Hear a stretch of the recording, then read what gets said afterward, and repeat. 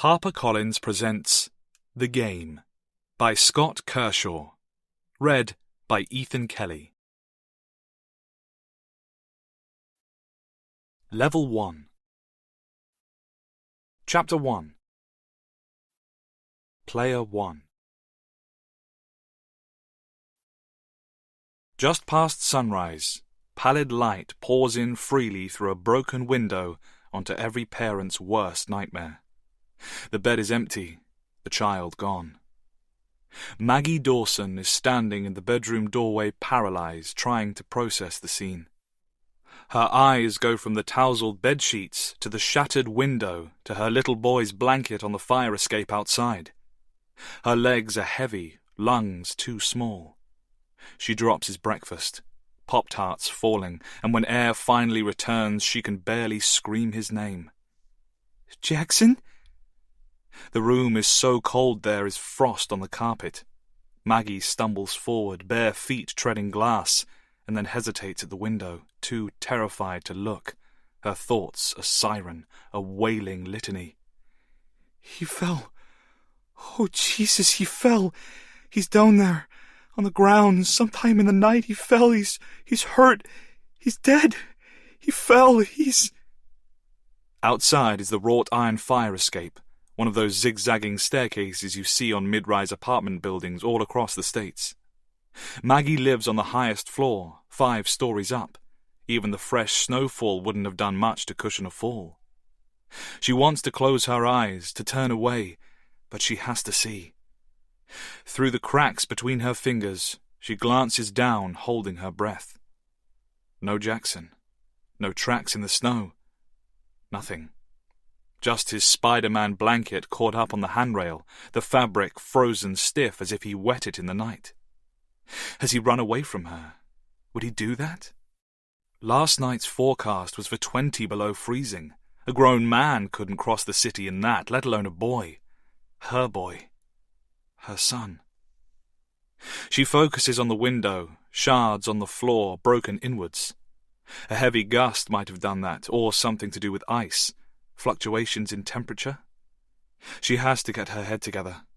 This is St. Paul, for Christ's sake, the land of Minnesota nice. It isn't Mexico or Venezuela or Brazil. Children don't just vanish here, do they? Her palms slap the pockets of her flannel dressing gown and come up empty. Sprinting back through the flat, she finds her phone charging beside the sofa where she woke up only minutes ago. There's something on screen, a text message. Without pausing to read it, she dials. 911, what's the address of the emergency? My son is gone. I think... The words are heavy, choking, impossible. Somebody took him. Somebody took my boy. The voice on dispatch is firm, trained. Can you give me the address? Apartment 13, Laurel Flags, Western Avenue North. Okay. The clicking of keys. A car is on the way. How old is your son? 8. I went into the room and he's just gone. What's your name? Maggie. Margaret Dawson. How old are you, Maggie? 24? No, 25. Are you alone? Yes. Is the apartment secure? The window in his room it looks as if it's been broken from the outside. The rest of this conversation is hurried and indistinct. Did she see anything? No. Did she hear anything? No. The woman tells Maggie not to touch anything. She tells her to wait. Help is coming. Maggie hangs up and tries to steady her lungs. Breathe. She looks around the living room, an empty Southern Comfort bottle by the sofa. It was only half full to begin with, but it paints a lousy picture. The roach of a single joint is lying like a dead bug inside the bottle. Just enough to help her sleep, she told herself. Enough to pass out on the couch and sleep through anything. God, she wishes she could wake up from this nightmare. She snatches up the bottle, the last of the weed, the papers, and the lighter, and stuffs them all into a grocery bag. Then she bursts out of her apartment and drops the bag into the chute at the end of the 5th-floor corridor. From somewhere far below she hears the contents crunch. Her head is light. Turning back, she sees slick, bloody footprints leading from the front door. The glass in her feet. Fuck! Tears finally come as she hurries back inside for paper towels. All she needs now is for the cops to find her mopping up blood by the rubbish chute. Way to go, Maggie. Whoever said you were irresponsible? She checks her phone before making it to the kitchenette to see how many minutes have passed. Only now does she pay attention to the notification on screen. She opens the text message, stopping dead, and reads. It isn't long, but it takes her a while, as if the words are composed of another language altogether. They aren't. Concise, clear, cutting, their simplicity is chilling. She gets to the end and starts again. Twice. There's a photograph attached. She downloads the image. It's hard to take in. She drops to her knees. She is surely having a heart attack. Moments later, the phone is back against her ear. This time it's a man. 911, what's the address of the emergency? I just called about my son, she croaks. He's... What's the address? Western Avenue North? Western North... Tapping keys, a casual sniff. Are you Maggie? Yes. You reported your child missing. Yes, but... Officers are on the way. They should be there in... I found him! She says it so fast it sounds like a scream. You found your son? Yes. She can't quite believe what she's saying. If she hangs up now, the help will arrive. There'll be sirens, uniforms, guns. But they'd never find Jackson alive. The message she just read was simple. The photograph speaks for itself. The rules are clear. He was hiding, she hears herself whisper. A prank. It says here that you reported a broken window on the premises. I panicked. It's open is all. The room was cold, so cold. For a while, the man is silent. Silence is bad. In her mind, Maggie can already hear this atrocity being played back on the evening news. Okay, Maggie, he says. You sound as if you're in shock. I'm going to let our officers proceed as planned, and... No! She's close to hysterics. Can't you hear what I'm telling you? He's fine. I don't need them here. Ma'am? Just like that, the tone has somehow changed. I need you to remain calm and stay right where you are. The officers are only 2 minutes away. If you need any... She hangs up. Her thumb does it for her body working faster than her brain. 2 minutes away. 2 minutes. She needs to move. Now. One more glance at the image on her phone, the photograph of her boy, is enough to get her going. She yanks a pair of red high tops onto her feet, bursts out of her apartment, and hurtles past the bloody footprints and down the staircase through the belly of the building. 1 minute. She runs out into the snow in her dressing gown and underwear, with nothing but her phone in her hand. Her son has been taken, the police are almost here, and yet Maggie Dawson is fleeing the scene. It's a little past 8 o'clock on a January morning. The game has just begun. Chapter 2. Player 2. Brett Palmer feels like he's the only black man in the arena. It's a strange, discomforting sensation that he hasn't felt for a long time, this impression of being the odd one out, or simply odd, but he can't seem to shake it. He mentions this to Craig as they maneuver through the packed concourse, and Craig laughs out loud. It's easy for Craig to laugh.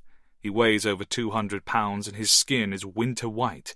He voted to make America great again. Also, he's already half cut from the shots in Hooters, the drinks that Brett was plying him with. No, not plying. Presenting. Birthday shots. Jägermeister and tequila. All the bad stuff. Craig looks good in his oversized jersey. Anyone can see that. It's mostly blue, the home colours, and filled out at the shoulders. Brett feels skinny in his. Weedy, as they used to say in high school. He's over 6 foot tall, and high school was a long, long time ago, but he can almost feel the bottom of his jersey skirting the knees of his jeans. It's all in his head. He knows that, just like this acute sense of his own blackness, yet he can't drop these weird vibes. This is supposed to be their night, but he's feeling edgy and out of place. "Lighten up, dipshit," Craig says. "You used to love hockey." "Still do. I'm just saying, look around. It's a white guy's game." "You know what they call that, don't you?" Craig is carrying one of those oversized foam fingers, and he jabs it up into Brett's face. "Racial stereotyping. What are you gonna do when you and Kelly finally get around to having some of them cute mixed-race babies? Hold each kid up to a color chart before you assign it a fucking basketball or a hockey stick?" Brett catches the foam finger and aims it back at Craig. "Why don't you sit on this?" Craig laughs again. "I bet you'd like to see that, wouldn't you, sweetheart?" "In your dreams." They approach the nearest kiosk on the concourse, and, with the hand that isn't wrapped in novelty foam, Craig reaches for his wallet. Brett catches his arm. "These are on me." "Get out of here, you covered the tickets." "So?" Brett slaps his own plastic onto the counter. "What's the point in working if a guy can't spoil his best pal for his 40th? "Whoa there!" Craig clears his throat and winks to the young woman behind the bar. "You'll have to excuse my buddy here. What he meant to say was 30th. She returns a timid smile. All the ladies smile for Craig. As far as Brett remembers, they always have. The cheapest beers are cans of Miller Lite at $11 apiece. Brett orders 6, as many as they can carry between them, and tries not to flinch when the girl swipes his MasterCard. Ordinarily, he's very conservative with spending, and his mind automatically tallies the figures in his head.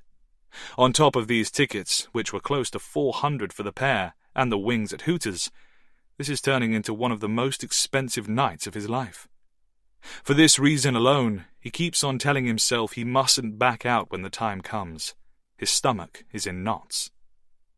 All he can do is wait for the moment to present itself, and hope that he'll know what to say when it does. Tonight, what he has to do has been decades in waiting. Their seats are high up in the 200s, overlooking the enormity of Madison Square Garden, and the atmosphere is electric. They only just managed to fit the beers in the area beneath their folding chairs, and Brett almost knees the head of the guy in front, but the squeeze is worth it for the view. The smell of the ice is fresh, its chill almost sobering. Blue spotlights move across its pristine surface to a soundtrack of riotous masculinity. AC/DC, Rage Against the Machine, White Zombie, and then it's on to the city's anthems, 20,000 voices bellowing along to Theme from New York, New York, and Billy Joel's New York State of Mind. It really is breathtaking. "God damn!" Craig slaps Brett on the back with a hand like a shovel. "Rangers versus Devils at the motherfucking Garden. How long have we been talking about this?" "Long time, pal." "Forever. You're a hell of a guy, Brett, you know that? I don't say it enough, but you really are." I don't know." Brett shrugs it off, but he's smiling from ear to ear. He takes his phone from his pocket. There's a message from Kelly telling him to behave and have fun. A joke, of course, as if he's ever misbehaved in his life, never mind the 9 years they've been living together. Instead of replying, he takes a photograph of the rink, uploads it to Facebook, and checks into the game. He tags Craig Wilson, which sends an alert to Craig's phone. Craig sees the update and sniffs. "Aw, shit. There goes any chance of me taking a sick day on Monday. Working on my 40th birthday, man. Good fucking deal. I never thought they'd make us work the holiday, even if it was only for Martin Luther King Day." Brett's smile, which he already suspects might be the last genuine smile of the night, fades a little. "You've got tomorrow to shake the hangover. Besides, Kirk is likely to can your ass if you miss another shift." "Kirk can suck it. I'm about ready to bury that faggot." Brett says nothing. The lights dim, a fresh chant of "Let's Go Rangers" fades away, and the guest of honor is introduced for the ceremonial first puck. It's a woman in a wheelchair, a decorated veteran, the announcer tells them, of 3 tours with the United States Marine Corps. Oh, man. Brett follows the audience's lead and hauls himself up onto his feet. I hate this part. Poor bitch squatted on a landmine, Craig mutters, careful not to be overheard by those nearest. Use your legs while you got 'em. I know, it's just... It makes me feel awkward, is all. Awkward? It's called serving your country, dipshit, fighting for your right to drink these brewskis. Somehow I don't see you leading the charge at Fallujah any time soon. Hey, Brett whispers, I've seen combat. You're talking to the guy who stood up to Trent Nolan in 8th grade, remember?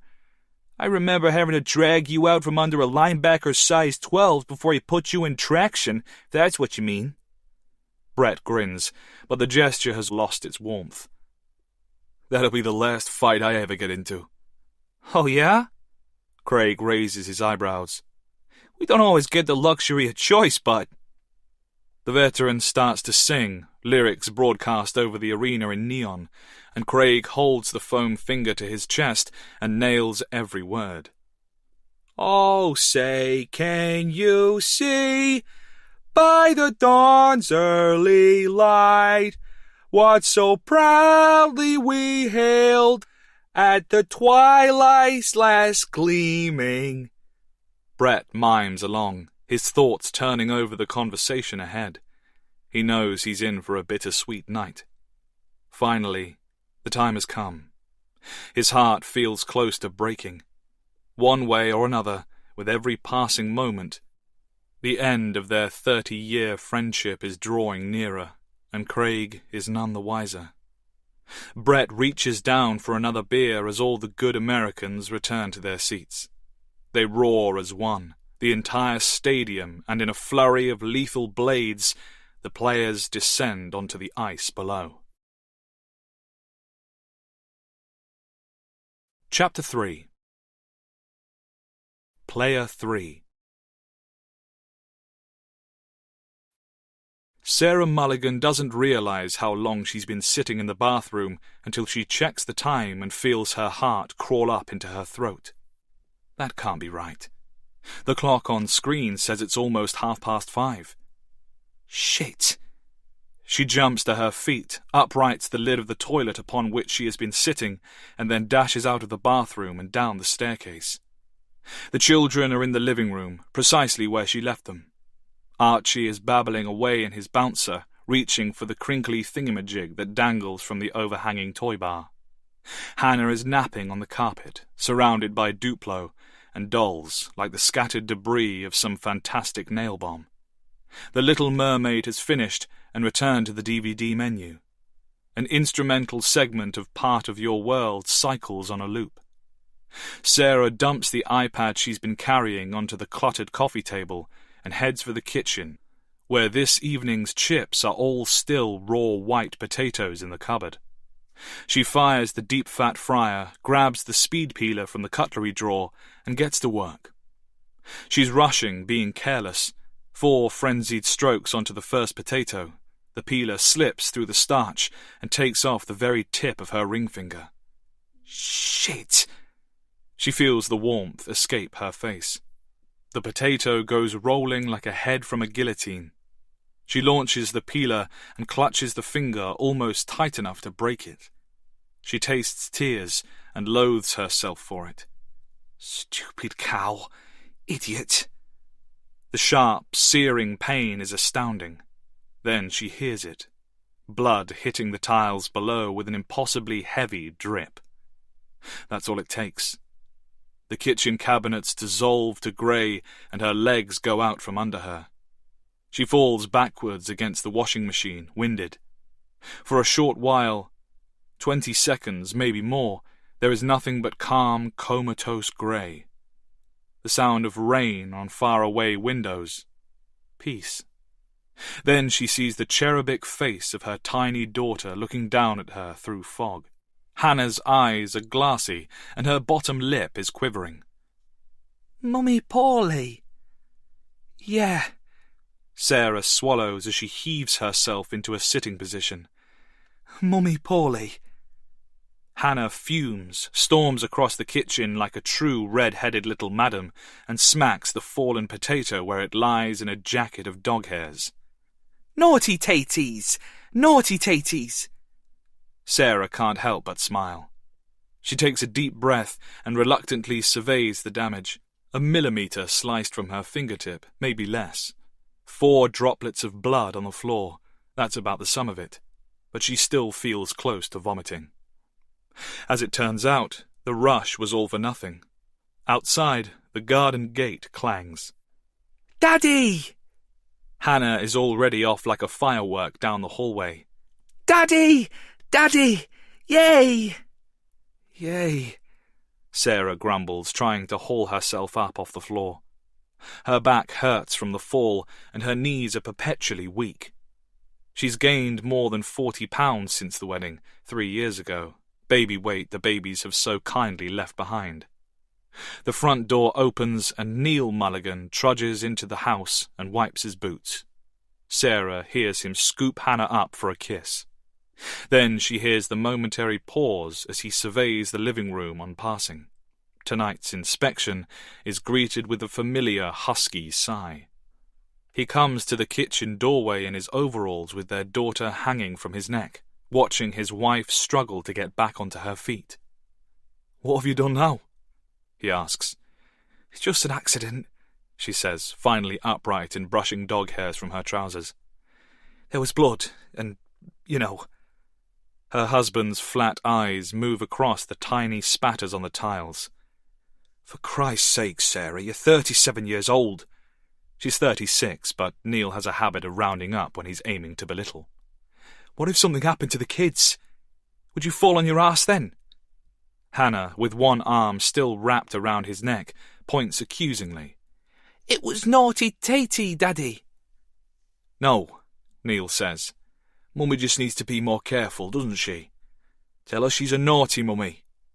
Hannah giggles, redirecting her point in her mother's direction. "Naughty mummy! Naughty mummy!" This hurts so much more than the throbbing in Sarah's hand. "Thanks for that," she says. Neil lowers Hannah to her own wobbly feet and turns to the potatoes on the worktop. "Don't tell me that's my tea." Had she expected anything more? Not really, no. Not for a long time. Still, she tries a weak smile on for size. "I thought we could get a chippy tonight." Neil glowers. He's a large man, doorman bold, also unrecognisable from their wedding in every conceivable way. "We just did the big shop 2 days ago." "I know, I lost track of time, and..." "You're not seriously going to stand there and give me that not enough hours in the day crap when I've been on my knees laying flooring since 8 o'clock this morning, are you?" She bites her lip, shrugging one shoulder. Neil shakes his head, droplets of rain reflecting light like the world's most miserable disco ball. "I don't ask for a lot, Sarah. I just want to come home to a tidy house with tea on the table. You can't even manage that. Did you even bother to get off your arse at any point to walk the friggin..." He stalls, frowning down at his feet as if he's expecting to see something there. Sarah's stomach lurches as she realises what's missing from this picture. Her husband storms past her into the cramped utility area at the rear of their kitchen, and he throws open the back door. Within seconds, Duke, their massive German shepherd, comes charging in out of the downpour, soaked from nose to tail and slimy with mud from digging up the flower beds. The dog shakes black over the entire kitchen, which causes Hannah to bounce up and down, laughing and shrieking at the top of her lungs. In response, from the living room, Archie begins to wail. Suddenly, it's a madhouse. "For God's sake!" Neil shouts, holding the dog at a distance with one boot. "How long has he been out there?" "Just a few minutes," she lies, watching in horror as paws paint the tiles. "It's absolutely chucking it down." She opens her mouth. A fiery disobedience from deep inside would like to remind him that this is Salford, Greater Manchester, one of the wettest parts of England. She catches her tongue. This isn't the postcode's fault. She'd forgotten about the dog, plain and simple. That's on her. "The fryer's hot," she says, scrambling for a tea towel. "Let me sort this out, and then I'll—" "Forget it. I'm off to the chippy, again. Get this cleaned up before I get back, if you can manage that much." He marches through the house, cursing under his breath, and slams the front door hard enough to send a framed picture crashing off the hallway wall. It's a photograph from their honeymoon in Benidorm. Sarah sighs. The dog is now having an excellent time rolling on the tiles, spreading its own filth like a mop in reverse, while Archie is still bawling in the living room, and Hannah is staring up at her mother with huge, wary eyes. Fighting the ache in her knees, Sarah gets down to her daughter's level and puts a hand under her chin. She stares at her for a moment. "All for you, my miracle. You make it all worthwhile." Hannah doesn't understand. She's still not 3 years old, but she kisses her mother's poorly finger and smiles. As always, that makes things a little better. Chapter 4. Player 4. Noah Durand has never been anywhere quite like this before. He's acting as if it's nothing out of the ordinary, but he's wearing a suit jacket for the first time since his father's funeral, and he's pretty sure it shows. This hotel, Shangri-La, is in the most prestigious neighborhood in Paris. It was built in 1896 as the home of Prince Roland Bonaparte. Noah was raised in a banlieue, many miles from here, a Parisian suburb for citizens of Maghrebi origin. A glorified slum. Sophia, the goddess on his right arm, and somehow his fiancée, doesn't know this about him. Sophia is Estonian, and after living here for just 1 year, her French is still limited, so the concierge is speaking English, their mutual second language. The concierge is a short, mustached man named Pascal. He gestures to the walls of this magnificent room, which are adorned from floor to ceiling with brass detail, but his eyes rarely move away from the incredible length of Sophia's body. Noah can't help but feel bitter about this, though he isn't exactly surprised. He still wakes up every morning in disbelief. "This room we call Le Grand Salon," Pascal tells them. "Decorated in classic Louis XIV style, the architectural detailing is all original, with motifs specific to the Bonaparte family. Note the imperial crowns, bees, and lion heads. The crystal chandeliers are also original, as is the marble fireplace. In this space, in 1907, Princess Marie Bonaparte herself was engaged to the Prince of Greece and Denmark. For the banquet, our capacity here is 120 guests. He pauses, eyes flicking to Noah. "Where is your ceremony being held?" "St. Joseph's," Noah replies. "Ah!" Pascal claps his hands together. "Église catholique anglophone St. Joseph? Perfect. That is only 5, maybe 10 minutes from here." "Yes, that's why we came." "And you have come to the right place." Pascal leads them into the larger Le Salon Roland Bonaparte, the former stables of the prince. "If you are hoping to have a dance party, then this is the room you need. It holds up to 200 guests and has the finest entertainment technology concealed within its original features." "It's very beautiful," Sophia says. Her English, unlike her French, is very good, though she speaks it with a strange mix of Eastern European and North American accents, despite never crossing the Atlantic. This is because she once told Noah whatever English she didn't learn in school, she simply mimicked from sitcoms such as Friends and The Simpsons. She's several inches taller than Noah, with sharp, striking features and almost luminescent green eyes. "Truly stunning." "Yes," Pascal agrees, eyeing the shape of her long black coat. "Then, of course, we have Les Terrasses Eiffel.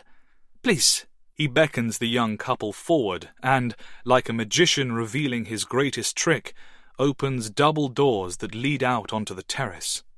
Sophia is first through, breaking away from Noah's arm. She hits the winter air and stops still, clasping both hands over her mouth. "Oh my God! Noah follows and halts alongside her. Wow. He's lived in this city all his life, but he's never seen the tower from this angle. It almost looks as if it was built solely for the viewing pleasure of the people on this balcony. He wonders whether he could hit it by throwing the water glass he's carrying, and bets that he probably could. He turns to Sophia, preparing to share the joke, and sees she is close to weeping. His stomach sinks as he realizes that, for his bride-to-be, nowhere else will ever match up to this. Pascal shows them to a table on the terrace where brochures are already waiting by the glow of a patio heater. "First," he says when everybody is comfortable, "we have the Emerald package. This includes 5 canapés per guest and champagne on arrival. Your own personal menu designed by our 2 Michelin star chefs, wine on the tables, another glass of champagne for the toasts as well as the wedding cake, flowers and stationery. For the Bonaparte room, this would also include the dance floor and podium." "Okay." Noah swallows hard and takes a huge breath before the plunge. "The price?" Pascal leans forward, unclipping a silver pen from his lapel, and circles a number on the nearest paper. 305 per guest, including taxes. A soft noise escapes Sophia's throat. Apparently unaware, Pascal continues. "The Jade package, however, is our most popular.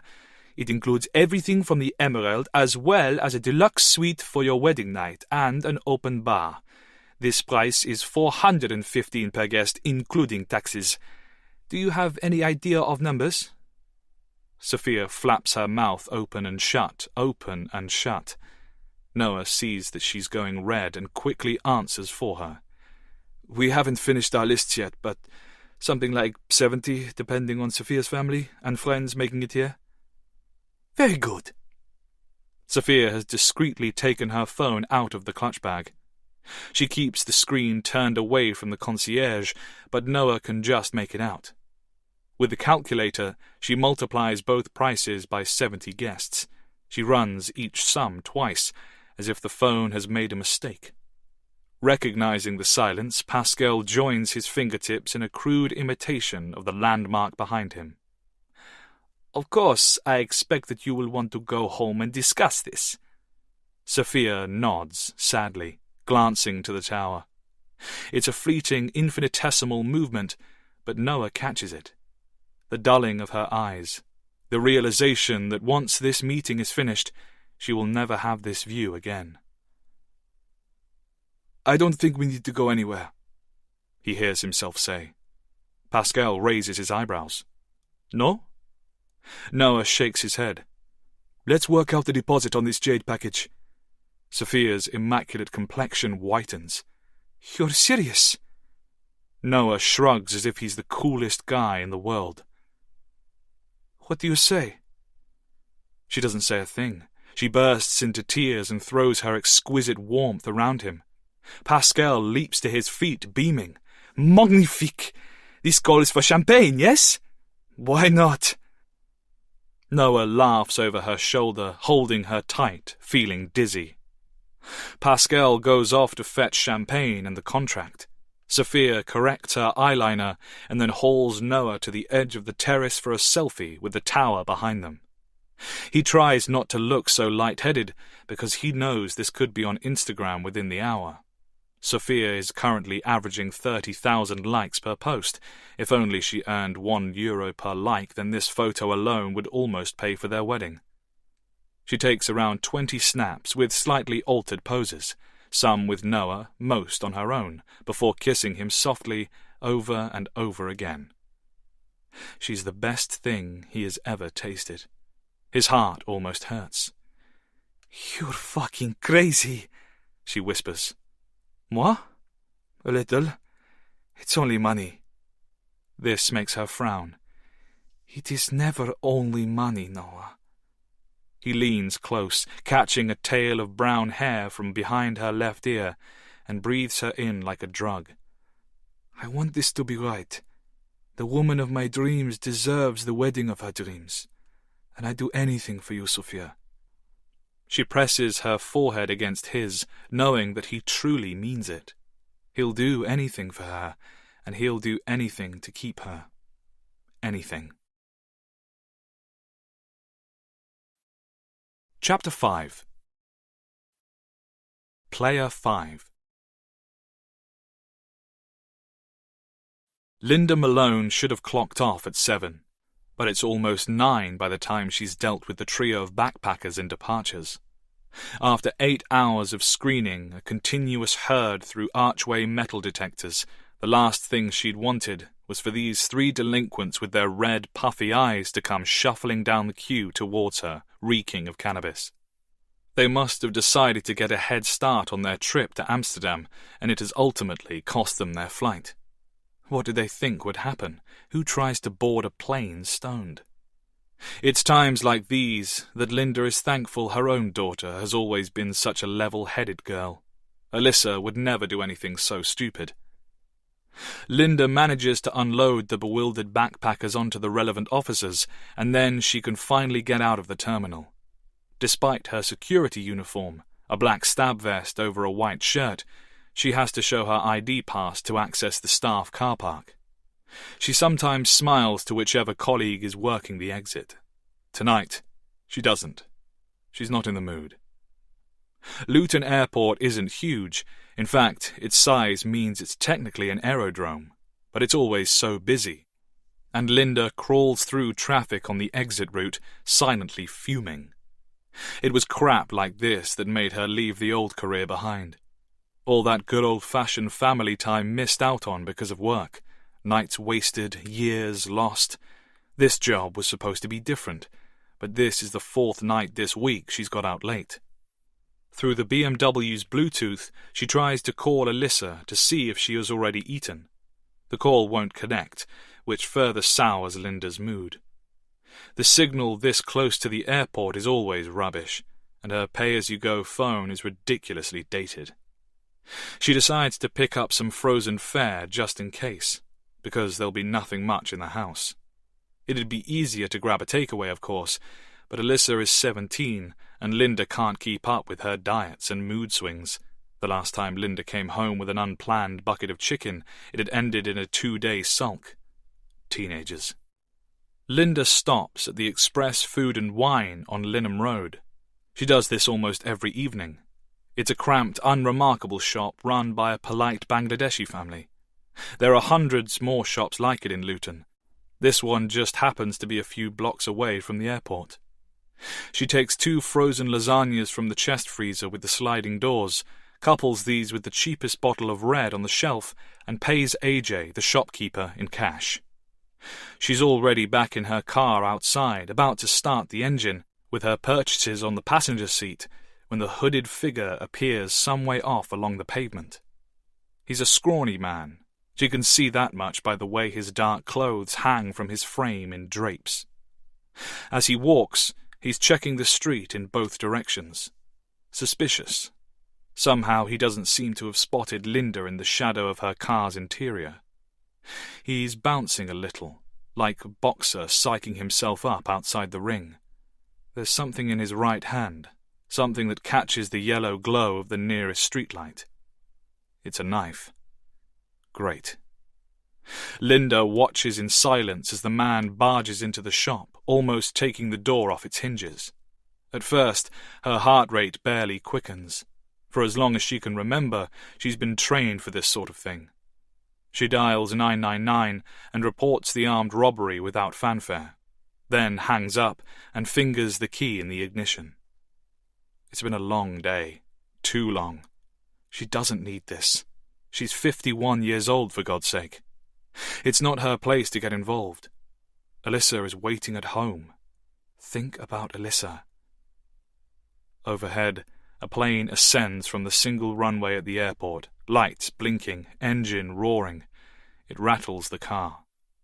There's nobody else on the dark street, and nothing in the windows of the surrounding houses except for muted lights behind drawn curtains, the soft strobing of televisions.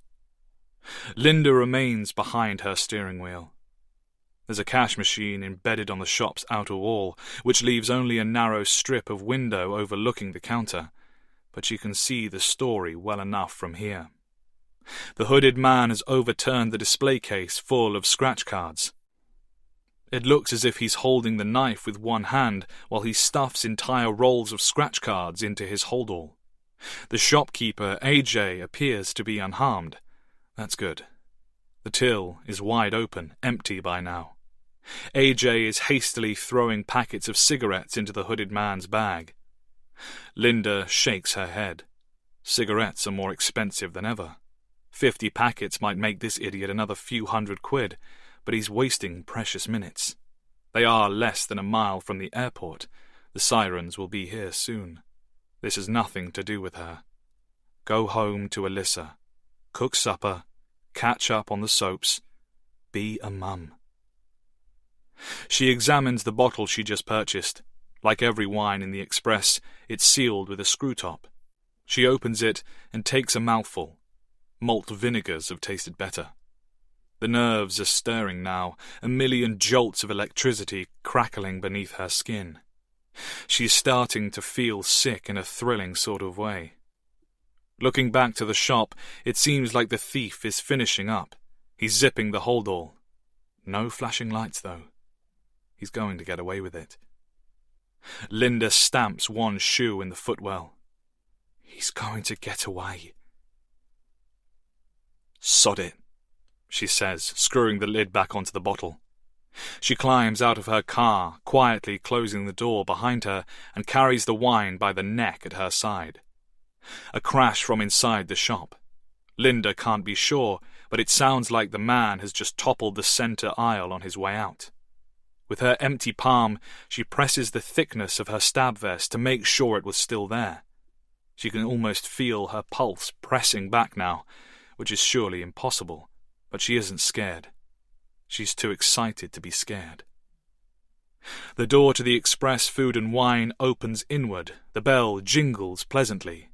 The thief comes bursting out, head first into the arc of Linda's double-handed cricket bat swing. The bottle explodes on impact. The guy hits the pavement, hard. Linda kicks his knife away as cheap vino runs into the gutter. It's another few seconds before the car comes around the corner, siren flashing. The first officer to jump out of the car is pulling a bright yellow taser. "You!" he screams. "Stay where you are!" Linda checks her watch. 6 minutes, she says calmly. "What took you so long?" The officer hesitates, squints. He holsters his taser, shaking his head. "For Christ's sake, Malone, what have you done?" She looks down at the hooded heap and shrugs. Above them, another plane roars into the darkness. Chapter 6. Player 1. Maggie Dawson makes it fewer than 20 paces before the cops show up on Western Avenue. The cops she called after realizing her little boy, Jackson, was missing. The cops she desperately needs to lose, if that harrowing, anonymous text message is to be believed. And why shouldn't she believe it? Her boy is gone, that's a fact.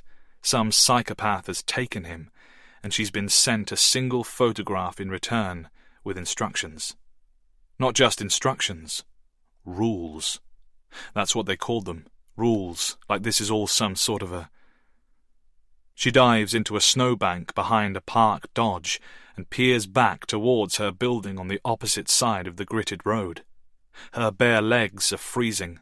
The tiny splinters of glass from the broken window are now screaming in her feet. She's also starting to feel stupid. What if this is some kind of sadistic hoax? Sean and Caroline, Jackson's legal guardians, have never wanted Maggie back in the boy's life. Not really. Maggie knows this, in spite of what they say. Why would they? To them, Maggie will always be the brat who put her baby, her own child, on the market. She was looking to sell, and they were looking to buy. Supply and demand. They covered her expenses and so much more, and the two households went their separate ways. Everybody won. For a while. But when Maggie came knocking 8 years later, a grown woman by now, they agreed to let her have Jackson for 1 weekend out of every month. This was on a trial basis. Now Maggie can't help but wonder how far would they go to get her out of the picture for good, to prove her negligence once and for all. Not this far. Never. This is really happening. The patrol car is a hefty Ford with a bull bar on the front. 2 officers emerge from it, big guys in dark coats over blue cotton shirts. They're both armed, of course, wearing shades. It's shortly after 8 o'clock, and pale sunlight on snow is blinding. This is her chance. All Maggie has to do now is stand up from behind this car and be seen. She's a distraught blonde in a dressing gown and sneakers. She's hot, according to most, and she's white. She hates to think that way, but it just might count for something. She can tell the cops everything, show them the message and the photograph, and they will help. They're trained for this. She needs to forget about these so-called rules. She swallows, scanning the empty windows of the surrounding buildings. Is she really being watched? Unlikely. The road is totally bare. It's Martin Luther King Day, so the schools are closed, the nearby families enjoying an easy morning. That writer, Scott Fitzgerald, was born on the next block. It's a nice neighborhood, quiet, safe. Get on your feet, Maggie. Yell. Scream. Just stand. She's almost upright when her tornado of thoughts goes back to that terrible story from the news a few years ago. Some woman in neighboring Minneapolis called 911 to report a rape and somehow ended up being shot dead by the first responder. It's a random thought, but it's enough to drag Maggie back into the snow. More and more often, it seems, there are stories like that. Cops with itchy trigger fingers. She needs to think this through. Her eyes go back to those blank windows reflecting dead winter light. That feeling of being watched is real. She jumps at the sound of her building's buzzer and peeks around the Dodge. One of the officers has his finger on the button at the entrance. No answer, obviously. Cop 2, meanwhile, is walking the perimeter of the building. He reaches the bottom of the fire escape and pauses, looking up. Hey, Stan! Get over here! Cop 1, Stan, is the shorter of the two. Maggie watches him take great big moon strides to land in his partner's footprints. Footprints. She stares back along her own path. Sure enough, a frantic trail leads from the front doorsteps of the building to this very spot. She needs to move. Forwards or backwards. Her heart is hammering. This is hell. The cops talk between themselves. Up there. What's that look like to you, Stan? Flag, maybe? I don't see no stars, though. Red and blue? Could be Red Sox. In St. Paul? I don't think so. If you had kids at home, you'd know those colors anywhere. How's that? Spider-Man. Looks like a blanket to me. Comforter, maybe? The sort of thing an 8-year-old boy might have, you mean? Exactly. A moment of quiet. We better try one of the neighbors. By the time Maggie hears the buzzer again, she's already moving on all fours. Her hands are pink and numb. She scrambles from the shadow of the Dodge to a neighboring Toyota, then on to a Honda Civic, and then she's out of cover and running free, fleeing again. She sprints north, fighting sharp pains in both her feet, crunching over salt in the middle of the road. This is the most exposed part of the street, but the pavements on both sides will be deadly with ice. The cops never see her go. At the end of the block is Selby Avenue, one of the neighborhood's main drags. There's a coffee shop, Nina's, on the left-hand corner. It's open. Maggie halts. She's on first-name terms with every barista here. She could pretend to have locked herself out of her apartment in her dressing gown. Ask to borrow Cindy's coat, maybe.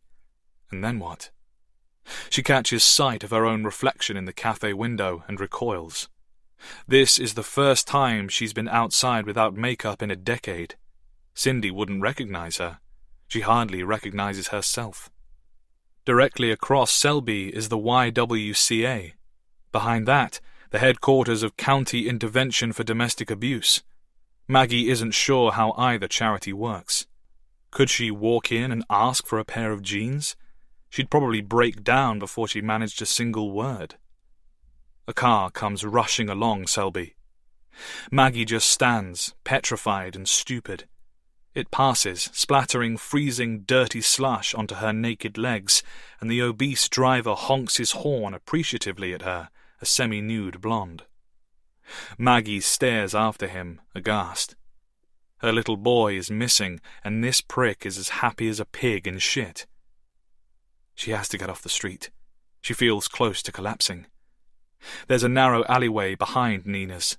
Maggie retreats to the shadow of the ice there, crouches down onto her haunches and sobs. Images are coming fast, and each only adds to her agony. Jackson, her boy, lost somewhere in the cold and dark of last night. Broken, undressed, dead. She leans forward and vomits. The taste is southern comfort, extra sour. Who would do this? Who could do this? One man more? She'll go back to the police. She has to. Or else she's doing whatever sick bastard sent her that text message a favor. Her fear buys the kidnapper time, but the truth is that the internet is one gigantic trail of breadcrumbs, isn't it? Cell phones are like fingerprints. State Patrol could read that message and have him, and she's sure it's a him, locked up within the hour. The feds even faster still. And if they've found out about the weed in Maggie's system, then she'll probably lose her access altogether. This breaks her heart, but it's a small price to pay for Jackson's safety. Her mind flies back to the message, and her heartbreak momentarily gives way to something else, something fierce. A mother's love. She has failed that boy too many times already. Is she going to fail him now? No. Whoever is responsible for this is going to pay. This is the United States of America after all. Maggie can always get a gun. She takes out her phone and, crouching in the cold, reads through the rules one more time. Chapter 7. Player 2. Brett groans and reaches for the bedside table. Through blurred, gluey eyes he checks the time on his phone. Almost 11. No messages. He slams the phone face down and groans again, then whimpers. His skull is out of shape. The light through the blinds is all wrong. He can hear his own pulse, and the volume is unbearable. He rolls out of bed, crawls for the bathroom in his Rangers jersey, and throws up. It takes 4 goes to get down to the dry heaves. He passed out with his contact lenses in, and it takes him a few minutes to prise them off his stubborn, puffy eyeballs. Today is going to be a write-off. So long, Sunday. Better luck next week. He finds Kelly sitting at their breakfast bar. She's leaning over a spreadsheet on her iPad with a latte fresh from the machine. She takes one look at him and bursts out laughing. "Laugh it up," Brett mumbles, venturing into the refrigerator for the orange juice, which he necks straight from the carton. "Poor baby." Kelly slinks over, throws her arms around his waist, and moves in for a kiss. Brett jerks his face away. "You don't want to do that." "No?" She playfully gags and releases him. "Then I'll pass." "Who won the game?" Brett hesitates, stumped. "Rangers." He isn't really sure. He doesn't remember much from after the second period. "I bet Craig went typically crazy. Was he a handful?" Brett shrugs stiffly and has another drink. Kelly is intelligent, ambitious, and occasionally hilarious. She's also sexy. He accepts this as a fact. She's naturally curvy with wavy brown hair and thick, porno secretary glasses.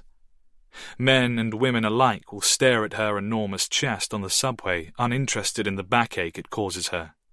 Teenagers have often yelled cougar from the safety of the opposite platforms, which she despises. She says it's another way of calling her old. She's always telling Brett that he's handsome, but he doesn't feel it. Ever.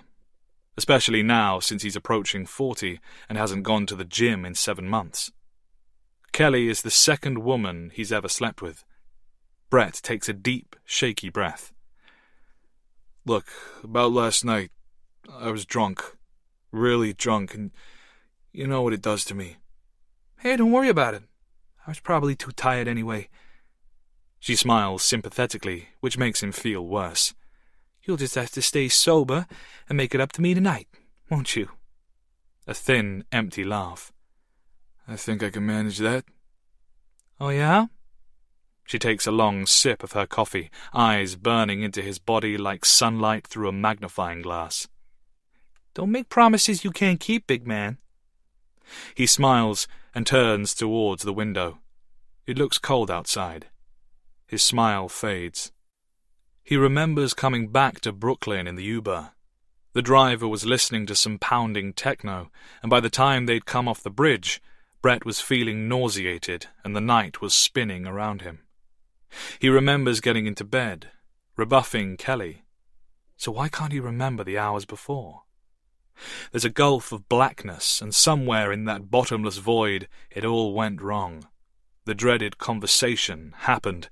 He told Craig the truth, but it exists only like a memory of a memory now, retention of emotions instead of actual words. He clicks his jaw and feels a dull pain under his left eye. Did Craig punch him? Is that how it all ended? Not like that. Please, not like that. He's still gazing out towards Prospect Park when his view blurs with sudden heat. There's a pain in his chest, something he'd forgotten could hurt so much. It's loneliness and shame. Oh, no. Kelly is at his shoulder, stroking his back. Is it really that bad? He laughs and scrubs his tears away with the heel of one hand. Can't bounce back like I used to, I guess. You need to get yourself on the couch with some Netflix. I went out this morning and got you all the essentials. Milkshake, bacon, aspirin, Pedialyte. You did? He sniffs like a boy with a scraped knee. You're too good to me. And you're just feeling sorry for yourself. Go on, lie down. I'll fix you some breakfast. God, she's good. Perfect, really.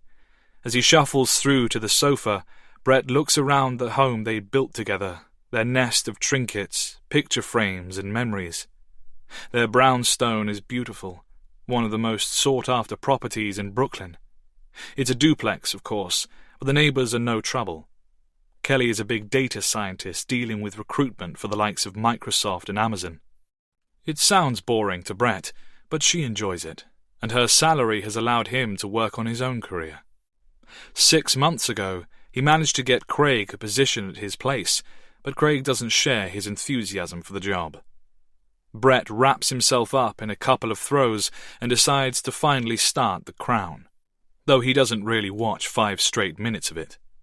He's half wishing he could remember what happened last night, and half hoping he never will.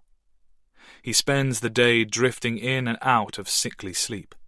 Usually, on a Sunday in particular, Craig is an almost constant presence through WhatsApp, either commenting on whatever sport he happens to be watching, or sending short, sick videos that range from bizarre, stomach-churning pornography to footage of fatal workplace accidents or violent cartel executions. Today, Brett's phone stays silent. He can't help but feel abandoned. He checks his outgoing text messages and sees that there's nothing to Craig, which is one small blessing. Ordinarily, he's a nightmare for drunk dialing. He's still suffering at 7 o'clock in the evening when Kelly, who is now curled up beside him, begins to walk the fingers of her right hand higher and higher up his thigh. Her eyes remain on the television, but Brett can feel the heat radiating from her flesh as she reaches the opening in his loose underwear. He clears his throat, mumbles something about needing the bathroom, and goes. On his way back to the sofa, he manages to stomach his first beer.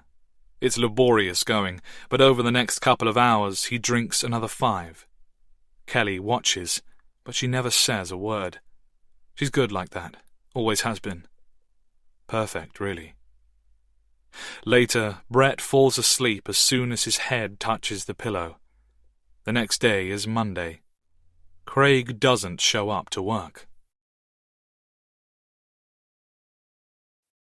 Chapter 8. Player 3.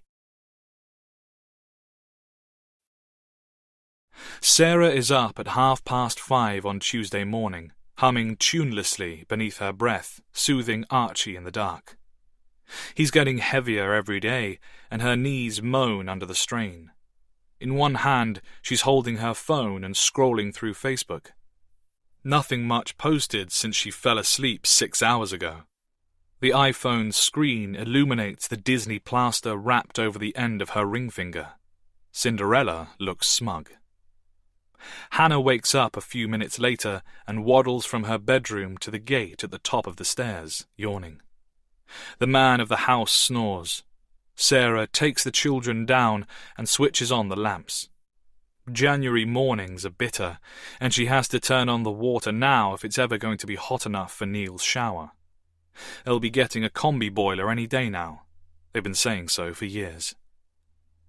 She opens the back door to let the dog out, tightening her gown against the chill, and waits for him to stop sniffing and empty his bladder onto the frosty, overgrown lawn. With Duke back inside, she prepares Archie's first bottle, while Hannah groans around her feet because CBeebies doesn't start broadcasting until 6. Sarah kisses her daughter's head and patiently shows her the clock face. When the hands come to a vertical line, she tells her for the 100th time, then her programs will be on. Explaining this to a toddler is useless. Hannah wants everything now. A little over an hour later, Sarah hears her husband heading for the bathroom, overhead in a trail of grunts and morning farts. Once he's showered and dressed, he sits in the living room with the kids while Sarah salts his toast. She brings it through and regards him with silent envy. He always gets the babies at their cutest. Even the dog curls up at his feet. The sun doesn't rise until 7:30, at which time Neil kisses the kids and leaves for the day. Sarah can't recall the last time he kissed her goodbye. She isn't particularly bothered. How things can change in just a couple of years. Once he's gone, the second act of the familiar morning cycle begins. There's already a sink full of dishes to clean and a carpet of fur to vacuum. The house smells like wet dog mixed with haddock and chips, despite the papers going straight into the outside bin, and it's a good job Archie can't get himself around yet, because Hannah alone is a hurricane. Sarah potters while the children stare at the television, but her fingers are already twitching like those of any addict. She's grinding her teeth. Her eyes keep drifting to the iPad on the coffee table. By 11 o'clock, Duke needs to be walked. He's a big dog, and he gets restless without exercise, but just getting both kids ready and out of the front door is a mission in itself. Besides, they're already drifting off into their first nap of the day. Sarah adores her children, of course, but their naps provide her only respite, and that isn't something she's going to sacrifice in a hurry. She locks Duke out in the back garden where he can run in circles for 5 or 10 minutes. It isn't raining, and the ground seems dry enough. Nothing to worry about. She pours herself a cup of tea and collapses onto the sofa with the iPad on her lap. She unlocks it with her passcode, has another compulsive check of Facebook, and then it's on to business. She cracks her knuckles, opens her browser, and checks today's schedule. There are 4 90-ball games starting within the next 5 minutes. She buys 20 tickets for each game, which comes to a total of £2. Small change, but this is just a warm-up. Since she began playing online bingo a year ago, she has accumulated a profit close to £9,000 in her account. This is her secret. This is her game. To the right-hand side of the web page, always open beside her tickets, is the chat room. The players vary throughout the hours of the day, but you can always rely on a few names. She says good morning to Jill, Mandy, Sue, Mo, and Jen, and they return the greetings, wish her good luck, and then resume talking about last night's EastEnders. Did Sarah catch it? No, she was too busy bathing the dog. These strangers are probably the closest thing Sarah has to friends, and yet she has never seen their faces. They could be anywhere. They could be anyone. As a teenager, she'd had too many friends to count. After that, what happened? The years went fast, and her friends went faster. More to the point, her friends had children, and she did not. At some moment in her 20s, Sarah's social outings changed from boozy nights out with the girls to jelly and ice cream birthday parties for the girls' many children. Soon enough, even those invitations stopped arriving altogether. Poor old Sarah, she used to imagine them saying. The last thing she'll want is to come to Freddie's party, what with all those kids around. Poor old Sarah. You hear she lost another, and another. How devastating. How sad. Her eyes move now from the screen down to Hannah, who is napping in her usual spot on the carpet. Hannah, the first of two miracles Neil Mulligan brought into her life when her life had surely reached its darkest period. Sarah watches her breathe, watches her dream. This incredible living machinery that started out one part mother, one part father, and every day becomes more of her own unique person. Sarah still loves her husband. It might not be the flowers and poems love little girls dream of, but it's a shade of love all the same. And for giving her these kids, she will love him forevermore. She's indebted to him, and it's a debt she's glad to bear. Moments before the bingo begins, an alert informs her that all card sales are now closed.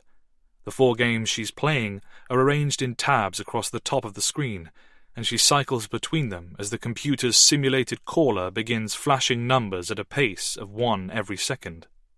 Because of this, each game can last no longer than 90 seconds, though they each end when their respective winning ticket reaches full house. Sarah loses the first 4 games and sips her tea moodily. Over the next few rounds, she wins a couple of lines, but it takes 45 minutes to get her first full house of the day. Bingo! She fist pumps the air and then swiftly slams a hand over her mouth. Hannah has shifted slightly, but the outburst was masked by the ambient volume of the television. Sarah takes a deep breath. She's on for another winning streak. She can already feel it, and her adrenaline is pumping. Nothing gets her going like this. Honestly, it's better than sex. She slips out of the room, carries the iPad up to the bathroom, shuts the door, and perches on the toilet with the lid closed. This is her favourite place to come and sit. It's the only room in which she gets any real privacy anymore, a den where Hannah will not follow or question, but time has a habit of slipping away from her. Because of this, and in light of what happened yesterday, she sets an alarm on her iPad. 20 minutes. The children are unlikely to wake up before then, and the front and back doors are both locked. Everything's fine. Everything's cool. But 20 minutes seems to pass in 5. The alarm goes off as planned, and it takes 3 snoozes before Sarah finally relents to the incessant chiming, bids a BBS to the rest of the ladies, and leaves her games. Her account is up another £20. She hates to abandon a winning streak, but it's not the end of the world. She can probably squeeze in another half an hour this afternoon, once she has finished walking. Duke. On her feet, she runs down the stairs, praying to God that he hasn't got himself into another mess like yesterday. That's the last thing she needs. She charges past the living room, throws the iPad onto the kitchen worktop, and opens the back door. Sure enough, Duke is at the very back of the garden, snout buried deep in the damn flower bed. The garden is a jungle, but she can see his shaggy hindquarters sticking up from winter weeds. Duke! Get your ass out of there! The dog ignores her. She leans outside, socked feet still inside the house, gripping onto the doorframe. Right! It looks like he wants another... She holds off before dropping the dreaded word bath. The dog doesn't move, not an inch. This stirs the first uneasiness within Sarah. Ever since Duke was a puppy the size of her hand, that word has never failed to incite a response, an immediate response, and it isn't just the fact that he's ignoring her that's so oddly disquieting. It's his silence. The utter silence of the outside world, in fact, and the dog's total stillness, as if she has opened the door onto a snapshot, a freeze frame, a glimpse of a universe paused. All of a sudden, something seems very, very wrong. Sarah runs her tongue across her lips and finds them dry. "Duke!" She says his name 3 more times before she realizes the dog is dead. Chapter 9. Player 4. Noah is sitting on the ledge, blowing smoke out into the crisp evening. He's cooling off, entirely naked in the open window, but that doesn't matter much, because the view only looks out onto the brick wall of the neighbouring building. He turns to Sophia and watches her stretch like a feline on the bedsheets. Even flushed and sweaty, she looks incredible. Noah is wondering, as always, if she was faking. It's hard to stay confident in her presence. Noah knows he's nothing special. He has his French father's surname and ashen skin, coupled with his mother's dark Moroccan eyes and black hair. The combination makes him look like a vampire, eternally trapped in moody youth. He's 31, but he looks about 25, which happens to be Sophia's age. Sophia, like so many others, came to Paris to work on her modelling career. Noah met her at an event in a nightclub almost a year ago and promised her the world. Their rented bedsit is not the world. Paris is divided into 20 urban boroughs, or arrondissements, which are referred to by number. Noah and Sophia live in the easternmost part of the 18th La Chapelle, a neighbourhood more commonly known as Little Jaffna, because of its large proportion of Tamil refugees. If Noah was to starfish widthways across his mattress, he could probably touch every wall of their room at once. Their kitchenette is a camping stove in a cupboard. They wash their pots in the bathroom, which is only just big enough for them both to stand in. Sophia doesn't seem to mind. She says she is happy, but no matter how many times she says it, Noah finds it impossible to believe. He tells her he has savings inherited from his parents, which are tied up between various banks in some slow bureaucratic procedure. His parents left him nothing. Sophia never asks for the money, nor does she ever call him out on his bullshit. And yet he hears the same old lies coming out of his mouth, as if telling them frequently enough might make them true. He tears his eyes away from her body, but there's nowhere else to go. Where there once hung Noah's collection of vintage cinema posters, the walls are now plastered with photographs from the last autumn-winter fashion week. Sophia in Chanel, Dior, Louis Vuitton, and LaCroix. She's building a respectable portfolio. Unfortunately, working for the exposure doesn't bring much money to the table. She rolls onto her belly, catching lamplight across her derriere, and scrolls through Instagram on her phone. "You should start getting ready, mon chéri," she says. "It's almost time." Noah sighs. "Oui," and flicks his roll-up into the dark. He closes the window, which is to be slammed because the wooden frame is old and bloated, and the sirens of the city are barely muted. Since booking their €30,000 wedding night 8 days ago, the thought of going back out to work has nested butterflies in Noah's gut. Diseased butterflies with razor wings. As he takes his uniform down from the hanger, he has to remind himself why he's doing this. It's all for her. He's half-dressed when Sophia, now cloaked in a bedsheet, follows him into the cramped bathroom. She wraps her slender arms around him from behind so that, in the mirror, he can watch as she fastens the buttons of his shirt, concealing his hairy, bony chest, and then she slips the staff lanyard around his neck. From over his shoulder, her reflection smiles. Look at my handsome man. He does, and he tries not to look too devastated. The shirt is short-sleeved, black, with the Hard Rock Cafe logo embroidered on both arms. The lanyard is modelled after a guitar strap and boasts the 3 lapel pins he has earned over 10 months of service, a plectrum, a Rickenbacker guitar, and the Eiffel Tower. His teeth are slightly stained by nicotine. His stubble grows relentlessly patchy. He is, to put it bluntly, no model. "What do you see in me?" he asks, surprising himself. She runs her fingers through the curls on his head and answers without hesitating. "I see my fiancé, my future, my hero." Hero. Noah repeats it, but from his mouth it sounds all wrong. "I don't think so." "I do. Paris is a dangerous city for a foreign girl. Even a year ago I don't think I realized this. Not really. Not until I see the woman in the corners at night. I was—" She pauses only briefly for the English word. "Naive. Romantic. You have given me a home. You make my career possible. You are my hero." He grumbles, unconvinced. "You're going out tonight?" "Oui." Still playing with his hair.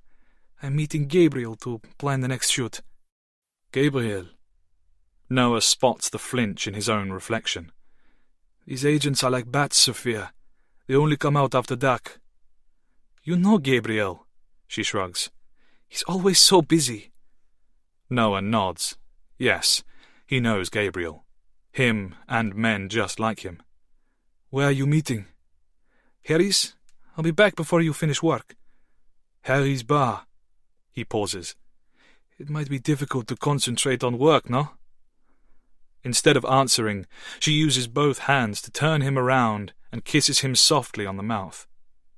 "I love you, Monsieur Durant. Only you. Don't forget that." In his stomach, the butterflies are fighting. "I love you too." "I know." She backs away as far as the room will allow, which is about half a step, lifts her arms, and sniffs with a teasing expression. "Now go. I need to shower. I'm beginning to smell like a Frenchman." "Sacre bleu." He kisses her again. "Go on. I'll call you after work." He edges out of the bathroom so that Sophia can squeeze into the shower cubicle, and he closes the door behind him. He steps into his shoes, ties his laces, and waits for the water to come rattling through the old pipes. He chooses his longest, most nondescript winter coat. The black one with the hood. A criminal's coat, if ever there was one. Then, when he's confident that Sophia is soaped up and unlikely to burst back into the room, he reaches for the air-conditioning unit mounted above the front door. The aircon hasn't worked since they moved in. He unclips the dusty grill, bending it out far enough to squeeze his hand through, and retrieves the small cloth bag from inside. The Hard Rock Cafe is on Boulevard Montmartre.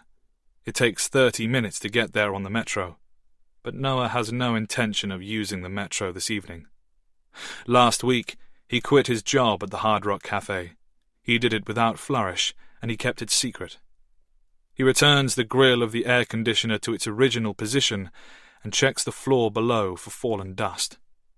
Then, as Sophia begins to sing in sweet Estonian beyond the wall, he slips the bag with the gun into his coat pocket and leaves for another long night of work. Chapter 10. Player 5. Linda Malone took a new bottle down from the shelf at the Express Food and Wine to replace the one she broke only minutes ago against the skull of an armed robber.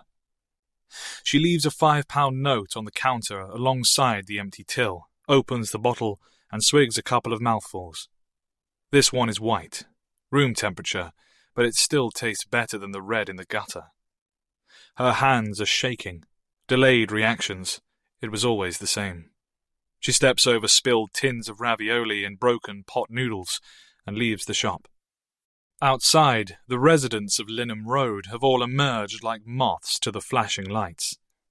There's an ambulance here now, along with a second police car. The thief is in the back of the ambulance, bleeding into a gauze. Not good. The shopkeeper is giving his statement. The officer who had been first on the scene, the one with the taser, is now leaning with one shoulder by the cash machine, notebook and pencil in hand. He's a neat 30-year-old man named Chris Hudson, a man Linda remembers being much chubbier back when they worked in the same building. "He'll need stitches," he tells her as she steps outside. "Right now, that's our best-case scenario." "Should look where he was going," she says. "Idiot ran straight into me." "You think any solicitor's going to believe that, Mom?" She frowns, more weary than annoyed. "I'm nobody's mom, Hudson. Not anymore." "No." Hudson looks her up and down. "Couldn't stay out of a uniform, though. Airport security, not exactly the front line. And yet here you are. Still looks good on you, by the way, the uniform." Linda feels the briefest of flushes and glances to the closed door beside her. Hudson is either lying or just plain stupid. The woman reflected in the glass is tired and worn, her blonde hair turning grey along the parting. She's splashed in burgundy. It almost looks like blood, and maybe it is. "He came at me with a knife," she says. "You ought to mention that when his solicitor tries to play a hand." "Course." Hudson clears his throat and raps his pencil against the cover of his notebook. "Still, you might want to give a statement, just in case." She shakes her head.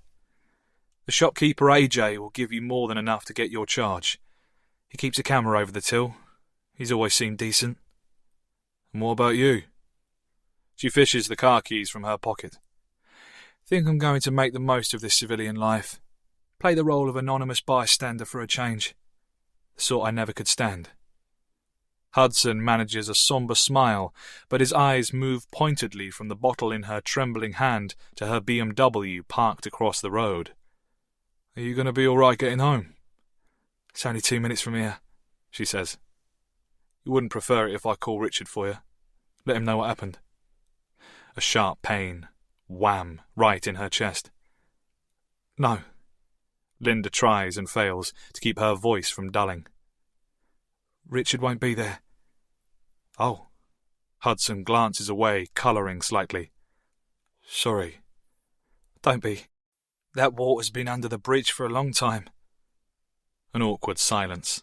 Hudson sighs. "All the same, I'm going to have to ask for your address and phone number. You know how it is." "Yes," she says. "I know how it is." She leaves calmly, and she keeps her temper until she's driven 2 blocks from the scene and is flying through the quiet residential roads at almost double the speed limit. "That's a great idea, Hudson," she barks to her empty car. "Why don't you give the legendary Richard Malone a call? You could ask him if he's still putting under par if you like. No, honestly, I don't mind. While you're at it, why don't you ask him why he doesn't give 2 shits about his daughter anymore? Or ask him how old his new girlfriend is. That's always worth a laugh. Christ, you probably went to school with her. That's right, almost half my age. No, I don't think that's strange. What's that? You could use a bit more gossip for the boys in the parade room tomorrow. Your former suit breaking somebody's face open might not be enough. Well, you just say the word and I'll help you out in any way I can. My pleasure."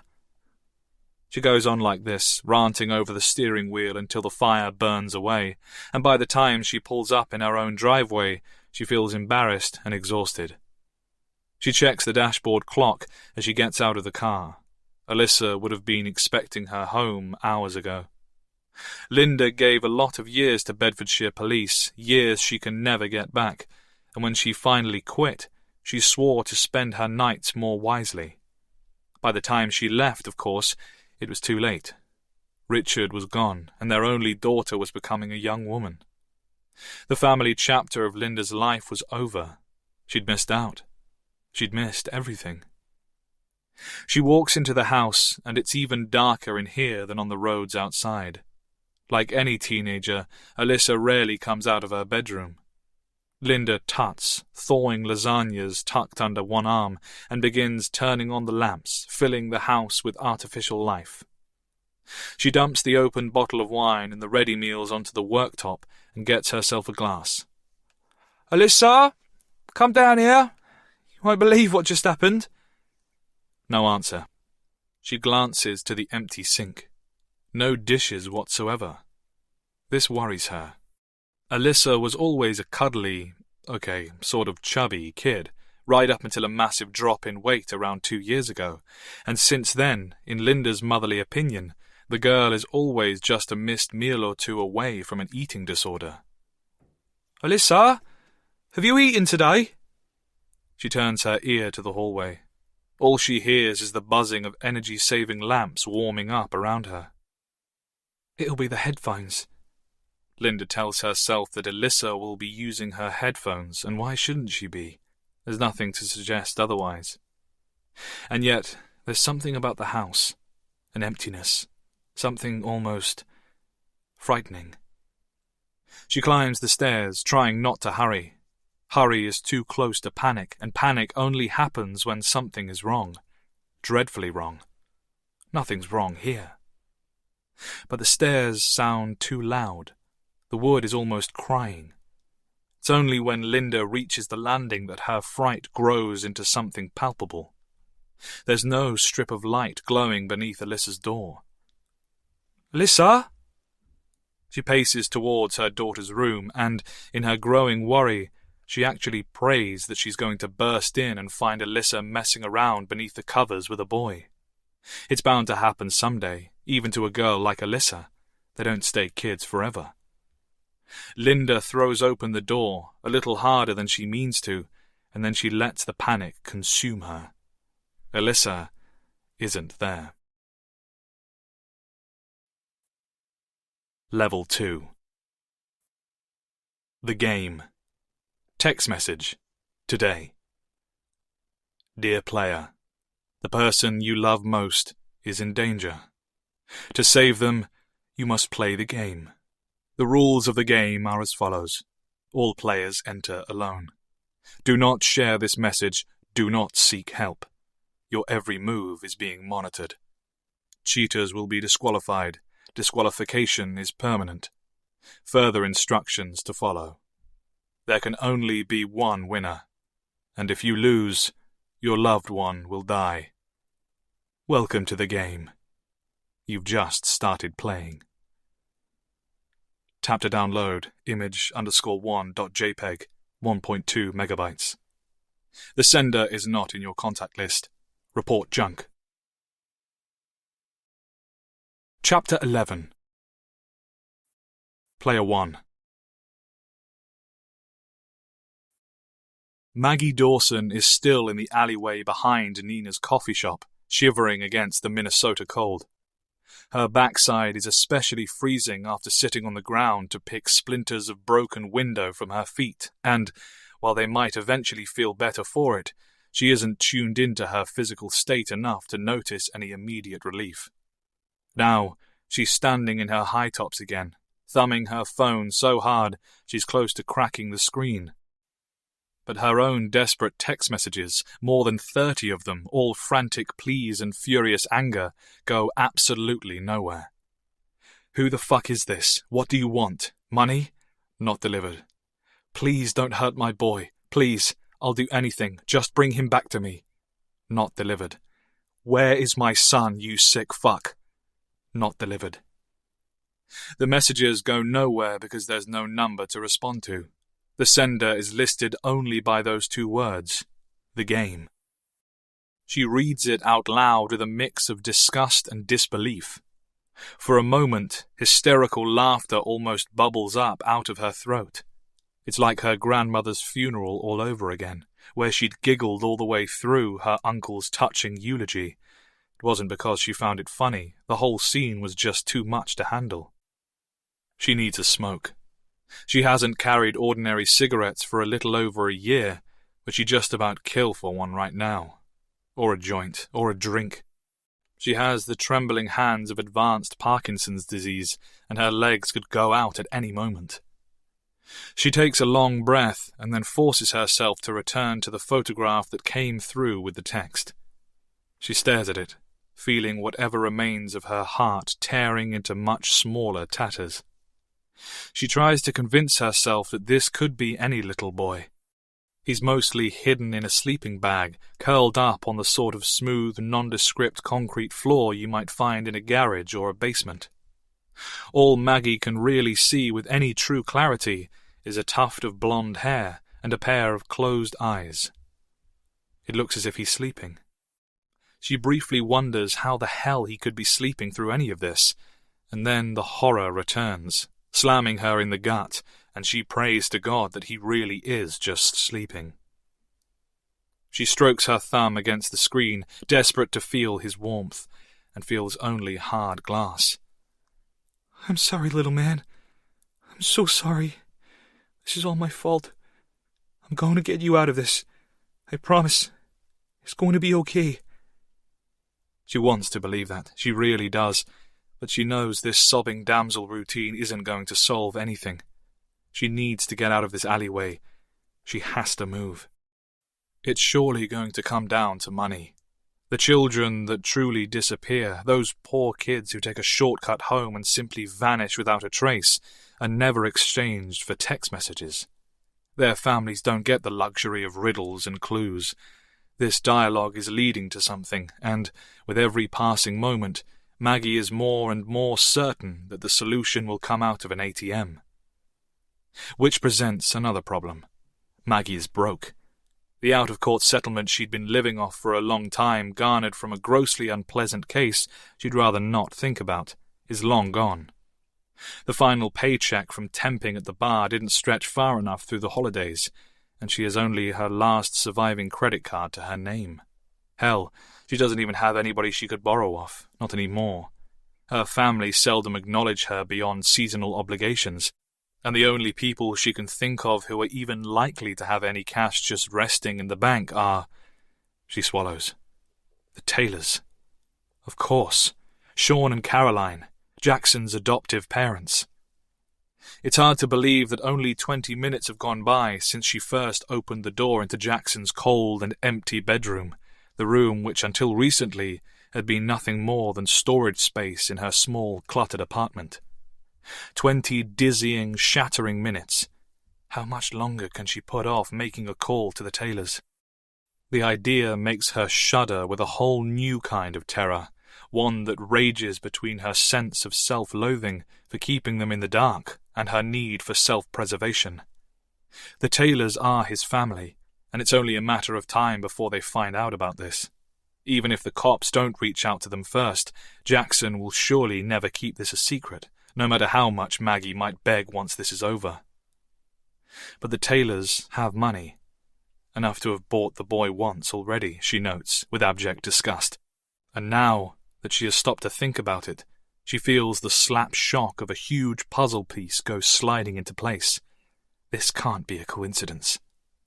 Aren't Jackson's wealthy adoptive parents the more likely targets in all of this?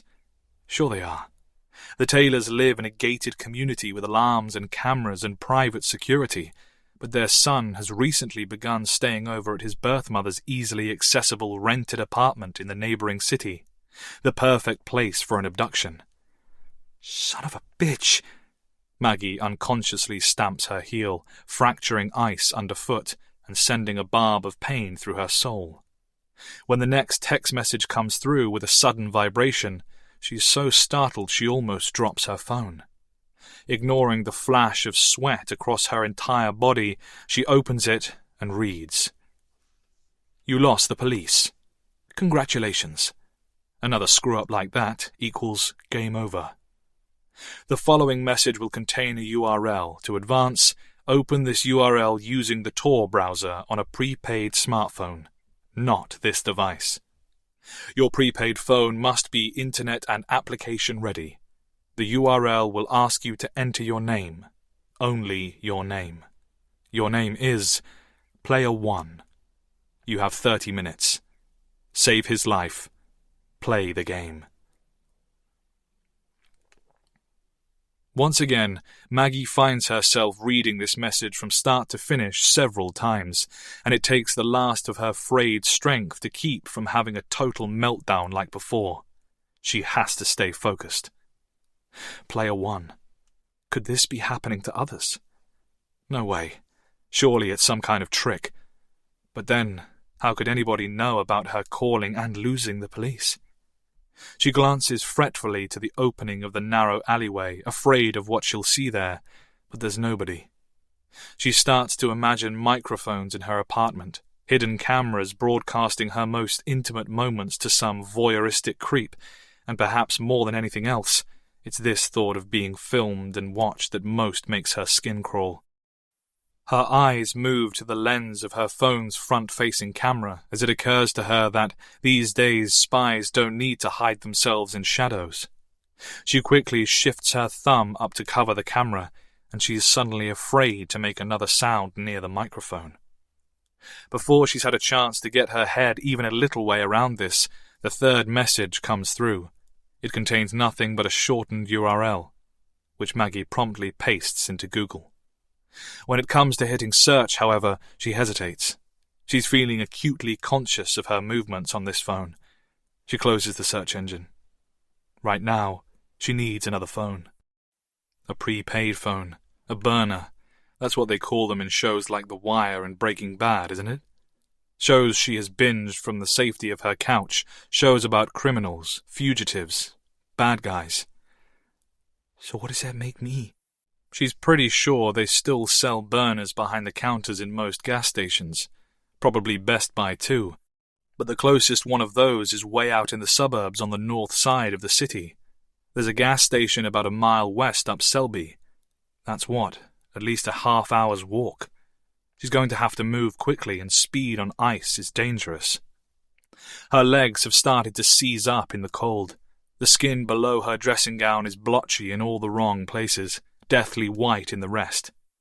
She feels like a zombie. Not the shambling, flesh-eating kind, but the old sort, resurrected with voodoo to serve as a mindless puppet. She checks the time. According to the message, she had 30 minutes. She's down to 27. Move, she tells her legs fiercely. Move, goddammit, move! And thankfully, her legs are too afraid to defy her. Chapter 12. Player 2. Brett checks his phone 20 or more times between waking up and leaving the house on Monday morning, but it isn't until he's riding the subway west that he has one more compulsive glance and finds the new message alert glowing on screen. Typical. He holds his breath. His stomach starts to churn until he realizes, with contradictory feelings of both relief and disappointment, that this isn't the long overdue message from Craig. It's nothing. Just spam. Brett swallows hard and glances around, wondering if, were this car not so packed, he might begin to weep again. He adjusts his glasses. He rarely bothers with contact lenses in the week, and tells himself that he should be ashamed of his own self-pity, that there are better people in worse situations on this planet, but his grief is real. There's a black hole in his stomach, eating him alive, and its hunger is insatiable. It doesn't help that he's still hungover. That's middle age for you. Greying hair and endless hangovers. Middle age. Today is Craig's 40th. Brett has never missed a single one of his friends' birthdays, not even during his years at college, and the torment of his silence stretches out, excruciating. He maximizes the volume on his AirPods, letting Prince scream in all the ways he can't. Martin Luther King Jr. Day, or MLK Day, is an American federal holiday observed on this, the third Monday of every January. But he wouldn't guess it was any sort of holiday by the size of the crowd heading from Brooklyn into Manhattan. Brett once read that, on the average weekday, the New York City subway transports almost 6 million people, with up to 200 squeezed into every carriage. On commutes like this, he'd believe it. To keep from staring into the faces of those breaching his personal space, He turns his attention back down to his phone. There's no signal below the East River, so he opens the text he must have received moments before coming underground. With his earphones in, he doesn't realize that he reads the message quietly aloud under his breath. Dear player, the person you love most is in danger. To save them, you must play the game. The rules of the game are as follows. Huh? There's an image attached, but without signal he's unable to open it. Never mind. These mobile games typically have cheap, forgettable artwork, and Brett is in a damned good position to judge. That is, after all, his field of expertise. When he first joined Kickstart Games 5 years ago, it was still the company best known for its controversial releases from the early 2000s, violent action adventures like Hit and Run and Criminal Frenzy, as well as a spate of grisly survival horrors. These days, however, Kickstart is revered for its groundbreaking game engine, award-winning storylines, and some of the most cutting-edge graphics the industry has ever seen. As a video editor, it's Brett's job to capture game footage and turn it into trailers for marketing, which means he spends most of his life staring into digital make-believe worlds. It therefore occurs to him that this text message might not be random spam after all. It wouldn't be the first time that would-be designers have approached the company using more unique tactics. Brett remembers the pitch for Cracked, the heist game that never saw the light of day after its creators sent the plans to Kickstart in an actual cast-iron safe that nobody could open. Then there was Defuser, mailed in a ticking parcel that shut Broadway down for 3 blocks in all directions. The memory almost makes Brett chuckle. Almost. He hasn't felt much like chuckling since Saturday night. He takes another closer look at the text message. If this really is somebody's concept, then, even by the standard of cell phone games, it has particularly lousy branding. Without the logo, it doesn't even include a title, only the sender's tag, the game. Brett considers this. Growing up in Brooklyn in the 80s and 90s, a lot of kids were in the game. Hustlers, hoppers, wannabe gangsters.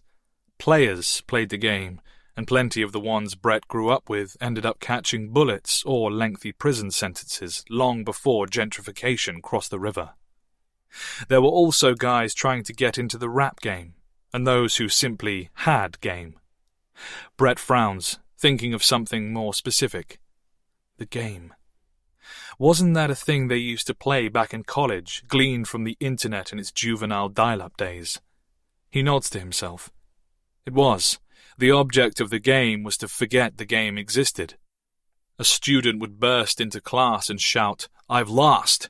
and everybody would laugh or groan before declaring the same. Ironic processing, it's called, or the white bear principle. Try not to think of a white bear, and the first thing you think of is... He sighs. Just like that, he has unwittingly added another disappointment to this. The start of what is sure to be a thoroughly disappointing week.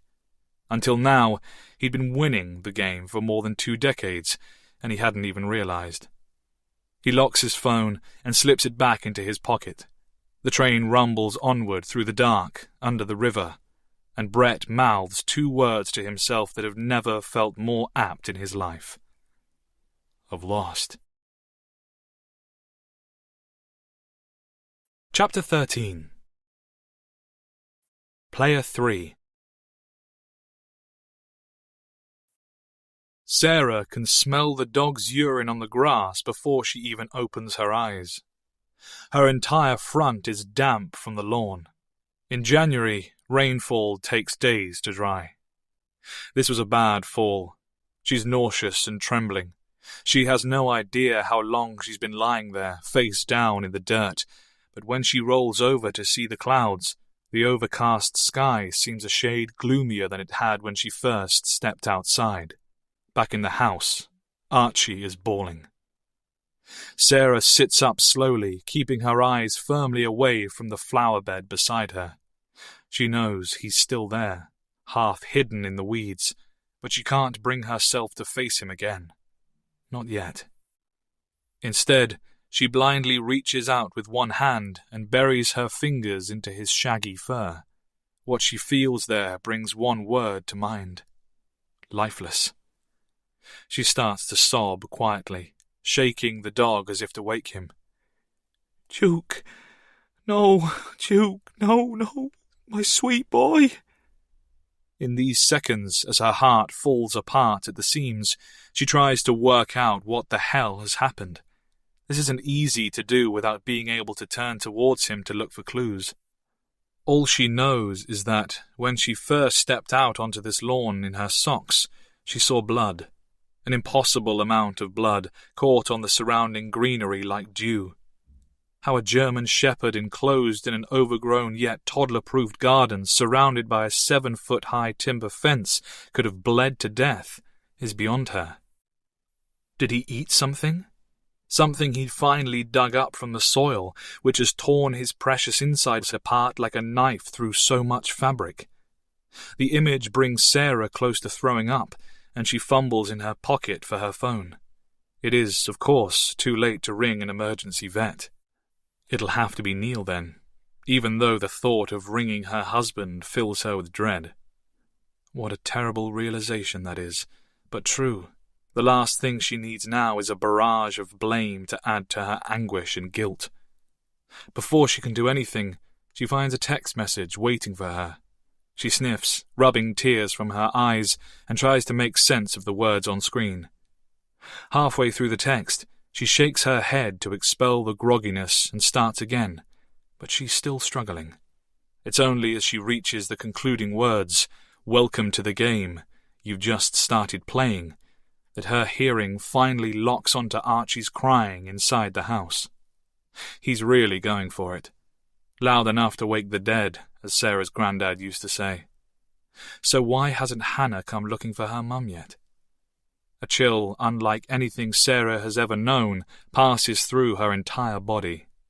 Her hands turn so clammy that the Cinderella plaster slips right off. Her eyes move to the doorway, leaning back into the house. Somehow, it looks emptier than it ever has before. Except the floor in the utility area, that is. From this distance, it almost looks like dirt has been trailed inside from the overturned flower bed, but Sarah scrubbed every inch of those tiles after the episode with Duke last night.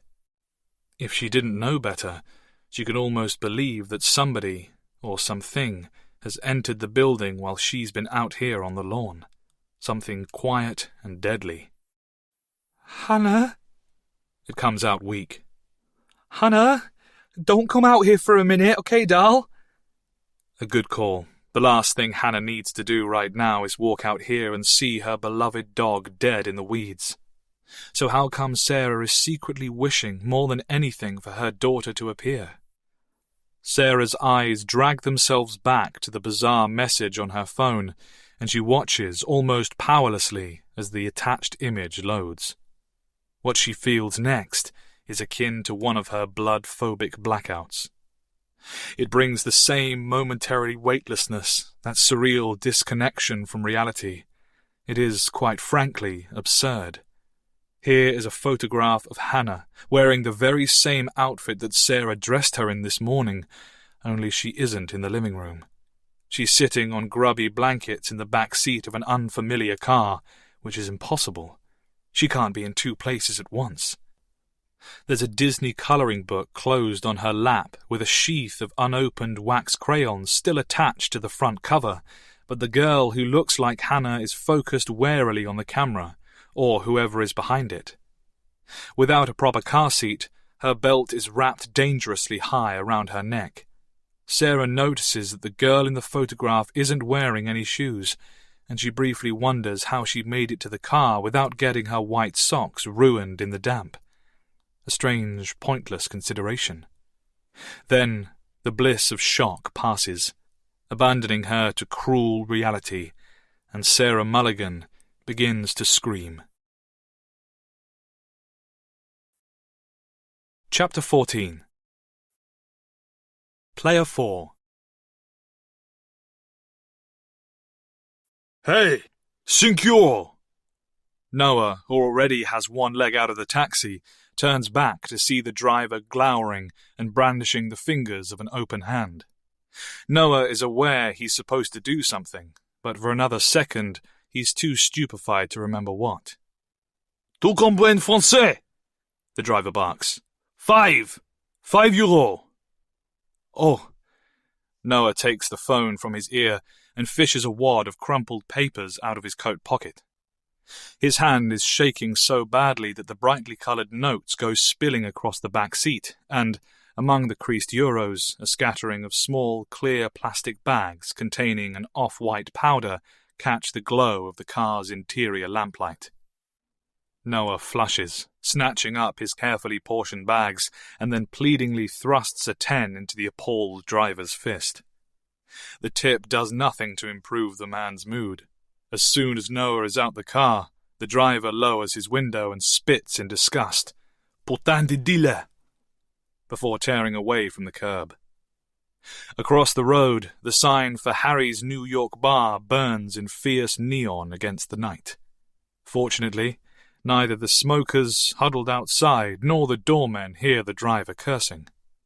Even now, on a bitter Monday in January, Harry's is filled right up to its famous saloon doors. Sophia loves this place. It's the closest she'll likely get to the Big Apple anytime soon. Maybe ever. Ordinarily, Noah wouldn't come near the building, not because he specifically dislikes tourists, but because he's wary of crowds in general. But tonight is far from ordinary. 15 minutes have passed since he read the text message written in English. 15 minutes that feels more like 50 hours. As well as the revolver, which is still concealed inside his overcoat, Noah carries 2 phones while he works. This is how he was taught. First as a teenager, to sell his boss's wares, and it's a job he has since quit and found himself pulled back into more times than he can remember. The last time he left it behind was after Sophia walked into his life, and he'd made the decision to go straight. She never knew about the drugs. She simply deserved better than that, he decided. He might have stayed straight this time too, kept on collecting those lapel pins at the Hard Rock Cafe, and maybe even made shift supervisor in another year or two, if he hadn't just booked the exorbitant wedding of a Hollywood actor or a rock star or a drug dealer. Now he carries 2 phones again, and he hates everything about it. The first, his iPhone, has been turned off these past few nights, mostly because he's paranoid about GPS tracking while he's out on the streets, but also because the only person who is likely to message him on this is Sophia, and she believes that the phone will be switched off inside a locker in the back of the restaurant until the early hours. His second phone, the pay-as-you-go burner, takes orders from customers in the area. Because of this system, Noah didn't see the text message or the photograph on his iPhone until he turned it back on at almost 11 o'clock, 15 minutes ago. Somehow, while he'd been roaming the garishly lit streets of Pigalle, the city's red light district, in search of boisterous stags and drunken backpackers to sell to, his fiancée was taken from him. This is something his mind is having a hard time adjusting to. He has already tried to call her 50-something times, and the only response he's had has been the heart-rending sound of her personalized voicemail. Bonjour, you have reached Sophia's phone. I'm so sorry I can't answer right now, but if you... Bonjour, you have reached Sophia's... Bonjour, you have reached... Bonjour... He manages to hold himself together well enough to make it past the huge bald men at the door, and, after a whirling look between the upstairs patrons, he storms down to the basement level, once more assuring himself that she will be here. Of course she will. She'll be sitting with her agent, Gabriel, and she'll be rosy-cheeked from drink. The way he's feeling right now, Noah would actually be relieved to catch her kissing the slimy bastard. Momentarily relieved, anyway. He's trying not to think about that photograph, the one that came through with the text message, but the image is seared into the spaces behind his eyes. The tall, graceful figure he knows so well, crumpled in an all-too-familiar coat, the fur trim now ripped and hanging from her hood. Something dark pulled down over her face, a sack or a pillowcase, like that of a convict on the gallows. Sophia on a bare mattress in a dark room. Noah clenches his teeth nearly hard enough to crack them. He is a passenger in a nightmare. The downstairs bar has an intimate prohibition vibe. Low ceiling, lower lighting, burgundy plush, and a hefty black guy playing the piano over in one corner. The place has always reminded Noah of a set from a David Lynch movie. And tonight, with all this quietly discomforting terror, it really could be. For one mean, fleeting second, the world rights itself. Noah sees Gabriel and a young woman sitting together, and relief almost bowls him straight over. Then his eyes adjust to the dimness. He doesn't recognize the curve of her back, and her hair falls over to the wrong side, and his life is mercilessly tossed back into the upside down. The woman leaning close to Gabriel is not Sophia, but this doesn't stop Noah from charging over and slamming a palm flat onto their table. Glasses jump an inch into the air. Hers topples, spilling the last of some cheap champagne onto the agent's business card still laid out between them, and those at the nearest tables turn to look. "Where is she?" Noah asks in native French. Gabriel doesn't flinch. He's white-tanned orange with fat, sweaty hands. He's in his 50s, going bald. Gabriel has met Noah 4 times in the past year, but he leaves it a long, blistering moment before he deigns to show any hint of recognition. He takes a black folded napkin from a holder in the centre of the table and drops it onto the spreading champagne. "Sophia," he replies, not quite a question. "Yes, Sophia." Gabriel shrugs. "The last I heard, she was on her way here. That was 4, maybe 5 hours ago." 5 hours. Through all this fury, Noah glances down and finds himself automatically moving to mop up the spilled drink with a napkin, a professional habit left over from the day job. He yanks his hand away. "She never showed up and you didn't think to worry." "I don't have time to chase my clients," Gabriel says coolly, but his arching brow deceives him, his expression turning curious, concerned. The woman at his table is devouring this strange drama with wide, hungry eyes. "What was the last thing she said to you?" Noah asks. "What was it precisely, word for word? A text message? A phone call?" "A phone call. She said she was leaving for the metro." "She said she was leaving or that she had already left?" Gabriel swallows. "I don't know. This was 6:30 maybe." "No, maybe." Noah hears his own volume rising.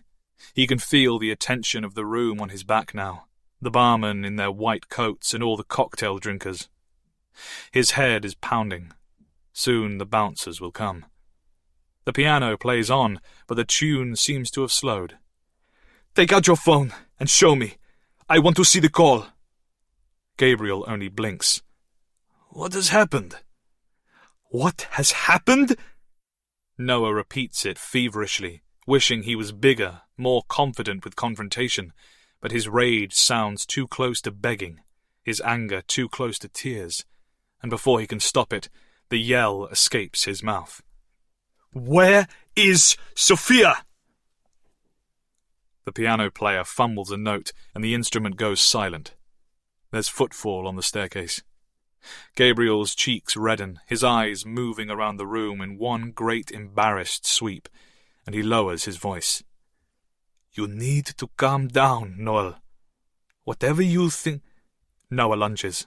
It's fast and clumsy, sending the table between them skidding sidewards into the gut of Gabriel's guest, winding her, and he drags the agent up out of his seat by his lapels.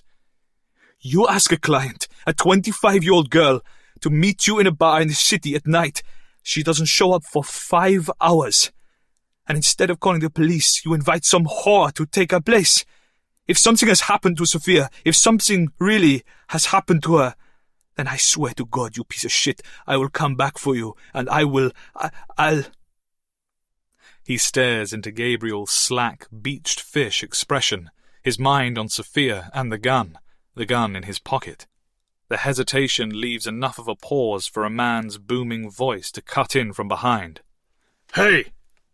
And the next thing Noah knows, he is being dragged easily backwards towards and up the staircase, feeling impotent, a child torn between fury and shame. A few seconds later he is thrown out onto the frosty pavement, dispersing smokers like a leper. "Fuck you!" he screams back at the bouncers, regaining his balance. There are tears on his cheeks.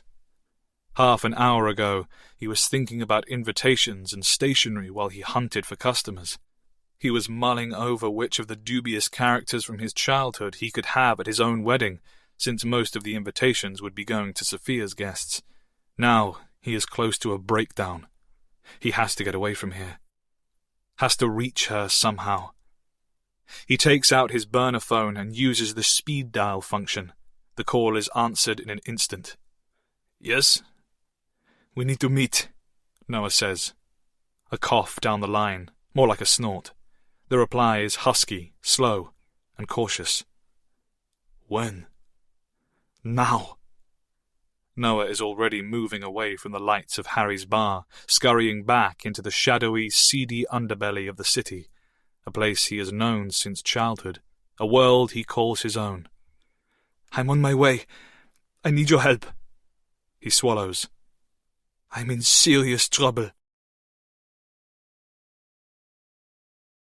Chapter 15. Player 5. Linda is staring at the text message. She's studying the words, the language used, checking for anything that might give the writer away. Its composition is simple enough, vacuous in a way. All caps, but no exclamation points. Authoritative, but not shouting. She brings the bottle to her lips, neat gin from the kitchen cupboard, and hears the neck rattling against her front teeth. She hears it, but she doesn't feel a thing. The bottle has been half empty for a while now. She is numb, detached, watching this dreadful scene as if from outside her own body. She's in Alyssa's room, sitting cross-legged on the bed, with her girl's duvet wrapped around her shoulders. It smells of her daughter, vaguely. The smell seems to be fading. Between her legs is one of the only remaining stuffed toys from Alyssa's early childhood, a ragged thing that had been sitting on top of the wardrobe, a knitted dragon named Dragon. For years, this inanimate hunk of wool and stuffing had been Alyssa's best friend in the whole wide world. Now, it's dusty, and its black marble eyes are scratched, but it's something to hold on to, something real. Outside, the winter sun prepares to drag itself up with idle reluctance. It feels like a lifetime has passed since that drama at the Express Food and Wine. Without her daughter, time is a blank dimension, and everything has changed. Linda knows the proper procedure, what she should be doing. She needs to dial 999 and put a stop to this lunacy before it even starts. If not 999, then one of her former colleagues. That'd be a start. But she can't bring herself to do it. Alyssa is gone. It's too late. The wheel won't be stopped now until, one way or another, this is over. She glances around the room, which is illuminated only by the soft white glow from her screen, and among Alyssa's cluttered belongings, she sees impossible things in the shadows. Things that make her skin walk over her flesh.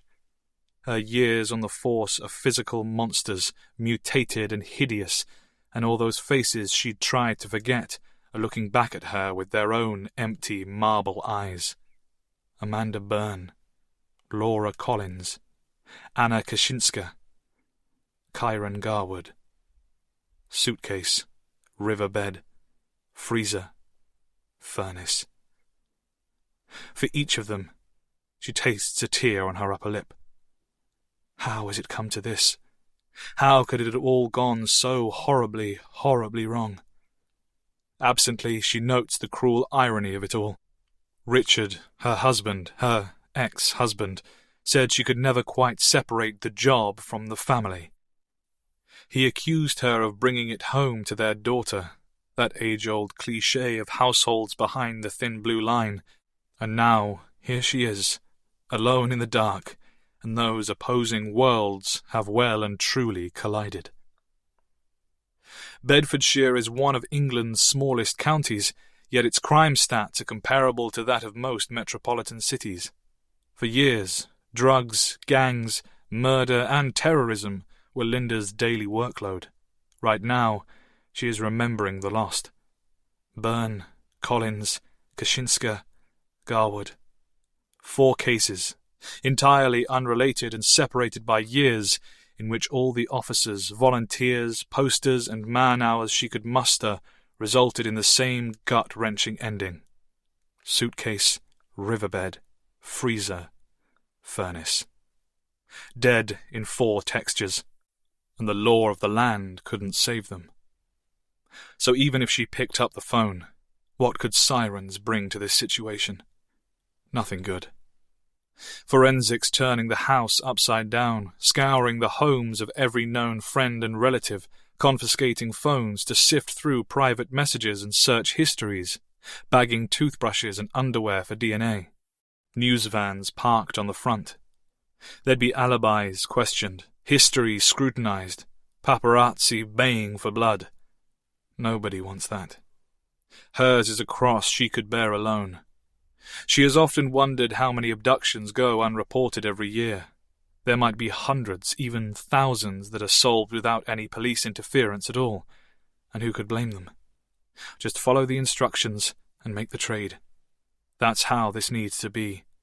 Clean and simple and over in a matter of hours. Lessons learned and never, ever forgotten. Nobody has to get hurt. She'll do anything for Alyssa, and it all begins with this message. She trembles and goes back to the words. There's no way to respond. That was, of course, the first thing she tested. One-way text messaging. She remembers the training. Her squad spread out around desks, eyes front, most of them irritable or yawning because the morning was stifling and there were no windows or aircon in the room.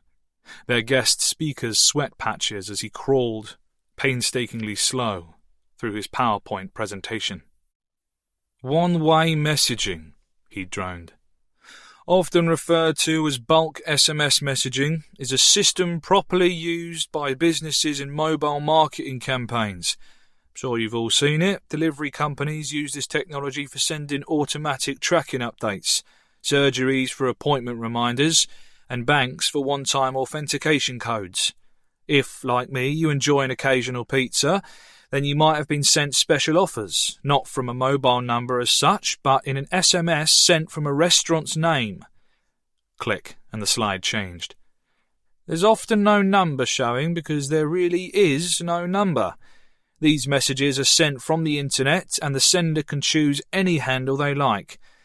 They sometimes come with a virtual mobile number which is also generated on the net, or a short code to respond to.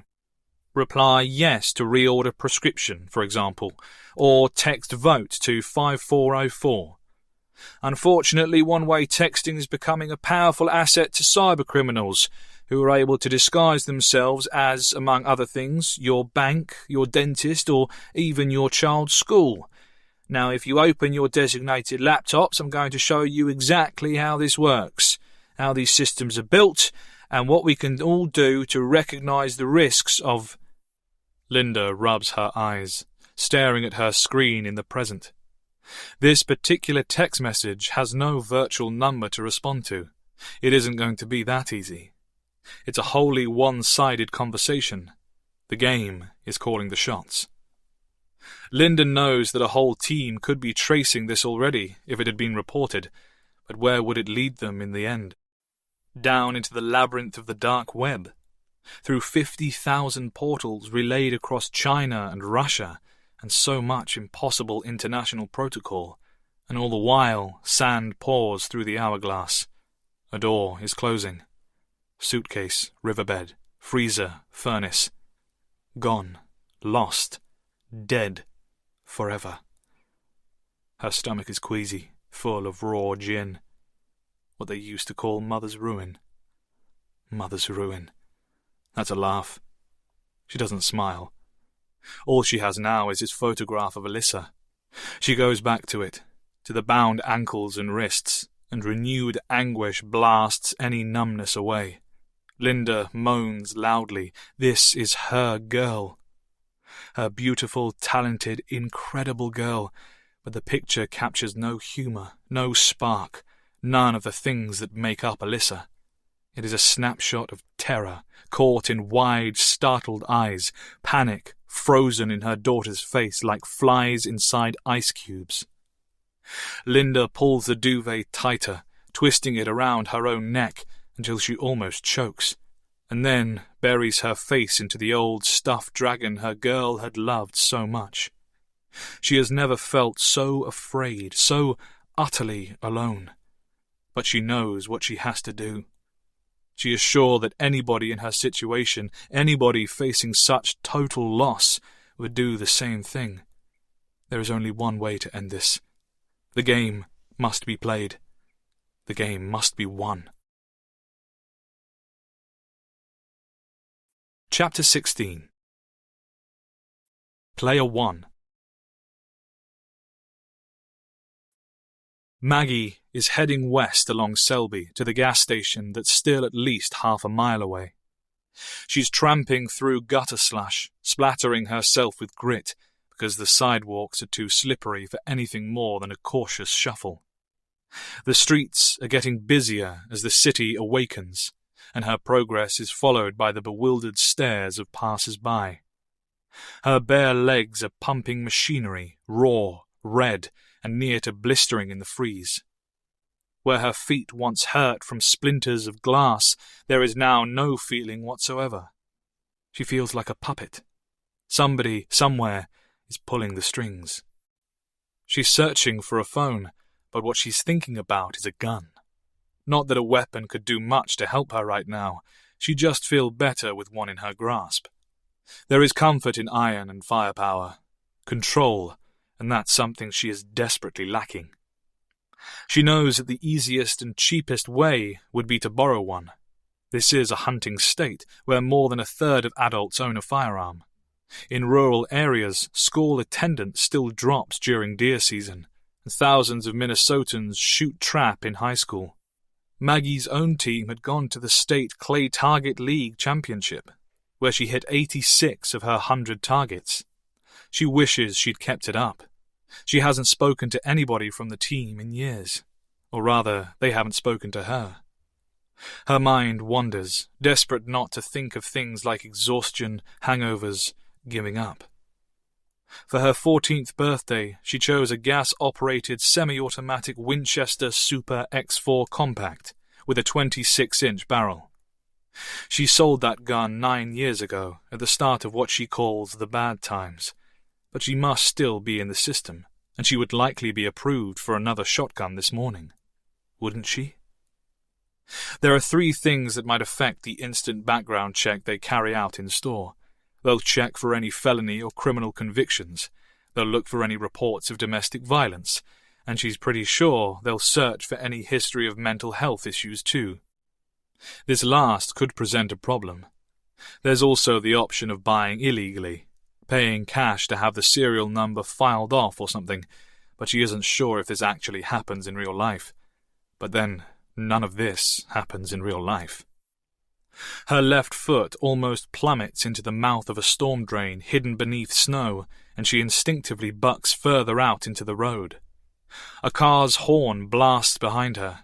She glances back, mechanically waving an apologetic hand, and then double takes. It's a taxi.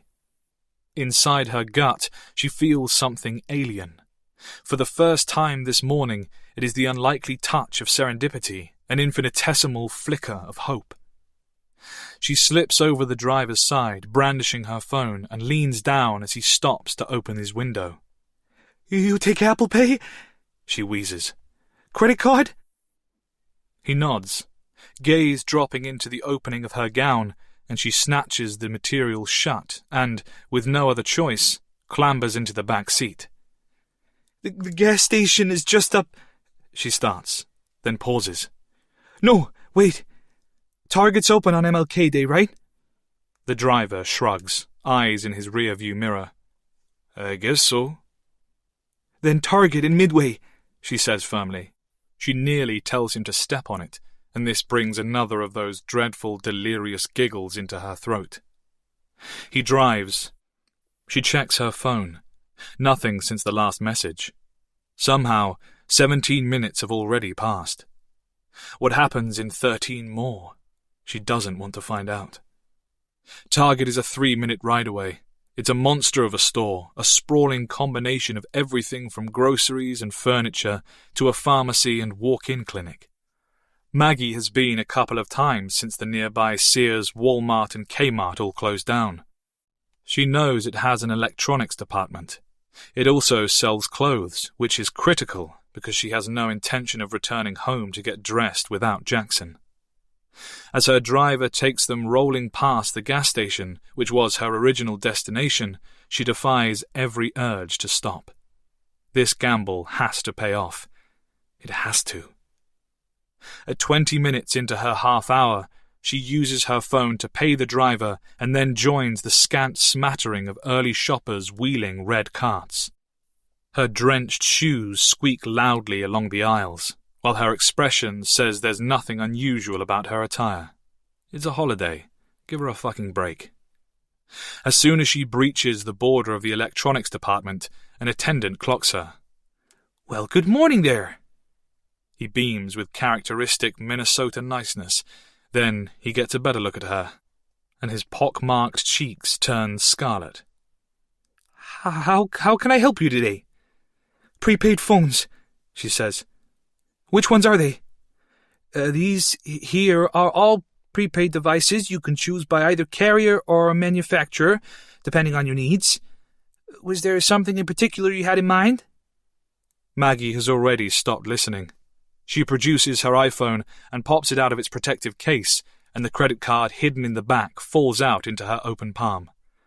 "Oh," the attendant starts, noticing her phone.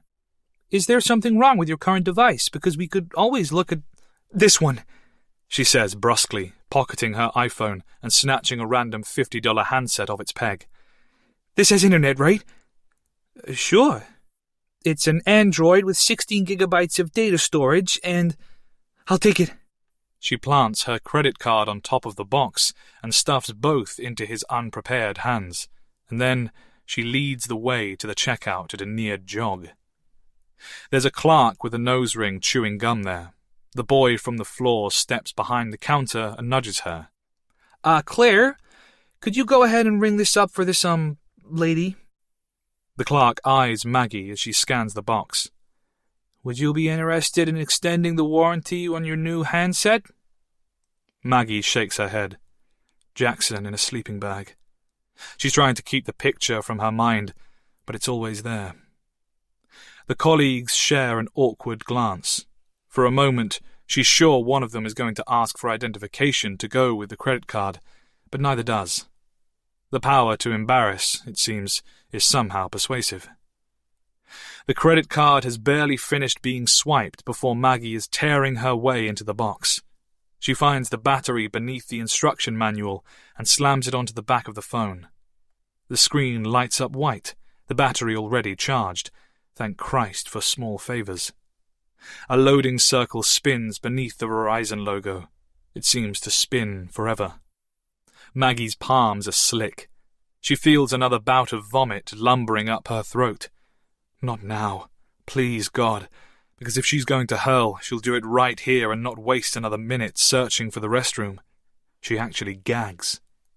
The shop assistants watch closely, engrossed by the spectacle. "Activate your prepaid phone on America's #1 network." "Money!" Maggie gasps, stomping one sneaker with a squelch, her foot landing as numb and heavy as a brick. "How do I get money onto this thing?" The clerk indicates a rack of plastic cards. "You purchase one of these, dial 611 in your handset, and enter the number from beneath the scratch panel on... All right." Maggie wraps her knuckle onto her credit card and slides it, along with her new phone, back over the counter. "Load $30 onto it, would you? Quickly."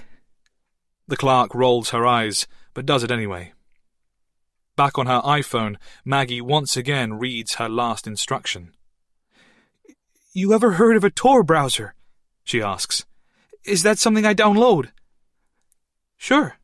The first attendant nods, his interest piqued, and then he lowers his voice. I hope I'm not overstepping any lines here, ma'am, but you haven't by any chance been delving into those conspiracy websites, have you? Maggie blinks. What? Well... He glances pointedly to her gown, and his cheeks fire red again. It's just that Tor is generally used by, It protects against tracking, government surveillance, and I just wasn't sure if... You know what, never mind. Maggie feels yet another swell of hysterics coming on. This kid, who must still be in high school, has mistaken her for some tinfoil hat-wearing lunatic, the sort you find muttering to themselves under bridges long after the snow melts every summer. She swallows back the urge to laugh or scream, and smiles. She wonders how hideous this looks without makeup. She hasn't even brushed her teeth today. Could you get the browser on this for me? Maggie sees a warning glance pass from the girl to the boy. The kid hesitates, glancing around. Maybe I should get my supervisor, you know, and she can... It's an emergency? Maggie tries another winning smile, and he awkwardly takes the phone from his colleague and gets to work. His hands seem infuriatingly sluggish. Tor bounces its traffic through thousands of relays around the world, he says, which means it can be a little slower than your standard browser, but that's the cost of total anonymity, you know. Maggie nods, but she doesn't care. Now that she has come to a standstill, fatigue is catching up with her, clouding her thoughts. She goes back to her iPhone. 28 minutes have passed. 28 minutes. She drums her hands impatiently, leaving sweaty prints on the counter. Every second tightens her insides further, turning her guts like a ratchet, like some medieval torture device. She watches his fingers, counting the moments in her head, and finally snaps. Come on! How friggin' long is this going to take? The attendant pales. There, he says, handing her the phone. All done. She snatches it from him like a jealous pit bull. No time to apologize. On screen is an application with a vibrant purple home screen. Maggie taps in the shortened URL from the last text on her iPhone. The website it takes her to is almost entirely blank, black, with a single white box for text to be written into. She feels time speeding up, racing to the finish line without her. For a moment, she flirts with the idea of writing something personal, something angry and desperate, but instead she writes exactly what she has been permitted to write, her allotted name. Then, with only moments left to spare, she hits the return key and drops the phone onto the counter as if it might bite her hand. It is done. Nothing happens. Numbness follows. She thinks of her son and takes what seems to be her first full breath in almost 30 minutes. Glancing up, she sees that both attendants are, naturally, still staring at her. For a second or two, she can hardly remember where she is or how she came to be here. It's a weird feeling on an altogether weird morning. Clothes, she says hoarsely. Where can I find them? She's pointed in the general direction, and she returns a thumbs up. Before heading off, however, she leans forward and closes her eyes for a moment. She could faint right here on the counter. It's not a nice feeling. A brief yet comfortable daydream comes to her. A bright orange clay target sailing through a pale autumn sky, the shunt of a gun, a pop muffled by earplugs, and the salty, sweet smell of gunpowder, the shell casing bouncing, smoking on the ground. A distant cheer, a glimpse of a time and a life long since lost. The burner phone beeps harshly, vibrating a little way across the counter, and everybody jumps. Maggie doesn't want to, but she has to look. There is a simple rectangular notification on screen, not much different to that of any regular SMS, WhatsApp, or Facebook message, except that the colours are noticeably backwards, white writing on a black background. It's what Maggie reads between the words that sends a shiver so violent down her back that the store attendants must surely see it. Player 1 has entered the game.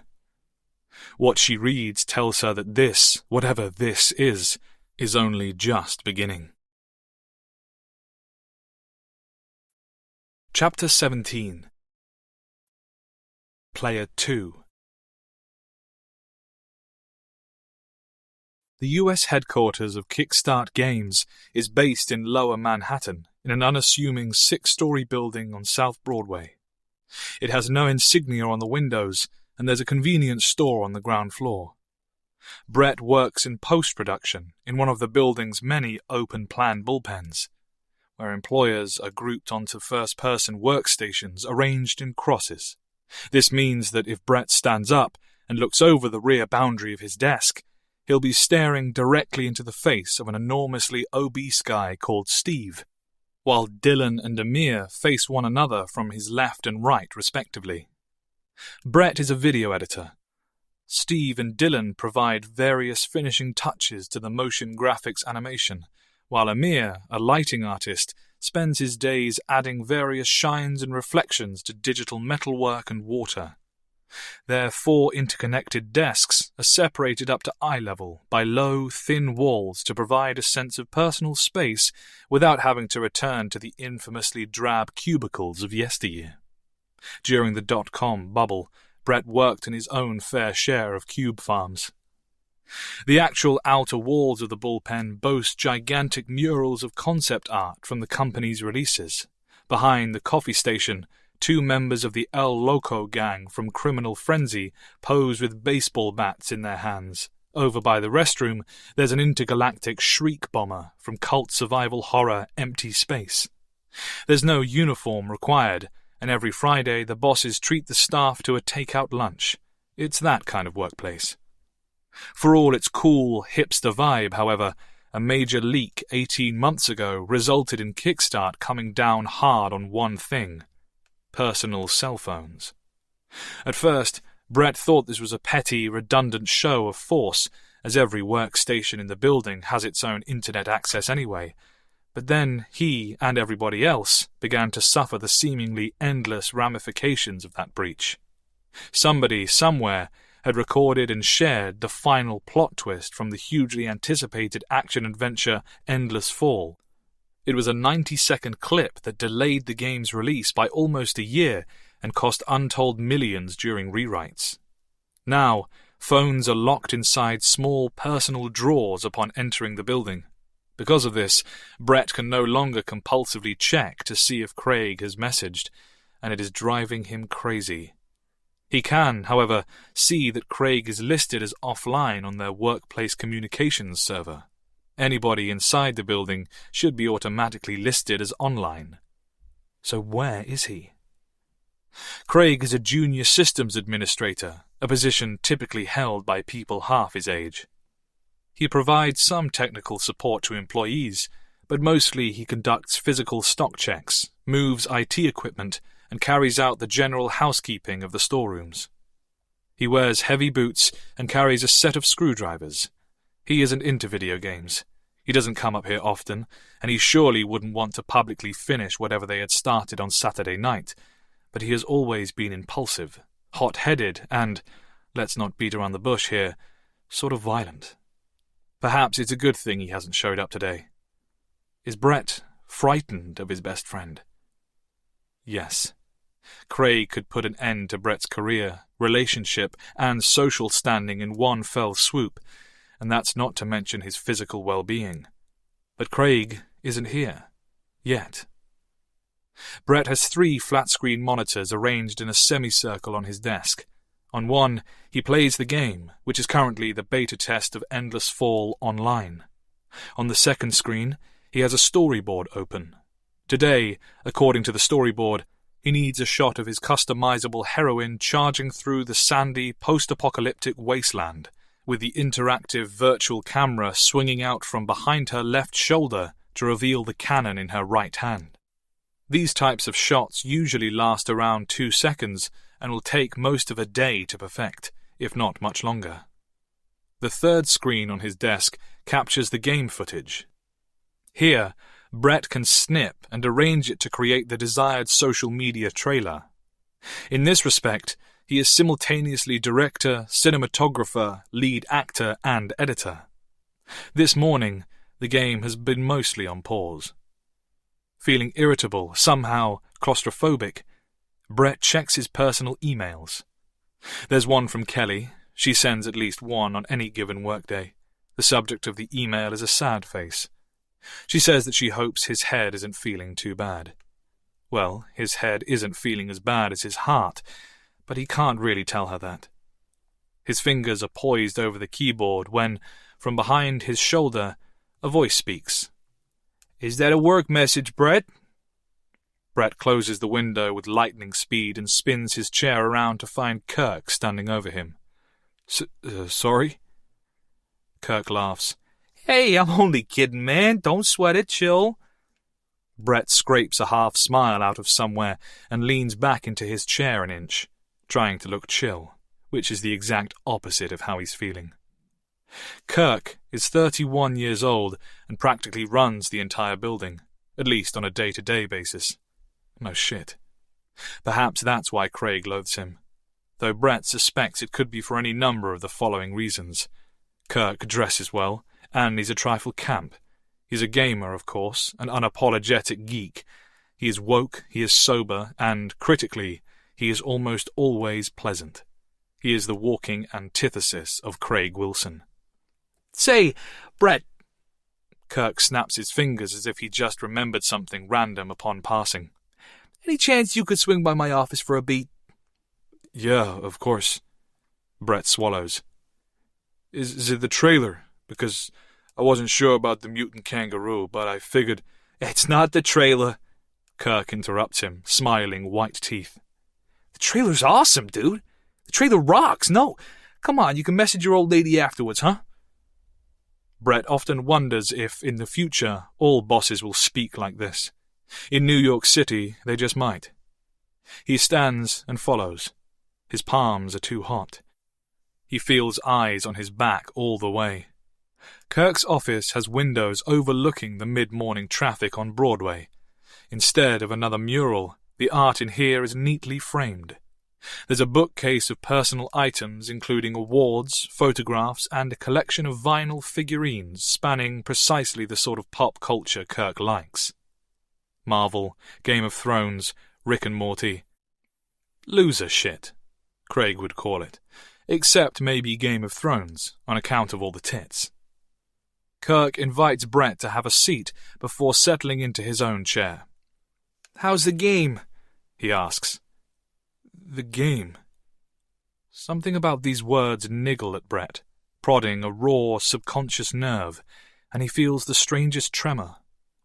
What game? "The Rangers, man! You were at the Garden on Saturday night, right?" Oh, of course. Facebook. Yeah, the game was... He hesitates. You follow hockey? "Only the EA Sports version." Kirk grins, but the grin promptly vanishes, and he takes on a sorry puppy dog gaze. "Look, I've brought you in here as a courtesy, that's all. It's about Wilson." Craig. Brett's mouth is parched. The ache under his eye, which had been feeling much better today, comes back with a sting. Has Brett been reported for something he can't even remember? He can't be fired, can he? Not in this day and age. Can he? What about Craig? "He hasn't shown up. Again. That's the third time this year, Brett, and it's the third week of January." Kirk shows his hands like he's a victim in a stick-up. "Now, I like to have a good time as much as the next guy, but if a grown man can make it into..." What did he say? Brett interrupts uneasily.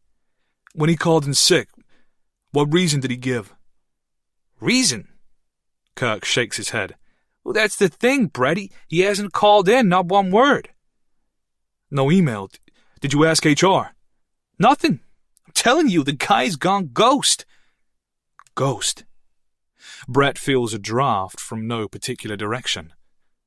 Kirk pushes into his ergonomic backrest, tipping with the built-in suspension, and knits soft hands at his chest. "Look, I know how it is, man.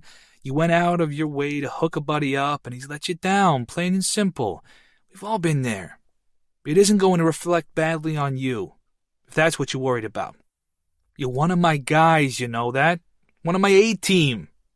Hell, if it makes things easier for you, I can have HR tell this bozo you fought tooth and nail to keep him on the team. Brett tries a nod. He's feeling sort of weightless in his seat. I should check my cell at least, don't you think? Kirk fixes Brett with a level stare. It's this aged, penetrating look that has helped him get to this position in the business. This guy is what? He asks. 39? 40 years old? He isn't your responsibility. If he really is sick, then it's on him to go through the proper procedure. I know, it's just... Brett fades into silence because he has nothing more to say, and because he can feel his throat starting to wobble. Kirk sighs, shifting his chair forward and landing on his feet. All right, he's your bud. I get that. Go for it. Check your cell, drop him a call if you like, but I wouldn't tell him about this meeting. Leave that to HR. You're doing good work for us, Brett. You don't need to get involved. You don't need that trouble. No, Brett agrees. No trouble. I like to keep my head down. Correct. Kirk pauses, eyeing him closely. Look, cards on the table, pal. I know you got your eyes on the writing and design team.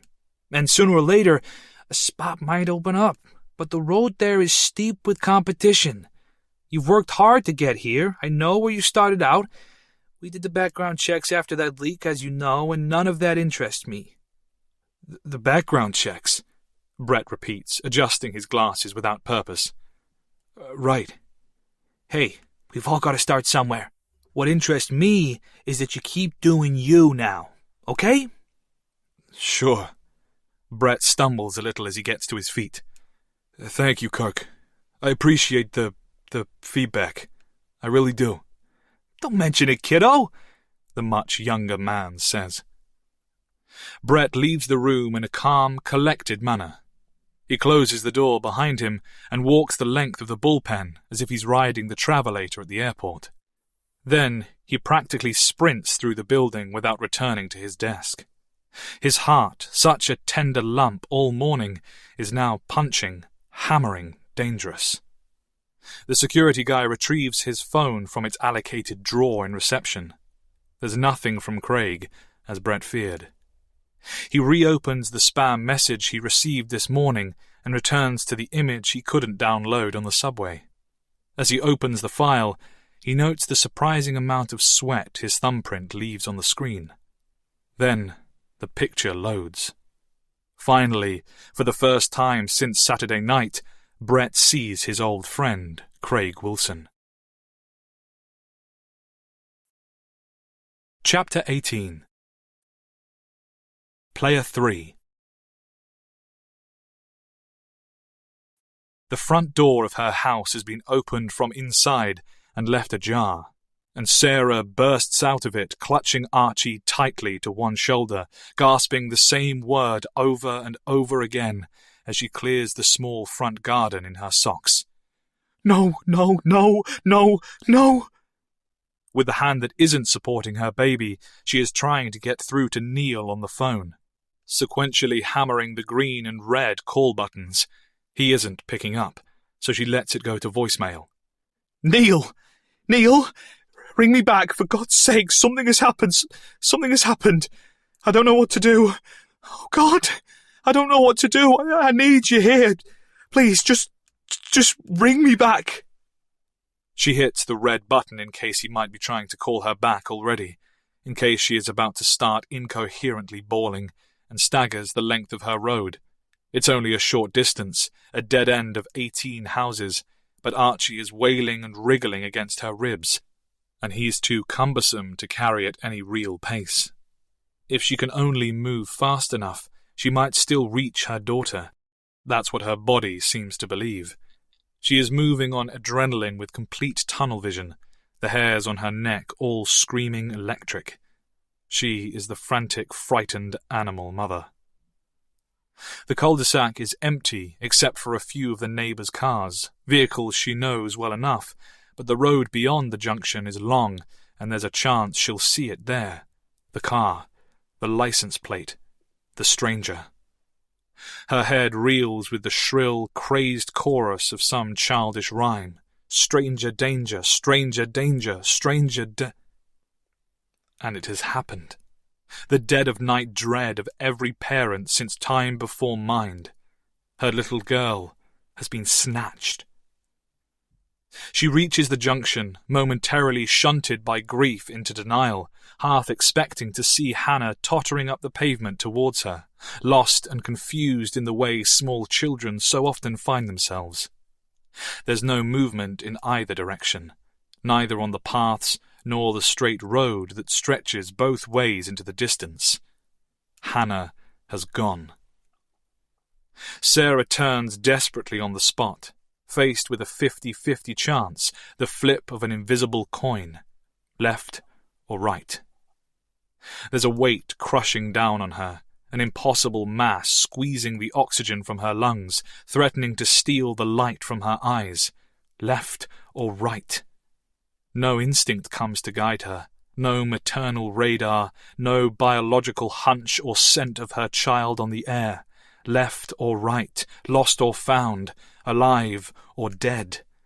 She takes neither direction. She goes no further.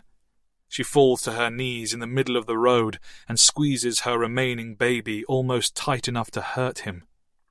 She sobs, and Archie sobs too, still kicking her left breast, seeming to sense through the simple shapes and colours of his world that something has gone terribly, irrevocably wrong.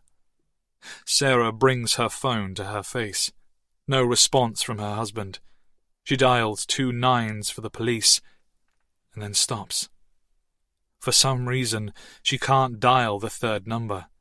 Her hand is locked up, seized, and it won't allow her to continue. Why? The text message.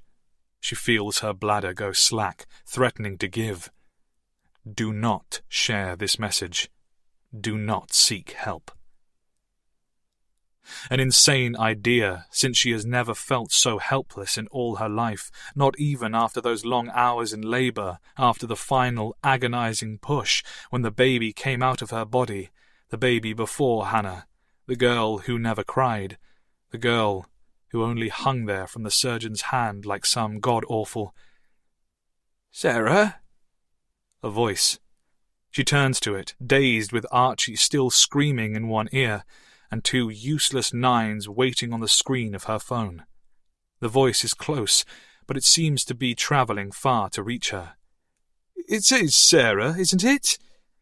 A little old man is standing in the cul-de-sac, knitted cardigan, papery skin, bent, arthritic hands. She knows this man. He lives in the house on the corner. His wife used to post Christmas cards to the whole street. The wife died 2, maybe 3 years ago, and the cards stopped, and they haven't seen much of the husband since then. But right now, his name is lost to her. That doesn't matter.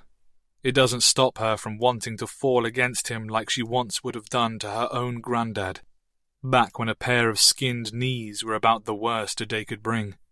She nods, answering the question she can't quite remember, and pockets her phone. The neighbour shuffles closer, slow and rickety, every movement an apparent struggle. His face is all concern. "What's the matter?" She shakes her head, unable to say it out loud, unable to make it any more real. "Come on," the man says, checking the empty street for traffic. "Let's get you up out of the road, eh?" He holds out a hand that's twisted like a claw, and she sees him wince with the agony of the gesture. Yet she has no choice but to take it. She simply won't make it up alone. If he can offer a hand through his own pain, then she can make it onto her feet. She does, almost dragging him down, hearing his sharp intake of breath, and Archie finally stops screaming to study the new participant in this strange situation. "What is it?" the man asks. "What's happened?" She takes huge, gulping breaths. She stumbles on the word. And then she stops talking, mouth open. Do not seek help. She takes one slow, careful step backwards. My dog. The neighbour, Robert, frowns slightly, trying to comprehend. He glances back to her front door, standing open at the bottom of the cul-de-sac. Your dog, did it get out? Did it run away? She shakes her head, nods, shakes it again. Her eyes are darting in all directions, a new sensation thrown onto the pile, suspicion, the feeling of being watched. It brings a new kind of panic. All right, he says slowly. We'll go back inside and try ringing. No! It comes out fierce, and she takes another 2 steps away, circling him now, stepping back into her own road. Don't you help me! He blinks, showing both hands, and tilts his head. It's okay, I'm just trying to... Don't you fucking help me! This sets Archie off again. I haven't asked for your help! And now, more to their empty surroundings than to him directly. I don't want any help! I didn't ask for it! I didn't fucking ask! The old man is confused and incredibly hurt. She can see that much, and a dim, more rational part of her knows she'll feel guilty about this later, if there is a later. But this is no time for rationality. And all she can think of is the back seat of some stranger's car and her girl and that awful twisted message. She holds up one hand as if commanding her neighbour to stay, and she walks the entire length of her road like this, backwards, one arm outstretched to stop his advance, the other arm wrestling her baby. The man doesn't move, makes no attempt to follow, and his wounded expression never changes. He's still standing in the very same spot at the end of the street when she kicks her front door closed, blocking him from view. And as the latch catches and she turns the key, the next text message, the one telling her to get a burner, arrives. Chapter 19. Player 4. You have to help me, Khalid. Noah clasps his hands together. Please, you have to help her. Noah is back in Pegal, the red light district in a subterranean office without windows. The air in here is sour with body odour, and house music thuds relentlessly through the ceiling from the nightclub upstairs. Khalid owns the nightclub. He owns a moderate portion of the city, but that isn't something he keeps on any books. Paper trails aren't his style. Khalid is sitting on the opposite side of a vast ornamental desk. He's massive, weighing close to 30 stone, and beads of unseasonable sweat roll into his beard as he studies both of Noah's phones. For several excruciating minutes he hasn't said a word. Noah is seated too, but his black shoes are tapping without rhythm, and he has to push his forearms onto his knees to bolt his restless feet flat to the floor. He can physically feel time wasting, and every second that passes feels like it could be another chance lost. He should be out there searching, but he's down here, in a building he despises, waiting for his oldest acquaintance, his on-off employer, to make up his mind.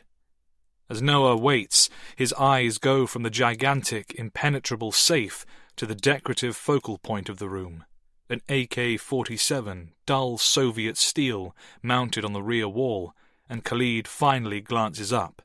They speak in French. It's genuine, Khalid says. The Kalashnikov. Remember how much I wanted one when we were boys? Yes, Noah replies, remembering without much interest that when they were boys, Khalid, a decade older than him, but always around, always there, they had wanted a lot of things.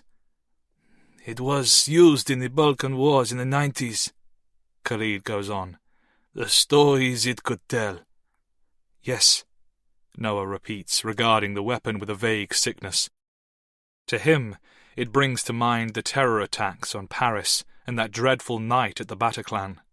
His city in mourning and the months of heightened prejudice that followed, the sudden difficulty for a man of his heritage in finding work. Hadn't that marked the beginning of yet another stint of hustling? Yes, but it was either move product on the streets or be thrown out to live on them. That's what Noah told himself at the time, and it's what he tells himself now. Of course, he still remembers that night he was given his own six-shooter from Khalid's extensive collection. An MR-73 double-action revolver, the preferred sidearm of GIGN, France's answer to America's well-known SWAT teams. That was 3 years ago, after Noah had been jumped for his goods at knife point, and for a while he had carried that gun as if he was in a Truffaut or Godard movie, swaggering, romantic, untouchable. That thrill, like so many others in his 20s, was short-lived, but he'd held on to the gun. Better to be an armed thug than a dead pacifist, he had decided, though he has never fired it at anything other than empty air around a few glass bottles. When Noah quit dealing, Khalid didn't ask for the gun back. It was as if he knew the hiatus would be short, just like the last times, and he was right about that. The revolver is currently in the custody of the third man in the room, the short, taciturn figure standing behind Khalid's left shoulder. This is Victor. Noah doesn't know him well, because Noah doesn't come down to the club much, but he understands his role. Victor is a veritable caricature of the dour Eastern hardman, the muscle. He has taken the gun, temporarily, he said, until Noah has had the chance to calm down. Noah doesn't see that happening any time soon, but he is at least consciously aware of his own frantic appearance, and he's doing his best to hold it back. Khalid is a friend, but these sorts of friends are easily spooked. Khalid sighs through his nostrils, a hurricane sound, and scratches deep inside his beard. Before you left tonight, her behavior didn't seem unusual? She seemed, Noah swallows, happy.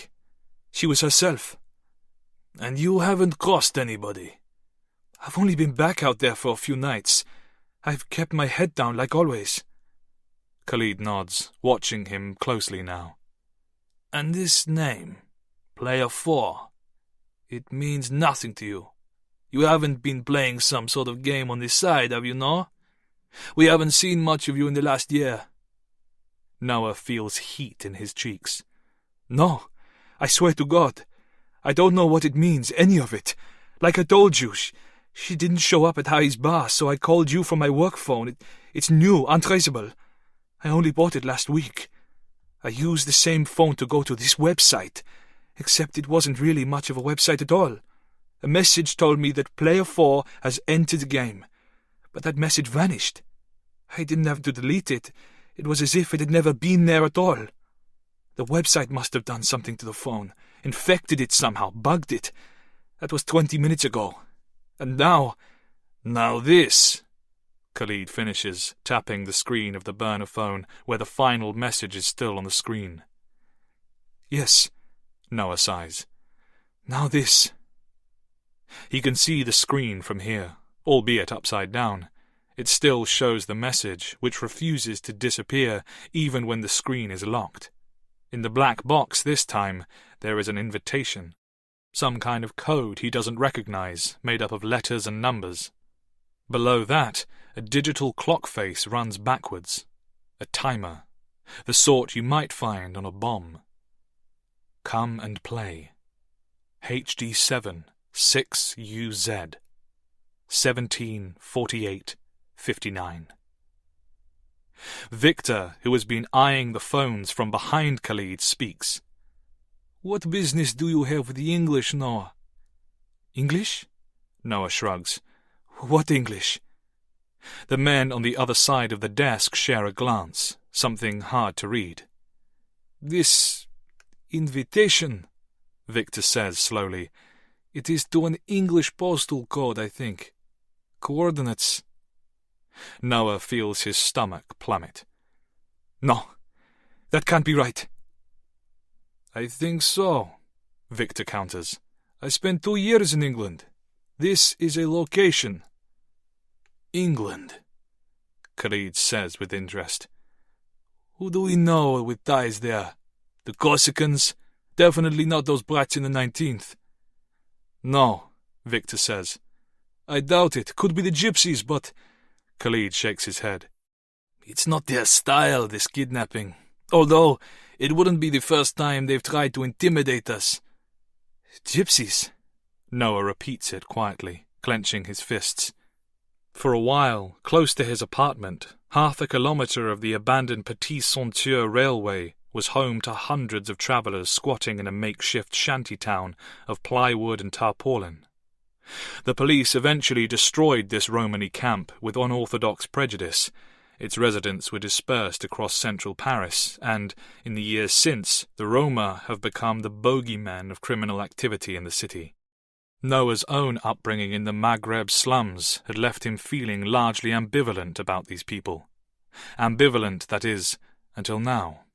Now he is ready to set Paris and all of the continent alight if he has to. We need to do something, he says suddenly. We need to act now. Hit them hard. We have to find them and... Khalid raises a hand. I understand your frustration, my friend, and I have our people searching, but the last thing we need is to turn this city into a war zone. Not until we're certain. Noah mutters something unintelligible even to himself, while Khalid returns to the photograph of Sophia. Sophia hooded, Sophia taken, on Noah's first phone. An Estonian model, Khalid says. She may have been abducted for... He looks up at Victor, his stern expression finishing the sentence for him. A pretty girl, Victor replies solemnly. It is possible. What's possible? Noah asks, and then he realizes that he has to force his next words out around a very large stone in his mouth. You mean traffickers? You think they are taking her across the channel? Could be, Khalid says. Though that doesn't explain this game, or why they would want you there too. For a cash ransom, Victor suggests. This location may be the drop-off, somewhere they know he will be alone, unprotected, somewhere we cannot follow. There is no cash, Noah moans. I'm working for a wedding. I have nothing. He twists his hands together. If it comes to that, you will help me, won't you? You will loan me the money. There is a fat, dreadful silence. Noah. Khalid appears to be choosing his words very carefully. For 30 years you have been like a brother to me. Yes, so be a brother now. Victor raises his eyebrows, clearly unaccustomed to hearing such a tone around their mutual employer. Khalid doesn't bite. He only speaks more slowly. If we pay for this girl... My fiancée. Yes, if we pay, then we are only creating an incentive for anybody else who might want to harm our business in the future. You understand that, don't you? Noah understands that right now he doesn't give two shits about Khalid's business. So we play, Noah says. But we play this my way. We find them first. They say they are monitoring me. Is there a way to reverse that? If they can see me, then how do I see them? I don't know, Khalid admits, shifting backwards in his seat, moving his face away from the two phones. If either phone is bugged, then do they hear us right now? Can they see us, Victor? Victor leans over his shoulder, staring down into the lenses of the front-facing cameras, as if to find somebody staring back at him. I don't think so. There's no service down here for them to connect to, even if they are trying. So long as we remain underground, I imagine we are safe. Good, Khalid says.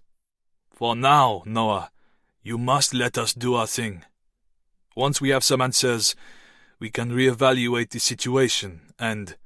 No, If they are taking Sophia to England, then I am going to England. With or without the money. I'm going tonight. I'll be there when the timer reaches 0, only I don't have a passport. Noah. You can get me there, can't you? To England at least. You can get me across the water.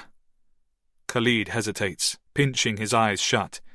It is a bad idea, I promise you that. No good will come out of doing that dance or playing this game. I agree, Victor adds. You are much safer in Paris. And Sophia? Noah can feel his voice breaking. Is she safer if I stay in Paris?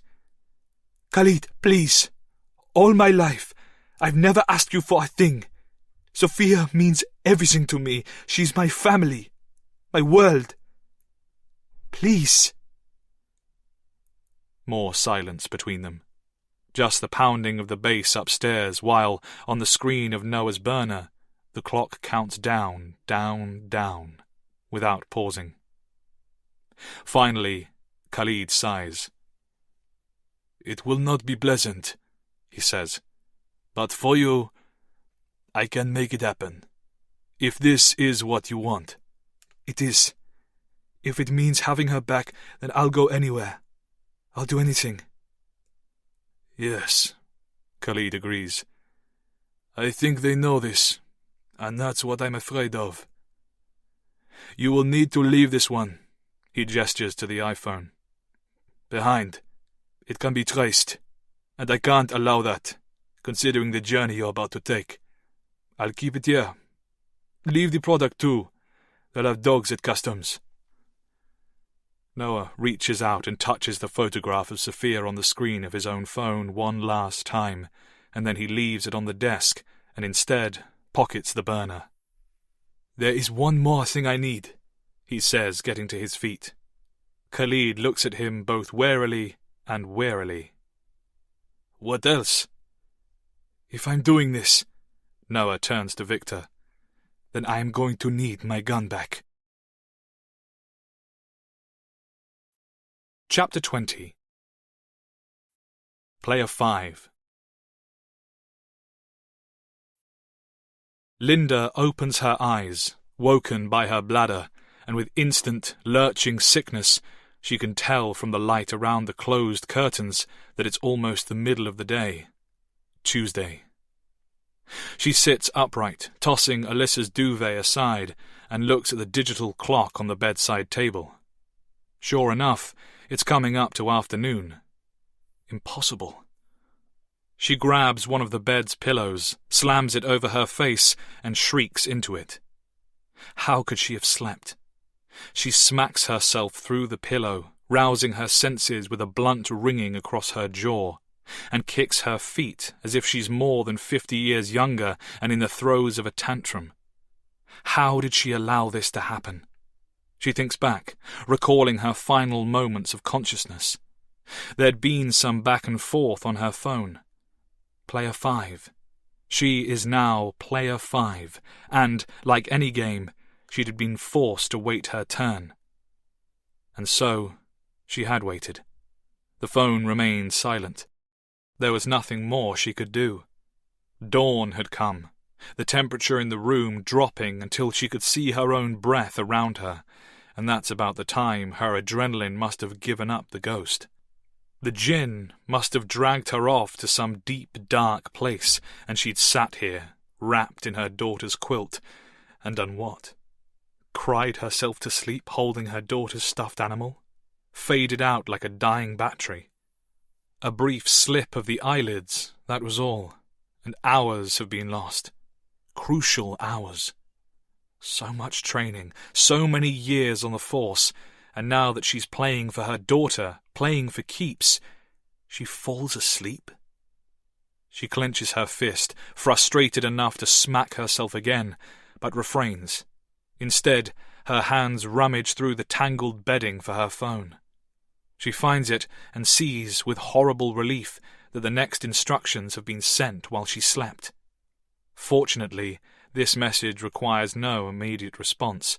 If it had, then this whole thing might have fallen apart already. It's the invitation. She stares at the postcode. The timer, absently rubbing her lower lip. This is the meat. The postcode starts with HD, which is Huddersfield, West Yorkshire. There's a little over 5 hours left on the clock, and the numbers are falling by the second. The timer will end at 5 o'clock today. One way or another, this could all be over by late afternoon.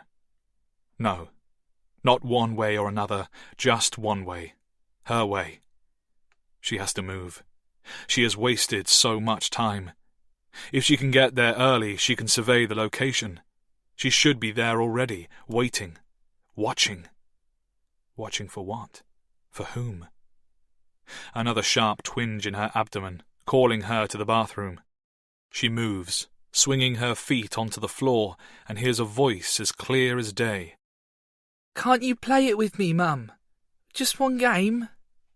For a heart-rending moment, she imagines it's real, that her daughter is here in the room with her, and she spins around so fast she almost empties her bladder on the spot. But the room is otherwise empty. The voice incredibly young. It's nothing more than a remnant of a dream she'd been having, torturous in its authenticity.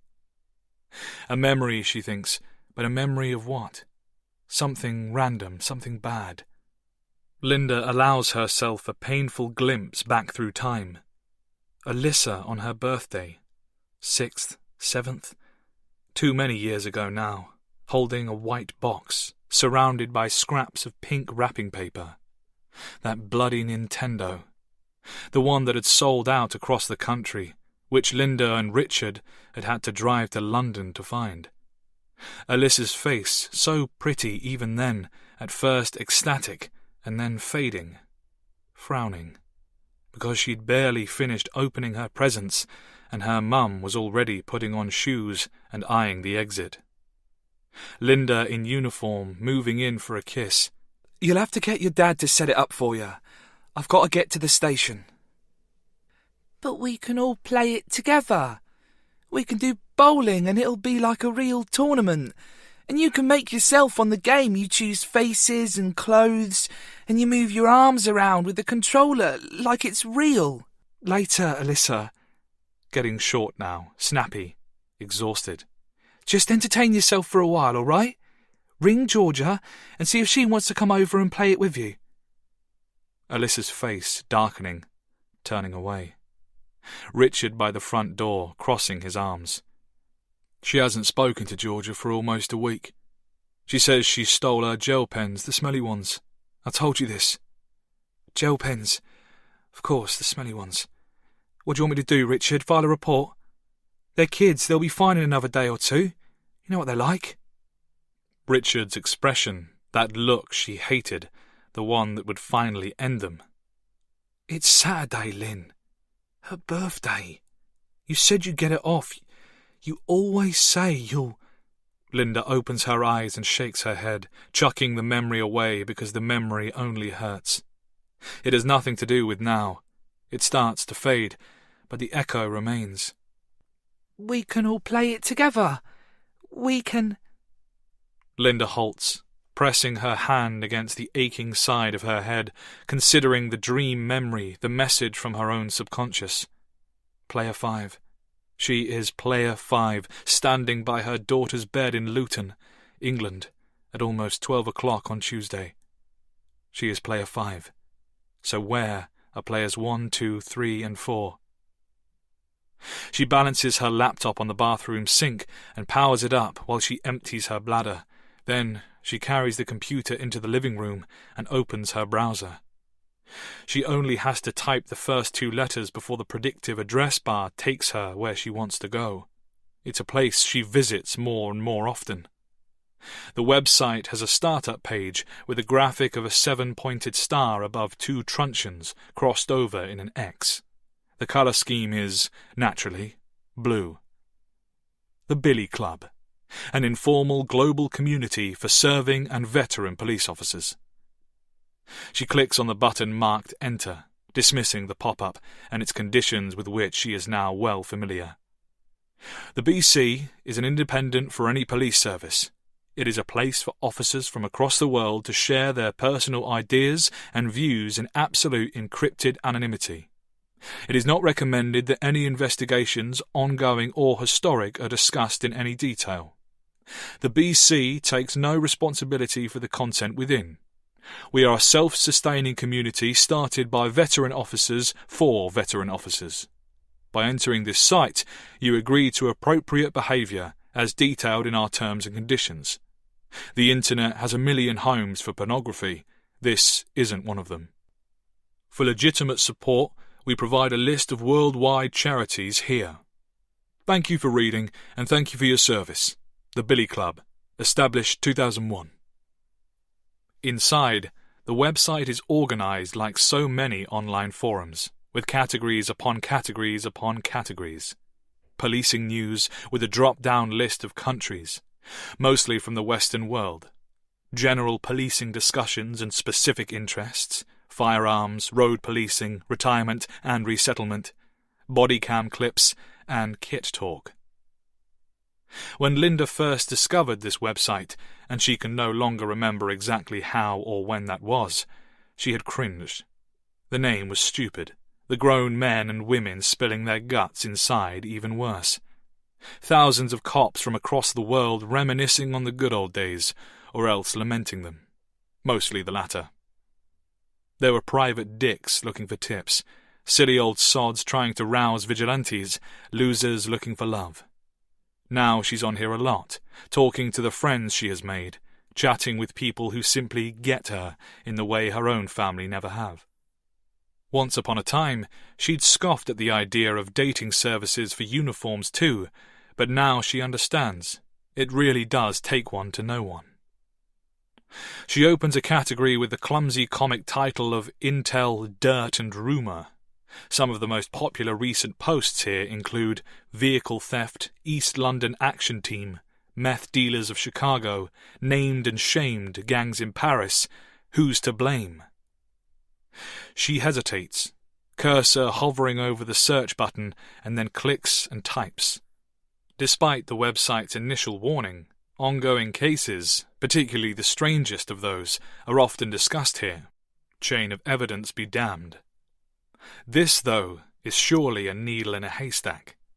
Even if players 1, 2, 3 and 4 have somehow made it onto the radar of God only knows which police forces, the chances of it ending up in the public domain are infinitesimal. And, of course, she is correct. She finds nothing immediately relevant in abductions, and when she types in "the game," it returns ongoing debates regarding policing fitness standards, along with light-hearted banter surrounding a continuing football rivalry between the police and fire brigades of Kent. Nothing new. She gives up after 9 minutes, conscious of the clock, and closes the laptop. Time to move. If she had scrolled down to the very bottom of the results page, then she might have seen an old, all-but-forgotten post and an adjoining article regarding a crime of crucial importance. Not that anybody would be likely to see the connection on first glance. That game, after all, was played 1.5 years ago, and it happened in another part of the world entirely. Chapter 21.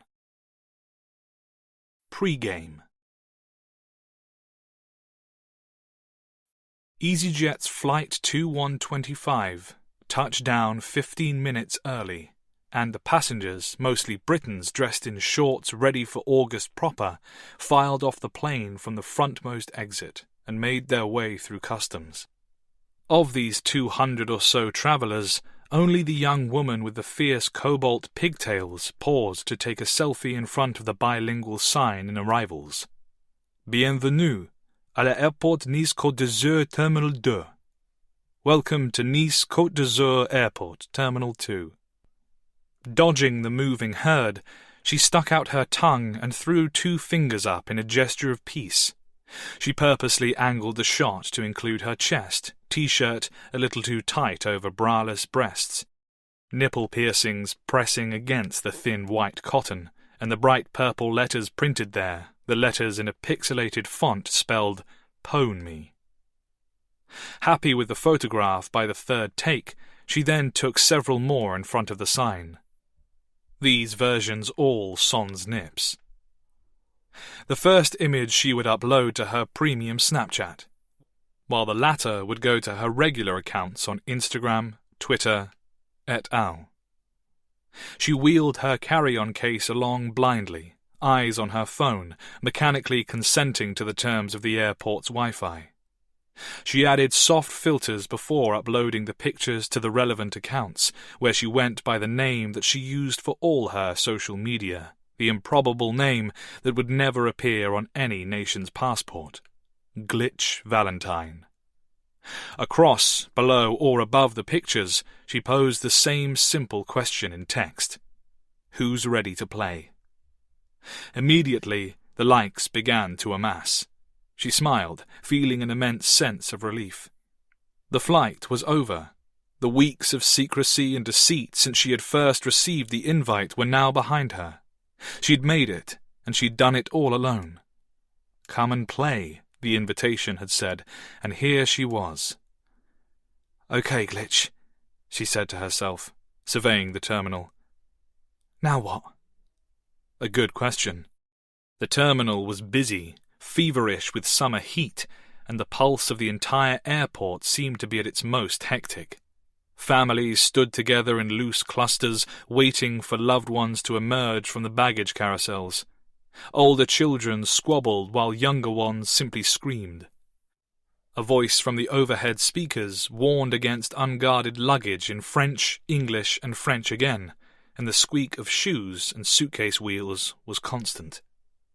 This was her first time alone in any airport, and it would be all too easy to let herself get dizzy and become overwhelmed. She couldn't allow that. Not here, not now. This was a new beginning. For too long she'd been controlled by her own anxieties, but that girl was somewhere far behind, away from home. She could be anything she wanted. Out here, she was Glitch Valentine. She spotted a line of chauffeurs standing by the exit, all fully suited and making the most of the indoor aircon. Each was holding a sign with a handwritten name on it. She approached at a brisk walk, excited, but quickly realized that none was waiting for her. A shame, because she'd always wanted to ride in her own limousine. But there'd be time for that yet. If she won this thing, a big if, she reminded herself, then she'd probably treat herself to first-class luxury all the way back to England. And why not? In terms of sheer Instagrammability, a word she loathed and now found herself using as a blanket term for all social media, a few uploads from the first-class cabin might pay for themselves in new followers. Well, not literally, not penny for penny, but the rule of thumb was simple enough. In this game, you faked it until you made it. Followers led to paid subscriptions, subs attracted sponsors, sponsorships attracted exclusivity deals, and they brought the serious money. She had decided to get out of the heaviest footfall, to claim a quiet spot on the outskirts of the terminal where she could read the invitation for the 100th time, when somebody caught her eye. An Asian American of 6'3" with tattoos up her neck and a harsh punk undercut through bright pink hair. The woman would have been difficult to miss. "You're joking," Glitch whispered to herself, and then she was moving for the exit again, following at a jog, before the new arrival was swallowed in the hurrying crowds. Outside, the heat smacked her like a fist, but she didn't slow down until the woman ahead had stopped to vape in the smoking area. "Hey," Glitch said, leaning on her case's handle to catch her breath in the baking Riviera heat. "Sorry, pardon me. You're Infinitaire."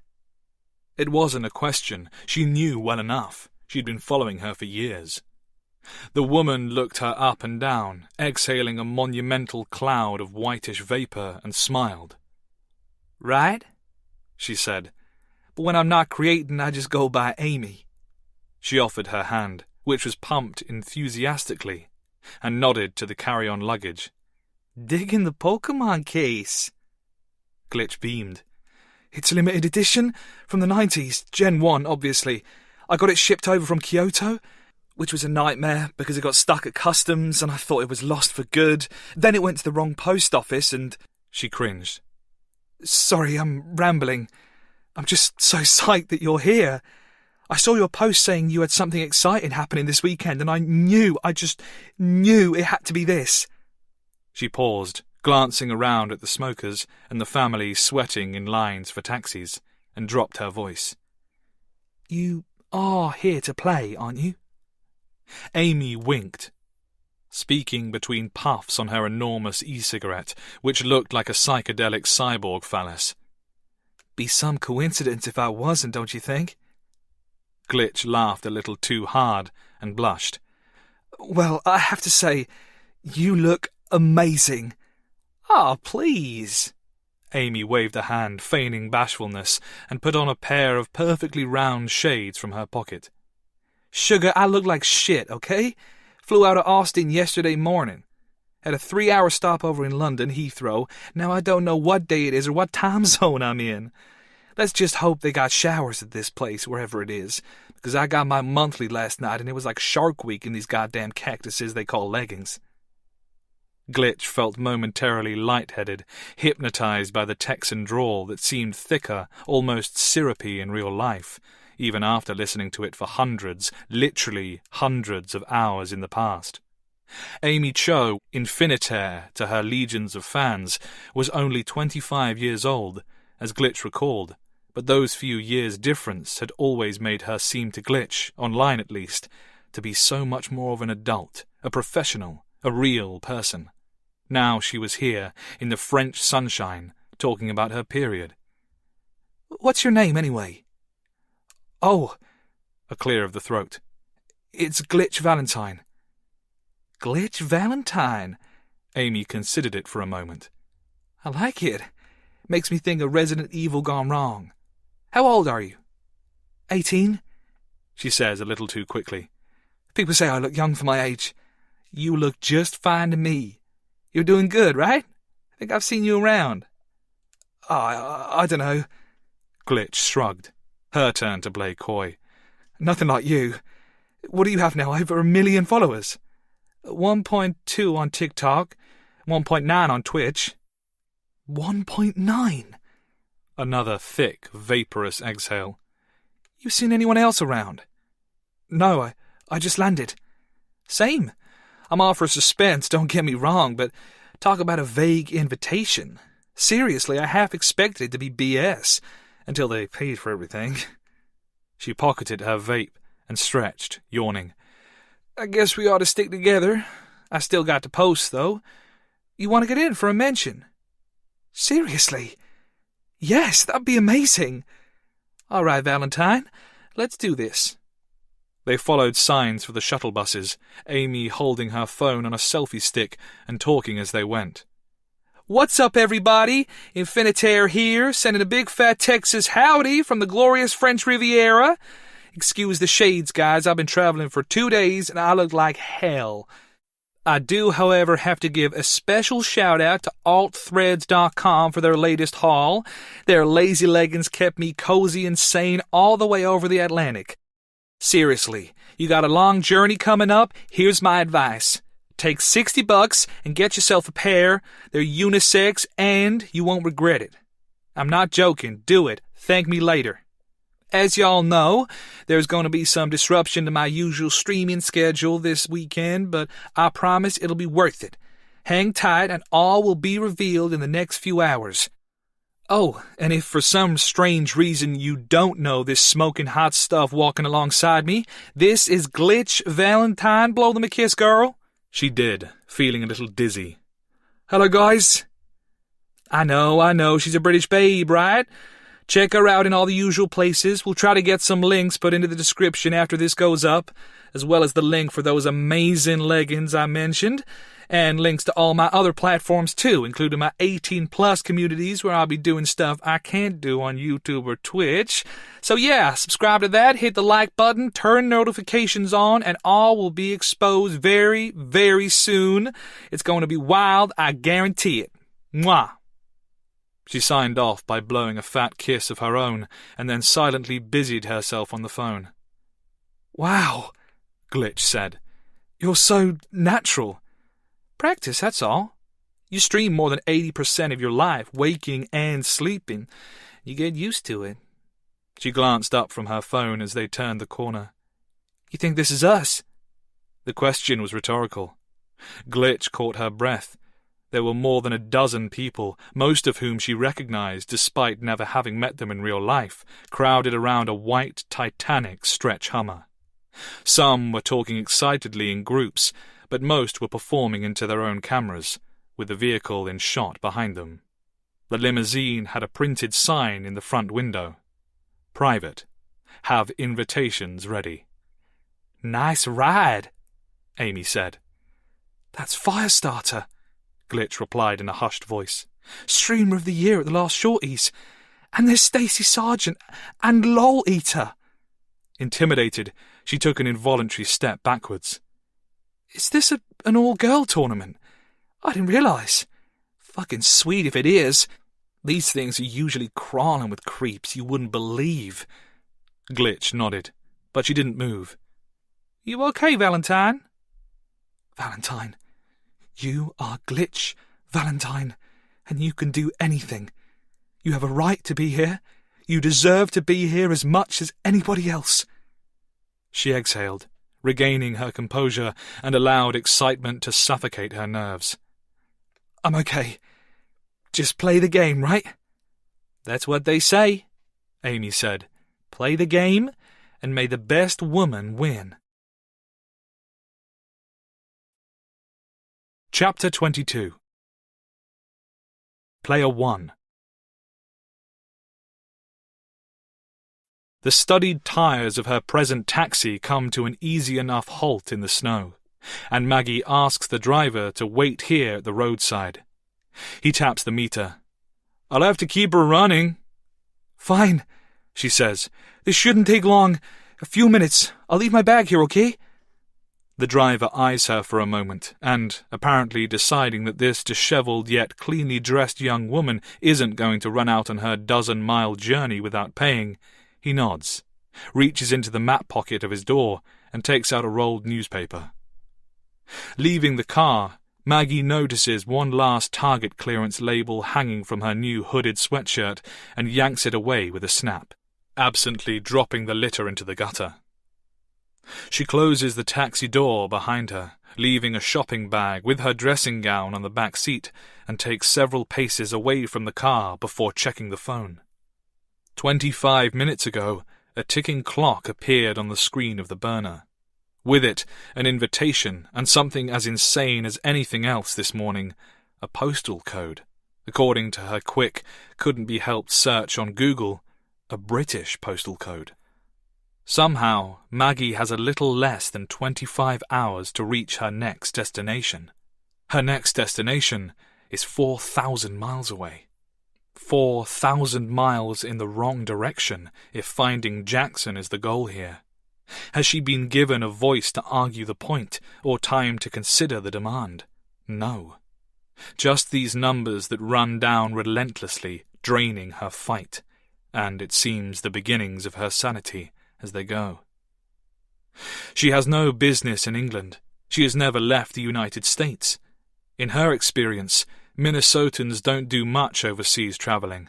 Why leave the greatest country in the world when this country has almost any climate you could find anywhere else on the planet? The idea of willingly fleeing the country now, of abandoning Jackson, goes against every instinct she has. The fear of disobeying the game, however, is somehow worse. She doesn't know what will happen if she leaves, but she has a damn good idea of what could happen if she stays. Remember the plane guy. She keeps reminding herself, unable to recall his name, but remembering the story well enough from high school. The plane guy. Not Hughes, who was played by DiCaprio in that long, long movie, but the other, was told not to involve the police when his kid was taken for ransom in the night. He called them almost immediately, and the cops led to the military, and the military led to the international press, and that brought mobsters, vigilantes, and the president along for the circus. And the kid? Okay, so maybe it's not the best thing to be thinking about right now, but it's serving well as a lesson in obedience.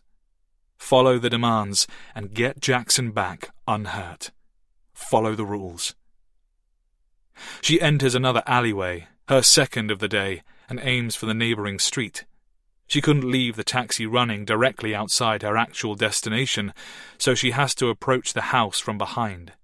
She's in Minneapolis now, the sibling to her own St. Paul in the great Minnesotan Twin Cities. And that's fitting, because the yard she's now vaulting into belongs to her own big sister. Maggie has no passport, but she knows that Karen does. Karen spent Christmas in Paris. Maggie's mother posted and boasted about it at length on Facebook. The sisters share a remarkable resemblance, despite the 5 years between them. Or, at least, they used to. Once upon a time, they might have been twins.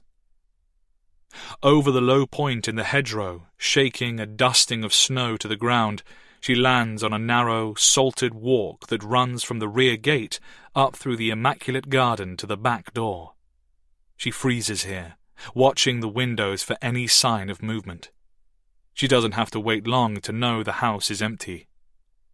Karen hasn't spoken to Maggie in years, and might never speak to her again. But she's always been a traditionalist. As it famously boasts on its license plates, Minnesota is the land of 10,000 lakes, and on any 3-day weekend such as this, Karen, her husband, and the kids will be up at Bobcat Pines, the family's lake house, with Maggie's parents. You could bet your bottom dollar on that. Even today this stings a little, and jealousy rises like bile. If Maggie had been invited, if Jackson had spent the weekend with his biological cousins, then none of this would be happening. Her mind goes out to the lake, a place she'd once believed to be bottomless, its faintly fishy, mineral smell now undoubtedly trapped beneath a surface as smooth and solid as polished diamond. Kayaking, fishing, and sailing in the summer, skating in the winter, hot cider and toasted s'mores. She imagines her 3 nephews playing hockey on the ice, each boy with as much Dawson blood in his veins as her own child, each boy accepted into the family in a way Jackson never will be. Maggie has never met her nephews, but she's seen photographs, and her mother still discusses Karen as a sort of commonality whenever they speak, as if the sisters are still friendly, as if nothing ever happened. 9 years, more or less. Has it really been so long? Approaching the house now, all the old guilt tries to force itself upon her, and she pushes it back where it belongs, in the past. She can't dwell on that today. She's already maxed out on guilty feelings. But aren't the similarities sort of uncanny? They are, and the realization makes her shiver. 9 years ago, Maggie borrowed her older sister's ID for one night. She took it without permission, a spur-of-the-moment decision, and everything changed. Karen was a senior in college at the time. She'd come home one weekend thanks to the worst menstrual cramps of her life, and though that reason had no specific bearing on things to come, Maggie always remembers that part. While Karen was curled up around a hot water bottle, being doted on by their mother, Maggie, a sophomore at high school then, had slipped the driver's license from her sister's purse with the deft ability of any teenage shoplifter. With tailored makeup and the tallest heels she owned, Maggie could add years to her image, a trick adolescent girls pull off so much better than their pimpled, fluffy-cheeked male classmates. In fact, despite her sister later referring to the look as the Halloween slut version of herself, it would have been good enough to fool anybody other than close friends and family from a distance. That was precisely the problem. That's how everything went so wrong. Now, history is repeating itself, or rather, history is being forced to repeat itself. Coincidence? She tells herself that it has to be. Surely it has to. The back door is locked, of course, but Maggie quickly spots what she's looking for attached to the external wall of the house. It's a family habit, something the sisters had instilled in their own childhoods, because their parents were usually at work when the school bus dropped them off at home, and because both sisters were clumsy enough to have lost their own set on more than one occasion. What she finds is a small steel key safe. Biting her lower lip, Maggie spins the stiff dials. For a second, she thinks it hasn't worked, that old habits actually haven't lasted, but then the cold mechanism shunts, the face of the box drops open, and the key falls into her open hand. The code is their mother's birth date, same as it ever was. She sighs, half relieved, half rueful. Predictable, sis. Then she holds her breath as she unlocks and opens the door. No sound inside. No alarm. Linden Hills is a good neighborhood. There's always the chance of surveillance, a hidden camera or two, but she's in too deep to worry about that now. Better to get this over with. The taxi is waiting, and the clock is quite literally ticking. She looks around. Nice place. A palace compared to her apartment, though that's not a very high bar. This is the first time Maggie has actually been inside. On several occasions, after their excruciating mother-daughter trips into Minneapolis or down to the Mall of America, she has waited in the car while her mum has dropped something off for Karen or the kids. Maggie has never even seen their faces at the windows. It's all very clean, very Karen.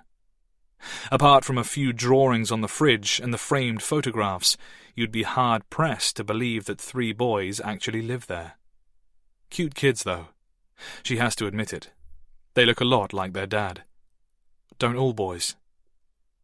Maggie's stomach turns violently at the passing thought of Jackson's father, and she presses on, rapidly opening and closing each of the kitchen drawers in turn. No luck. It's a big house, and it takes her a couple of minutes to find the study upstairs. Wood-panelled, fancy, but a little ugly too. Sort of dated.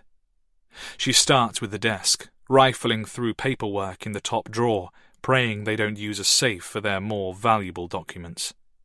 Could you blame her if she did? She asks herself. After what happened? Fortunately, safe-cracking is something she never has to consider. The passports are there. All of them. Held together in a plastic wallet. One happy family. She takes Karen's, pausing for a moment to look into her sister's blank, formal stare. She plants a soft, sad kiss onto the laminated page. "Forgive me," she whispers, knowing she never would and never will. And then she slips it into the pocket of her new jeans with a revolting sense of déjà vu, before carefully returning the wallet and closing the drawer. The whole way down to the back door, she expects to hear the family car pulling into the driveway, or the key turning in the lock at the front of the house. Neither happens. She almost wishes it would, so that somebody might put a stop to this, but she leaves without incident, locking the door and returning the key to its safe, already quite certain that she will never see her sister again. Chapter 23. Player 2. "Come on, Craig! Quit jerking me around!" Brett knocks again, harder now, another step towards pounding. "I'm not playing. I refuse to, so just open the goddamn door."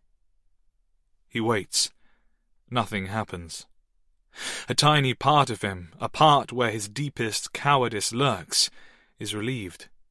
This needs to be handled delicately, and delicacy has never been Craig's strong point. From his place in the narrow, gloomy corridor, Brett listens. He hears the low, indistinct chatter of the TVs from the surrounding apartments, a jackhammer outside, an infant crying, and Latino music thudding somewhere overhead. Nearer still, one of the immediate neighbors coughing in huge, ripping hacks. They say asthma rates are higher in Mott Haven, this southwestern section of the Bronx, thanks in part to the waste yards on the riverbank and the elevated roads by Willis Avenue Bridge. This is a neighborhood built around meat markets and metal workers, the sort of place you'd expect Craig to have found work without issue, but jobs are hard fought for in any corner of the apple. And, for all his bravado, Craig often needs a hand as much as anybody else. Brett hears all these sounds, the rich tapestry of the Bronx, but he doesn't hear Craig. He presses his forehead against the door, cool, cracked paint on his flushed skin, and talks. "All right, man, you got me. I don't know what happened after the hockey. I was so goddamn wasted. But I must have screwed up big time. I accept that. I was obviously trying to push your buttons, and I guess I took it too far.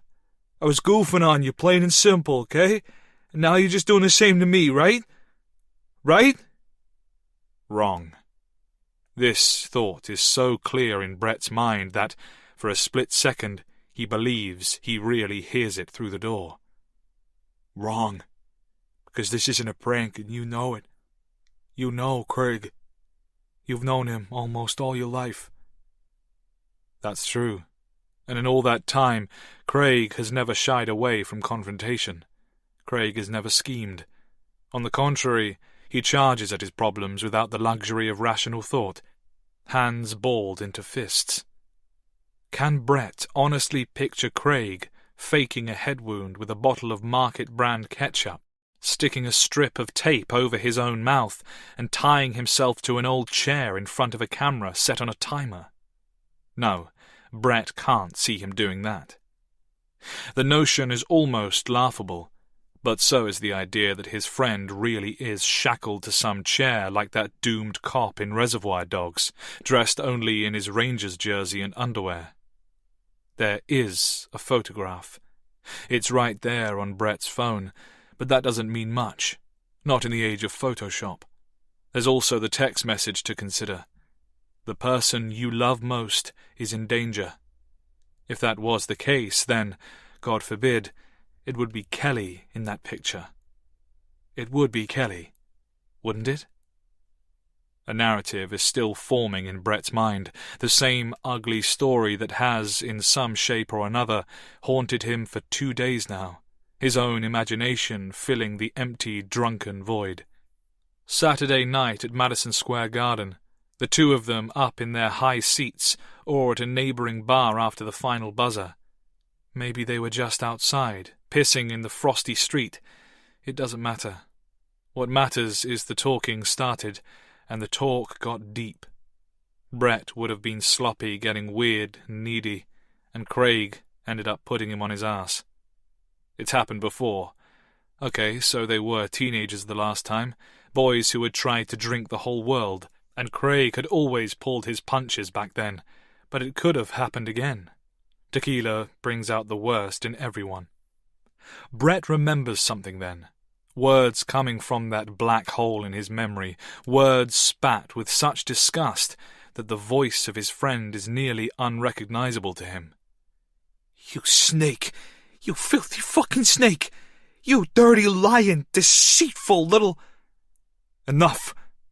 In the hallway, Brett is clenching all over, clasped by the rigor mortis of shame. The memory ends there, if it is a genuine memory, and it's enough to confirm his worst dread. Craig wouldn't want to see him after such a betrayal, wouldn't want to step foot in the same building on Monday, which would leave him out of a job. This, then, is Brett's punishment. Extortion, plain and simple. "Don't do this," Brett pleads to the door in his face. "It doesn't have to be like this. It was a dumb joke, that's all. I was pulling your leg, playing a stupid—" game.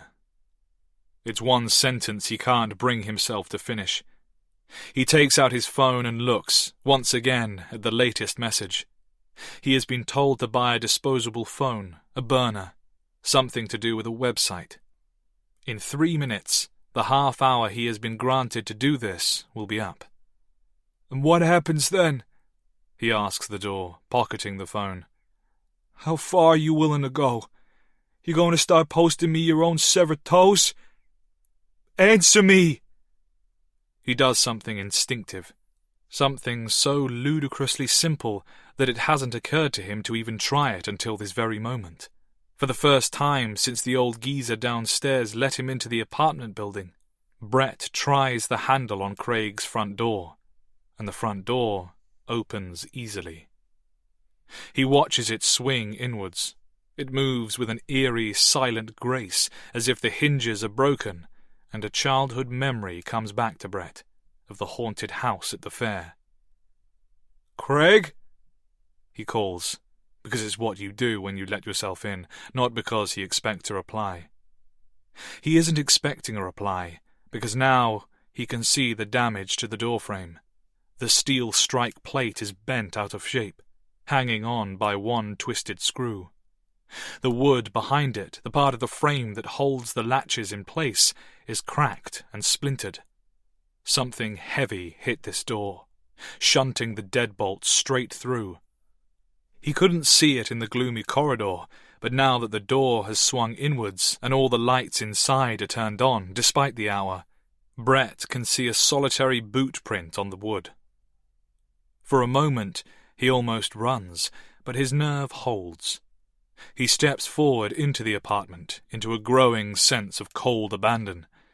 He doesn't close the door behind him, doesn't want to trap himself inside, which is plainly ridiculous, because he doesn't believe this at all. Does he? This is Craig's apartment as he knows it. Not a total dive, but a bachelor's place all the same. It smells how he imagines a cave might smell with a dash of brute spilled inside. This is the habitat of a grown man with adolescent values, the sort that are usually stripped away early by any long-term relationship, and there's a general mess here that Brett could never get away with at home. An open pizza box full of crusts, empty containers from Dunkin' Donuts. No framed photographs on the walls, no trinkets, no memories, just beer cans on the coffee table, alongside, no kidding, a bottle of lotion, a clutch of unused kitchen towel, and a couple of stroke books. The sight makes Brett feel very uncomfortable, and his cheeks begin to burn. Do people still go out and buy porno magazines? He glances at the cover of the nearest issue, the one that isn't spread fully open. The Girls of Penthouse, September to October 1999. An old favourite then. Is this what Craig would have Brett believe he was doing when the door burst open? Sitting here with his pants around his ankles, jerking it to the magazine he's held onto for 20 years. Something he picked up while Brett was off at college. Brett's initial embarrassment transmutes into pity, but he still finds himself unable to buy into this. It's all too perfectly wrong, somehow. It's like set dressing. And is that blood on the back of the couch? Sure it is. Around a dozen flawless, penny-sized drops. He shakes his head. No way. Not biting. A vibration in the pocket of his overcoat startles him. Another text message. This one short. Time's up. Continue? He shakes his head, pocketing the phone. Objectively, he understands the concept of denial. He is even aware on some base level that he might be experiencing it right now. Probably is, in fact. He's looking at the situation clinically, but that's surely better than hysterics. It's safer to be skeptical than gullible. That was something he learned as a kid. So, what did happen here? Catching a man with his pants down would give any intruder the upper hand, but then what? Is Brett supposed to believe that they, whoever they are, pistol-whipped Craig across the back of the head like they do in the movies, and then carted over 200 pounds of unconscious bulk into the trunk of some waiting car, via the elevator? Or did they march Craig out of the building on the muzzle end of a handgun, or the old banana in the coat pocket? This may be the Bronx, but that feat seems especially doubtful, considering what faces this building. Brett sidesteps the couch, ignoring the ketchup. Blood. It's blood. When are you going to wake up and get that in your thick head? And looks out of the 4th-story window. Directly across Alexander Avenue, right there on the opposite corner, is the NYPD's 40th precinct. He can see blue uniforms gathered on the steps there now. Day and night, police vehicles fill reserved spaces on both sides of the road, including the area directly outside the entrance to these apartments. "I wasn't born yesterday," Brett says to the room. "You think you can blackmail me, Craig? Think again." He unlatches and opens the window. Cold air rushes in, blasting away the lingering cologne and the faint popcorn smell of old unwashed fabrics, and the apartment is filled with the noise of traffic and the ceaseless din of a nearby jackhammer. Brett leans out of the window, his usual shyness overruled by something close to delirium, and cups his hands into an improvised bullhorn. "Hey! Officers! Hey, up here!" There are 3 cops on the steps down there. They're lost in some anecdote, laughing among themselves, and they don't hear him. The sound of the hammer swallows his voice without effort. Brett frowns, looking up the road in both directions, but he can't see where the racket is coming from. A private company, he guesses, because he's sure the Department of Transport doesn't work on federal holidays. Only one person seems to have heard him. A tattoo-faced meth head with peroxide, slim, shady hair on the near-side pavement has stopped, mid-phone conversation, to stare up at the man leaning from the window. Irritated, Brett tries again. "Officers! Hey! We have a problem here! Do you hear me?" They don't. He yells a couple more times, and then grits his teeth and slams the window shut. "No worries," he says to the apartment. "I'll just go down and get them. This is your last chance to put a stop to this. What's it gonna be?" He waits a whole minute or two, as if Craig might appear with a grin and his hands in the air. "Okay, Brett, you got me. I was in the closet all along. Get it? Joke's on you!" Then he storms out. Inside the elevator, his pocket starts to vibrate, but it's almost immediately cut off when the sliding doors close and the signal is lost. He takes out his phone. It was an incoming video call, ID withheld. Craig, then, now that his bluff has been called. Brett was right all along. He'd like to be smug, but all he feels is utter relief. What a stupid game. Somebody could have been hurt. As soon as he steps out onto the ground floor, his phone begins to vibrate again in his hand. Another video call. This time he answers, though he presses his thumb tight over the front-facing camera so that it only shows darkness on his end. He hates the unflattering angle on these things, and he isn't in the mood to be seen right now. He doesn't want Craig to know how badly he had scared him. The call takes a moment longer to connect, and then the live stream begins. All at once, the empty entrance lobby around Brett, the rest of the apartment building above him, and the whole of New York City seems to slide into mute. The jackhammer outside finally falls silent. It's Craig on screen. He was correct about that much. But Craig remains zip-tied to the chair, as previously modelled in still life, dressed in the same hockey jersey, underwear and silver duct tape combo. The blood on his face is darker now. His eyes are open, dog-tired, but glaring. There's no sound from the other end, only visuals, and there's something doubly unsettling about that. The phone doing the filming is moving around with its flashlight on full, picking out the wet patch on Craig's boxers, and the doubled-up zip ties holding his wrists to each of the chair's arms. The signal must be slight because the picture keeps stalling, as if it's going to cut out at any second. Brett hadn't paid the chair much mind in the photograph, but now that the camera is moving around, he can see it as dark, tattered leather with a mechanical footrest, which is where Craig's ankles are also zip-tied. An old-fashioned dentist chair, maybe, or the sort you'd find in a vintage barber shop, one so heavy it might as well be secured to the ground. The light momentarily catches a web of green copper pipes on the rear wall, like those in a basement or boiler room. Very Nightmare on Elm Street. "Craig!" Brett cries this out, thinking that he won't be able to hear him, but Craig's eyes bulge in response, and his mouth starts to work frantically against the tape. The sight is horrifying.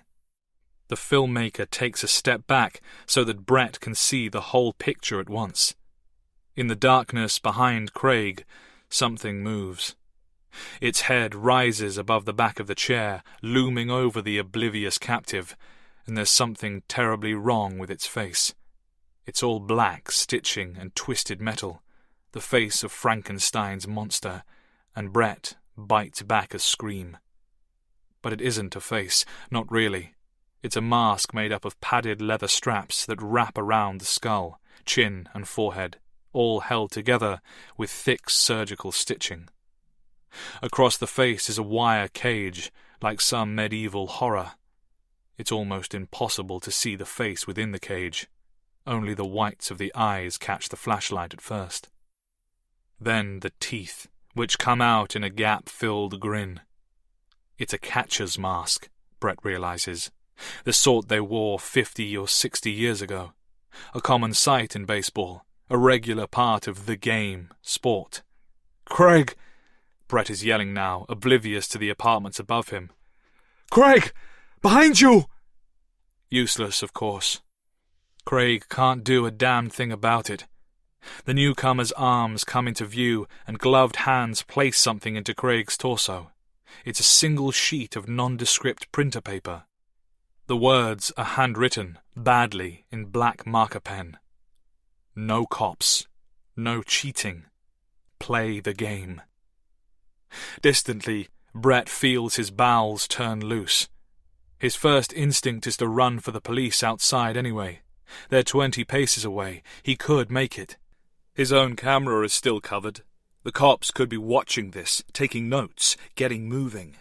Then the enormous bat comes out from behind the chair, and Brett doesn't move a single inch. It's a Louisville Slugger, ash or maple, the sledgehammer of the batter's arsenal. The guy in the catcher's mask, stupidly, savagely grinning, pulls it over one shoulder, ready for the first swing. Craig is still staring into the camera, all eyes in the white light. He looks like roadkill. He never sees it coming.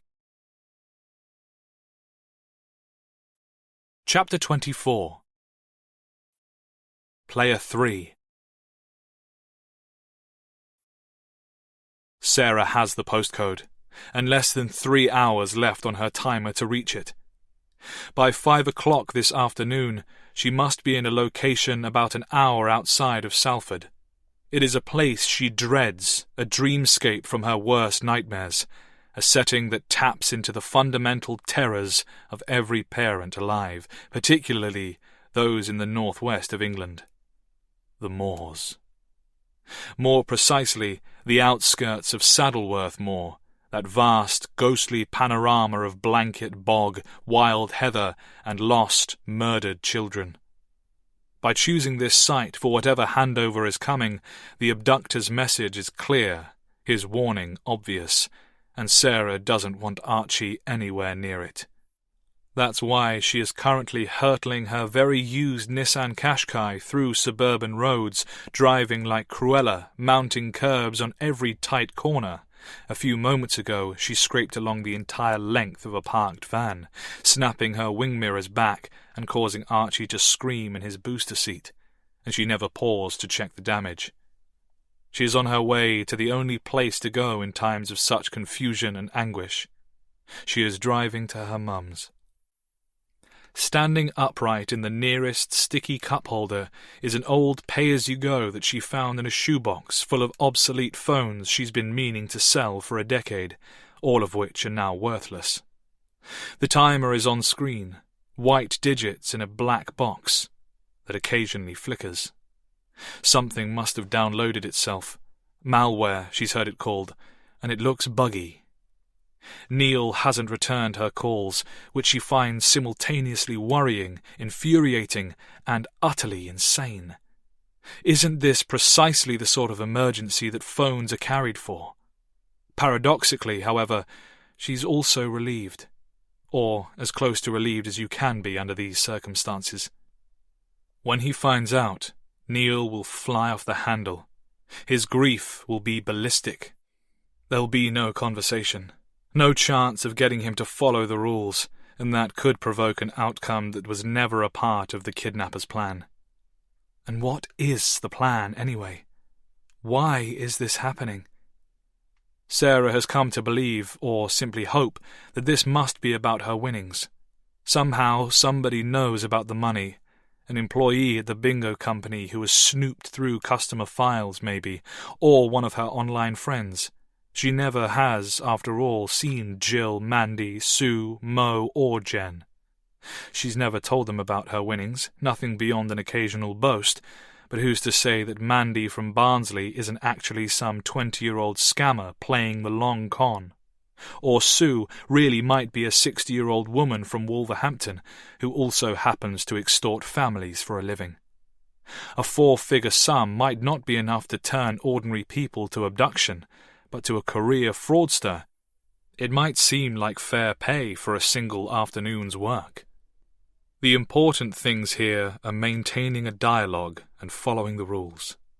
Hannah isn't hurt. She didn't look it in the photograph, at least, and there's no reason that she has to be. Duke is dead.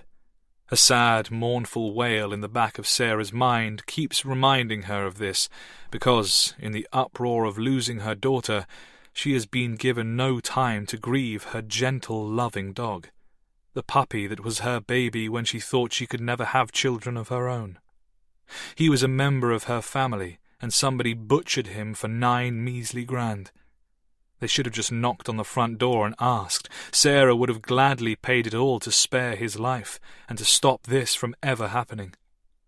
There is a chance that Neil, frightened by the missed calls, is already speeding the company van towards an empty house and a murdered dog. What then? Sarah doesn't know.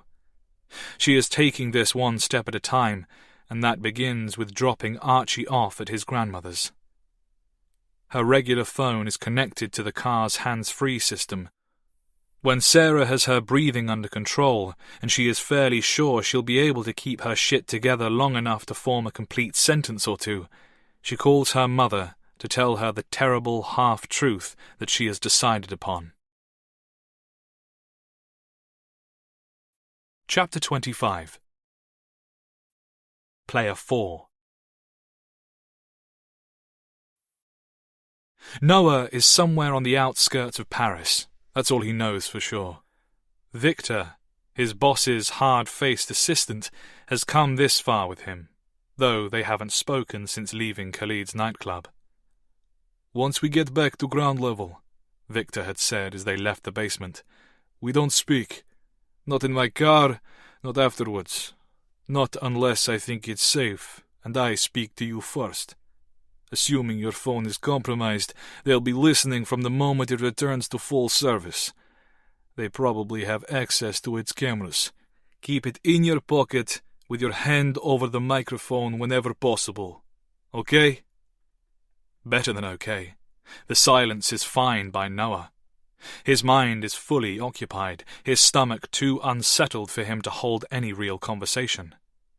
They are walking through the maze-like back quarters of an industrial building Noah doesn't recognize. Victor is leading the way down corridors, past empty offices, through dim, cluttered storerooms filled with pallets of nondescript cardboard boxes. The last storeroom is crowded with people. They're huddled on the floor, dozens of them, watching Noah with wide, frightened eyes from inside big coats and sleeping bags. He sees Asians, Africans, Europeans. There are children sleeping among them. He does his best to keep his eyes pointed forwards, following Victor, thinking of Sophia. The tour ends in an enormous warehouse. The rolling doors are all closed, but it's incredibly cold in here, and there's an articulated lorry, at least 50 feet long, parked in the center of the loading bay. Several sodium floodlights have been arranged around the lorry, and their harsh yellow beams pour onto another 20 or more of the bewildered storeroom people waiting in a line. 2 men in high-vis jackets are herding the queue into the back of the lorry, and they are not doing it with much grace. "Hey!" Victor whistles through his teeth and raises a hand. One of the high-vis foremen, that's how Noah thinks of them, as if this is any ordinary warehouse job, turns around. He nods, spits on the floor, and beckons them closer. Noah hesitates, and Victor leans in to whisper in his ear.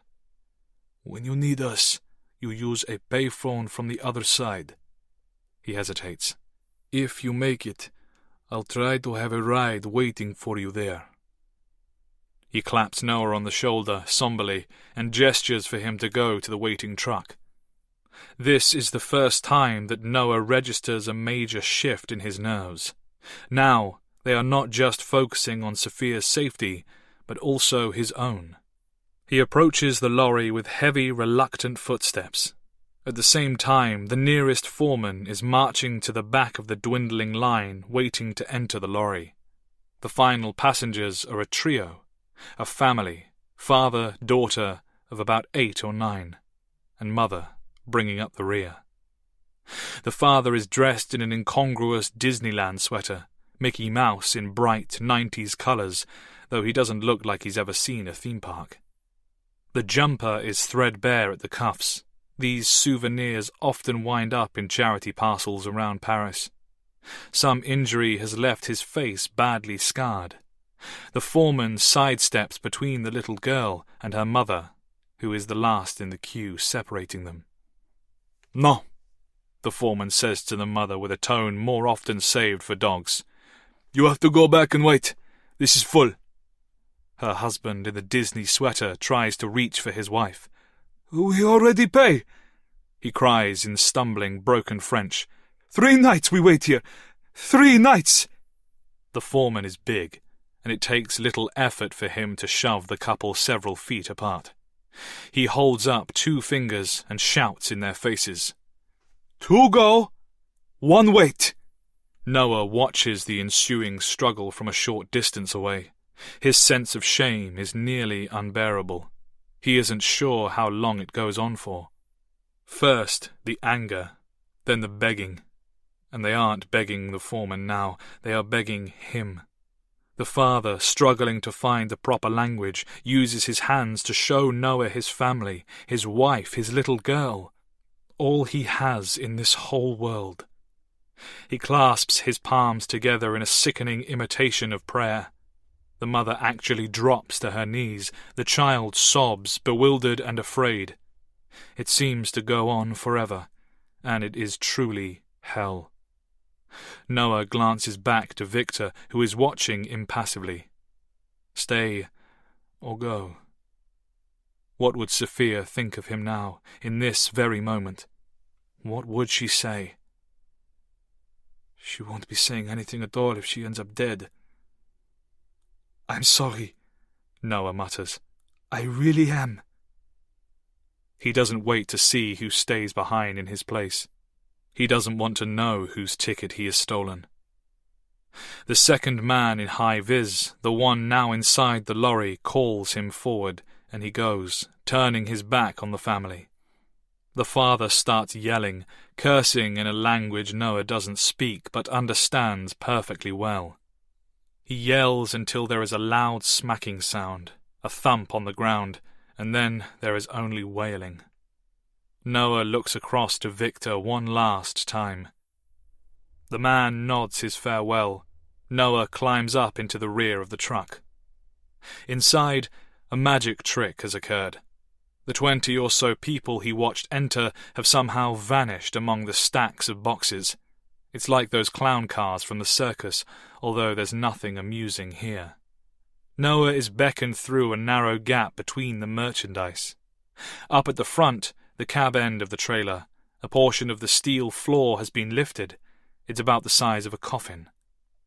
Looking down into that tiny space, he feels his stomach tighten. The man in here, the second high-vis, speaks to him. His voice is very dense in their tightly packed surroundings, and his breath smells like shit. "French?" the man asks. "Yes." "Okay." The man looks noticeably relieved to be speaking his native language. "You go in on your stomach. Head this side," he points, "and shuffle right until your shoulder touches the next person. If anything happens, if anything goes wrong, you never saw me, you were never here. You are on your own." I don't need to tell you what would happen if you talked. You understand? You're in the game. What? Noah tries to take an instinctive step backwards and comes up against the boxes stacked there. What did you say? The man frowns. You work for our mutual friend, don't you? You're no immigrant. You're in the game. Oh. Noah nods and takes a deep breath, looking into the hole. How long will I be down there? The man shrugs. 4 hours to Calais. 2 more to cross. That's without traffic, queues, customs. So, all night, Noah says grimly. You want comfort? Get a passport. Never needed one, Noah says. Now I don't have the time. From the rear of the trailer, beyond the boxes, the first foreman yells, Get the move on, huh? We've got 2 more out here. Noah has a moment to wonder if he's doing the right thing after all. Once he's inside this hole, there'll be no helping Sophia, no checking his phone. It's a gamble, and it could mean life or death. Hey, the man says, snapping his fingers in front of Noah's face. It's time. Numbly, Noah crawls down, squeezing into the dark, rank bowels of the lorry bound for England. Chapter 26. Player 5. Linda is standing in front of her full-length mirror, side on, studying her own outline in the reflection. She's dressed in dark clothing, boots and gloves, with a long black parka zipped up to the neck. Fastened like this, the coat just about belies the shape of the stab vest underneath, as well as the old kit belt wrapped around her hips. She runs a hand over the belt, knowing by haptic memory the positions of her maglite torch, the pouch for disposable latex gloves, the cuffs with their keys clipped onto swivels. It's better to be over-prepared. You can do this, the greying lady in the mirror tells her. You can, but you have to go now. She almost resists the urge to have one final look around Alyssa's room. She can't afford to spend any more time pining over the inanimate and the sentimental. But halfway down the staircase, she doubles back. Her daughter's tattered wool dragon is lying face down on the bed where Linda left it. You can keep me company, she says as she picks it up and takes it with her. It's cold outside. Not such an inconvenience, considering Linda's extra layers, but the temperature brings a spontaneous sort of word or image association to her mind. Cold. Freezer. Morgue.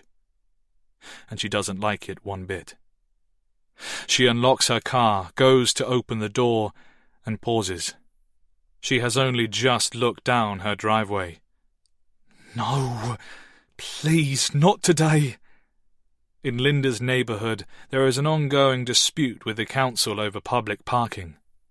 Each week, rather than paying the extortionate airport fees, hundreds of passengers simply dump their vehicles in these residential areas and either walk or taxi the rest of the way to the airport, leaving their cars curbside for 10 days, 2 weeks, sometimes longer. The council refuses to introduce permits because the local residents all have private driveways, but the fight for space has a knock-on effect on legitimate guests, delivery drivers, and local workmen. Today, not for the first time, there is a nondescript white van parked with its rear end sticking over the opening of Linda's driveway, blocking her in. There's a scribbled note in the window. Back in 20. She could honestly scream. She looks desperately in all directions. Why wouldn't you leave a phone number? She asks the empty road. What's wrong with you? With her hand that isn't, quite ludicrously, still holding the stuffed dragon by its paw, she checks the timer on her phone. 4 hours and change remaining. If the van has been here for 18 minutes already, then she might be able to wait. If, on the other hand, it has only been here for 2 minutes. She pockets her phone, muscles tightening, and looks at the front of the van, There is, infuriatingly, about a foot of space between its bumper and the next car along.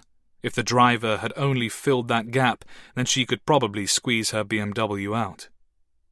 After waiting for as long as she can bear to, about 12 seconds, she reaches beneath her coat and, automatically finding the correct slot on her kit belt, takes out her retractable baton.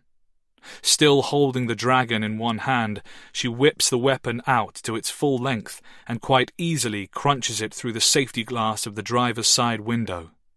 The alarm blares out, but she doesn't bother looking around to see if anybody is watching. Instead, she calmly pops the lock, opens the door, leans inside, and releases the handbrake. Her road runs on a slight decline, enough for gravity to finish the job, and the van rolls into the next car in line. In her own car, she starts the engine. The stuffed toy, once her daughter's favourite, is on the passenger seat. Linda glances at it as she puts the car into reverse. "You know what we're going to do, don't you?" she replies to herself in a high-pitched, croaky voice that she hasn't used in years, the voice that made Alyssa giggle every time. Dragon's voice. "We'll breathe fire on them," Dragon says cutely, and a tear rolls down Linda's cheek. "We're going to find whoever's responsible, and we'll burn them all." "That's right," Linda replies. She licks the tear from her upper lip as she squeezes her car through the gap at the end of the driveway. "Burn them all." The alarm is still ringing, and an outraged workman in a hard hat is running down the pavement towards his van, waving his arms and yelling for her to stop.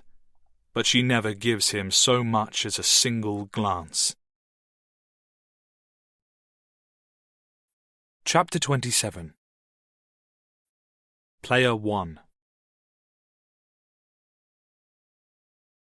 MSP International is full of clocks, and they all seem to be going too slowly.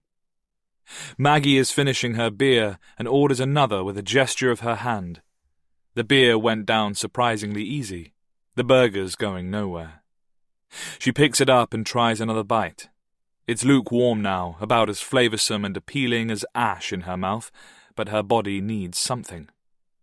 She feels weak, and the single beer, the only thing she's had since waking up mildly hungover this morning, is already making her head swim. She feels all mixed up inside. She's sitting in a bar that's supposed to resemble an outdoor patio area within the airport. There's a parasol over her table, blocking nothing more natural than the rays of the overhead lamps. Both phones are on the tabletop. From here, she has a pretty good view of the terminal.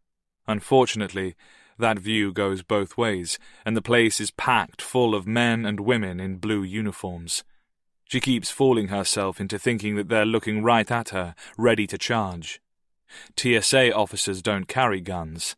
The cops and the undercover federal air marshals who could be everywhere do.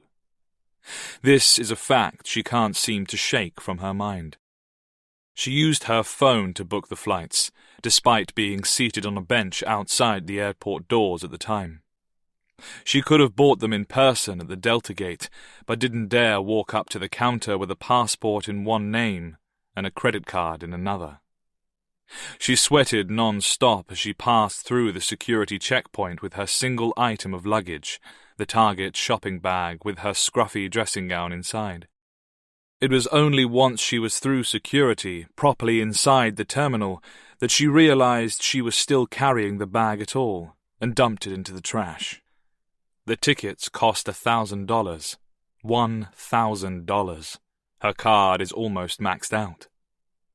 To travel to the UK without a visa, North Americans have to book a return flight within 6 months. Since Maggie is supposed to be in England late tomorrow afternoon, Tuesday GMT, the earliest return flight she could buy a ticket for doesn't depart from Manchester until midday on Wednesday. 2 days. Somebody will have Jackson from Sunday night until at least Wednesday evening, and Maggie will be a world away. She has considered the idea that Jackson is also on his way to the same destination in England, but this seems unlikely without his passport and under duress. During the outgoing flights alone, Maggie will be without phone service and off the grid for more than 8 hours. Anything could happen in that time. Are they feeding him? Is he alone? Are they hurting him? There's no way to know the answers to these questions. There's nothing to do but follow the rules. She sits, waiting for her flight to begin boarding, for her sister to call the cops, for a new message to come through demanding she strip naked in the middle of the airport, or scream that she has a bomb, or steal the sidearm from a passing cop's holster and wave it in the air until she's shot dead. Why not? It's just a game after all. The next beer is placed onto her table and she jumps. "Gee, sorry," the waiter says. "I didn't mean to startle you. Forget it." He's about her age, this waiter, maybe a couple of years older, chubby with a ponytail. His gaze bounces back and forth between her face and her mostly untouched meal. "Is something wrong with the burger?" No, it's fine." He nods. "Nervous about flying?" "You got it." He smiles, his eyes on her like a magpie on a coin. "Nothing to worry about. A couple more drinks and you'll be fine." "I'm sure you're right." She considers her own smile in return. It feels ugly before it's even out of the gate, so she doesn't bother. Instead, she sips the beer. The waiter falters. He's hovering by the table looking at her closely. "Hey, I don't mean to be rude, but do we know each other? You seem really familiar to me." "No." It comes out like a bullet, a jab, an answer she's been giving for years. "No, I don't think so." "Really?" He stays put, holding his empty tray. "You've never been on TV? You look so darn familiar to me. Just one of those faces, I guess." She catches herself tugging at the loose strands of her hair, an old painful habit, and forces herself to stop. She's just about to tell him to take a hike when her phone, her own iPhone, vibrates across the tabletop. She's actually grateful for the interruption.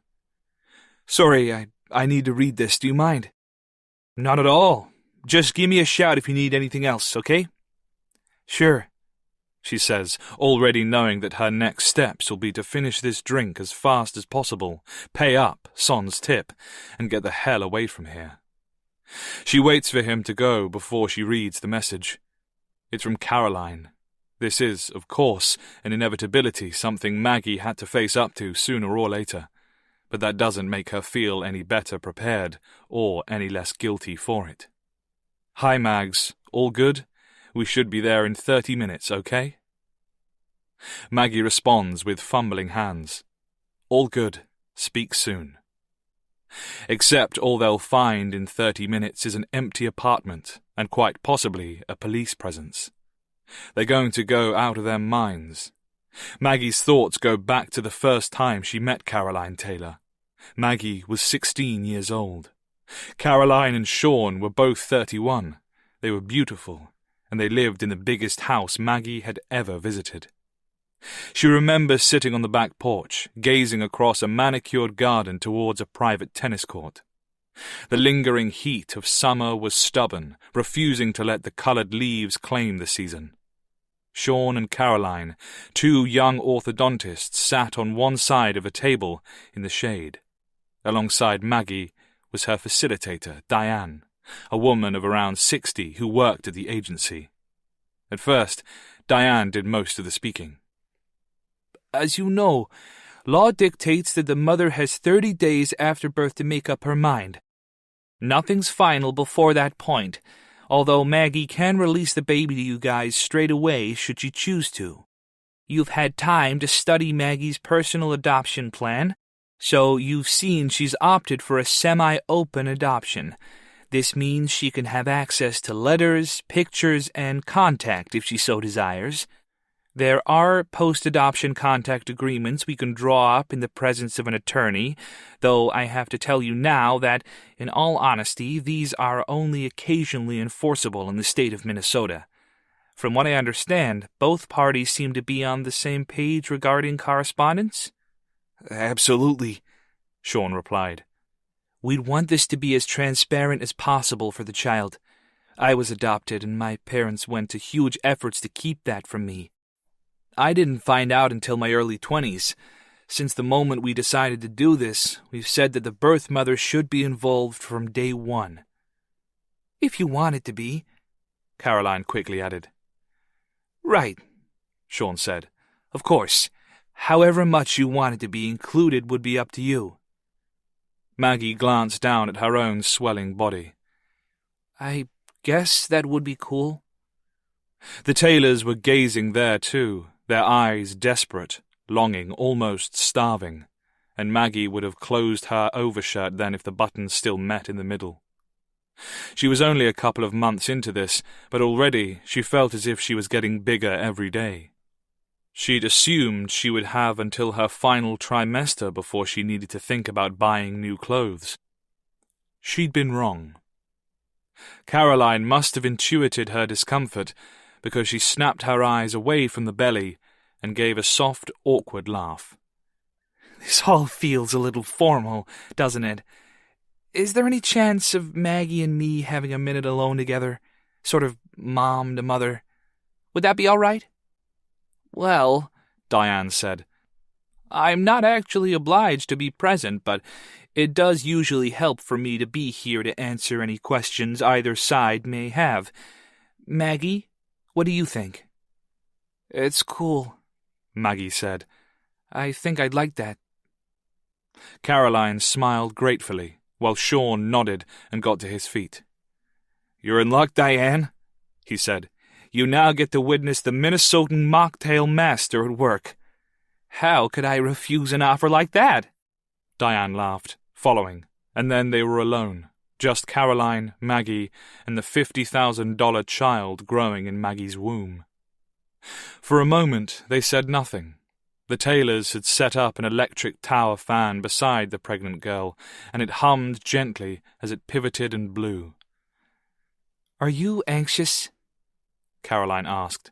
Maggie considered this. No, I don't think so.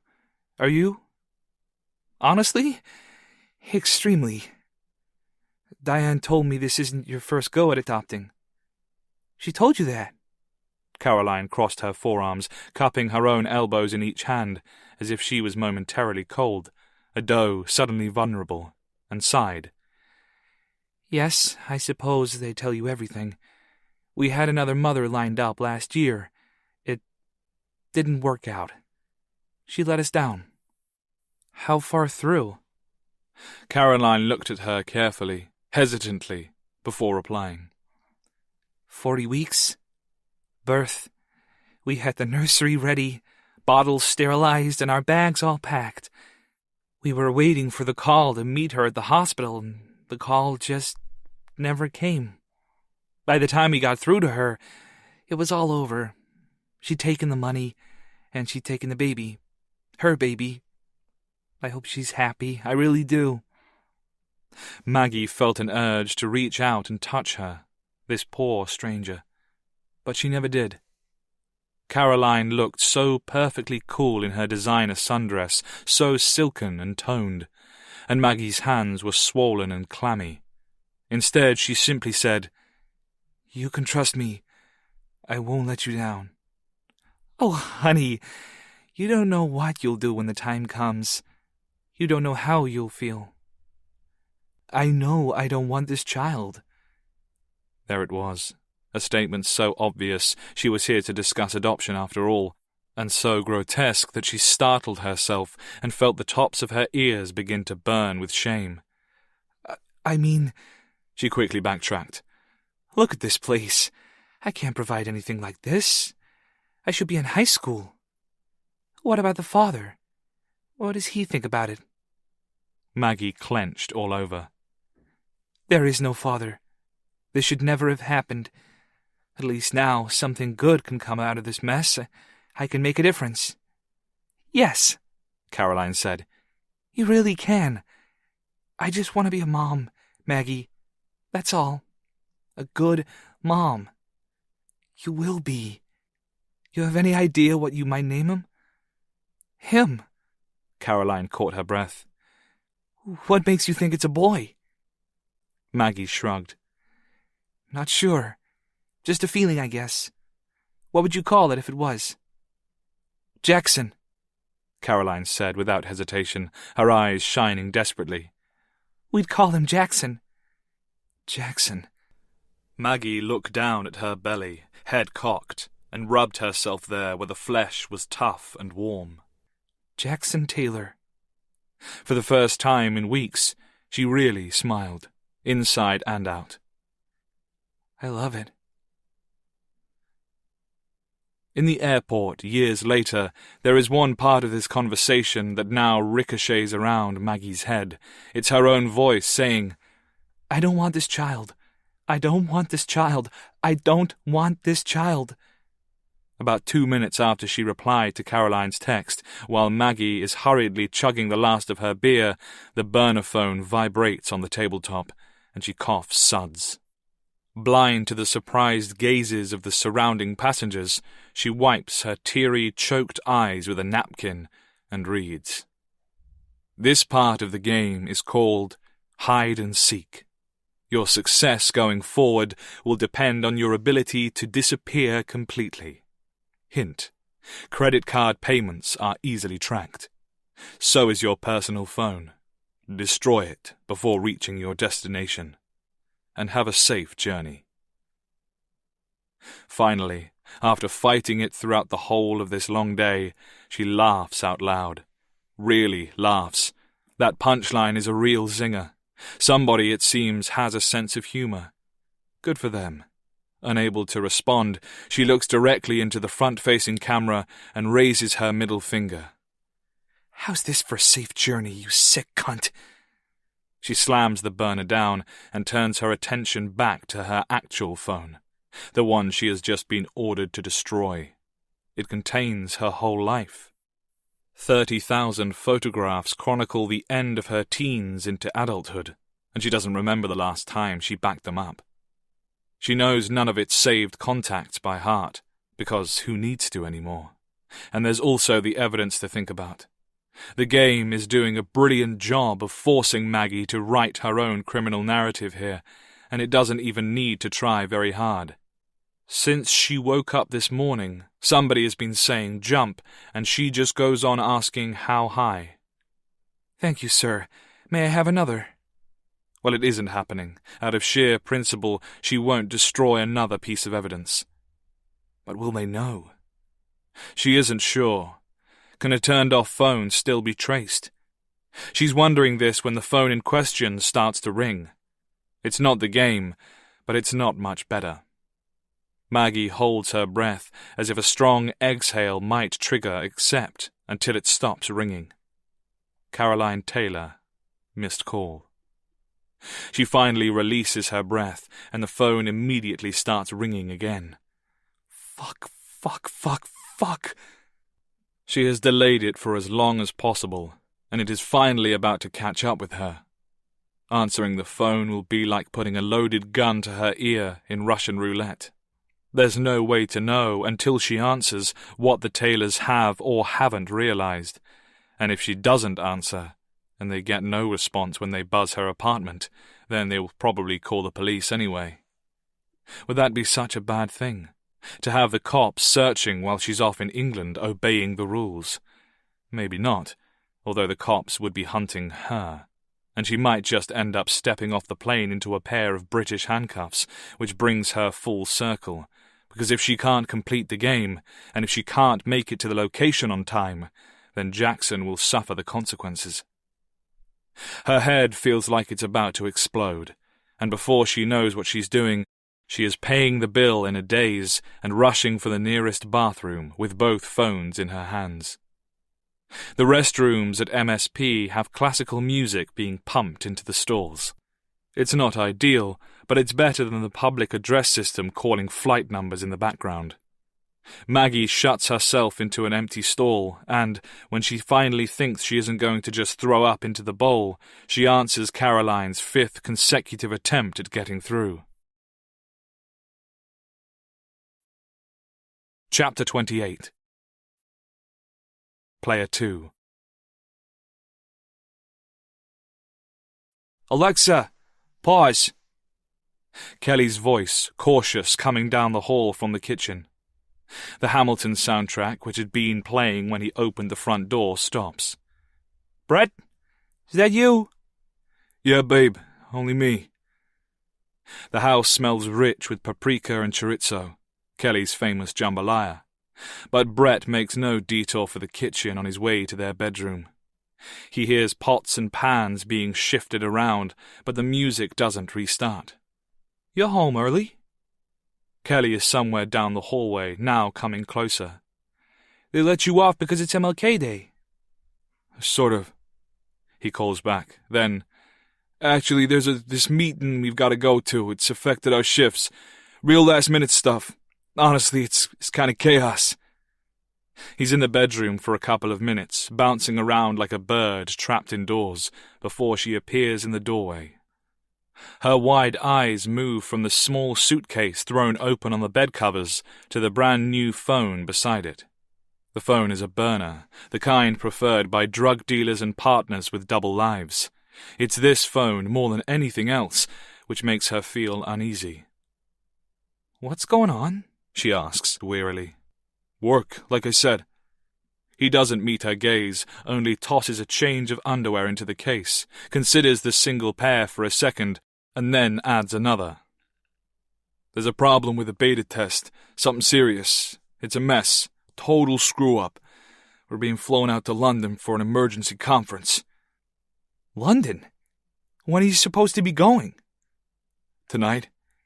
Tonight? She laughs, but it isn't like her usual laugh at all. Far from it. They expect you to drop everything and get on a plane to England this evening. You know how they are since the big leak. Paranoid, Kelly. Out of their minds. It's all a mess, honestly. A total screw-up. He's repeating himself. He'd only managed to plan a rough outline for this conversation, and the wheels are coming off. They gave us these phones. You know how they are about personal phones. So I'll be sort of off the grid for tomorrow, but it's not the end of the world. Give you some space, right?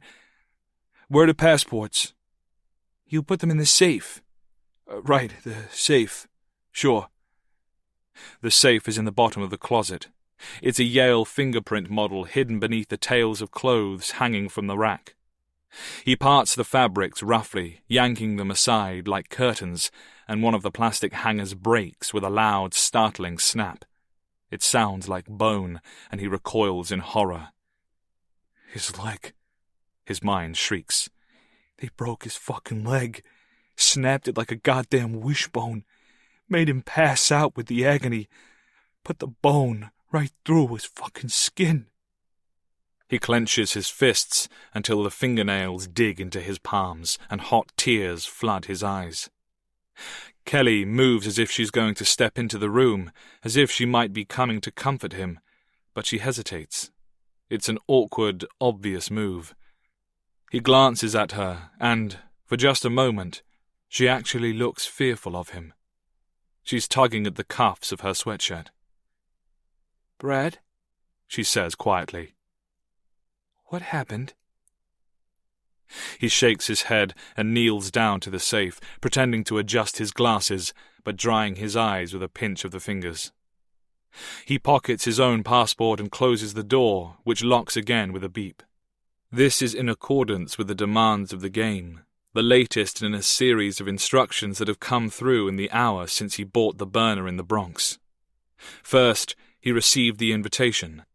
Then, after he'd booked his plane ticket in the taxi back to Brooklyn, he was told to destroy his phone and to stop using credit cards.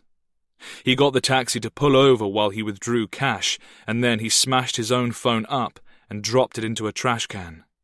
Now Brett Palmer is up to speed. It's Monday afternoon in New York City.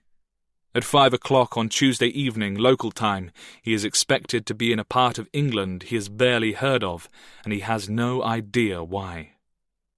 Craig's right ankle is shattered. They did it with a baseball bat. A baseball bat. As if this was all some scene out of Criminal Frenzy, the gangland video game produced at Brett's place of work. The bat had swung too fast for the stream's frame rate to follow, but it had landed again and again, and Brett could see blood, and the white bone protruding through flesh, and... Kelly takes a deep breath. Her voice is shaking now, turning something ordinarily so joyous, so confident, into the wounded squeak of a child. Is this it, Brett? Are you leaving me? He halts, halfway through zipping the case shut, and turns his face fully towards her for the first time this afternoon. Looking at her like this is like seeing Craig with the tape over his mouth.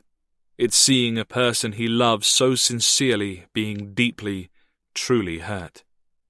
What? No. Kelly, it's work. That's all. I swear to... You're lying to me. It's the flatness, the absolute fact of the matter in her voice that scares him the most. The surety. Something happened on Saturday night. She's crying freely, though the tears are silent now, but her eyes are strangely sympathetic, understanding almost. Did you meet somebody? He turns back to the zip on the case, finishing the job. This is stupid. It's a meeting in London. I'll be gone for a day or two. And you're here trying to guilt-trip me about... It's okay, Brett. Close to sobbing now, still silently though, as if she is herself talking through some distant video call. I know. I'm not stupid. I know. Once again, everything seems to stop. Even on a day of incredible moments, when he is sure his guts have taken all the pounding they can get, this one hits the stomach hard. It's in her face, and in the words she doesn't say. Brett's mouth is too dry to speak, and even if it wasn't, he doesn't know what would come out of it. I know you love me, she continues, sniffing now, wiping her nose on her cuffs.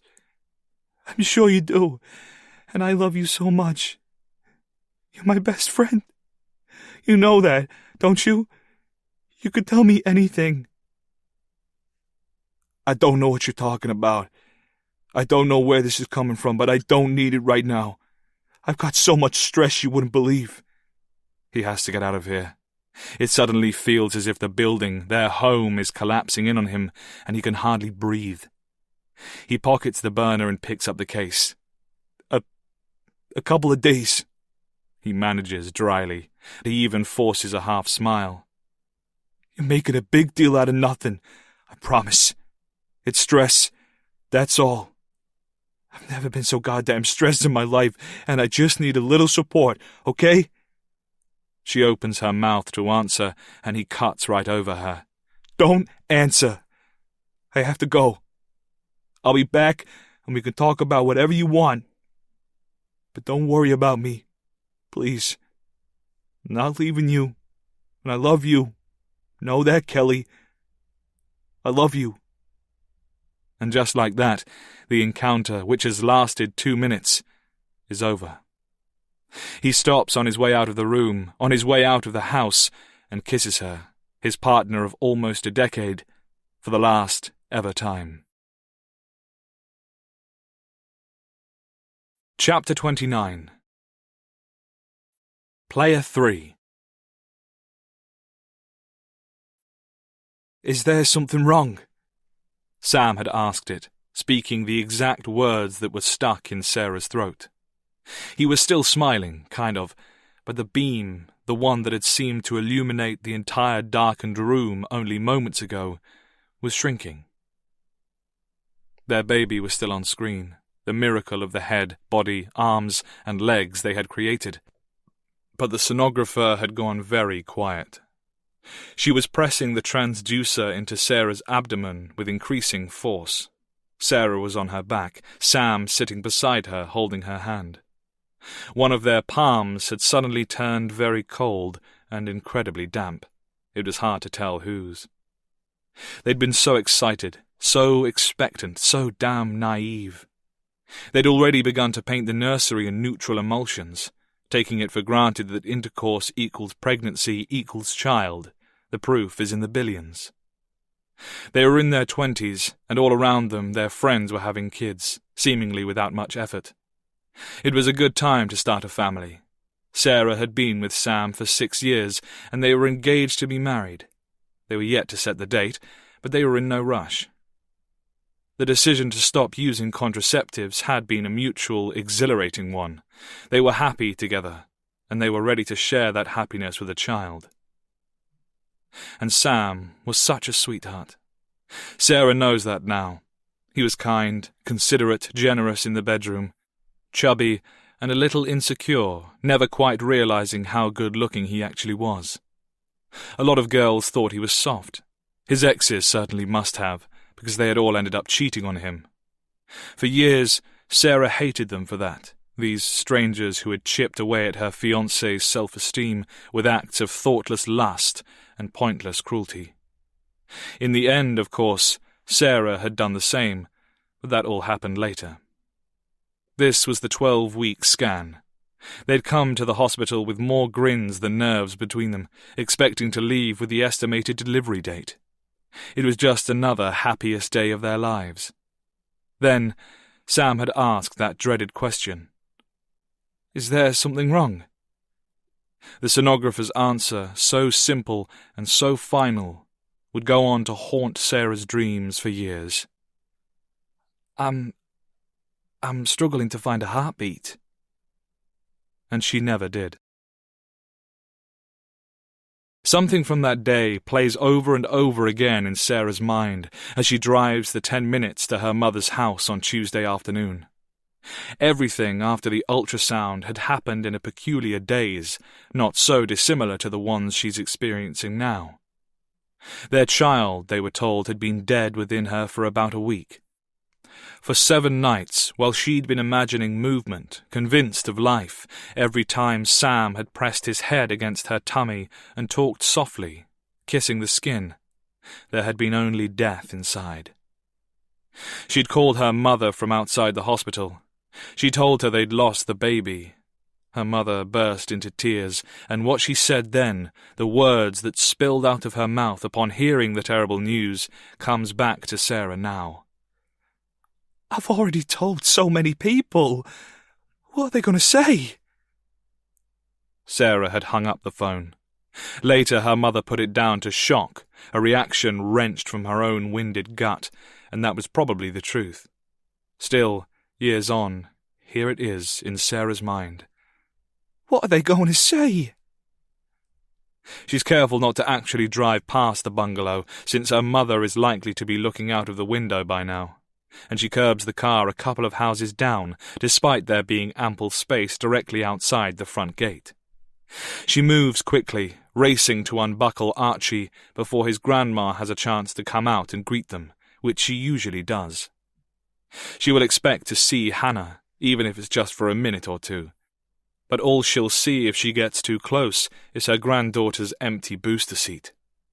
Sarah at least makes it through the gate carrying Archie and his Peter Rabbit changing bag before the front door opens. "Oh, Sarah!" Her mum comes shuffling out, clutching her cardigan tightly against the afternoon air. It must be cold. Sarah had hardly noticed.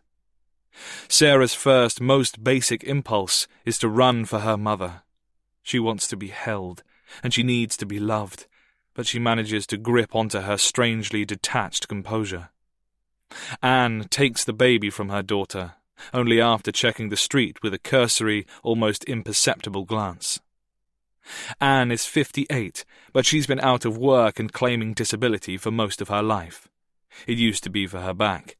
Now it's for another long-term condition called fibromyalgia syndrome.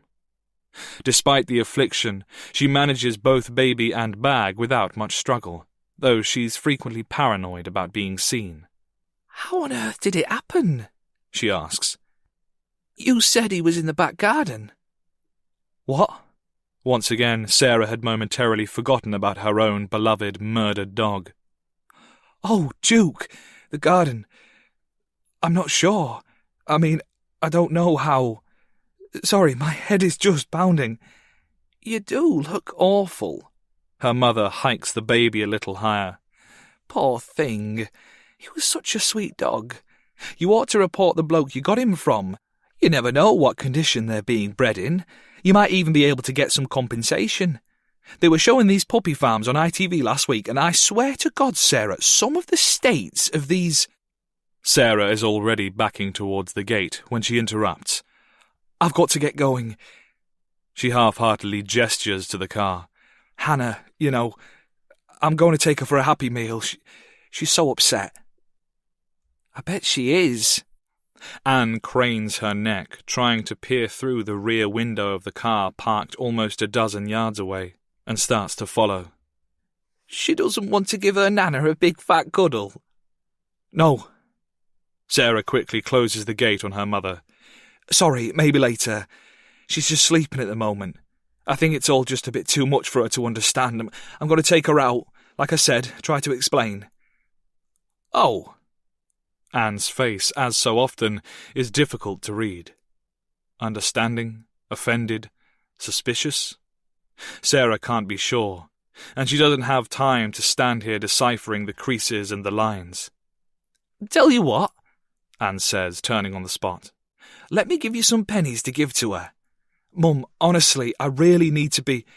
I won't be 1 minute, Sarah. Am I not allowed to give my own granddaughter a little bit of pocket money on a day like this? Sarah watches, feeling close to another meltdown, half tempted to run, as her mum shuffles into her bungalow's hallway, puts down the changing bag, and rummages through her own handbag with Archie still wrapped around her. She returns and places a handful of shrapnel in her daughter's hand, which Sarah dumps into her coat pocket. I need you to do me one more favour. Sarah hesitates, reluctant to do this, knowing she has to. I need you to get a hold of Neil for me. You'll have to tell him what happened. Christ, Sarah, you haven't told him yet. I haven't had the chance. He's a nightmare to get hold of when he's working, and now my phone's dead. Well, not dead, it's broken. Stumbling on excuses now, tripping on the lies in the minefield of her own throbbing head. She takes a deep breath. Look, I just need you to explain the situation to him. Duke is in the garden, and I can't deal with what needs to be done. I'll be out until it's sorted, and I don't have my phone.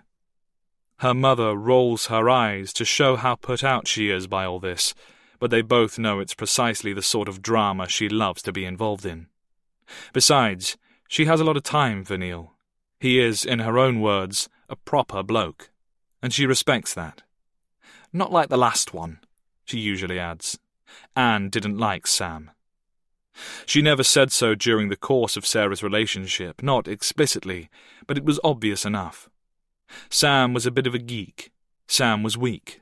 Sam was almost certainly the reason they couldn't produce a grandchild, and never mind what the doctors had to say about it. Of course, Anne doesn't know everything about Neil.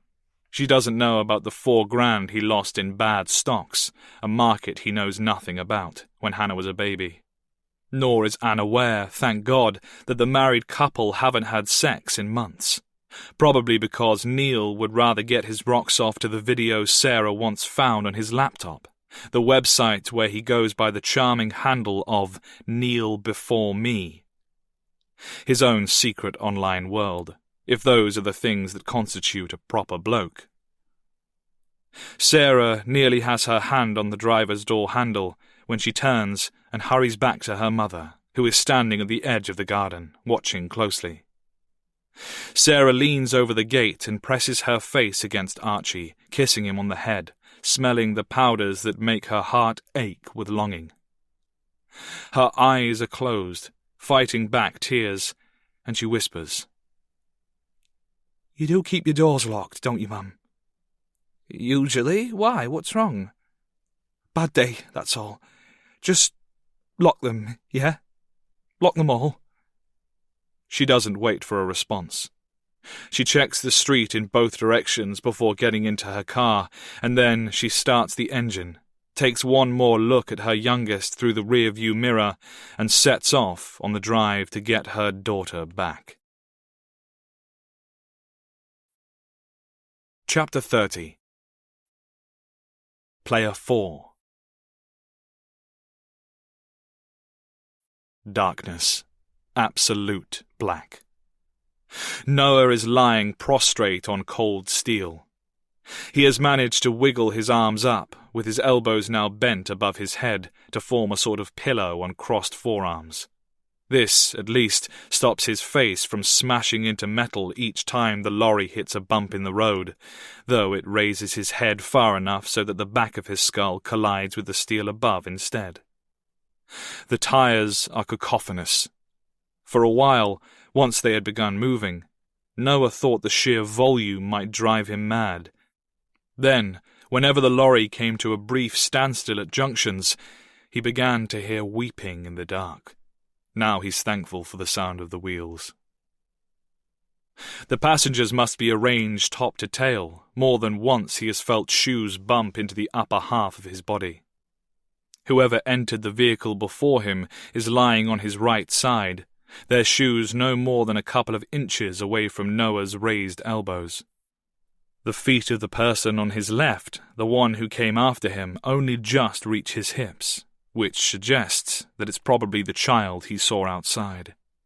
Noah is in the place where this little girl's father should be. He wishes he could change things, but he can't. The air seems thin, as if it's being used up faster than it can enter whatever holes have been drilled into the undercarriage, and the fumes of diesel are nauseating. The world shudders and rattles constantly, even when the truck is stationary. Quite recently, time is impossible to measure, somebody vomited. Not a great deal, perhaps, but the stench is inescapable. Noah wonders if the culprit had turned to the side, showering their neighbour's shoes, or simply made a puddle around their own face. Some choice. Noah himself could use a bathroom. Now that he's been forced to a halt, the stress is tearing his bowels apart.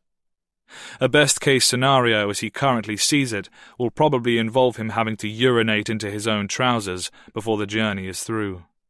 If that doesn't relieve some of the pressure, he may end up defecating. Has it been 1 hour?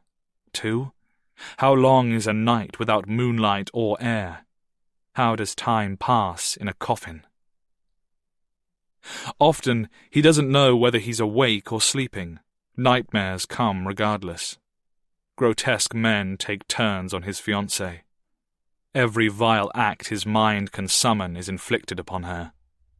In most of these repulsive visions, she screams in horror. In a few, and somehow the worst, she screams with pleasure.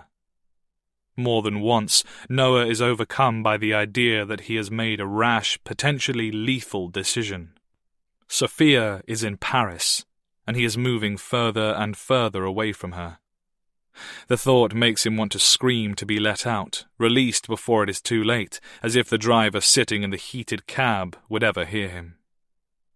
This journey, already the worst experience of his life, could also prove to be his greatest mistake. He asks himself a question. How did I get here? And, since there is nothing else to see, the dark actually answers.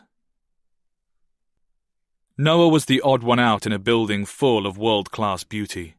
Long bare legs of every shade, vibrant fabrics, and fierce makeup, the flash of cameras and the sparkle of diamonds. He was walking through the crowds with his face lowered, feeling, compared to the ladies around him, like anything else that preys in shadow. Cockroach, rat, bloodsucker, parasite. He didn't know what the event was for, but that wasn't unusual. Modelling conventions, fashion shows, charity fundraisers and galas, these sorts of parties were a good source of income, as long as his connections could get him through the doors, and they usually could, because Khalid ran one of the biggest security outfits in the city. The women were the main attraction, but it was the men who spent the big euros. Agents, directors, producers, designers, they were all on blow, and they loved to make it snow for their girls. It wasn't unheard of for Noah to finish a night's work with a 5-figure sum in his coat pocket. Looking back now, and this is something he has planned to include in his wedding speech, it seems implausible that, in a room filled with the most beautiful models and influencers in the world, there was only one girl that stole Noah's eye. Yet that's precisely what happened. More implausible still is the fact that this young woman, this otherworldly deity surrounded by male models and millionaires returned the pauper's gaze. Noah, who, in spite of dealing, or perhaps because of it, had never had much interest in taking drugs, had floated across the room towards her like a man dazed by some hallucinogenic of... A sound breaks through the darkness now, cutting even through the rumble of the lorry's wheels and the rattling chassis, and it yanks Noah from his own memory, like a fall in a nightmare. He doesn't exactly hear the stiffening of the bodies around him, and he isn't actually touching anybody, but he somehow feels it in the thin air. The sound is a siren racing up to the lorry from behind. Noah squeezes his eyes shut for all the good it does, and he begins to pray. The lorry sounds as if it drops a gear, slowing down. Noah gets the feeling that, all around him, people are reaching out to their own gods. The siren maintains its approach, and then it overtakes and screams off into the distance. False alarm. Noah allows himself to relax, but not too much. His bladder and bowels are still too uncomfortable for that. He closes his eyes, searching for the memory, looking for Sophia. But he doesn't find his way back to her tonight. Chapter 31. Player 5. Her urge to speed rises and rises, yet Linda just about manages to restrain herself for the time it takes to crawl up the length of the M1. These are 3 desperately lonely hours. Putting her foot down might gain her a few minutes, but what happens if she's snared in a speed trap or wiped out in a head-on collision? She'd become another footnote in Radio 2's traffic updates. That's all. And it would be days before an investigator starts to put all the strange pieces of the puzzle together. She'd be left in a coma or scraped into a body bag, and Alyssa would be forgotten. So Linda sticks to the speed limit, and after almost 200 miles on the same stretch of road with only her own frightening thoughts for company, the GPS finally guides her onto more scenic secondary roads. This is rural Yorkshire, all farms between patchwork fields, and the land becomes sparser as she moves west towards the moors. It isn't even 4 o'clock in the afternoon, but the day is beginning to fade. Night is coming early. The end, she feels, is getting nearer. The GPS brings her to an A-road several miles north of Saddleworth Moor. It's little more than a track wide enough for a tractor to pass through, and there's nothing much to see when the sat-nav plays its short, triumphant jingle. You have arrived at your destination. She peers through the windscreen at bare trees, tangled winter hedgerows, and small walls of stone. You sure about that? She asks, letting the car roll slowly forwards. She has never been here, but she studied the place on maps before coming. Of course, and there's only one building listed at this postcode. After another twist in the road, still rolling with the weight of the car, she sees a sign pointing up an even narrower gravel track. The Gamekeeper's Inn. What do you think? She asks the stuffed dragon on the seat beside her. 2 on the nose? Dragon remains non-committal. Linda briefly considers leaving her vehicle further away, avoiding the car park and completing her approach on foot, but decides there's not much point. The element of surprise seems worthless. Later, once this is over, however this all ends, she won't be difficult to follow so far. ANPR cameras will have marked her progress right up the country, and stashing her car around one more corner is hardly going to make a difference. She turns, drives slowly up the gravel, and pulls into the cracked painted lines of a parking space facing the inn. She keeps the car running and studies the building. It's quaint, exactly how you'd expect an old Yorkshire pub to look. A thin stream of smoke rises from the chimney above 3 floors, and a sign at the entrance advertises rooms within. 2 cars are parked in the area marked for staff, both have remained still long enough to glisten white with frost. Linda waits for a while. Nothing happens. Nobody comes. At 4:05, she turns off the engine and finds herself unable to move. "Get out of the car," she says to herself. "You've come this far. You're almost there. Get out of the car. Just do it." She does, but not before kissing Alyssa's old stuffed toy and leaving it sitting upright on the passenger seat. As she locks the door and starts across the car park, she feels like an animal being watched. She feels like prey. She wonders if this is how the others have been feeling, wherever they are. It's 0 degrees now, and the ground is literally freezing.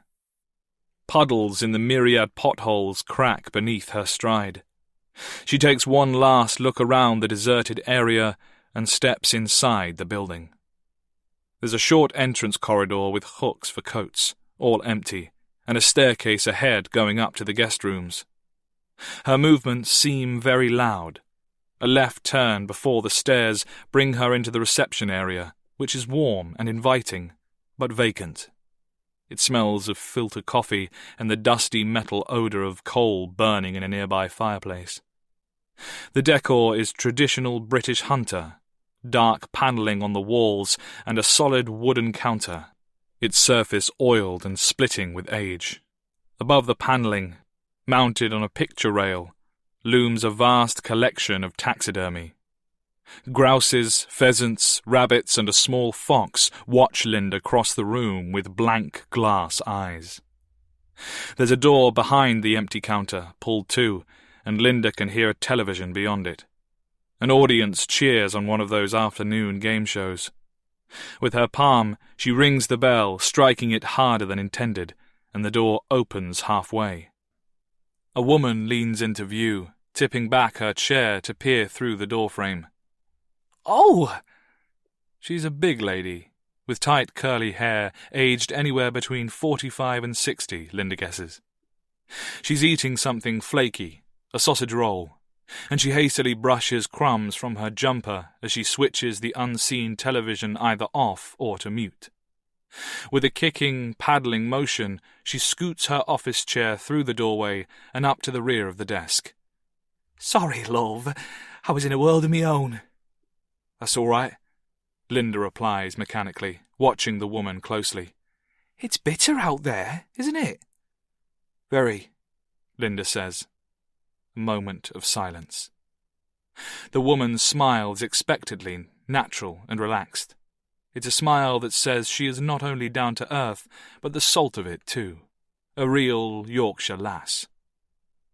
Linda's eyes trail to a plaque standing on the countertop, where there might ordinarily be a title. There are 3 words engraved in the brass there. Beware the moon. The proprietor notices and rolls her eyes. "You know that film? The werewolf? The boss's idea of a joke, I'm afraid." "The boss?" "My husband." "You own the place?" 15 years now. I'm Pat." Linda doesn't offer her own name in return. Instead, she turns her ear to the corridor behind her. For a brief moment, she's sure she hears a rushing draft, as if the front door has been opened, but there's nothing more. "Your husband," Linda says slowly. "Is he the taxidermist?" With the tip of her head, she gestures to the carcasses above. "Derek?" Pat laughs once, a funny sort of whoop sound. "No, the grounds belonged to a manor that burned down in the 20s. This would have been where the gamekeeper lived, and when they renovated it into a hotel in the 70s, they kept the animals. When we got the keys, we did the same. They gave me the willies at first, but now I can't picture the place without them. Funny how that happens. We still get the shooting clubs up here, and they like them well enough." She pauses. "I'm sorry, was it a room you were after?" "I'm not sure. I was told to be here at 5 o'clock. "Oh, you're with this game, are you?" Linda nods stiffly. "I am." Pat lifts a laptop out from behind the desk. World of my bleeding own, she repeats, putting on thick glasses. Let me just find your email. She squints as she scrolls, clicking at times, and then nods. Right, we've got the old parlour set up for you, as requested, and I'll have a lass on the bar from 5. You're booked in for a couple of hours, but as you can probably tell, we're not expecting a busy one. If you end up wanting to stay the night, I can offer you an excellent rate on board and breakfast. Roads get treacherous out here. I have it down that there'll be 5 of you. What is it, some sort of murder mystery? We get those from time to time. I hope not, Linda says. This was an anonymous email, was it? Pat leans closer to the screen. Just the game. To be honest, we weren't sure you were actually coming. Derek swore it was a wind-up, but it doesn't cost to hold the room. Not when it's quiet like this, so I got it laid out for you. Is it just you here at the moment? I noticed 2 cars outside. Just me and Mike, our cook. Pat blinks over the top of her spectacles, looking at Linda closely. Is everything all right, Doug? Yes. Sorry. Linda forces a smile, and, concealed by the edge of the counter, she runs her hand along the belt beneath her coat and produces her long expired warrant card, which she flashes briefly. Old habits, that's all. 30 years with the police will do that to you. She isn't sure why she does this, except that it has always given her some sense of control in the past, and it works well enough now because Pat looks significantly relieved. My nephew's a copper. Hard work. She checks the time, returns her laptop to its hiding place, and heaves herself up out of the chair with a sigh. Can I get you a cuppa while you wait for the others? That would be nice, Linda says, meaning it. Black coffee, no sugar. My pleasure. Feel free to make your way to the parlour. It's through that door and down past the bar. I'll bring the drink through to you there. Thanks. Linda waits for her to leave for the kitchen. You know something? Pat pauses in the doorway. You ought to let whoever's in charge know it isn't wise to go calling yourself the game. Not on the moors. She chuckles and points up to the taxidermy. Around here, that's what happens to the game. Then she exits the room, still chuckling to herself, leaving Linda feeling very cold despite the warmth of the reception. Once alone, Linda backtracks the way she came through the short corridor with the empty coat hooks to the main entrance. She presses her face against the glass in the door. It's dark outside now, and lights have come on over the car park. There are no new vehicles out there. She still has her nose pressed to the glass, watching her breath leave foggy impressions on the pane, when somebody speaks from behind her. I heard you. Linda turns, startled, and sees a woman lurking on the staircase at the rear of the corridor.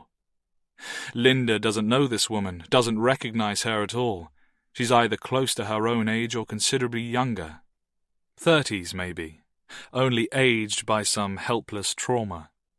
She has faded golden hair that might once have been red, and she is clenching and unclenching her fists in slow, shaky rhythm. Her eyes are those of a woman enduring the worst day of her life. Sorry? Linda replies. The stranger breathes 2 words. The game. Linda's gut goes into freefall, and it must show on her face because the woman on the stairs begins rushing towards her. Wait! Linda brandishes one authoritative palm, a cop's gesture. Wait a minute! Who are you? But the woman doesn't slow. Where is she? Where's Hannah? And before Linda's brain has any hope of catching up, the woman is upon her, hands reaching for her throat. Chapter 32. Player 1. Where are you, Jackson? Are you down there? Are you afraid? Where are you? Maggie's face is pressed against the acrylic porthole window, and she's looking down over the lights of the Twin Cities and the vast, empty whiteness of surrounding Minnesota. The plane banks as it goes upwards, and then the city lights are swallowed by clouds, and the land is simply gone. It's around 8 o'clock Central Time on Monday evening. By the time she reaches full altitude, Maggie will be travelling at about 500 miles per hour. She has never been overseas, but she made a few domestic flights when she was a kid, and that figure has always stuck in her memory. 500 miles per hour. That's approximately 8 miles further away from her son with every passing minute, until she changes flights at Kennedy International. She pulls down the shade and closes her eyes, and the phone conversation with Caroline plays over and over like a bad song caught in her head. That was hours ago. The Taylors must be going out of their minds, and Maggie can empathize. Seriously, she gets it. She'd been on her knees in the stall when she'd spoken to Caroline, doubled up on the polished off-white terrazzo in case of vomit.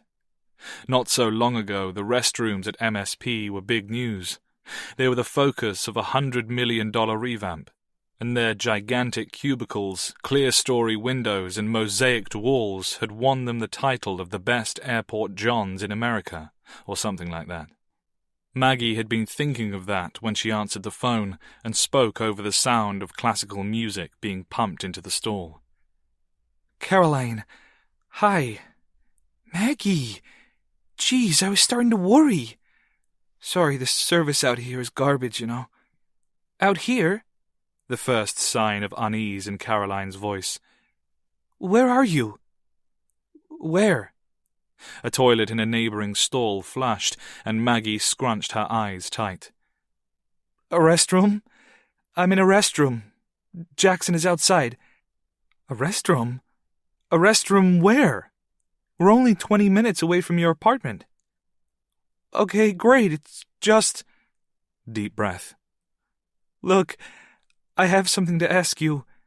It's a little, well, no, it's not little, it's a huge favor, actually. My parents, you know, they want to meet Jackson, so they've invited us up to their cabin, and I was sort of thinking, well, Jackson has school tomorrow. I know he does. I get that, but, you know, this is really important to me. It'd only be a day or two at the most, and absolutely not. There's no way we're pulling Jackson out of school. I'm sorry, Maggie, but it's out of the question. When we agreed to this, the deal was... I know. A twinge in her gut, even through the lies and the horror. Was it a twinge of jealousy, of anger? Was she really ready to argue over a fantasy she was creating? Yes. They're his family too, Caroline. They've waited years to meet him, and it'll only be a couple of... No! Caroline's voice, colder now than Maggie had ever heard it. We're patient people, and we've been more than accommodating throughout all of this, but when it comes to Jackson's education, you can't expect us to... Maggie had tuned out then, swallowing hard. Words were like bugs clawing up her throat, and any moment now she would say it all, and they could have the damn game.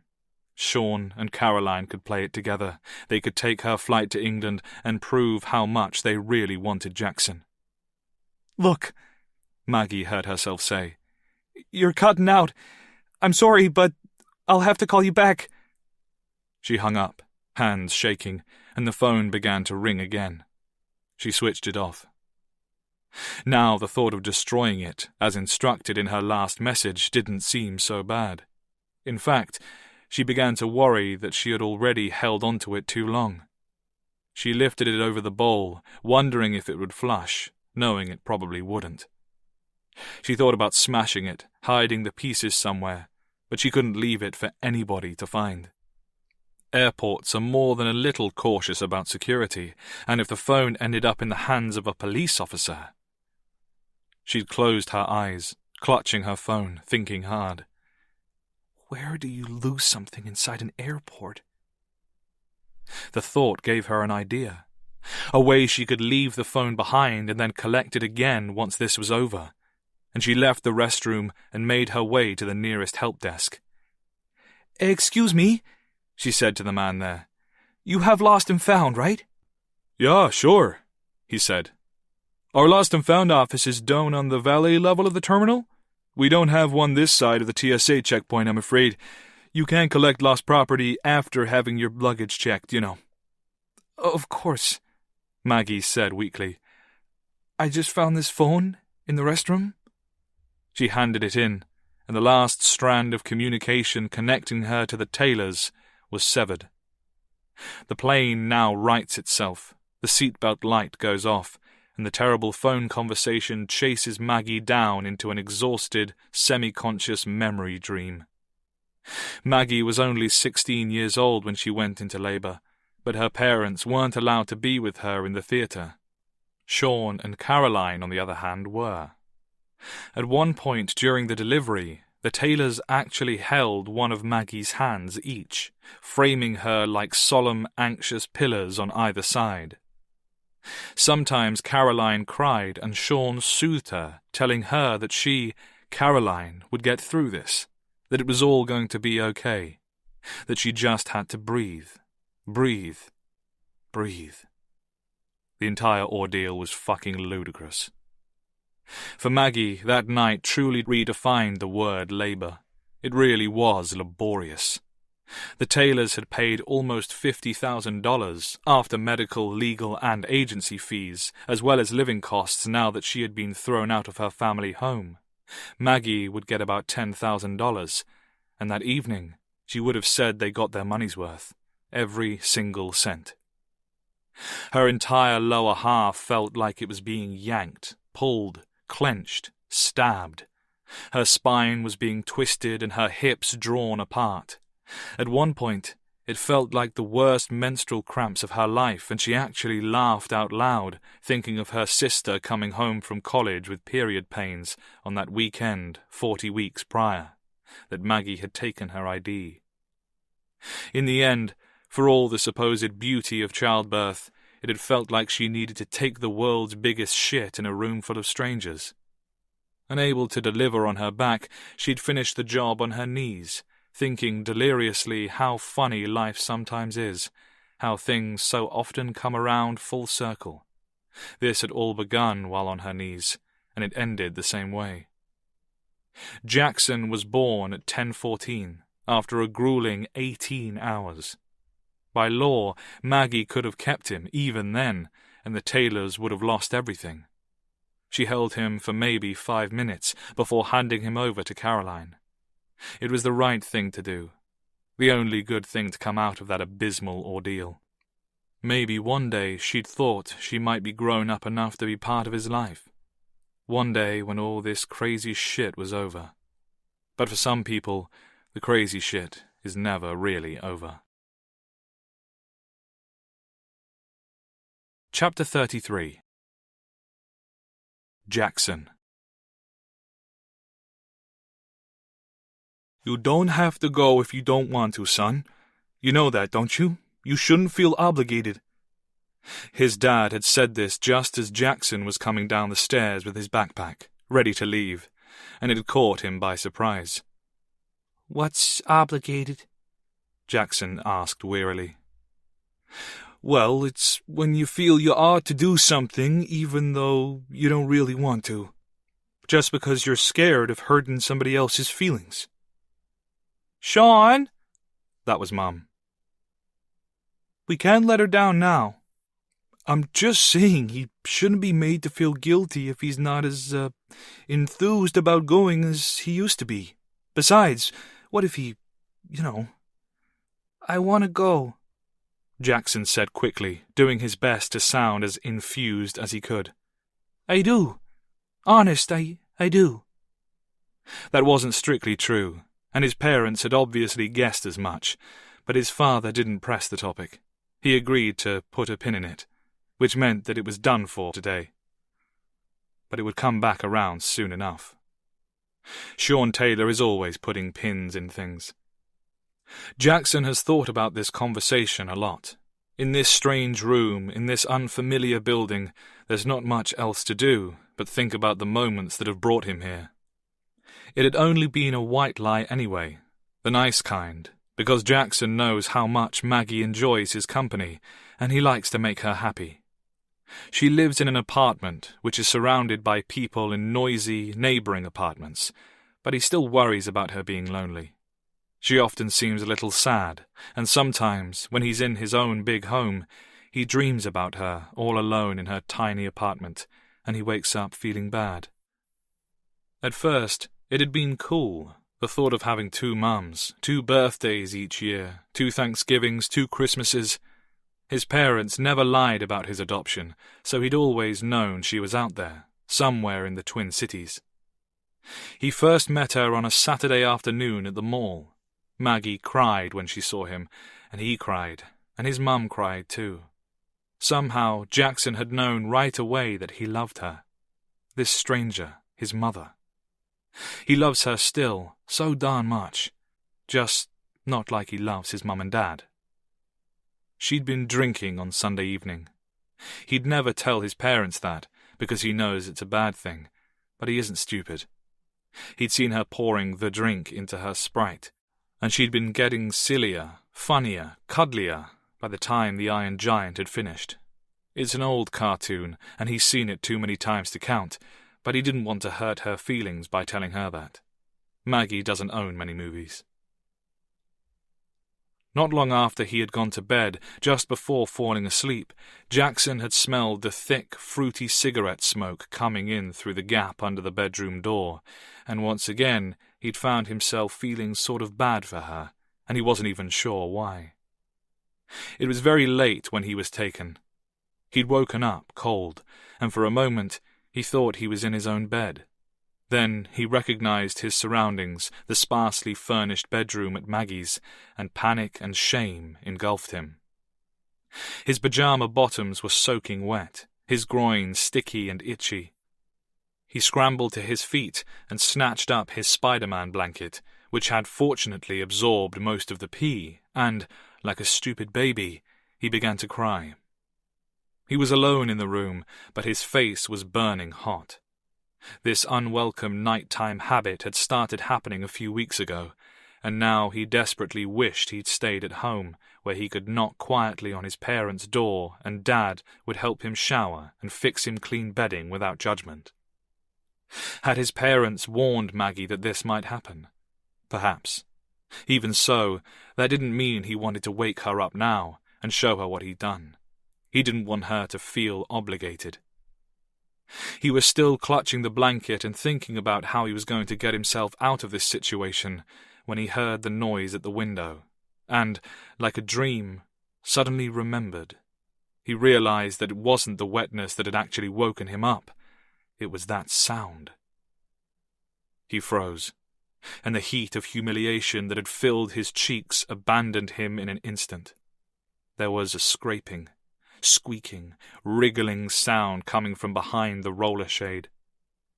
It made Jackson think of old branches in the wind, or how rats might sound if they were trapped alive inside a wooden barrel waiting to die. He shuddered. There were no trees outside the window, no overhanging boughs to creak and moan, but there was an old metal fire escape. Could that be moving in the wind? What wind? The hair stiffened on the back of his neck. The night was still, dense, with the thick silence of snowfall, and yet the sound came again, wriggling and sly. Heating pipes? Not inside the window. He was starting to get scared now, frightened like a dumb baby with a piss-soaked blanket, and without allowing himself to think about it any more, he reached for the cord by the window, reached out to show himself that he was no baby.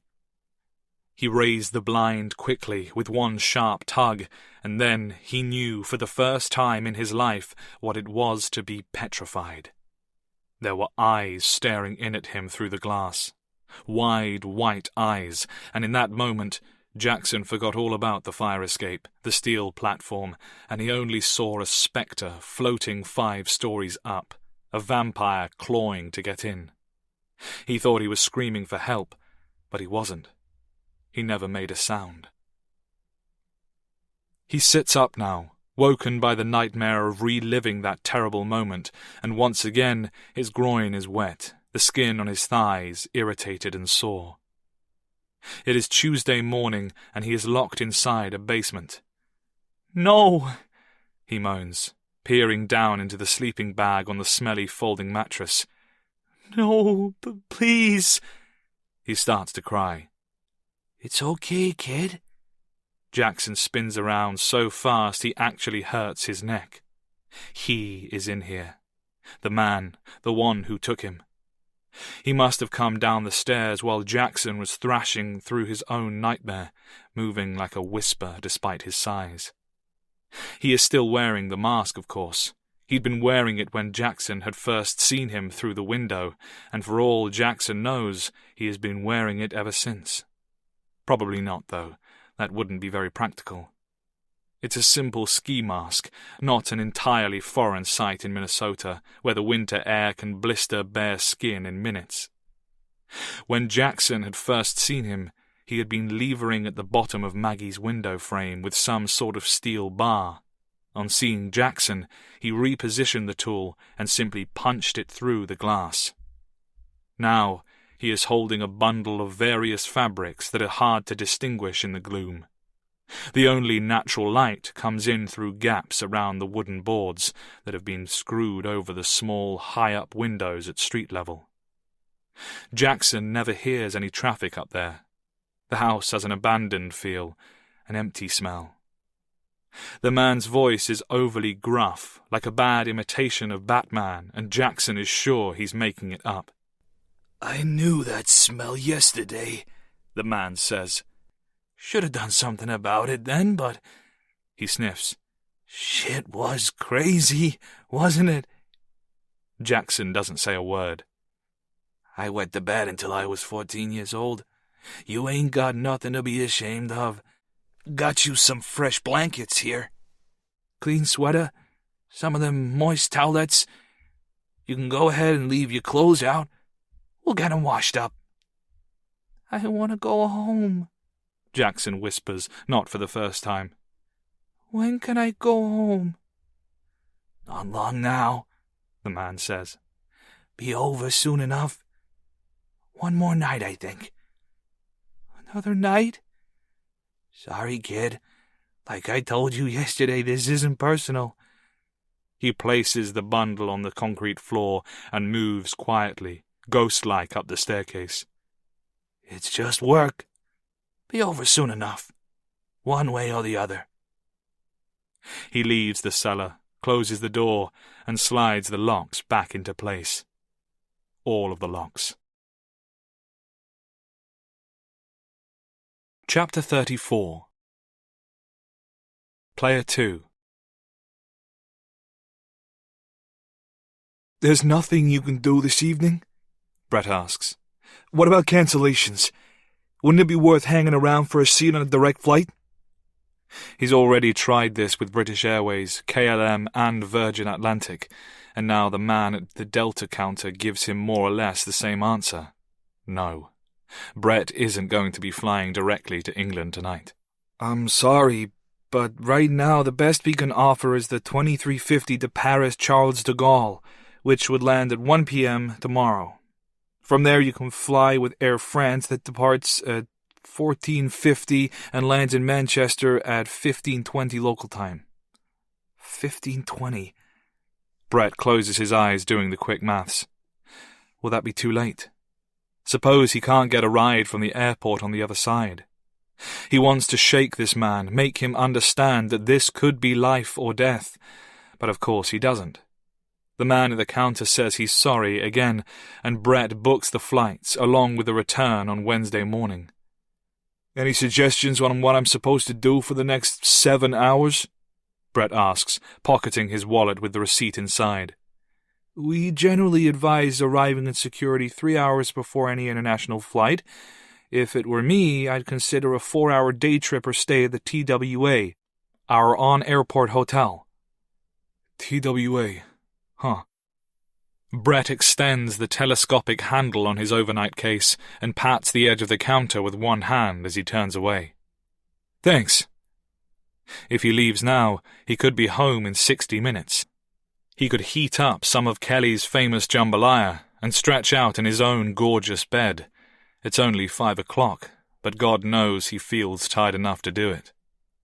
He could try to smooth over his abrupt departure from work. He'd have to look Kelly in the face, though. He'd have to subject himself to her probing questions, offer up his secrets to her prying fingers, and in his current emotional state, that seems like far too much to handle.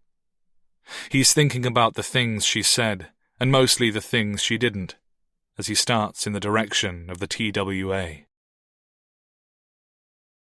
He sleeps. He's sure he does. But his rest is paradoxically frenzied. It reminds him of the time he had a bad reaction to penicillin. Feverish images scream in the dark, and he dreams of video calls in which he's forced to watch as Craig's throat is sliced as cleanly as sashimi, and his eyeballs are plucked from his head. That broken ankle is with Brett always. It's there when the alarm on the burner goes off at 8 o'clock that evening, and it's with him in the hotel shower. It's the cracked ice floating in the old-fashioned he forces down in the terminal, and it's the closing snap of the overhead luggage compartments in the cabin. How long can a person remain strapped to a chair? How long before the ruptured flesh swells, strangling veins and killing the leg, if not the heart? How much pain can a man really take? The plane starts down the runway of JFK, and Brett closes his eyes. Among all the things he can't connect, and all the questions he cannot answer, there is the mystery of England. As far as he knows, Craig has never been. Wouldn't go, in fact. Craig refers to the English as tea-sipping faggots, or buck-toothed limey bastards, or some creative variation on the theme. Brett has been to London twice, both times with Kelly. On the first trip, they did the tourist circuit, rode a red bus and the London Eye, took selfies outside the Palace and Big Ben. The last time they went, for her birthday 4 years ago, he'd taken her to that Harry Potter play in the West End. It was showing on Broadway, of course, but he wanted to make a long weekend of it. And, as he said to Kelly once she'd opened the envelope and screamed with delight, if you're going to do Potter, you should really do it in Britain. They were good times, those trips. They really were. Now, somehow, he is flying to England again. It's surreal. He's travelling the breadth of the world to do something an online bank could do in a nanosecond. That's the conclusion he has come to. Online banking leaves digital footprints, and he is being forced to go back to analog. Some international organised crime outfit must be working in a pincer movement. On one side of the world, they kidnap the target, and on the other, they take the money. The action is on burner phones, the evidence disposable, and the victim does all the hard work himself. So, he wonders, what are the demands? Where's the ransom note? What's this going to cost? He needs to know, and the sooner the better, but he still doesn't want to. It may be a price he can't afford. He's a video editor making trailers for a games company, for Christ's sake. He lives in a beautiful duplex, yes, worth almost $1 million on paper, but that's just New York value. That doesn't make him rich. Besides, it was Kelly's inheritance that secured the damn place, and it was nothing more than a rotting shell when they first got the keys. What's he supposed to do? Hand his house key over to some cockney geezer in a brown envelope and say good luck with the neighbours? The game. The game, the goddamn game. Why do they call it the game? Because maybe this isn't about money at all. The last leak at Kickstart Games cost the company millions, but what if the leaker didn't do it for personal gain? What if he or she was forced, and Brett is about to suffer the same fate? Somewhere over the Atlantic, despite his mind still whirling with these thoughts, Brett manages to drink himself back to sleep. It doesn't take much, just a couple more glasses and a blanket on his solitary 3-seat island. The crowded direct flight would have been better for timing, but it would have stolen the last of his sanity. He doesn't wake up until they're passing over England, frustratingly near to his final destination, and he finds himself lost in the peculiar time warp that is simultaneously dawn in New York City and lunchtime in Paris. He picks at his complimentary breakfast baguette for nothing more than essential sustenance, and soon the plane begins its descent. He has an hour and a half to wait before they'll even begin boarding at Charles de Gaulle. There are a little over 4 hours left on the timer on his phone. It's going to be close. His stomach hurts, forcing him to the restroom.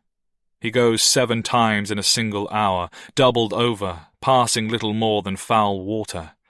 It's stress, painful and gross, but he's relieved it is happening now, after the 7 hours in the air, and before whatever's coming next.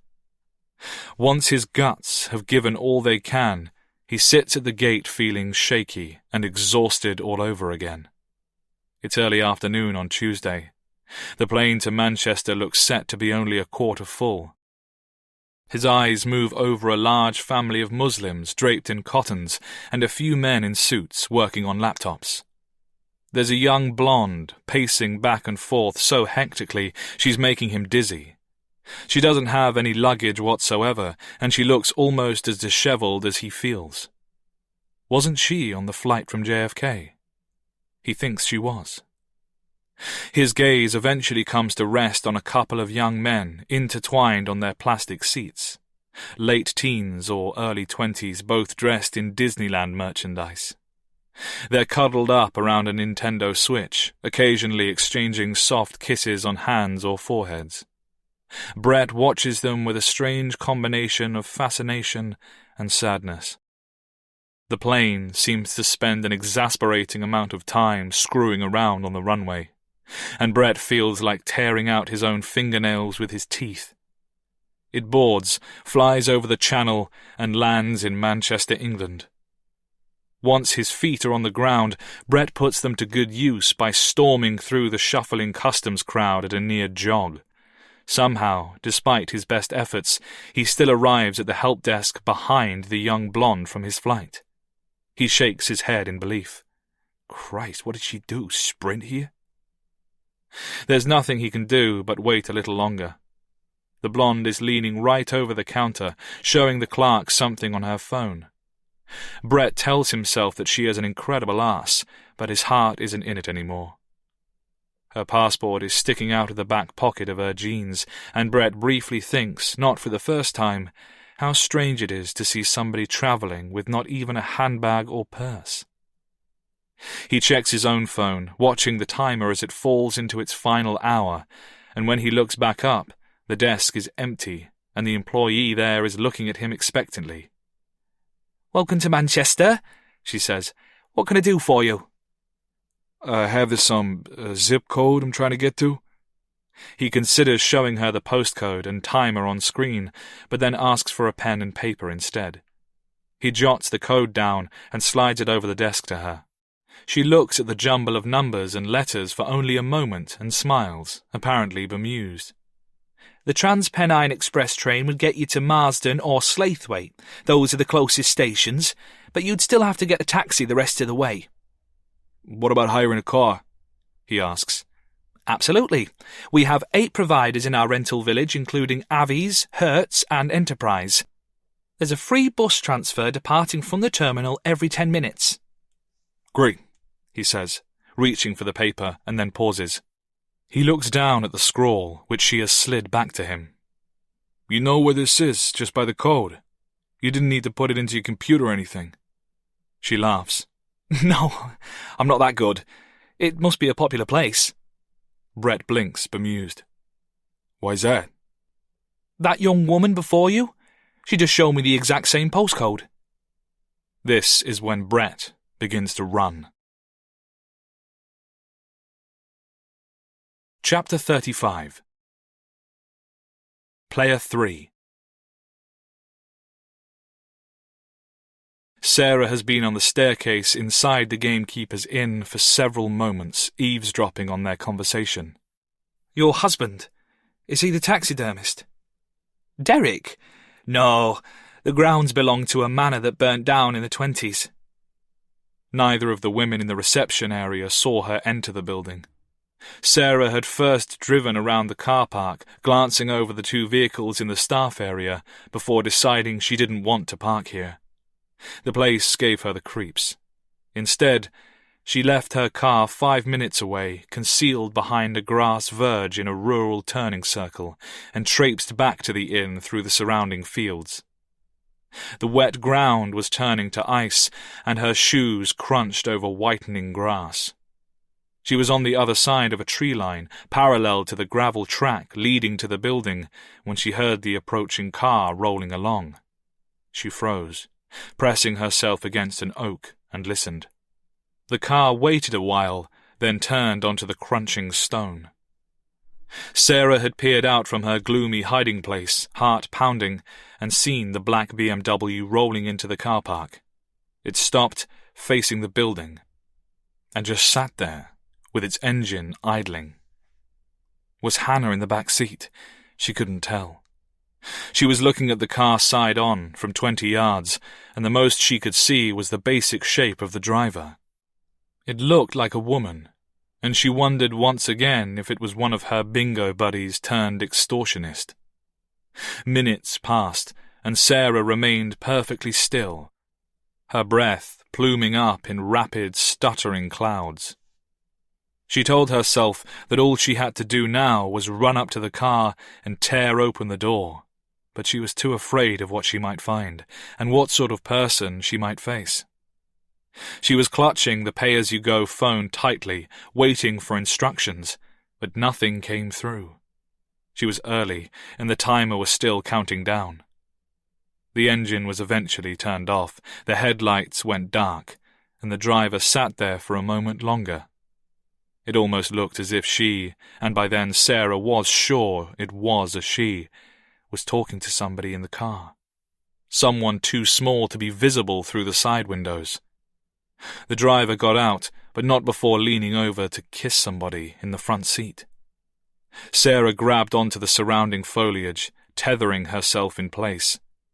The driver locked the car and walked into the building, her stride confident, self-assured. The moment she was out of sight, Sarah made her desperate break for the BMW. She threw herself against the passenger window, ready to claw her way through the glass if she had to. But there was no child.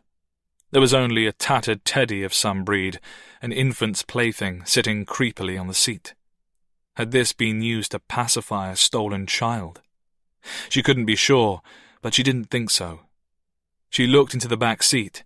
It was free of blankets and more modern than the car her daughter had been photographed in. Sarah moaned, knowing that she would have to enter the building. At least, she told herself, it was a public place. It didn't feel very public. She held her breath and let herself in through the entrance as quietly as she could. From along the short corridor, coming through the opening on her left, she first heard their voices. As she crept along the hallway, she chanced a peek into the reception. The woman who had been driving was facing the other way, blocking the sightline of the employee at the desk, and Sarah took this opportunity to slip past and reach her spot on the staircase. This is where she is standing when the conversation turns. I was told to be here at 5 o'clock. Oh, you're with this game, are you? Sarah's legs unhinge, and she has to catch the handrail to stop herself from rolling down the bottom 3 steps. I am, the woman says, and Sarah strains to hear the rest through the deafening rush of blood in her own ears. They're not making much sense, these two women, and neither seems to know exactly what's going on. The woman from the BMW says that she's with the police, and Sarah doesn't know whether she should run to her or, in accordance with the rules, run away from her. Is this some kind of sting operation? If such a thing exists, either on behalf of the police or set up by the game itself. Some kind of trap.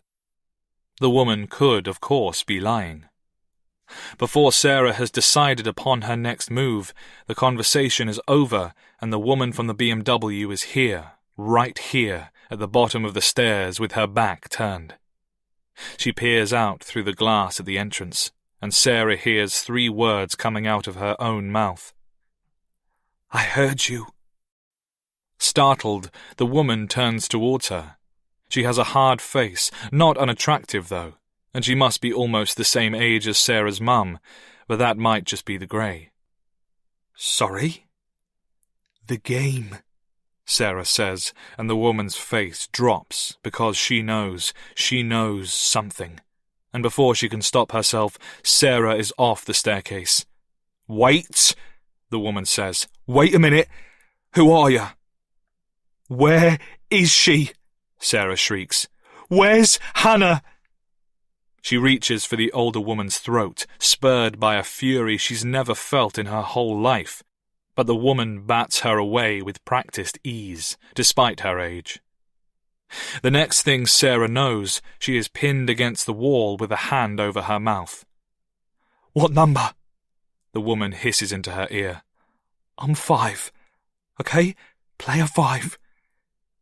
They have my daughter too. You got the messages. What number are you? Sarah struggles until she can't struggle anymore. And when she presses her forehead against the wall by the empty coat hooks, subdued, the hand is finally removed from her mouth. 3, she says miserably. I'm player 3. Somebody took my girl. Somebody took my baby girl.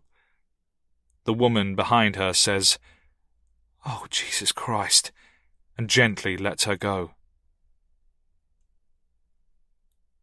They're sitting in the parlour by 4:30, only minutes after meeting, and Sarah is clutching a cup of tea with both hands.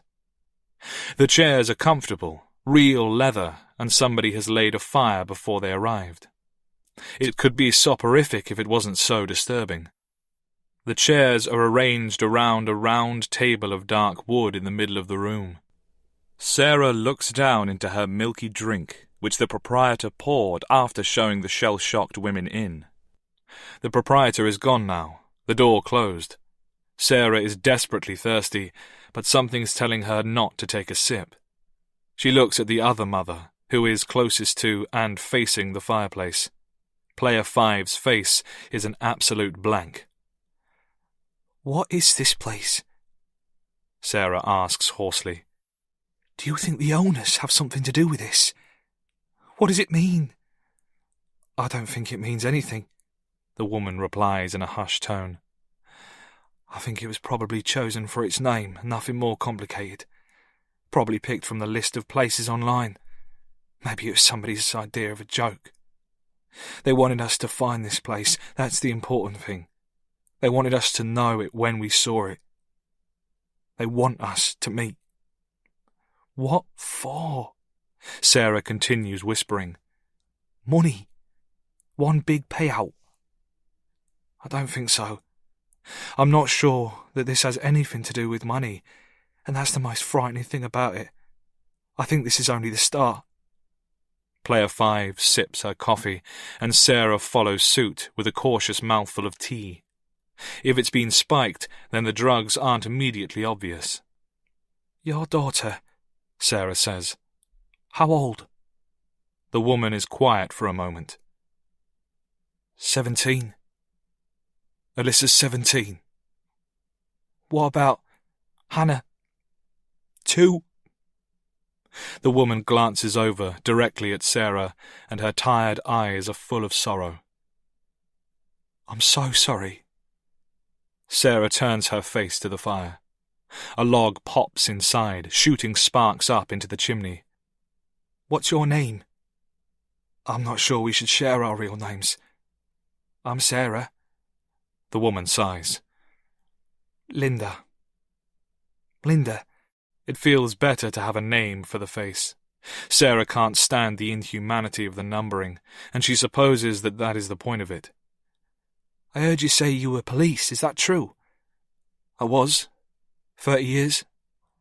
Does that mean I'm breaking the rules by talking to you? Linda considers this. I don't think so. Good, because I'm glad you're here. She winces, feeling foolish. I'm sorry, I don't mean that. I wouldn't wish this on anybody. It's just that I've been on my own all day and I've been going out of my mind. It's okay. I know what you mean. Sarah presses her head back against the leather and sips her tea, which has no taste at all. She feels utterly drained. This is how she felt after the miscarriages, more of a husk than a real person. Useless, helpless, all round less. If Neil has, for some reason, still failed to see her messages, and if he hasn't already gone home early, then he will be finishing work in the next hour. Sarah's phone is switched off inside her car, with its SIM removed, which was as close to destroying it as she managed to get. It won't take Neil long to realize that something is very, very wrong. "She can't be out there all night," Sarah says. "Not my Hannah. She's just a little girl.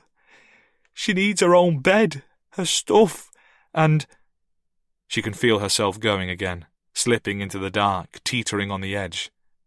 "Sarah?" Linda speaks softly but firmly, catching her before she falls. "She'll get through this, and so will you. We've just got to keep doing as we're told, and there'll be no reason for anybody to get hurt. That's one thing I am sure of. If these people, whoever they are, wanted to hurt our girls, then they would have done it already. They wouldn't be stringing us along." Sarah desperately wants to believe that, but she can't. Not until Hannah is safe in her arms. "Do you think they're both together? Our girls?" Linda's eyes fill up, reflecting flames, and she quickly wipes at her cheek. "If they are, then my daughter will do everything she can to look after Hannah.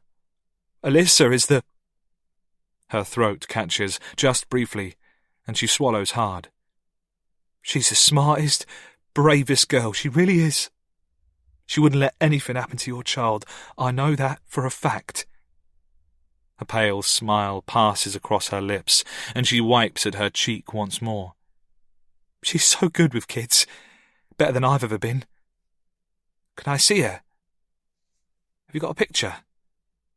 Linda raises her eyebrows, a cloud of suspicion passing over her features, and then she rummages through the pocket of her coat.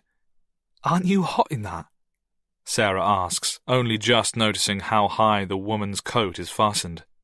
Sarah is wearing a coat too, but it's unfastened, and she still feels hot and uncomfortable. "You're sitting right next to a fire." "Been feeling cold all day," Linda replies distractedly, and she takes a photograph from her purse and holds it up to Sarah without handing it over. In the picture, the girl is a few years younger than 17. She still has the chubbiness of prepubescence, the puppy fat around her face, but she's quite gorgeous, and Sarah thinks that she might just grow into a truly beautiful woman, assuming she gets the chance. "It's a few years old," Linda says ruefully, taking one final, yearning look herself before slipping the photo back into her purse. "All my recent pictures are digital and—" "I know," Sarah says. "I was told to leave my phone behind too. It's got everything on it. When this is over though, I'll be getting hard copies of every photo I've ever taken, every single—" The door to the room opens without warning, cutting her off mid-sentence, and she automatically shrinks in her seat. This time there's no fight or flight reaction. She's too surprised, too slow, and all over her skin she feels her hairs turn into needles. Even from a distance, she actually feels Linda's body mirror her own tension as she turns from the fireplace. But Linda doesn't get to her feet, so neither does Sarah. Two people enter the room. The first is a young blonde, little more than a girl herself, dressed in a hooded sweatshirt and red high-top Converse. Her face is drawn, shattered, afraid. From behind her, a more smartly dressed man in a scarf and overcoat ducks inside. The first thing Sarah's eyes go to is the thing at his side, the thing he is wheeling. And all she can seem to think is that the suitcase is very full.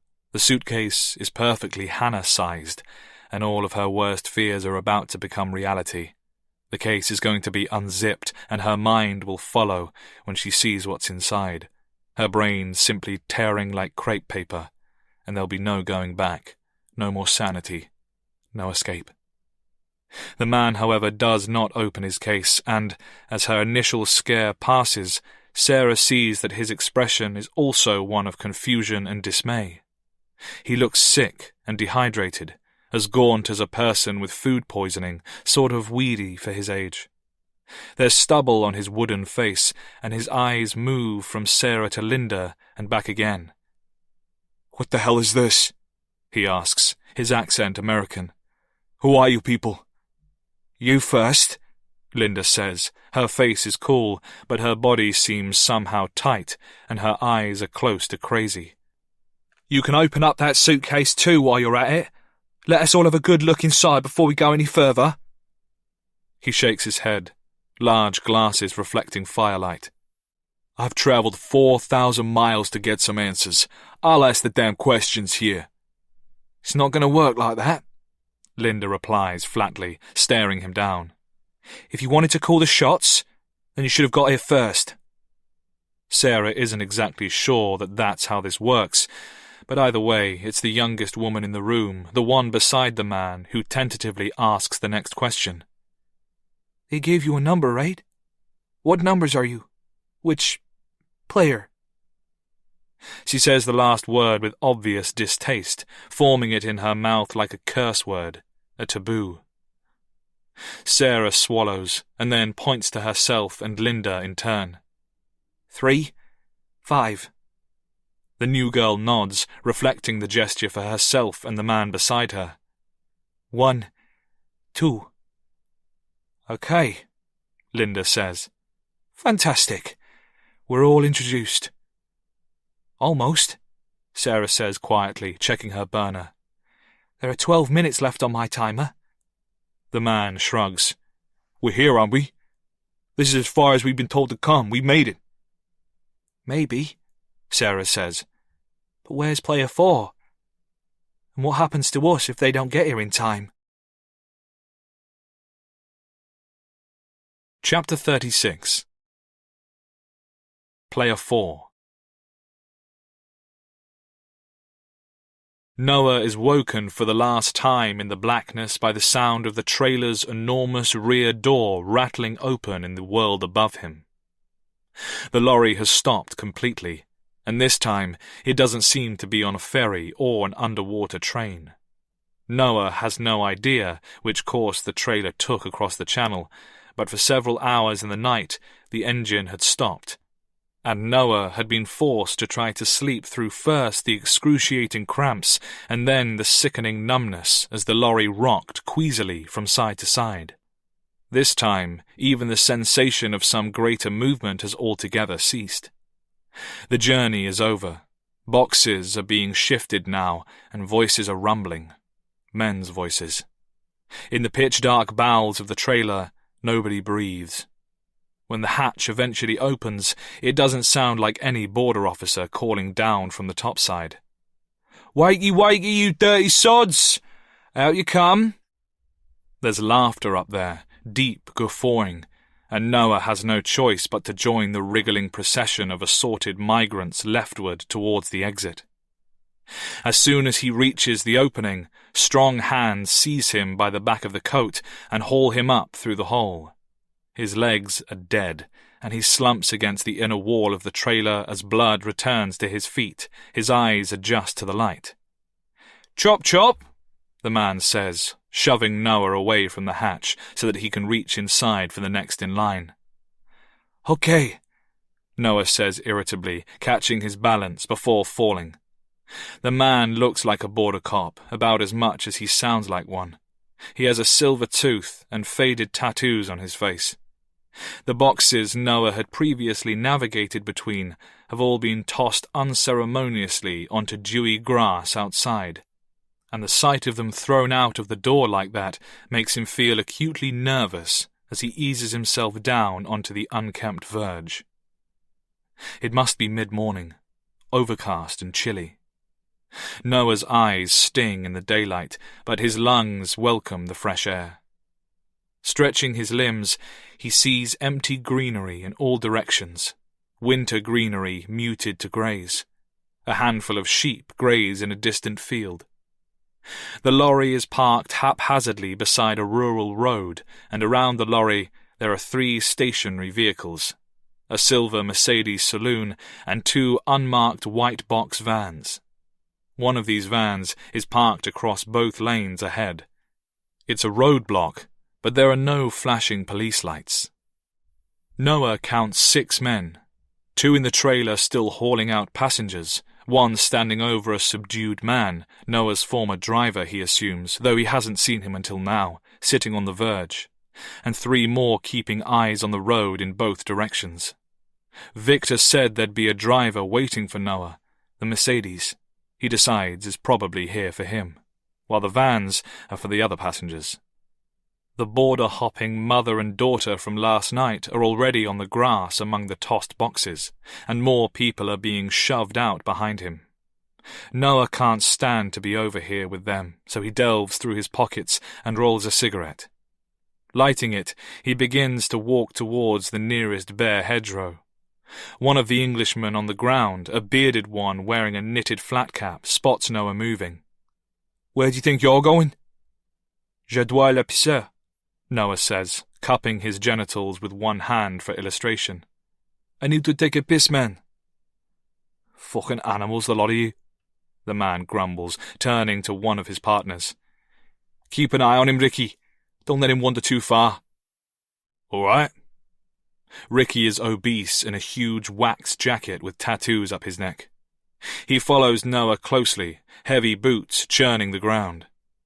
Noah reaches a semi-sheltered spot, starts to undo his zipper, and glances back over one shoulder. "Privacy?"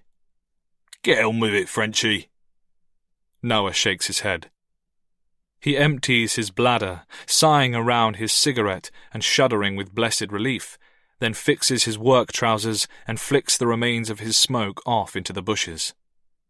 He's trudging back towards the bewildered crowd now gathered behind the lorry when he takes out his phone to check for updates. Nothing new. It's 11:42 on Tuesday morning, local time. It's later than he thought, and the timer is still counting down relentlessly. This brings back the nerves. This makes him want to... Out of nowhere, the man called Ricky easily plucks the phone from Noah's hand. The terror is surprising, instant, as if he's just been stripped naked where he stands. "What are you doing?" "You won't be needing this, mate." Noah reaches for the phone, his only connection to the game, his last link to Sophia, and the man shoves him in the chest hard, sending him stumbling backwards. "You're making a mistake," Noah says through gritted teeth. "I'm the one you're picking up, idiot. I'm not like the rest of these people. I'm here for business. Khalid sent me." Still holding the phone, Ricky turns to his partner, who is standing by the lorry a dozen yards away. "Hey, Jono. He says he's here on business. Says Khalid sent him." "Oh, Khalid," Jono replies. "Yes," Noah says, relieved. Jono in the flat cap regards him for a moment and then does a fake pantomime tremble. "The only business you'll be doing is picking fruit for the next year, like the rest of your mates." "What?" Noah looks once more at the vans blocking the road, at the fearful travellers huddled together, and the lorry's driver sitting further along the grass verge, and cold realization slips over him like a flash flood. This isn't their destination. This is a shakedown. These men are pirates, and the passengers, they're the loot. "What is this?" Noah asks, panic rising. "Is this part of the game?" Ricky laughs in his face. "Is this part of the game? Jesus, lad, get back with the others, if you know what's good for you." Noah stays still, holding out his hand. "I need that phone. Give it to me." "Oi, Ricky!" Jono again from far away. "We've got to get off this road sharpish. Introduce that dickhead to Blighty, why don't you?" Ricky grins, and the next thing Noah sees is a flash of fat fist, and then he's lying on his back, staring up at a grey sky full of spinning white dots, with the left side of his jaw ringing. He tries to roll over onto his front to get some purchase on the wet grass, and a filthy boot connects with his forehead, detonating his world in blinding white light. Heat pours over his face, drowning his right eye. It's his own blood.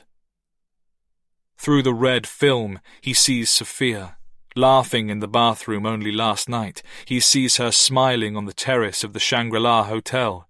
He sees her with the hood over her face. He isn't going to make it. There's still an entire country left to cross, and the clock is ticking. He isn't going to get there in time. He manages to get onto his knees and, with one sleeve, frantically wipes his stinging eye free of blood. He looks up, dazed. The man called Ricky is still grinning when he drops the phone onto the ground.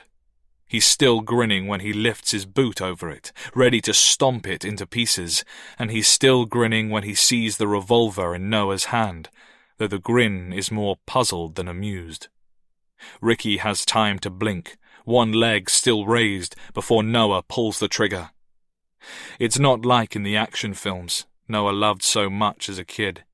Those stolen videotapes they'd watched together on the only television in the slum. The gunshot is more of a pop than a deafening bang, and the man doesn't fly several feet through the air. At first, he doesn't even fall. He just lowers his foot slowly, missing the phone on the ground, and then stands there, looking perplexed. The bullet has grazed the left side of his head, erasing a moderate chunk of his ear, and blood cascades over one side of his wax jacket. A fraction of a second later, his body seems to realize what has happened, and he hits the floor like a sandbag. Voices bellow, and the lorry's passengers begin to flee in all directions. Noah turns his aim on the advancing men. "Stay there, or I shoot!" he cries, voice cracking. They stop, reluctantly, some of them now wielding sizable blades, and watch as Noah picks up his phone, briefly checking the timer on the miraculously undamaged glass screen, and pockets it. The man in the flat cap says, "You've just fucked up big time, son. You're in for a world of—" Noah fires another shot off, making everybody crouch with their hands raised as he walks backwards into the road, swinging the trembling muzzle from one Englishman to another. Sweat and blood are now pouring into both eyes, nearly blinding him. But when he reaches the Mercedes and chances a glance inside, he sees that the keys are in the ignition. He opens the door behind his back, blurry eyes on the traffickers. "Anybody moves, I'll kill you all." They glare, shake their heads, and threaten, but nobody moves until Noah has fallen into the supple leather driving seat and slammed the door shut.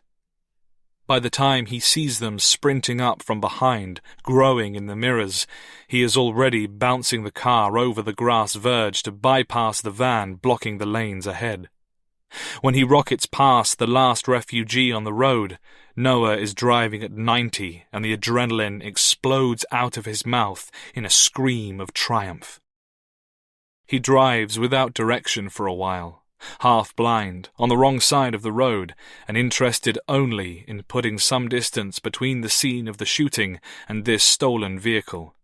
And then he stops by a ditch to mop his beaten face with a rag from the glove box and enter the postcode into the car's built-in satellite navigation system. He doesn't stop for long.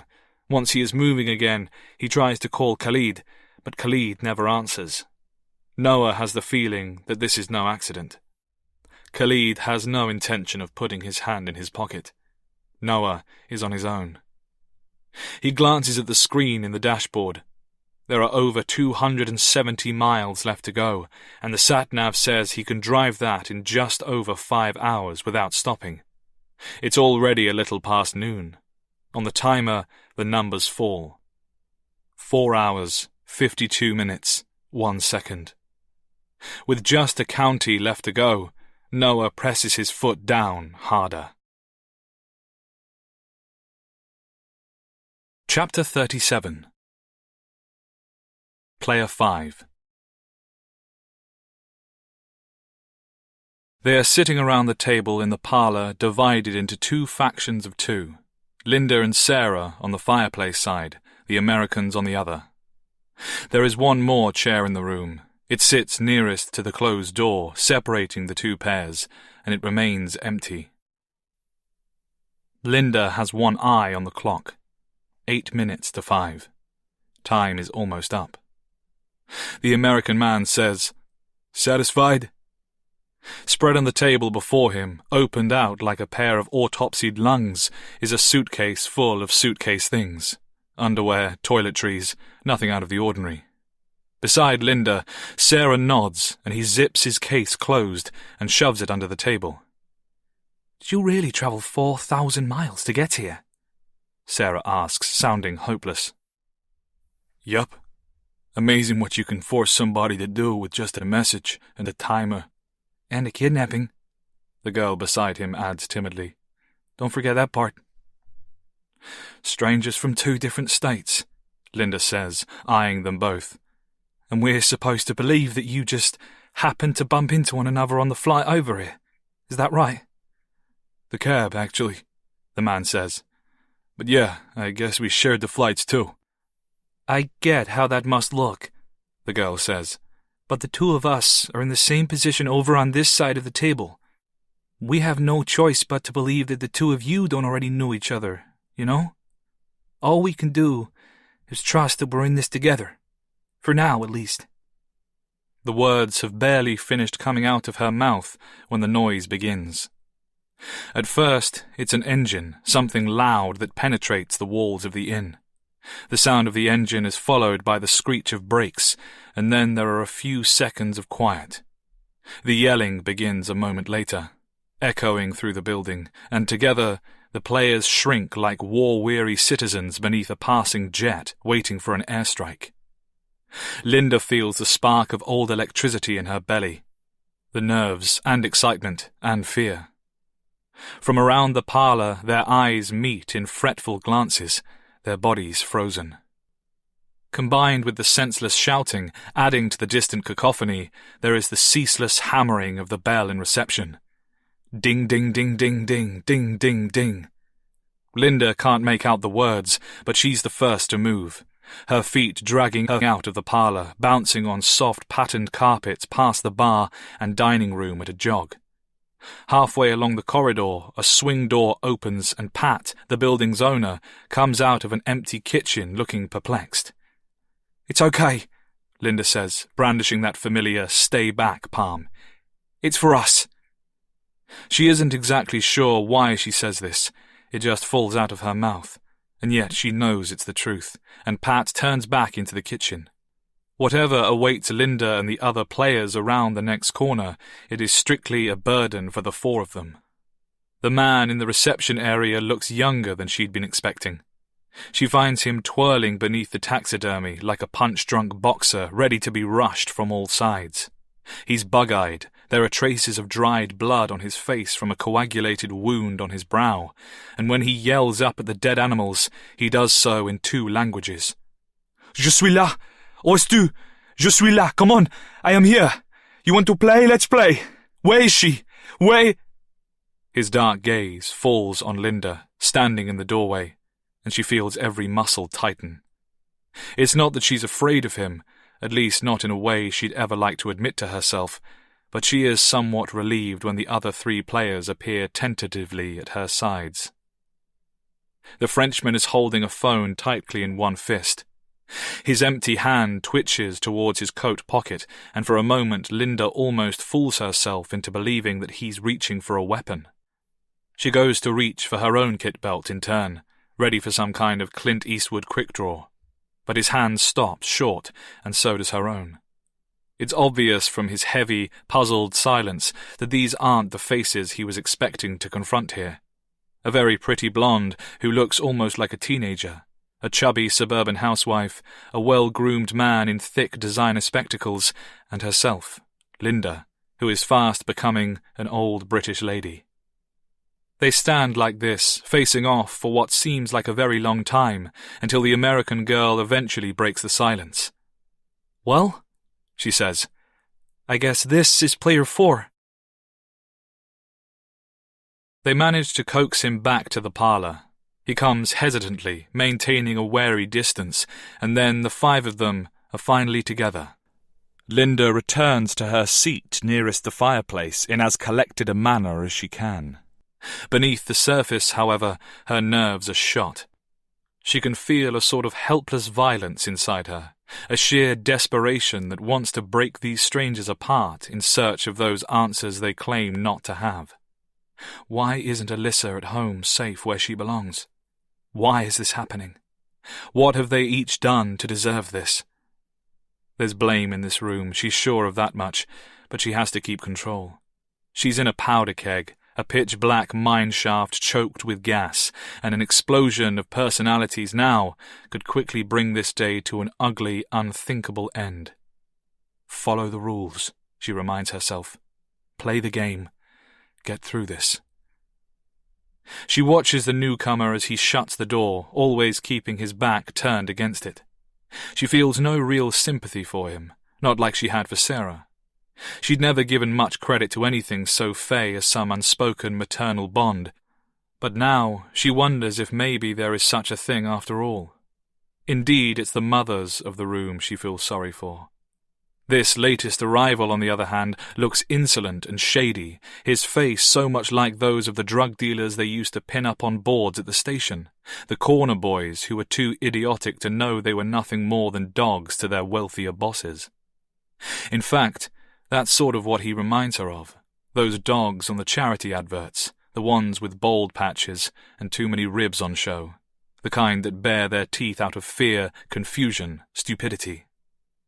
She can smell him, too.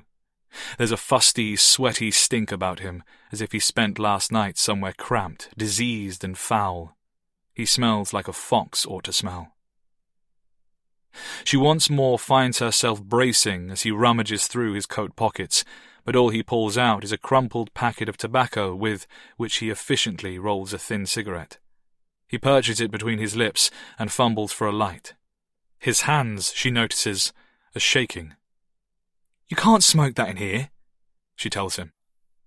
He eyes her for a moment, insolent as she'd expected, then pockets the roll. Sarah is standing to Linda's right, where she'd previously been sitting, her hands now gripping the back of her former chair. The Americans are both back on their side of the large table, a unit of their own, standing close, but not too closely, together behind their own seats. "Who are you?" the American man asks. "What's your name?" "Fuck you," Mr. French replies. "That's my name." "Hey, asshole," the American girl bites. "We're all in the same boat here, you know. We were all told to come here. We've all lost." She stumbles, hesitates, losing stride. "We've all had somebody taken from us." The Frenchman eyes them suspiciously, one by one. "I don't know you. I am told to come here, and here you all are, waiting together. Maybe you did this, maybe you have her." A strangled noise escapes Sarah's throat, capturing his attention. She speaks quietly, unsteadily, punctuating her words with short hitches of breath. "My daughter is gone.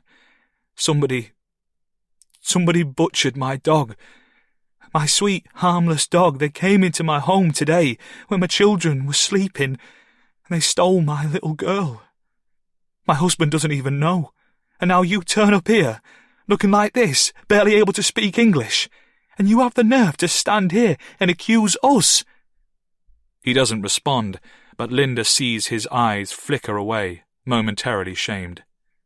"She has a point," the American girl says.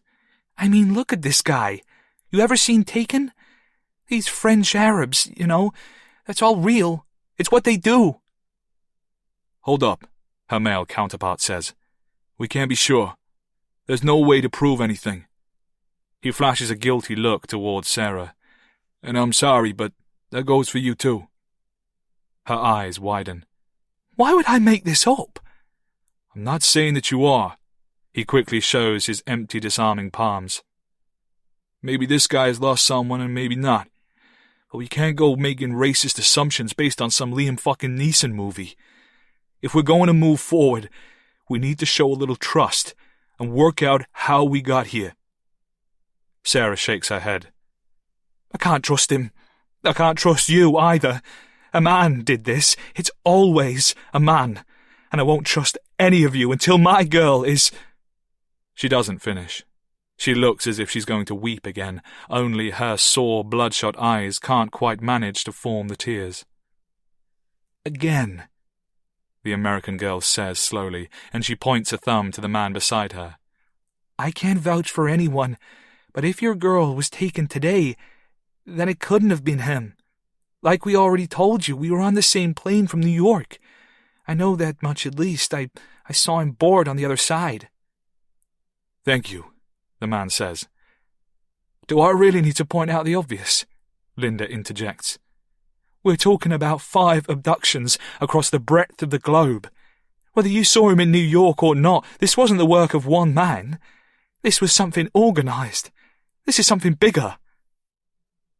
The gravity of this, such an obvious statement, hits hard, and the palpable tension in the room morphs back into subdued, bewildered fear. The American man takes his seat, and he glances between the others. "Sit down, why don't you? Y'all are making me nervous." "I don't feel like sitting," Sarah mumbles, but once everybody else is seated, she does it in automatic acquiescence.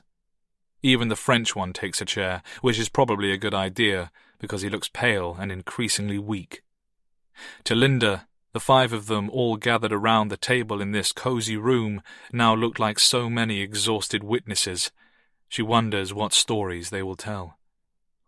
"All right, look," the American says. "I'm going to start things off here. My name is Brett "Wait," the girl beside him interrupts. "Do you think it's a good idea, sharing our names?" "Why not? I've already told it to you, and I know these people just as well as I know you, don't I? Besides, whoever is doing this must know a lot more about me than just my name. I've got nothing to hide." He takes off his glasses and slowly, methodically cleans the lenses with his coat sleeve. "My name is Brett Palmer. I'm 39 years old, born and raised in New York City. You can check me up on Facebook if you don't believe that, but there's not a lot to see. I'm just an ordinary dude. I'm not famous, certainly ain't rich. I don't piss people off more than anybody else, so far as I know, and I've never had an affair or broken the law. I wouldn't go out of my way to intentionally hurt anybody. I guess what I'm trying to say is that—" "You're innocent?" Linda suggests. No, maybe not that." He replaces his glasses. "All I'm saying is that there's nothing exceptional about me. I look around this room and I recognize nobody. I don't know this building, I've no connection to this country. In other words, there's no parallel I can draw out of this. And I'm guessing by the look on everybody's face that I'm not the only one. As far as first impressions go, it seems to me like the one thing we have in common is having nothing in common whatsoever. Of course, if I'm wrong about that, then say so, please, because I've just flown across the world to get some answers, and right now I don't feel any closer to seeing the whole picture." Somewhat to Linda's surprise, Sarah is the next to speak. "I'm Sarah, and nothing about this makes any sense to me. I don't recognize you people. I don't know why this is happening, but I don't deserve this. Nobody deserves this. It's twisted. It's evil." Around the room, silent agreement. The fire is shrinking into glowing embers. Without pausing to consider whether or not they are strictly decorative, Linda reaches out and adds another couple of logs from the nearby stack. They smoulder for a moment. "Linda," she says, and that's all. The wood reaches temperature and bursts into orange flame. "I'm Maggie. My son was taken almost 2 days ago. I haven't spoken to him since. I don't even know if he's still—" She takes a deep breath and wafts at her eyes with one hand as if she's wearing mascara. She isn't. "He's 8 years old, and he's half the world away right now. Jesus knows where, back in Minnesota. All I've had is one photograph, and then nothing but these stupid fucking messages." 2 days, Sarah whispers, burying her face in her hands. "Oh, God." "Has anybody been able to respond?" Maggie asks. "Has anybody had, I don't know, a dialogue with these people?" shaking heads. Just the messages, Linda says. One-sided instructions, no demands for any sort of ransom. But it has to be for money, Sarah says. Why else would anybody do this? Maggie sighs. I don't think it's about money. I did at first, but it can't be. The plane over here cost me almost $1,000. They, whoever they are, could have had that money. They could have had $1,000 for a single night's work, and my son will be home by now. Instead, it's like they actually wanted me to waste my money on that flight. They wanted me here in this building with the rest of you people. Why here? Anybody figured that out? Who even owns this place? The woman out front, Linda says. She's the owner, but I don't think she has anything to do with this. She told me they'd received an anonymous reservation for this meeting, and I believe her. Honestly, I think the building was chosen for its name and nothing more. Something obvious for us all to find. A hidden place to meet. Oh yeah, Maggie says. The gamekeeper's in. Because this is all just a game, isn't it? Some good old-fashioned fun. Am I the only one missing something here? Is this all some kind of joke? You don't. Brett stops to clear his throat, then starts again. Do games have any relevance to anybody? I mean, y'all don't play games or, work with games or anything like that. Do I look like the gaming type? Linda asks. No, I guess you don't. I play a little online bingo, Sarah says, the first bit of colour Linda has seen there mounting in her cheeks. Nothing serious, a few games here and there. One of the first things I thought when this happened was that my phone was being hacked through the website, that maybe I was being blackmailed for me winnings. Do any of you do any sort of online betting? More shaking of heads. Gamekeeper's in, the Frenchman says, joining the conversation from the sidelines. This cannot be a coincidence? He looks at Linda. You say you believe her, this owner. Why should we believe you? I think we bring her in here. And do what? Brett asks. Put the screws on her? Pull some fingernails?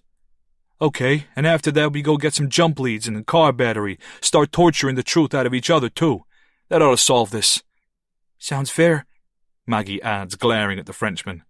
And I think we all know who we should start with, don't we? That cut on your head looks nasty. Some kind of struggle. The young man only scowls back, hands in his pockets beneath his side of the table. This, Sarah says, is why we have only one option here. There's only one way to prove who we are. We go to the police. Together. If none of us are playing by the rules, then surely they can't... No police, the Frenchman says abruptly. Why not? Sarah rounds on him. What do you have to hide? He doesn't answer, but Brett does. I don't know if you'll want to hear this, but... All faces turn to him at once. With the sleeve he'd used to clean his lenses, he dabs at a line of new, visible sweat on his forehead.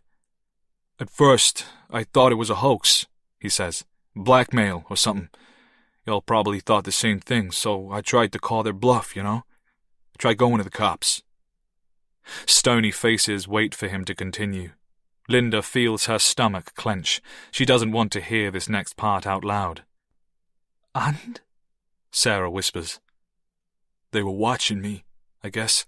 Somehow, somebody was watching me. Or maybe it was because I ran out of time, I don't know. But before I got to the station, a call came through. A video call. They made me watch while they... He scrunches his eyes tightly, wincing, and when he opens them again, they are full and wet. Oh, shit. They broke his fucking leg. They smashed it with a bat, man. The only sound is a log crackling in the fire. Oh, Jesus, Maggie says, hands clasped over her mouth. Oh, no. Sarah is already up out of her seat, pacing on wobbly legs, breathing hard. He had tape over his mouth, Brett goes on. But he was screaming. I could see that. He was screaming. I can't, Sarah says. I can't. You saw them, the Frenchman asks. They were in this video. I saw somebody. There were two. One was doing the filming, the other doing the... He smacks his lips together. Anybody else thirsty? I could use a drink. How did they look? The Frenchman presses. You recognize them? Brett shakes his head. It was dark, and it all happened so fast. The one I saw, the one who did it, he was wearing a mask. You know what a catcher's mask is? Only Maggie nods, pale-faced. Baseball. Right. Probably just something they had lying around. It was old, the sort of thing you'd pick up from a thrift store. Maybe it came with the bat, I don't fucking know. I feel sick, Sarah says. Who could do that? Who could do that to a little boy? Was that the last you saw of him? Maggie asks, reaching out and placing a small hand on Brett's arm. Was that the last time you saw your son? Brett pauses for a moment, eyes flicking between Sarah on one side and Maggie on the other. It lasts only for a second or two, this pause, but Linda notices it. Yeah, he says. That's the last time I saw him. And in the dead air that follows, 5 o'clock arrives, and every phone in the parlour receives a message. You made it. Congratulations. Your well-earned reward is a hint. The game is a lesson in responsibility. It's a lesson you'll never forget. Each of you has failed in your basic duty to protect another. Tonight is your chance to make amends. Relax. Regain your strength. There is still some way left to go. One player has yet to join our game. You must work as a team to find Player 6. Instructions will follow. Player 6 has the answer you seek, but it will not be given up easily. Find Player 6. Play the game. And by dawn, we will have our winner. Level 3. Chapter 38. Pre-game. There were 16 of them in the back of the stretch Hummer. Streamers, influencers, cosplayers, gamers, creators from around the world. The window dividing them from the conventional seats up front was open, and a bold photographer was leaning through it, alternating between filming and photographing the raucous passengers. On one side of the photographer sat the driver, on the other was their host for the afternoon, a friendly local named Lola. It was Lola who temporarily muted the pounding music, the catcalls of playful protest, and spoke into a microphone that broadcast through the whole vehicle. Ladies, it is my pleasure to welcome you to beautiful Monaco. They all shrieked as they crossed the border. Monaco, bitches! New York, represent! I've got a post. Oh my God, I've got a post! The seating ran down one side of the limo beneath pink neon lighting opposite an open bar filled with bottles of Prosecco on crushed ice, which the girls were rapidly working through. Glitch was sitting at the very back, sipping fizz and staring out through the one-way strip window at the immaculate blue of the Mediterranean. They'd been on the road for a little over half an hour, and the alcohol was already going to her head, making her thoughts slippery. She wasn't a drinker, and this was all just too surreal. Not so long ago, she'd been trudging through the mundanity of her ordinary life, wondering where she was going to go after college. Then, the first invitation had come into her inbox. It had looked so dubious, she'd almost deleted it. Dear player, you are invited to be part of a pilot for what will become the most prestigious international event in the calendar. The game. There can be only one winner. Monaco, August 9th. Come and play. Further instructions to follow. And now, she was in a limousine, all expenses paid, with some of her favourite creators. Somebody should have pinched her. The girls, most of whom were already acquainted from various events, were all shout-talking over the music. They're going to have mods at this thing. I didn't organise my own. How could I when I didn't know what to expect? San Diego's getting too mainstream. Look, I shared one post saying Master Chief could own Doomguy, and I'm sick of hearing about it. Doomslayer, though, hey, fuck him. You do that and you deserve to get cancelled. Amy Cho was beside Glitch, talking to a fellow American with heavy-winged eyeliner. Almost everybody on board had heavy-winged eyeliner on her other side. After a few more minutes, Amy introduced her. Glitch, this is Lisa Mayfield from Tallahassee, Florida. She pronounced it Florida, and Glitch adored the sound. You probs know her from the Fortnite boom? Hello, Lisa. Glitch reached for her hand. You're Nurse Joy Division, aren't you? I followed you, but I got shut down. Lisa rolled her eyes. Her hair was the colour of a lime-flavoured ice pop, but it had, Glitch could recall, once been pink. She was wearing a leather choker around her neck. Turns out the name had ties to concentration camps. Obviously I didn't know about that, I just liked the band. Now I'm just Lisa Mayfield. You use your real name? Glitch asked, surprised.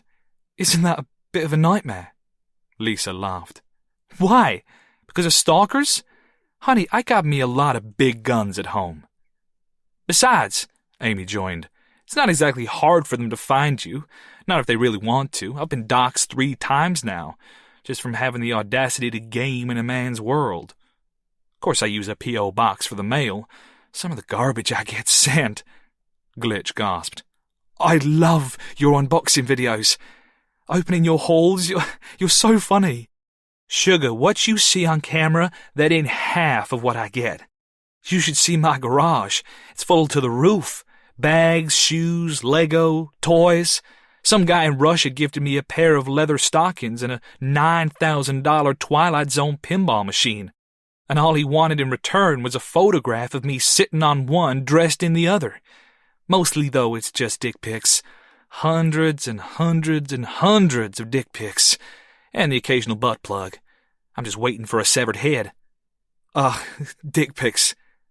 Glitch shuddered dramatically. What do they think they're achieving? No shit.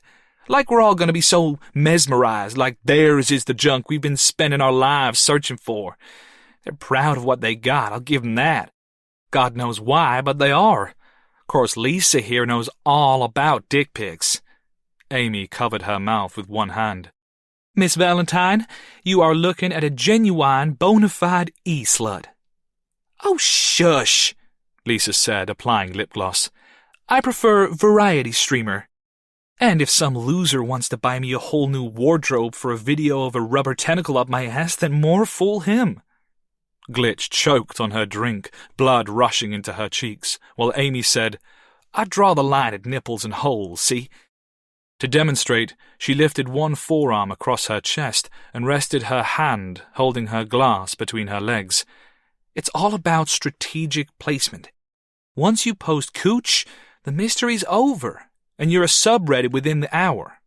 Why bother with that shit anyway when my ASMR bitches will pay me $2,000 a month just to eat fucking Doritos by a microphone? Because it's fun, Lisa said, and it's easy. Besides, just because they can have a peek when I allow it, that doesn't mean they have the right to my body or to harass me. Right, Glitch nodded. Only, do they know that? They better. Big guns, remember? Lisa grinned and winked. Hey, I bet my Ahago blows you bitches out of the pond. Check it out, they love this shit. She threw her head back, crossed her eyes, and stuck out her tongue, panting heavily, as if in the throes of some insane cartoon orgasm. Amy snorted and did the same, turning her eyes up and mewling. Giggling hard at their faces, Glitch dipped her fingertips into her drink, sprinkled the Prosecco over her own forehead like sweat, then protruded her tongue and stared at her nose until all the brightly coloured hair in view doubled. They were still pulling these faces when the music lowered again, emphasizing their exaggerated squeals of ecstasy from the back of the limo, and the 3 of them burst into howls of laughter. All right, Valentine, Lisa cried, wiping her eyes. You got me. That was tight. Glitch beamed. She was in her element. A little woozy, but euphoric. "Okay, ladies." This was Lola, their host with the microphone. Glitch could see that the photographer was still hanging through the hatch, only now he'd lost his camera and was instead handing a stack of white papers to the nearest girl. "Please take a copy of the printed agreement and a pen and pass the papers along." Sitting at the very rear of the row, Glitch got the final clutch of papers in the bunch, and she had to hold her glass between her thighs while she examined the document. There were more than a dozen papers stapled together, and each page was absolutely smothered front and back in tiny, cramped text. She tried reading the first sheet, but her eyes were becoming sort of shimmery at the edges. It was warm, even with the aircon blowing, and the Prosecco must have been stronger out here on the Med. She asked Amy what the contract was about. Amy shrugged, turning the entire stack over on her thigh and looking for the place to sign. "Dictates what you can or can't post, stuff like that?" "Really?" Glitch studied the paragraphs doubtfully, then began to read it to Amy in a hushed voice. "The entrant who has self-verified that she is above the age of consent and shall hereinafter be referred to as the player, which definition shall mean and comprise the entrant herself, as well as any authorized representative that may be appointed on behalf of the player's interests from the commencement of this agreement until perpetuity." Doesn't that sound a little overcomplicated to you? Amy glanced up at her, an eyebrow raised. "Do you actually sit and read those terms and conditions before you click accept on your iPhone too?" No, of course not." "Exactly. You want to know what I think of overcomplicated?" She signed her name on the back with a flourish without ever reading a word. Not wanting to look like a bore, Glitch did the same. Chapter 39. Player 1. Maggie can feel her millionth headache of this short week coming on strong. "Another player?" she says, hearing the exhaustion and the whine in her own voice. "I just had to cross the world to get here. What makes player 6 so special that we have to go to them?" "I'm not going anywhere," Sarah says, slipping her own burner phone back into her pocket. "I was told to come here and I came here. I'm done. I'm putting my foot down. We're going to the police, all of us, and I'm getting my girl back." "Didn't you just hear what I told you?" Brett asks. "What they are prepared to do? They broke his leg like it was nothing." "But this is what they want." Sarah's voice rises sharply. "It's what they need. Whatever they're trying to do, whatever point they want to prove to us, they can't do it unless we're afraid and divided. We report this together, and whatever sick game they're trying to play comes to an end. Don't you see that? Every minute we waste jumping through hoops, every minute we play along, is another minute that the police could be out there, searching." Maggie says, "I'm sorry, but that's off the table." But with her hand, she waves for Sarah's attention and, when she has it, puts her finger to her own lips, then points at the phones that are now out in front of their respective owners across the table. "They listen," she mouths, ending her finger up at her ear. "I don't give a shit," Sarah replies. Maggie feels a flush of anger and frustration. "Well, you should, goddammit, because this is my child's life on the line." Sarah turns desperately to the older woman beside her. "You must know how this will end, Linda, if we try to solve this ourselves. You know what we need to do. How many abductions have you seen over the years? How many have you worked on? Aren't the first few hours the most crucial in these investigations? The hours we're wasting." Linda's eyes return a glance to Sarah, something Maggie would swear is almost a warning. There's a heavy pause. It takes Maggie a moment to catch up. By the puzzled expressions on the faces of the two men, she guesses she's not the only one. And when she finally feels the penny drop, she actually laughs out loud. She laughs so hard she loses a couple of tears and bangs her hand upon the table. "You are kidding, right?" Across the table, Linda's face is anything but kidding. "Oh, this is perfect." Maggie says breathlessly, still giggling. Yesterday morning, I had to run out of my apartment in my goddamn underwear to avoid the cops. Now I'm forced to fly across the world only to wind up sharing a table with one. The French guy physically recoils, pushing his seat out a couple of inches. You're a fucking cop. I am not a cop, Linda says quickly, hands raised and bracing herself in his direction. I was. Long time ago. But I'm nothing now. I work at an airport, for God's sake. They broke his leg, Brett is saying, mortified. They broke his damn leg because of me. Because I was going to talk. And you're airport security. That's all I am. A woman who works at the airport who is trying to get her daughter back. I'm in the same position as every single one of you. My hands are just as tied as yours. This is bullshit, the Frenchman says. Why? Linda snaps, body still turned in his direction. Why are you so afraid of the police? Career criminal by any chance? He stares right back, the two locked at the eyes, and when he reaches into his coat pocket, everybody, including Maggie and especially Linda, flinches. He fishes something out and holds it up for them all to see, almost like a police badge.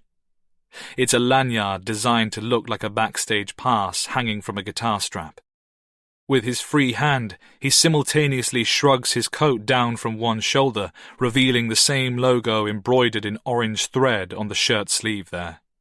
The name tag hanging from the lanyard says Hard Rock Cafe, Paris, Noah. Not such a great detective, madame, he says coldly. I am a waiter. I was working last night when all this started. Linda looks vaguely unimpressed. Staring at the name tag and in spite of her own, much more distant journey, Maggie feels a subdued jolt of amazement. You were in Paris last night? He pockets the lanyard and fixes his coat, breaking his eyes away from Linda. Yes, I was in Paris.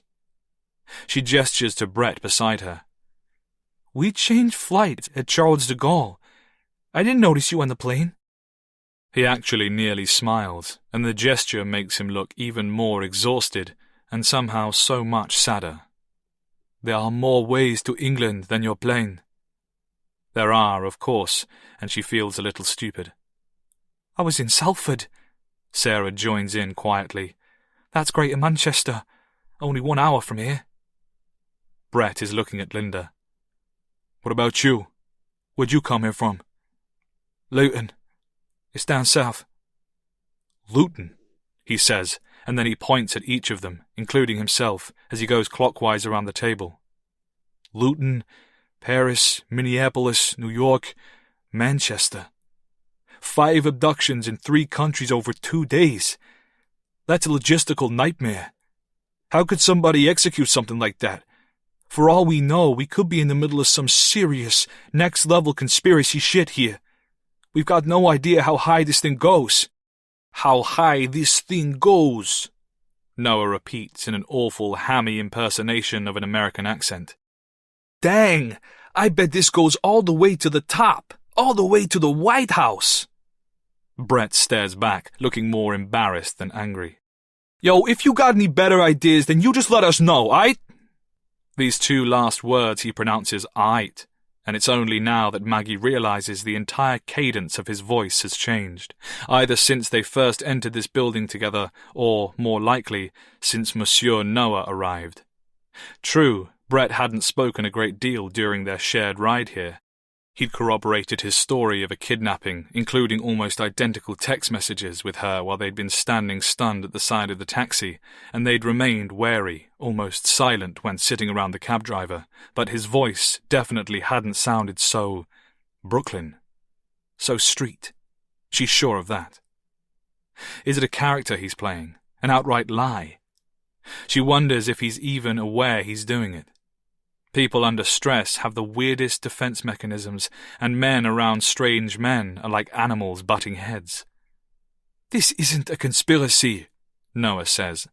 Modern crime has no borders. Not with the internet. One person here sends money there. All they need is a phone. He's right.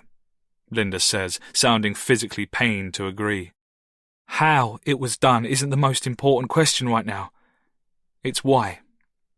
Maggie groans, pressing at her temples with both index fingers. We're going in circles here. We've said it can't be for money. No, Linda agrees. I mean, why we, specifically we five, were chosen. It's random, Sarah says. It has to be. Some sort of organised gang that sits there scrolling through Facebook and just chooses. I don't believe that, Linda says. I think there's something more. Something about the five of us that... 6, Brett says, tapping his phone with one knuckle warily, as one might tap an injured rat to make sure it's dead. If this last message is legit, there's another player out there. We find them, we find our answer. The door to the room opens, doing so with a bang, and everybody pivots towards it. A girl backs into the parlour, using her rear end to hold the door while she carries a large tray of drinks. Evening, she says, still with her back towards the group. Her accent, like Sarah's, sounds so dense in Maggie's ears, they both sound like the Northerners in Game of Thrones. The girl with the tray turns her big smile onto the group, only to have it falter at the edges when she finds 5 fatigued faces staring back at her. It's funny, kind of. Seeing the cold glasses, Maggie realizes how parched she actually is. She hadn't paused for a drink since breakfast, which was actually served at around lunchtime on the plane. Compared to her, though, Noah looks as if he's actually salivating, and Maggie wonders, from the shaky look of him, if he has stopped for anything other than cigarettes since leaving France. "Who ordered?" Brett asks, glancing at his fellow players. "Oh, this is your pre-order," the server replies, placing the tray onto the table. Under one of her arms is a clutch of A4 paper, which she also puts down face up. From Maggie's point of view, the top sheet looks like a printed-out email. "Okay." The girl leans closer to the paper, reading with a humoured expression as she selects a glass. "Who's number 1? Maggie slowly raises her right hand. "I guess that's me." "All right, Southern Comfort for you." She places the glass in front of Maggie and then does the same for the remaining 4. Around the table, they are all staring down at their respective handout with expressions of horror. "I'm sorry," Brett says, looking back up from a short glass with a floating slice of orange. "But have these been paid for?" "All taken care of," the girl says. "We've never had cash come like that in the post before. It came last week with this." From beneath the printed email, she produces a plain brown sealed envelope. "Who am I giving this to?" Nobody claims it. "You can just leave it there, thank you," Linda says, sounding like the matriarch of their strange group, eyeing the envelope as if it might explode at any second. Her voice sounds very dry, and when she takes a sip of her own clear-coloured drink, her eyes widen and she makes a surprised choking sound. "Would it be possible to get some water for the table?" "Of course," the girl says, carrying the empty tray back to the door. Before leaving, she glances back. "You lot really do take this seriously, don't you?" Silence. I'll get you that water." In the time that it takes her to gather 5 glasses, fill the carafes and return, nobody else tries their drink. Nobody speaks. It's only when the girl has once more left them alone that Noah begins the cycle of filling his empty glass and necking the water. He does this 5 times without ever touching his milky cocktail. "Old-fashioned," Brett says miserably, swirling the fruit in his own glass. "My favourite drink." "Gin and tonic," Linda nods. "It's what I'd order." "So they know what we like to drink?" Maggie says, shunning the alcohol for the moment and pouring herself a water. "How long have they been watching us? Following us? Weeks? Months?" "Maybe not," Noah says after drying his lips on his sleeve. "That is what they want us to think. They are trying to," he pauses, searching for the word, "intimidate us. They want to seem omnipotent. Yeah? Maggie says. Well, they're doing a good job so far. You have Facebook? Noah asks. Instagram? Who here hasn't posted a photograph from a party or a night on the beach in the last 10 years? You've never posted a picture with the hashtag favorite drink. Everything they have done so far can be found on a phone from 10,000 kilometers away. They know what drink you like, pointing across at Linda, and what pornography you watch at home, pointing at Brett. Brett's face moves through offended, defensive, and then guilty, and he takes a massive swig of his cocktail. They don't know everything, Sarah says. She is staring down at her drink with a look of confused terror unparalleled by the others. It's only now Maggie notices that, even in these modern times, the huge glass of dark, frothy beer looks quite out of place in front of the grief-stricken woman. This is a pint of John Smith's, she goes on. I can't stand the stuff. Never have been able to. Okay, Maggie says. So that proves they aren't such hot shit after all. They don't know everything about you, at least. That's good. Is it? Sarah is still gazing at the drink as if it's alive and dangerous. My husband, Neil. This is his favourite drink. What do you think that means? Silence. Maggie drinks her southern comfort in one. It's sweet and sickly, strong, but she doesn't pause for breath. She has a suspicion about what that means, and she thinks that everybody else must have one too. Either whoever did this made a mistake choosing Sarah's drink, or they have made a mistake that is far, far worse. Their phones rattle and beep then, each jingle or vibration a little out of sync as the various data providers from across the world receive the latest message. They all snatch for their own burner. Maggie looks at her screen, bracing herself for yet more bad news, and realizes that her phone must be struggling to download the words. Something's wrong, she says. This can't be the full message. Leave at. Well, that's all it says. Mine's only a fragment too, Linda agrees. But it isn't that. Mine says, and wait there. Brett says, they're splitting up the directions on purpose, making sure we're working together and stopping anyone from leaving. This way we're relying on each other. Try reading them in order, starting with player 1. Maggie sighs. Leave at 6. Walk, Brett continues. Until you reach 6, Sarah grumbles. Black carriageways. And wait there. Linda turns her eyes across the table. The envelope. Somebody open it. You volunteering? Brett replies. Maggie pockets her phone. I'll do it. Pass it here. Carefully, Sarah says, when Noah, who is closest, moves to slide the envelope clear across the table.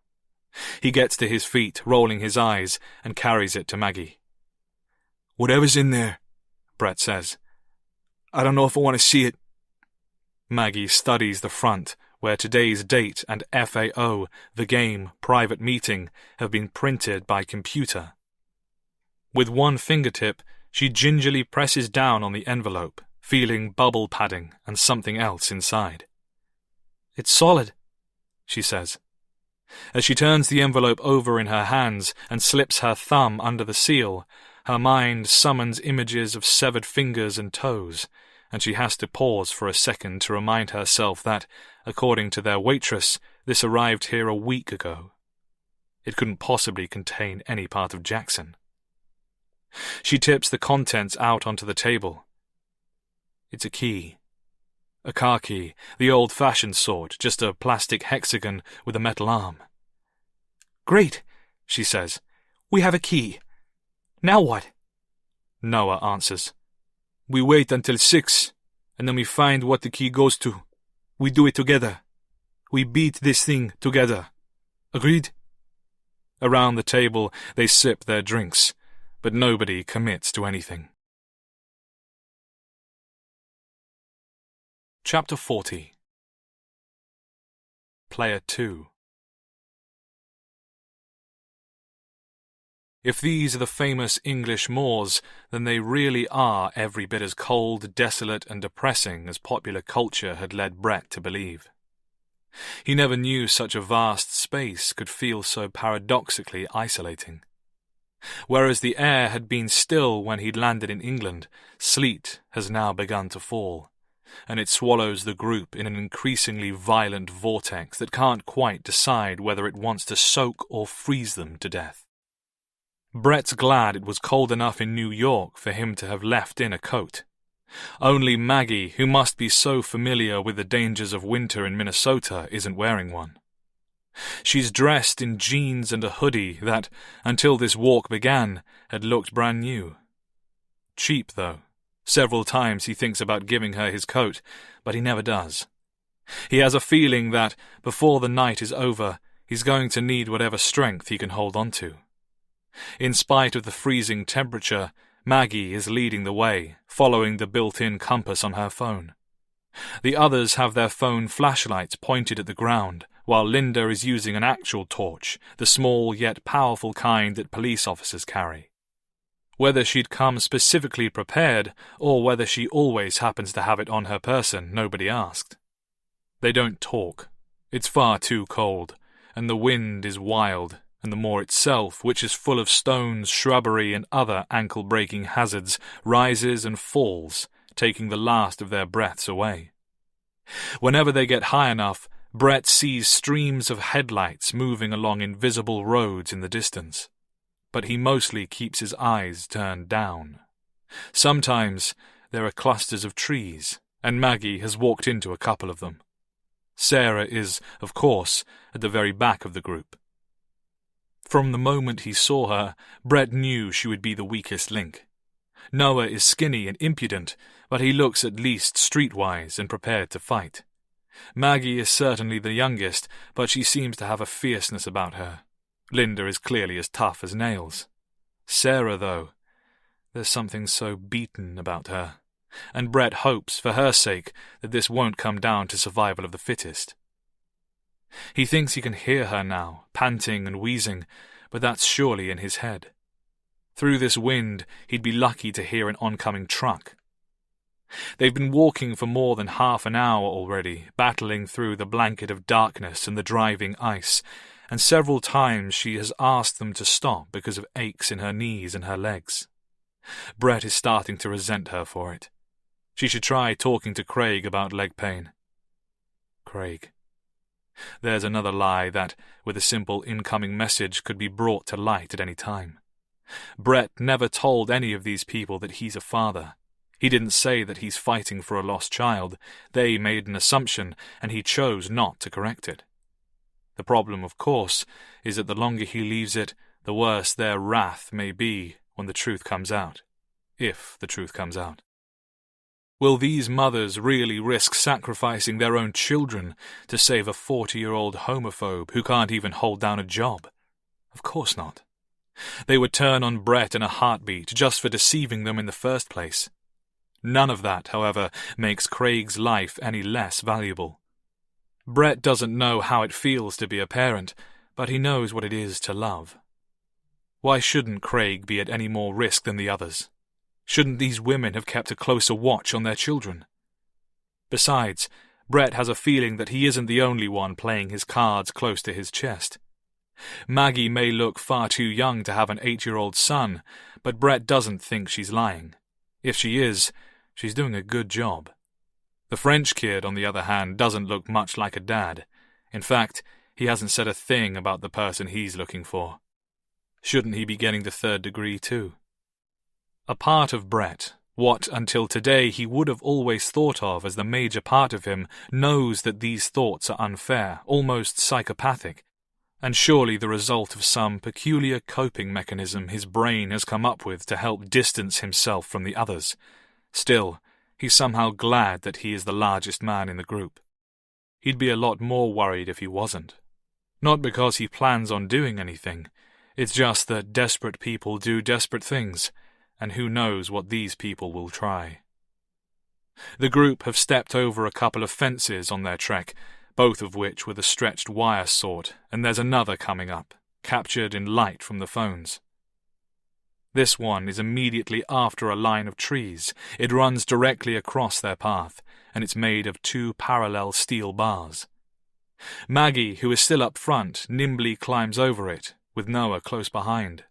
Brett follows, swinging his legs over the metal, and his feet find hard ground on the other side. Ahead, Maggie continues to walk forward, her eyes on the glowing compass. "Wait a minute," Linda says, reaching the barrier. "Get back on this side." "Why?" Maggie asks, halting and turning around. She looks up from her phone. "What's the The car comes out of nowhere. One moment Maggie is in the dark, and then she's bathed in headlight as it rips out of the sleet from Brett's right, screaming west, and passes a little more than a foot away from Maggie's back. It's a near miss, but the rush of air drags her like an autumn leaf, and she goes spinning and then sprawling on wet tarmac. Every impulse tells Brett to go and help her, but he finds he cannot move. He sees her there, groaning in the road, and his feet won't let him go to her. It's the strangest feeling. She isn't down for more than a second or two before she gets back onto her feet, and, though she seems mostly unhurt, she is close to distraught. "Fuck! Somebody give me a light! I need a light!" Linda obliges, climbing the barrier and casting her beam onto the surface of the road, catching more swirling sleet than anything else. Maggie starts to hurriedly collect pieces of plastic from the ground. They all watch her do it. Nobody helps. She carries the pieces back to the barrier, cupping them in her hands like a dying bird. It's her phone. In the glare of Linda's flashlight, Maggie's face looks long and almost skeletal. "What do I do?" she asks. "What the fuck do I do now?" "You could have been hit," Sarah says, only just joining them at the barrier. "You could have died. My heart. I don't know how much more of this I can take." Linda trains her light ahead. 6 carriageways, she says. "A motorway." "The M62, Sarah agrees. "What do they want now? For us to get out there and play chicken?" Sarah, it turns out, is correct. They don't have to wait long, only a couple of minutes of shivering in a huddle before the instructions arrive. Noah and Maggie are working together, trying to piece the broken phone back together. Because of this, when the messages come through, there are only 4 alert tones. "If it's fragmented again," Linda says, "then we're going to be missing the first line." "It's not," Sarah mutters. Maggie looks impatiently between them. "Isn't someone going to read it to me?" Brett does. "A lay-by roughly 1 mile west." He pauses. "Lay-by." "A rest area. Go on." "A lay-by roughly 1 mile west is your goal. It takes the average runner 9 minutes to run a mile. You have a generous 10. This part of the game is called..." He glances up at Sarah, whose face looks very white in the glow of her phone, and finishes. "Chicken." The wind howls. Maggie is already pocketing the pieces of her phone. Noah stretches his legs. "Wait," Sarah says. "Everyone just hang fire for a second." On the screens of the phones, a new timer appears. 10 minutes begin to race downward. "We all refuse," Sarah goes on. "We just say no. We just..." But the French kid is already off, slipping into the dark like a shadow, and Brett finds himself following at a sprint. He leaves Sarah at the barrier, begging for them to wait, but all he's thinking about is Craig. All he ever thinks about is Craig. Chapter 41. Craig. Consciousness comes back to him, and with it comes the agony. This is how he knows he is awake, although he can't see anything in the blackness. Overwhelmed by sheer pain, dazed from passing out, his body is telling him to throw up. He can't allow this to happen. If he does, with the tape still on his mouth, he knows he'll choke to death. "Stay awake. Stay calm. Breathe slowly. Focus. Easy enough to think that way, but there are white clouds behind his eyes, and his right leg feels as if it's about to burst. The ankle is shattered. The foot, too, he suspects, although it's hard to differentiate specific areas of discomfort in the overall colossal throbbing. Craig has broken bones before, and he remembers this shade of deep, nauseating ache from his childhood. His father taught him all about it when he was 6 years old, followed by a refresher course when he was 9. His father taught him a lot of things, and few of them were good. Craig's skin feels like a jacket of ice, and his entire body is trembling. No, not trembling. Quaking. This is the shock. The break is bad then. Really bad. How long has he been unconscious? Impossible to tell. Time is non-existent here. The room is lit only when the men are present. They're gone now, 2 of them, 1 black guy, 1 white, both junkies. They're scrawny and erratic, and for the first few hours, the first night, they took it in turns to go and smoke meth somewhere nearby. Craig could smell it each time they returned. They were probably smoking it in their own apartment, because they couldn't be smoking it directly outside the building. Craig knows this because there's a cop station right across the street. Craig knows that there's a station across the street because he is, unbearably, in the basement of his own apartment building. What's even more depressing, he brought himself down here. He ran right into this mess. Sunday had been tough. For the first time in years, Craig had cried like a bitch. It was partly the hangover, but mostly it wasn't. Brett was his brother, his only family, and Craig envied him like any blood sibling. Brett had a beautiful house and a goddess of a gal, and the whole thing was a dirty fucking sham.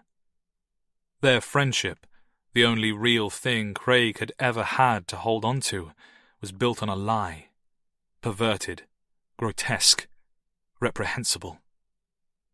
The emotion he couldn't name, he has since realized, was grief. He had never wanted things to change, and, in a single night, everything had. Sunday afternoon had turned into evening, and the thought of bumping into Brett at work in a matter of hours was making Craig feel physically ill.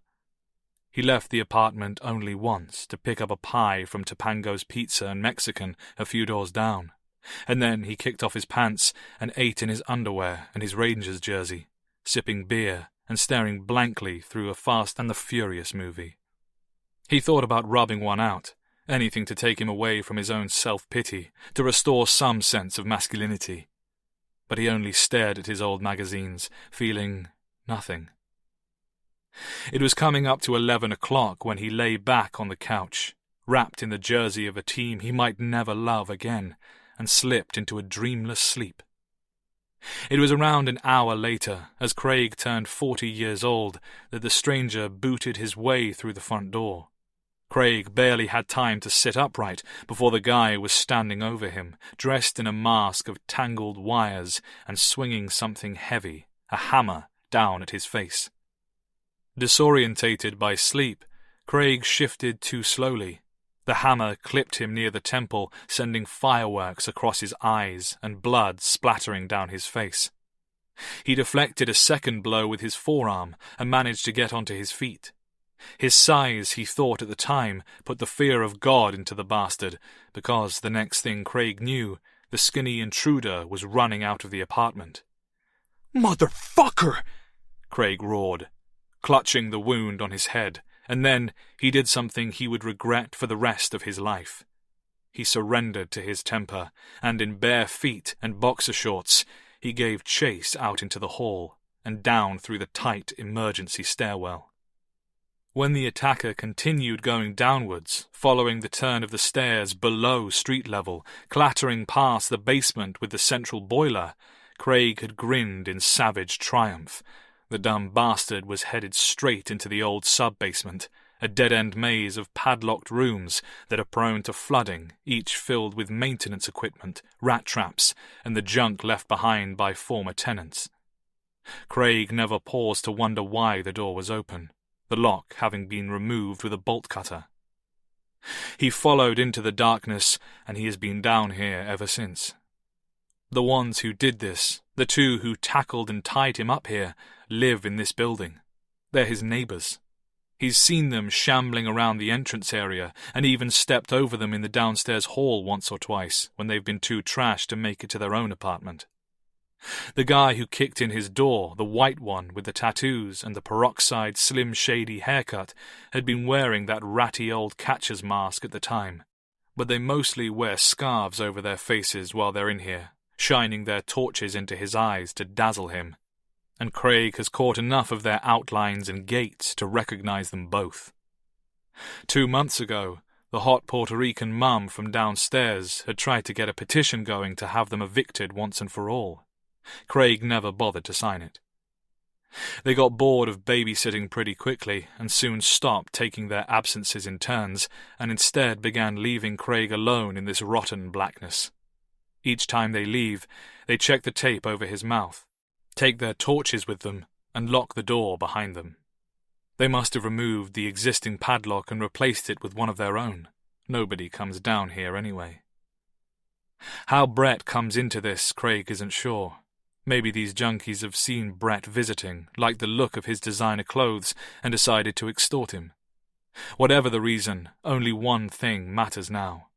If Craig doesn't get out of this chair, he will die down here in his own filth, mere yards from the nearest NYPD precinct. He has emptied his bowels twice already, filled his shorts, as they used to say, and pissed more times than he can count. His right leg, he can feel, has swollen to outrageous proportions and is being choked in the zip ties. A couple on each ankle and 3 on each wrist hold him to the old barber's chair. Invasive thoughts of amputation come to mind. A best-case scenario, perhaps, if he ever gets out of here. He had, at first, quite naively, placed some hope for escape on a simple trick, something he'd seen on a YouTube video. Craig likes the sorts of videos posted by doomsday preppers, gun-nut hillbillies, and former Navy SEALs.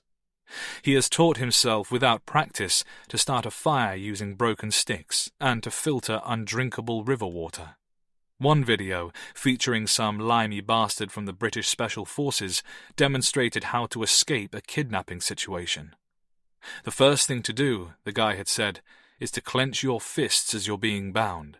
Later, when you unclench, your wrists should shrink in size, loosening the restraints. Craig had clenched. He'd still been trying to swing both fists as he was forced into the chair, and all he has to show for it now is maybe 1/8 of an inch of useless slack. Another method involved using a shoelace as a kind of saw. Great. Craig's feet are bound and bare, and there's duct tape around his middle. It's difficult to tell without light, but he feels like he's slipping again, falling into unconsciousness. If he does, he might not wake up again. He shakes his head, but this only worsens the urge to vomit. He has to get this tape off his mouth. For the 100th time, he leans as far forward as his body will allow, desperately pushing his face towards each hand in turn. Just as in the hours past, no matter how hard he tries, his head goes as far as maybe 2 inches above his fingertips. He groans, hanging forwards, and when he sways slightly, he feels something stroke across the back of his hand. He sways again, and the sensation returns, stroking along his knuckles. The realization hits him harder than any junkie's hammer. He's still wearing his Rangers jersey. Like most hockey jerseys, it has a drawstring at the neck, a shoelace, and one that reaches his open fingers. All he needs now is a limb to pull it. His mind turns reluctantly to his broken bones. How shattered are they?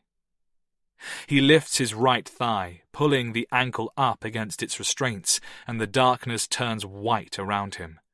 The pain is devastating, and yet for just a moment he feels a deep, irregular shifting.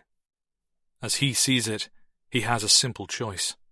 Slip the zip ties, or die. He clenches his teeth, sweat already pissing into his eyes, and heaves his leg upwards as hard as he can. He screams into the tape, screams until he is on the brink of fainting, but he doesn't stop. There is a crunching, wrenching, grinding in his ankle, and then his right knee rockets upwards, suddenly released. His leg is free. His motherfucking leg is free. He brings his right foot up to meet his left hand. With his fingertips, he can feel the toes, rubbery and bloated, but with his toes he feels nothing in return. The nerves are seriously damaged, and that might not be such a bad thing, considering what he has to do next. He dumps the broken ankle up on his left thigh and leans forward again, crunching his abdominal muscles and bringing his head down towards the foot. Now his chin, left hand and right foot are all more or less aligned above and below the left arm of the chair. Once again, he catches the dangling lace in his fingertips. Only now, he threads it down with his index and middle fingers, working it around his thumb, towards his wrist. It takes a long time, twisting and writhing his hand around in the almost negligible muscle space he'd created for himself, and he keeps losing his grip.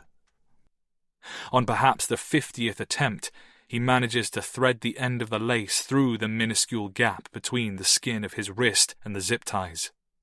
Stuck where he is, with his head bent way forwards and the lace now threaded down through the restraints, he lifts his mangled foot up off his thigh and begins to sway it around the area beneath the hand. It doesn't take long for him to feel the slightest movement at his collar, and, using the foot, he brings the end of the lace back to his fingertips. He pants through his nose, jaw locked against the tearing in his overworked muscles, leg screaming. Using his fingers, he ties the end of the lace around his big toe, so that the string now goes from his collar on one end through the zip ties and onto his foot. When he lowers his foot, his collar and chest is pulled down, and when he straightens his back, the leg is, agonizingly, lifted. He shrieks into the tape, hot tears of triumph and desperation burning tracks across his face, and then he begins to move, bobbing up and down as if filleting himself, heaving his leg upwards and downwards with every motion, faster and faster, and just praying that the lace won't snap, that the jersey won't rip in two. In theory, this movement creates friction, turning the lace into a saw. He only half believes this, and in the split second after the leg starts to fall, he is sure that the lace is broken. Even when his neck is snapped suddenly forwards by the dropping weight, he doesn't allow himself to believe that they're still connected. But they are. The lace has burned through the bondages. His left wrist is free, and he catches his falling leg before it breaks his neck or hangs him. His hand is out. He peels the duct tape from his mouth and laughs deliriously. His next impulse is to scream for help, but he bites his tongue. If they hear him first, then he is only advertising his improved situation. His right wrist is easier to free, holding the lace between his left hand and his teeth, and his remaining ankle takes only seconds with both hands at work.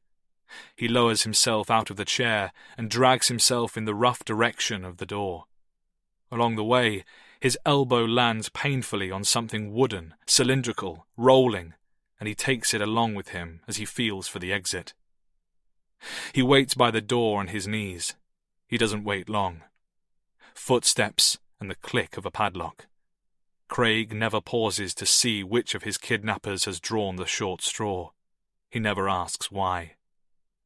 The door opens, torchlight falls into the empty chair, and Craig swings the Louisville Slugger with everything he has left, which turns out to be enough.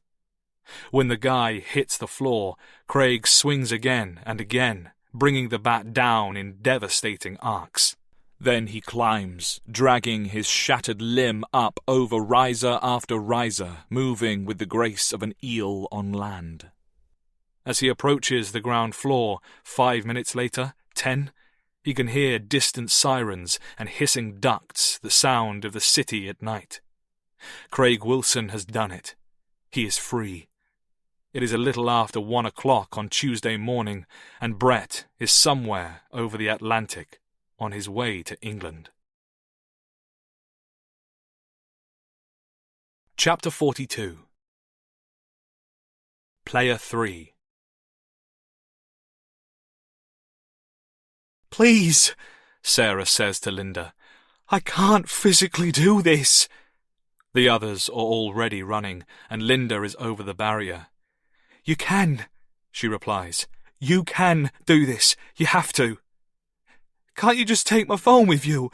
But please, you could take it in your pockets. The GPS would think it's moving, and then I could just catch up. I wouldn't have to. I'm sorry. I daren't. You can do it. It's only a mile." Then, after a final apologetic look, Linda is gone too, and Sarah is alone at the roadside. "Only a mile," she tells herself. "Only a mile for Hannah. Only a mile." She pockets the phone, another infuriating ticking clock, and breathes. The barrier is only waist high, but she has to cling onto the freezing steel to maintain her balance as she gets one leg over, carefully saddling it, and then the other. "Only a mile," she repeats. 1 mile. She tests the surface of the road.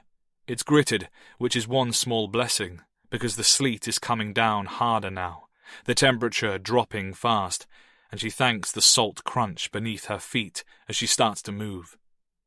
There are slippery patches, but she thinks she can manage. Through the dark, she can make out the other runners in the near distance, already so far away. When was the last time she ran? Properly ran, she doesn't remember. But she would have been many years younger and several stones lighter. She repeats Linda's final words in her head like a mantra, a song, a broken record. "Only a mile. It's only a mile. Only a mile. It's only a mile. Only a mile. It's..." It almost helps keep the images away, pushing out pictures of baseball bats and Hannah's tiny limbs. But not quite. "Only a mile. It's only a mile." Falling ice fills her eyes, and she blinks it away as she moves. Coins jangle in her coat pocket. She hasn't gone far, 15 yards or so, when the road around her brightens. She's already running out of breath, and her knees and hips have started to sing their miserable tune, so she doesn't notice the change in light until it comes more pronounced, etching the shapeless chunks of falling white into higher definition. Then she hears the horn. She stumbles left onto the hard shoulder as the car goes screaming past, its brake lights burning panic red and its wheels spinning noisily on the wet road. Sharp grit and rank slush pepper the side of her body, making her gasp in pain and surprise. Looking ahead, she sees the other runners go scrambling out of the lanes they had blindly run into, tripping over themselves to regain the left-hand barrier as the car approaches. She's grateful this slows them down. She's terrified of being left here alone. She prays that the car will stop and offer her a lift. She half hopes it's a police car, an act of God, not cheating, but it's already off in the distance, regaining speed, still blaring its horn. Shit. She holds both hands over her chest, squeezing her startled heart back down to normal rhythm, and then starts to move again. It's only moments before another car passes on her right, and then another, each tearing out of the increasing downpour from behind her, both sending harsh slaps of shrapnel across the right side of her face. "I can't do this!" she shouts, slowing to a shuffle as she wipes stinging road salt from her eyes. "I can't fucking do this!" She turns for the safety barrier, hands on flaking steel, and lifts one leg over. She will simply run through the bushes and the trees. It's not ideal, but at least she won't end up beneath the wheels of a car going at 90. Saddling the barrier once more, still palming at her eyes, she lowers her foot on the opposite side and finds nothing. No ground. Her weight slips, and she has to grip onto the barrier tightly to stop herself from plummeting. Blinking down, she sees only a void beneath her dangling foot. Somewhere down there, the surface of a reservoir is a blank sheet lost in swirling ice. Fuck! The motorway is suspended. The clock is ticking. Back on the hard shoulder, she runs. Blinding lights from both directions now.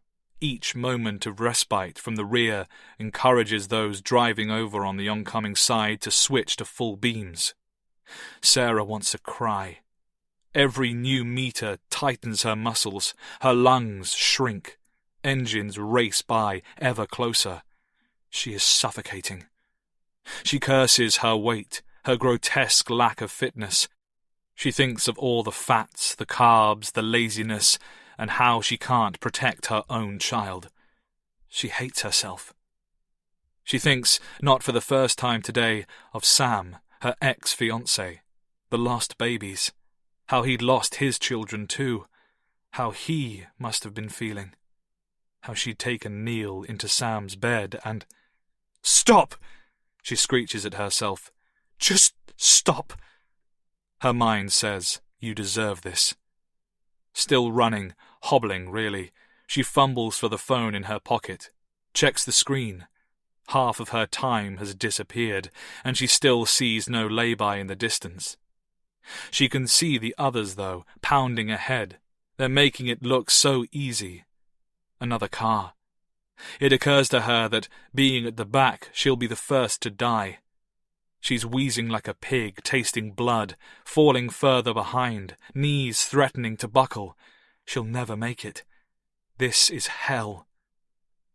More white light comes burning up from behind, projecting her shadow down the lane ahead, her silhouette elongating as the engine gets closer. This time the horn is deep, the vehicle huge, and though it steers away in time, the 18 wheels are taller than Sarah, and the next thing she knows she's swept off the ground, flying, being inhaled like plankton by a mechanical blue whale. The sensation is brief, gravity bringing her back to the road quickly enough, and she lands in the center lane hard, crashing down on her kneecaps. Adrenaline doesn't do much to dull the impact. She screams the last air out of her lungs. Her vision clears, and she tries to stand. Can't. Wheezing, reaching out a hand as if she might catch the distant runners by the coattails. "Help me! Please!" They don't hear her, of course, though she tells herself they're choosing not to. More lights from behind. She's in the middle of the road now, a lump in black slush, invisible. She has to move. She crawls a couple of meters to the left, agony driving up through her lower half, and glances back along the first lane. Another lorry. The driver swerves frantically, flashing his headlights and pounding his horn, and this time she simply balls up like a trembling hedgehog waiting for the wheels. Another near miss. Once it's past, she chances a look up. What happens next happens fast. In no more than 3 or 4 seconds, but Sarah sees it all occur in hideous slow motion. The last lorry has passed, taking the light with it, leaving her on all fours in the dark. Her vision is blurred, and the sleet is heavy, but she looks up in time to see the others now caught in its headlights. The driver is still flashing from high beam to low, casting the backs of the 4 figures in a frenzied strobe, and then the headlights clear the runners, leaving them in shadows alongside the wheels. This is when one of the 4 makes a sudden, strange movement. It's impossible to tell who it is, just a dark shape shifting in black, but he or she throws their weight clear across the lane, arms outstretched, and tries to shove the next runner in line beneath the passing wheels. They miss the runner by inches, and the victim never notices how close they came to dying. Sarah watches this in disbelief, trapped here on the motorway. At least one of them, she realizes, is playing for keeps. Chapter 43. Player 4. Noah regrets every cigarette he has ever smoked, and his cheap black waiter shoes feel as if they're going to burst into pieces at any second. He is beyond drained, running not just on empty, but on a severe calorie deficit. His head is swimming, his chest burning. He sees a sign for the tiny rest area, maybe 30 yards ahead, reflected in the headlights of another passing lorry. He's past the empty drop on his left-hand side now, clear of the plummet, and there's once again land bordering the motorway. His mind goes to the stolen Mercedes he left in the car park of the pub. How fast those wheels could have cleared this mile, how pointless this all is. The lay-by is in a cluster of trees. He can actually see it now, and this is enough to push him into a flat-out sprint. He slips into the driving lane to overtake the other runners. He keeps one hand on his coat pocket, holding it steady, worried that a particularly harsh jolt might cause the revolver to blast a hole right through his abdomen. When he finally gets to the lay-by and hurls himself out of the road, he's neck and neck with Maggie. He skids to a halt, then drops to his haunches with his head between his knees, gulping oxygen covered in freezing grime. Another meaningless task completed. He checks the timer. 90 seconds remain. His mouth tastes like an old fuse. Brett comes third, grasping a stitch in his side, followed by Linda, who is somehow still wearing her coat zipped up to her neck. Crouched, Noah looks down the length of the hard shoulder behind them. He doesn't see Sarah. Not at all. The muscles in his abdomen contract. The others are panting around him, regaining their equilibrium, and Linda has collapsed onto her backside in a patch of grass. She's staring at her phone, hammering the screen. "How do we let them know?" she gasps. "GPS?" Maggie says, livelier than her elders. "Gotta be. They've been watching us this far." Yet another lorry is barreling up the first lane, headlights flashing, and that's how Noah sees Sarah shambling along in the distance like a wounded animal. 60 seconds left now. "She won't make it," he mutters. Linda cranes her neck. "What?" "Shit," Maggie says, following his gaze. Noah stands fully upright for a better look. Now that he has seen her once, he can track her movement. Something's wrong. She's no longer coming straight towards them, but listing sidewards, further and further into the road. She's moving like a blind woman trying to navigate a swamp. "She's fucked," Brett says quietly. "Sit down," Noah thinks to himself. "She's not your responsibility. Just sit down." 2 years old. His mind responds. Her daughter is 2 years old. More traffic in the distance now, picking out her silhouette in scattered pinholes of light. Still she careens across the lanes.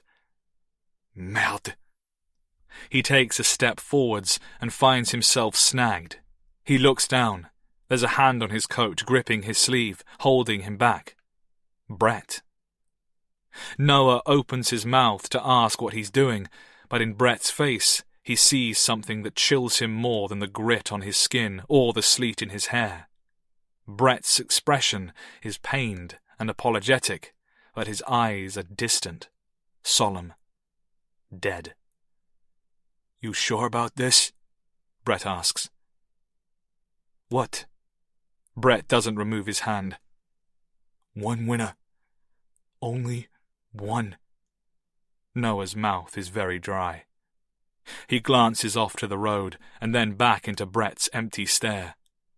All at once, in a bright wave of inner senses, he sees Sophia lying on her belly, her naked rear catching lamplight. He smells her hair and he hears her voice.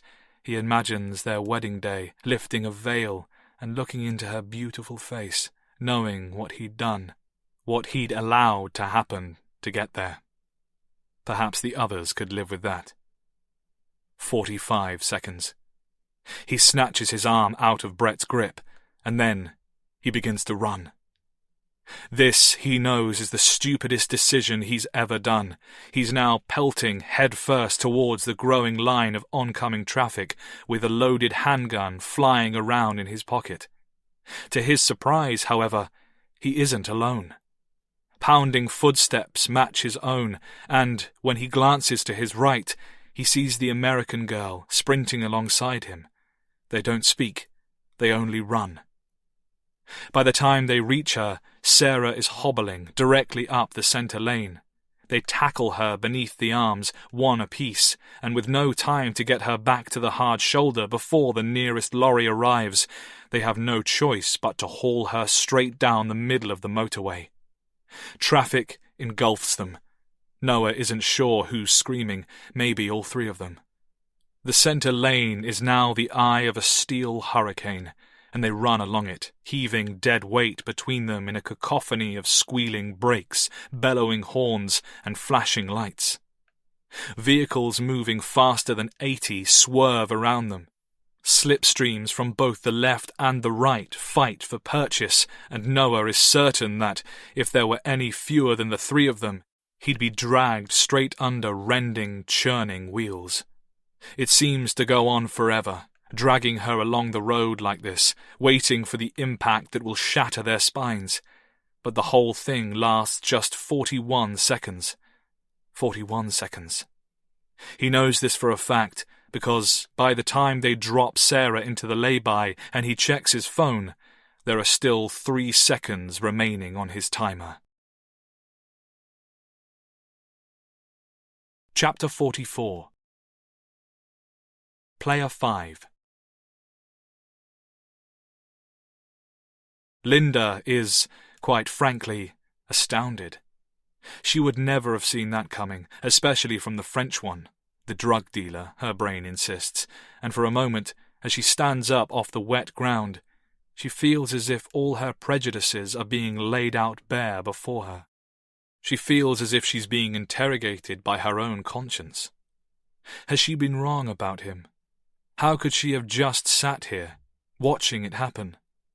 Was she honestly ready to let an innocent woman die, cause a fatal motorway pile-up, or see a 2-year-old girl killed? What would Alyssa think? The American one didn't go either, she reminds herself. He tried to stop them from intervening. Isn't that worse? She decides that it is.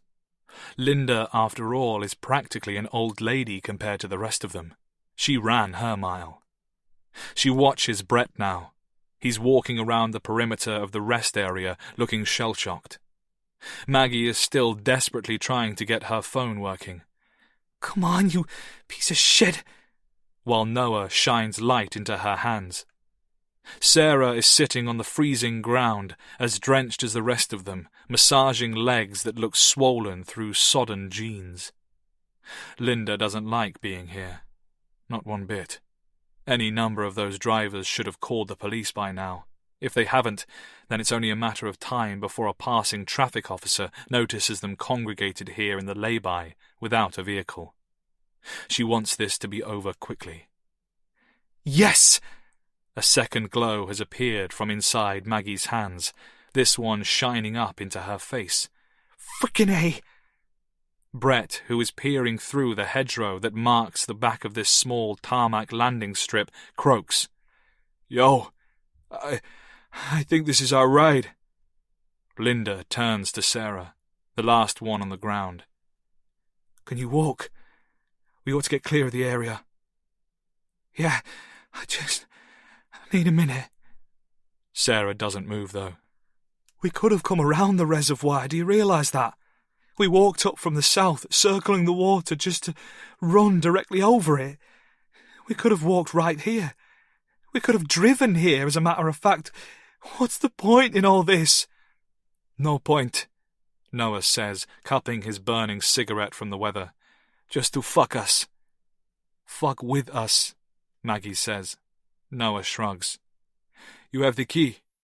Maggie's eyes momentarily widen as she checks her jean pocket, then she blows air in relief. Still got it. Linda offers her hand down to Sarah. For a second, she doesn't take it. I thought, Sarah says quietly. I saw something. What, Sarah? What did you see? Sarah considers it, gazing into nothing, and then she shakes her head very slowly. It doesn't matter. She takes Linda's hand and heaves herself upright, but for a moment, just a moment, she fixes Linda with a look that is strangely penetrating, and Linda would swear it almost suspicious. I guess we'll find out before the night's over. Linda doesn't like that look at all. As the others make their way towards Brett, he groans. There's no way this thing's going to run. Linda clicks her torch into life and casts its beam over the vehicle that has been unceremoniously dumped in the overgrowth.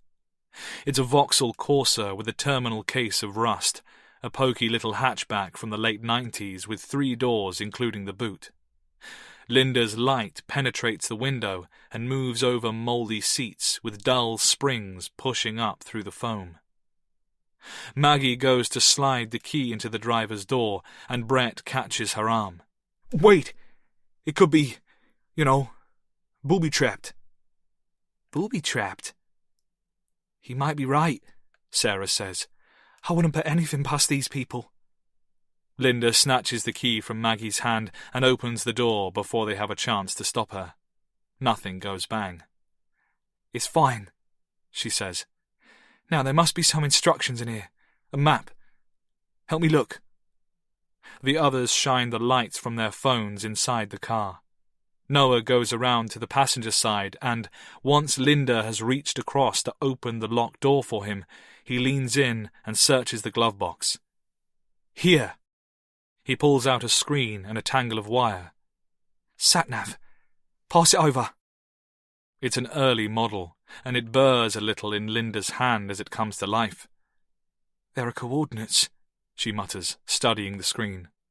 Longitude and latitude. How far? Sarah asks. Far. Almost 5 hours. Sarah makes a small, despondent squeaking sound. Who's driving? Noah circles back to their side of the car, flicking his filter off into the slush. Not you. Not with these legs. He holds out his hand for the key, catching sleet on his palm. I can drive. Linda almost laughs. In these conditions? I don't think so. She's got a point, Brett says. Do you even have a license? Noah scowls. Okay then, why don't you take the wheel, hero? Brett's mouth opens, an ashamed, hurt expression on his face, and then he peers into the car and shakes his head. I can't drive a stick. Stick? Standard transmission? Maggie answers. Neither can I. Right, Linda says impatiently. Looks like I'm it then. There's a quick succession of vibrations, and everyone reaches for their phones. 3, however, remain blank. Only the ones belonging to Maggie and Noah have messages. I'm not getting anything, Brett says, holding his burner higher for signal. Me neither, Sarah frets. What is it? What do they say? Maggie and Noah exchange an awkward glance, and Maggie reads from her shattered screen. Well done, players 1 and 4, for being the joint winners of the previous round. You have both received a prize. She looks up, eyes wide in the dark. That's it. Oui, mine too. What prize? Brett asks. What the hell? Maggie licks her lips. I have no idea. Sarah falls against the car, breathing hard again. If you win something for being first, do I lose something for being last? Nah, Brett says. This ain't fair. They left the end zone, which means I was first. And if anybody's getting out of this shit, then it should be me. He holds his phone close to his mouth, yelling into it like a tin cup on a string. You hear me? They left the area. That's a fucking forfeit. Sarah is staring at her own phone, as if it's about to blow up in her hand. What do I lose? What do I lose? Oh, God! Before anybody can answer, both Maggie and Noah's respective phones do something incredible, and silence falls. They begin to ring. It's a video call, Maggie breathes. What do I do? Answer it, Linda says, stomach tightening. Noah has already answered his. He's stumbling away from the group into the black grass, and what follows is 30 seconds of dizzying chaos. Sophia! Sophia! Behind him. Jackson! Oh my God, Jackson! Noah? A woman's voice from Noah's phone, dazed, sounding through the speaker as if she's speaking from inside a glass bottle. From Linda's right, a boy's voice, small and scared enough that it could be mistaken for a girl's. Maggie, is that you? Noah's words are choked English. Who has you, Sophia? Have they hurt you? Where are you? Do you recognize anything? What's happening? Linda's eyes bounce back and forth between them, the two youngest of their quintet, and she is overcome with a rising sickness. It's the stabbing, rending sickness of utter envy. This should be her, talking to Alyssa. And right now, she'd hurt every one of these people for a single conversation with her daughter. This, she knows, is the point of this reward. Give them hope. Break them with the carrot-on-the-stick kindness. Good doggies get treats after all. But she doesn't care. She'd do anything to have Alyssa's voice coming out of her blank, silent phone, and she can see the same agony on Brett and Sarah's faces. I'm coming, little man, Maggie is saying firmly. It's going to be all right. Noah? From the phone to the left. They have guns. They haven't hurt me yet, but they say they'll kill me if you don't. I'm so scared. Nobody is going to kill you. Just hang on, okay? We are going to be married, and this will all be behind. A lorry passes, spraying more wet across the lay-by. I'm sorry, the little boy Jackson is saying. I had an accident. I didn't mean to. Oh, Jackson, don't be silly. You just do whatever they say, and I'm coming. Babbling from the phone on the left now, Eastern European slurring into nonsense. Sophia? Stay with me, Sophia. The call ends, and Noah bellows her name one more time. Maggie's conversation lasts a moment or two longer, and they can do nothing but stand around listening to the little boy weep on the other side of the world. Maggie, please, I want to go home. I know you do, little man. I know, and you're going to be home real soon. Where are my mom and dad? I want mom and dad, please. I just want mom and... Maggie's phone goes silent in a click, and darkness returns to the roadside. Chapter 45. Player 1. With more than 200 miles left to go, the atmosphere in the car is thunderous. Sarah is sitting up front because of cramps in her legs, while Noah, Brett and Maggie are crammed in the back. Maggie isn't thrilled about this, but at least she has the benefit of shared body heat.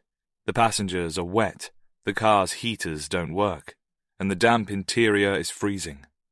It stinks in here, like green bread or toadstools under rotting wood, and bare springs are digging into her thighs. They are almost an hour into the drive, and the tension, increased tenfold by physical discomfort, is unbearable. Maggie can't take it anymore. Look, if anybody has something they'd like to say to me, then they'd better get it off their chest. She thinks they aren't going to answer. To her surprise, it's Sarah who does. You've been lying, she says, without turning to face her. We all heard the phone call.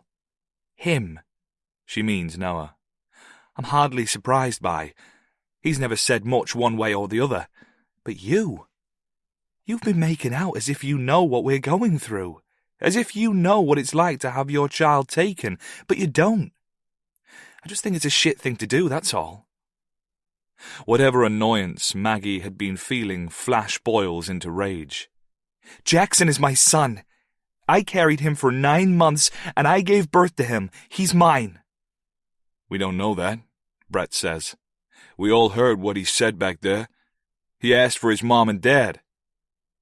Maggie moves as if to round on him, but she's squeezed in between his right shoulder and the door, and she can't do anything except growl at the side of his head. "You don't know a goddamn thing about me, any of you. How dare you judge me?" "Nobody's judging you," Linda says. "But you've got to admit, from where we're sitting, it doesn't look as if you've been straight. Is Jackson your son, or isn't he?" "I don't have to explain shit to you," Maggie says, and they return to silence. It should have been obvious that Jackson would want his adoptive parents, his immediate family at a time like this, but hearing him say it, after all she's been through, cut Maggie like a broken bottle, and the pain goes deep. She rests her right temple on the cold, vibrating glass of the window and looks out into the dark. "I was 16 when I got pregnant," she says quietly. "They couldn't have kids, Sean and Caroline, Jackson's parents. I don't know how long they've been trying for, but they'd already gone through the whole adoption process at least once, and they had reached full term before the birth mom changed her mind. They'd had all the kit waiting for them when they found out. Can you imagine what that must have been like?" "Yeah," Sarah says. "I can't imagine. It wasn't long after I'd fallen pregnant that I was forced to drop out of high school," Maggie continues. "My pregnancy was—" a deep squirming shudder. "Let's just say it was public knowledge. I got so much abuse I had to delete my social media. Messages calling me a slut, a whore, telling me to kill myself. Dad kicked me out. For a long time, my family wouldn't acknowledge my existence. I met Sean and Caroline through an agency, and they covered my living expenses as part of the adoption agreement. I moved into this shitty one-room apartment in downtown St. Paul, our neighboring city. No friends, no one to talk to." "Maggie." This is Noah, and she realizes it's the first time she's heard her name in his accent, and it sounds beautiful. "You don't owe us anything." She goes on, wiping her eye with the heel of one hand.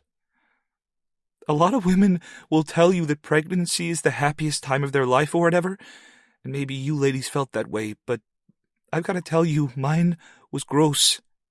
I spent most of it throwing up, dizzy. My hands swelled up so bad I had dreams about them bursting like gloves. I didn't know what the hell I was doing. My mom never showed up when I went into labor. Sean and Caroline, these strangers I'd chosen from a brochure, were there in the room with me. Took 18 hours for him to arrive. By the end, I was on my hands and knees, and I would have sworn that my intestines were being unraveled with a hook.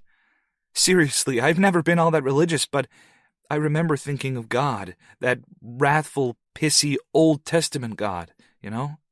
And how I was being punished for the way I'd gotten myself there. It was so fucking surreal. I had Caroline holding my left hand and her husband holding my right, squeezing them like you'd expect a baby's dad to do." She smiles, shaking her head with a strange, sad mixture of happiness and rue. "They sobbed when they first held him. I still could have called it off, but I couldn't do it, even if I wanted to." "Did you?" Sarah asks. "Did you want to call it off?" "I don't know. Seeing them like that, holding him, I saw everything he would grow up to have, everything he could turn out to be. They were the parents he deserved. They sent me photos for the first couple of years, but I didn't know what to do with them. I was in a bad place. Wasn't until last year I started to come out of the other side and felt well enough to be in his life. I told myself I could be a positive influence on him, but that was obviously bullshit. It was the other way around. I thought he could help me. Now this. I don't understand, Noah says. Why are you here, and not these parents? Maggie laughs, feeling no humor. That is the million-dollar question. Maybe I just deserve it more. They're quiet again for a minute. The windscreen wiper bats sleet off into the night. We talked about adopting, Sarah says. We've been trying for years. Not my husband, my ex and I. What you did for those people, you found yourself in a bad situation and you turned it into something positive. You gave somebody a child, and that's the greatest gift you can imagine. Guilt gnaws at Maggie.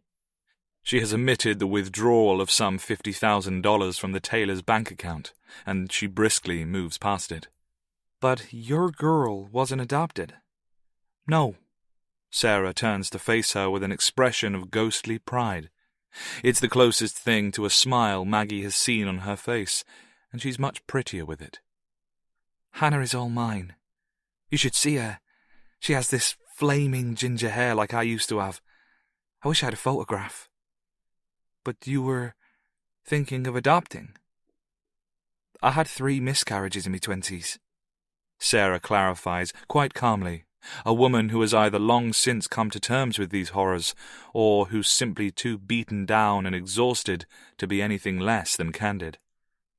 Jesus, Maggie says, almost tasting the foot in her mouth. I'm sorry. It's okay. They called it unexplained infertility. Maybe we just weren't a match, Sam and me. I think about that sometimes, the pointless cruelty of it. We could have been so happy. We were so happy.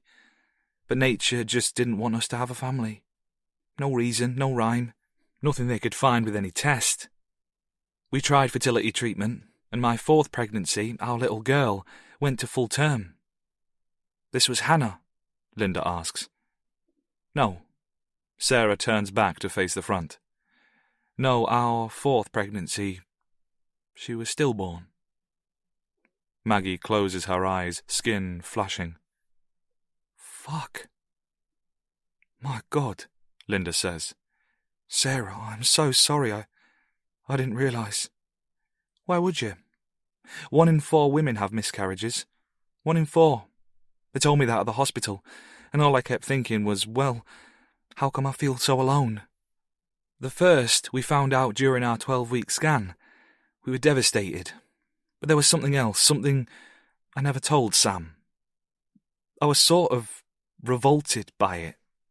My baby had been dead inside me for about a week. I didn't know whether something the size of a plum could really be called a corpse, but that's how it felt. Like I'd been carrying a corpse inside me. I could either wait for the body to miscarriage naturally or have it removed, and honestly, I just wanted it out. That's something they don't talk about in the brochures or on the chat shows. Maybe I'm the only woman who ever felt like that, but I doubt it. Anyway, you don't have a funeral after 3 months. I don't think you should feel guilty for how you felt then, Maggie says. You have nothing to feel weird about. Sarah shrugs. Anyway, I met Neil, and I fell pregnant after, the first time. That was Hannah, my little miracle. We got married while I was pregnant, all within half a year of leaving Sam. And then we had Archie, our youngest. Neil's nothing like my ex. I don't think you could find a more opposite kind of man, but he loves his kids. God knows what he's going through. She quickly shakes her head. What about you, Linda? You have any others? Just Alyssa. She was born on a Wednesday, caesarean. She wipes a tear of her own now. The first Maggie has seen, now she thinks about it. She was a gorgeous baby, and she turned out to be so polite, so gentle, never any trouble. We'll get her back, Maggie says, placing a hand on Linda's shoulder from behind, feeling the collarbone. We'll get them all back. Linda sighs. God, listen to us. Some mother's meeting. I know, Sarah agrees. What about you, Brett? Any words from a father's point of view? You going to tell us how easy it is from the other side?" But Brett doesn't answer. His breathing has turned heavy, and he is sleeping soundly between them all. Or, Maggie thinks, perhaps he is only pretending. Chapter 46. Player 2. Brett has never believed in love at first sight. Attraction, yes, and basic lust, but never love. That, he thinks, takes something more than a cursory glance across a crowded room. Case in point, he had seen Craig Wilson countless times before they ever shared a spoken word, and he'd felt no attraction whatsoever. Of course he hadn't. Brett was your average all-American heterosexual boy. Okay, so some of his old-fashioned countrymen might have contested his status as the archetypal all-American boy, and he probably had fewer close friends than the average kid. He'd never had a girlfriend, and his rare juvenile experiments with pornography had made him feel about as enthralled as he did during church. But he was as straight as an arrow, despite what the other kids called him. He just wasn't interested in anybody like that. He was straight. He believed that then. Some days he believes it still. Craig was supposed to be crazy, just like his old man. Rumor had it that Officer Donnie Wilson, a legend in the NYPD, liked to shoot unarmed black boys on the weekends, and in a public school where less than 1/10 of all pupils were white, this should have singled Craig out for a severe, if not fatal, reprisal. It didn't, though. Even the hoods seemed to be afraid of Donnie Wilson, the untouchable bogeyman of Brooklyn, and they were, by proxy, wary of Craig. Brett doesn't remember the first time he saw Craig. They must have passed one another in the halls every day for a year, but he remembers the first time they spoke. It wasn't the sort of day somebody forgets. Their long friendship can be traced back to one vindictive shitheel named Roland Washington. It's a familiar chestnut. Roland had taken an inexplicable interest in Brett, specifically the art of making his life miserable. And every day, for 3 straight weeks, this kid waited somewhere beyond the school gates to inflict some kind of pointless torture. This soon inspired Brett to seek out new, unnecessarily extensive routes home, and that's how he found Craig Wilson, hidden in the alleyway behind Joe's convenience with his right hand buried in Rosie Bryant's panties. For 3 reasons, this caused Brett to halt in his tracks. Firstly, he had never seen anybody exploring the contents of a girl's pants before, because, at this age, their classmates had barely begun to sprout breasts. Secondly, because Rosie Bryant was 2 years older than the boy, which was surely unheard of, and she was black. And wasn't this the son of some psychotic racist? Mostly, though, Brett froze because, compared to Roland Washington, this Wilson kid was supposed to be deadly. Craig had his back turned to Brett, busying himself as he was, but the Bryant girl opened her eyes, returning abruptly from whatever happy place she'd been soaring, and saw the voyeur blinking at her through huge jam-jar glasses. She cleared her throat, whispered something, and Craig glanced back irritably. He never removed his hand. "What are you looking at, dipshit?" he asked. Brett didn't answer. In truth, he almost pissed his pants before bolting back the way he'd come. Emerging from the alleyway, preoccupied with his own shock, he ran straight into Roland and his pals. "Nice try, fag," was all Brett heard before he was on the ground, head ringing, and then he was being dragged across rough pavement by the bag on his back. His shoes fell off. He still remembers that clearly. "Over here!" One of the boys, maybe Roland, maybe not, was squealing excitedly. "Over here! Check it out!" Brett managed to look around just far enough to see that he was being hauled backwards towards the trash can outside the convenience store. He was thrown up against it, pinned in place by his rucksack, as Roland reached into the trash and fished out a knotted plastic baggie. It looked heavy and full. "Open it up," Roland giggled, tossing it to one of his playmates. "Open it up!" "No way! It's full of dog shit!" "Don't be a pussy, just rip it a little." "Why?" the kid, Brett doesn't remember his name, asked. And it seemed like a good question from down on the ground. "Fags eat assholes, don't they?" Roland was practically screaming now. "We gon' give his scrawny ass a decent meal for once." Laughter everywhere, animal howls, panic. Brett tried to scramble away, but he was too frantic, too damn terrified to simply slip his arms out of his bag's straps. He has never forgotten the smell. To this day, if he accidentally steps in some dog's mess on the sidewalk, he is overwhelmed by humiliation, haunted by the scars of a child, a little boy, who had done nothing wrong and who wanted to die. The bag was brought down in an almighty slap, held in whichever sadist's palm like a fastball pitch without the release, and cold, dense shit smashed over Brett's nose, chin, lips, teeth. What he heard in that moment, as his eyes burned and his vision exploded into white and the vomit rushed up into his mouth, was something else that has always stuck with him. It was one of the boys, yelling in disgust. "Oh, gross, you got it on my leg!" And the one who had done it saying so goddamn sincerely, "Oh man, I'm sorry," right before wiping his own palm clean in Brett's fuzzy hair. They ran after that, leaving Brett spitting and sobbing by the trash can. That's when he decided to kill himself. He would throw himself off the bridge, just wash all the shit away in the waters of the East River. It wasn't just an empty threat, it really was going to happen. Then he heard another voice. "What the fuck, dipshit?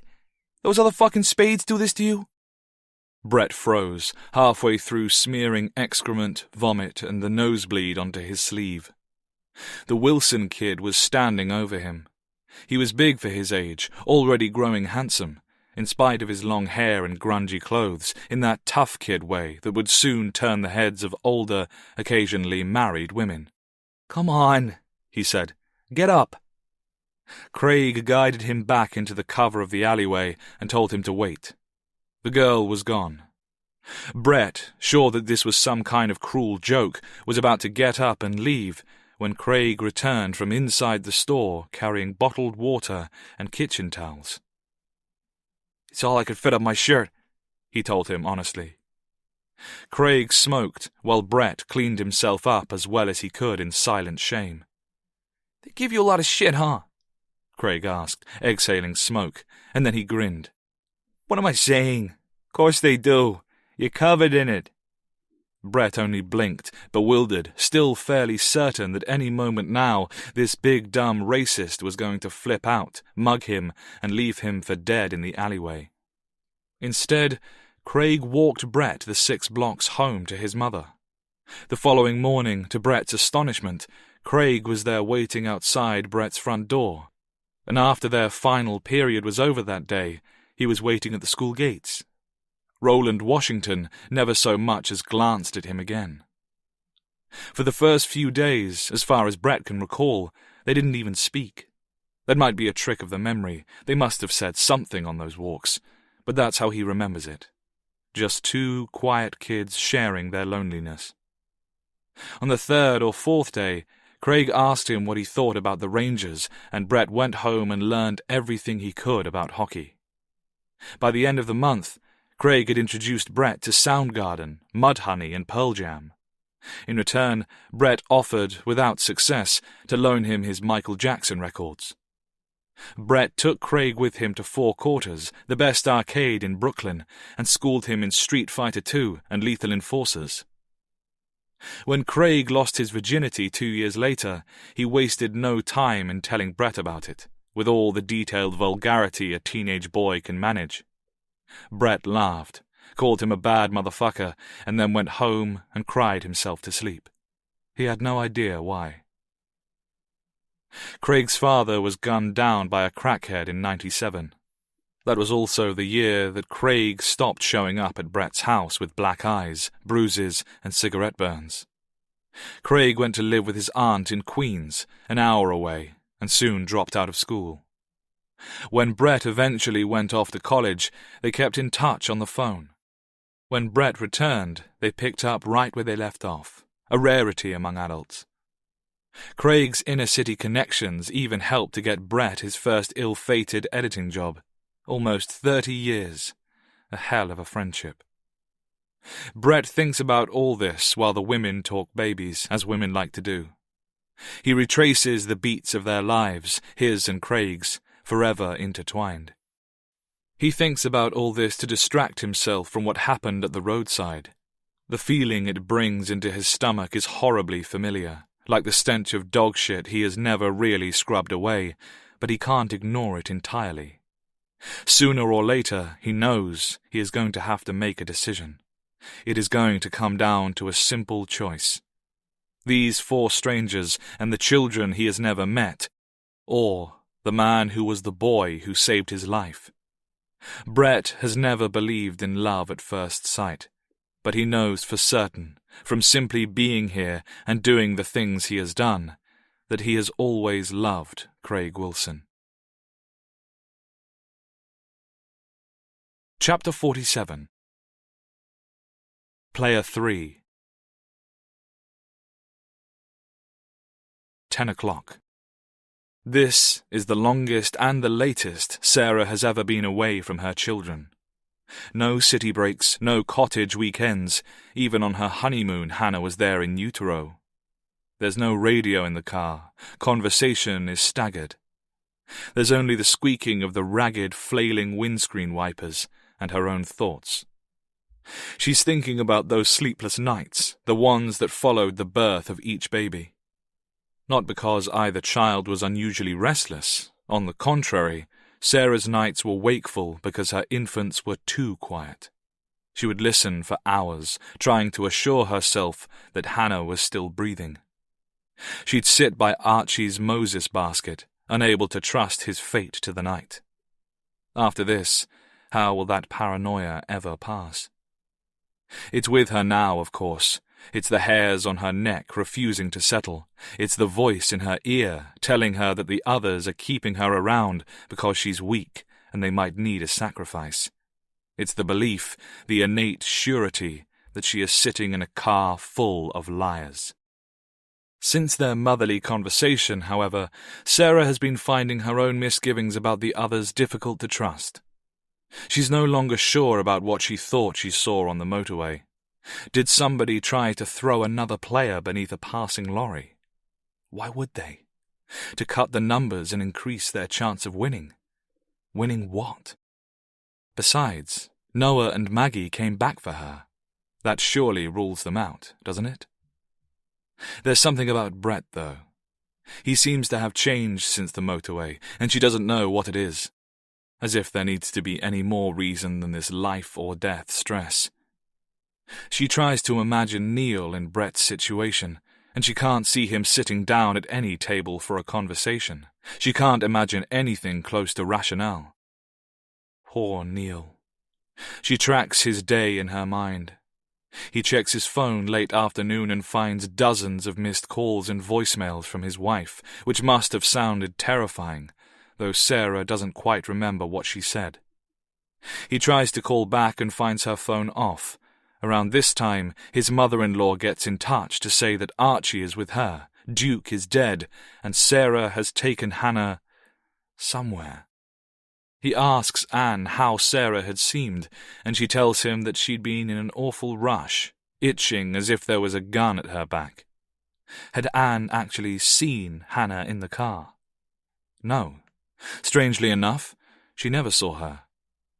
And now it's late at night, and there's been no word from his wife, no sign of his daughter, just a murdered dog in the back garden. Will he ring the police? If he recognizes that Duke's death was no accident, then yes. And what will they suspect? Duke may have been adored, but he was only a dog as far as the law is concerned, a piece of damaged property. Sarah, though, how often has Neil questioned his wife's mental health? In how many arguments has he called her unstable? Has he already wondered, just for a second or two, if she has finally snapped, killed their dog and driven their firstborn down to the water? No. Because of this, as much as anything else, she has to get a signal to him. Just one short message, like a wink across a crowded room. She should have left a clue behind, and she feels so stupid for not doing so.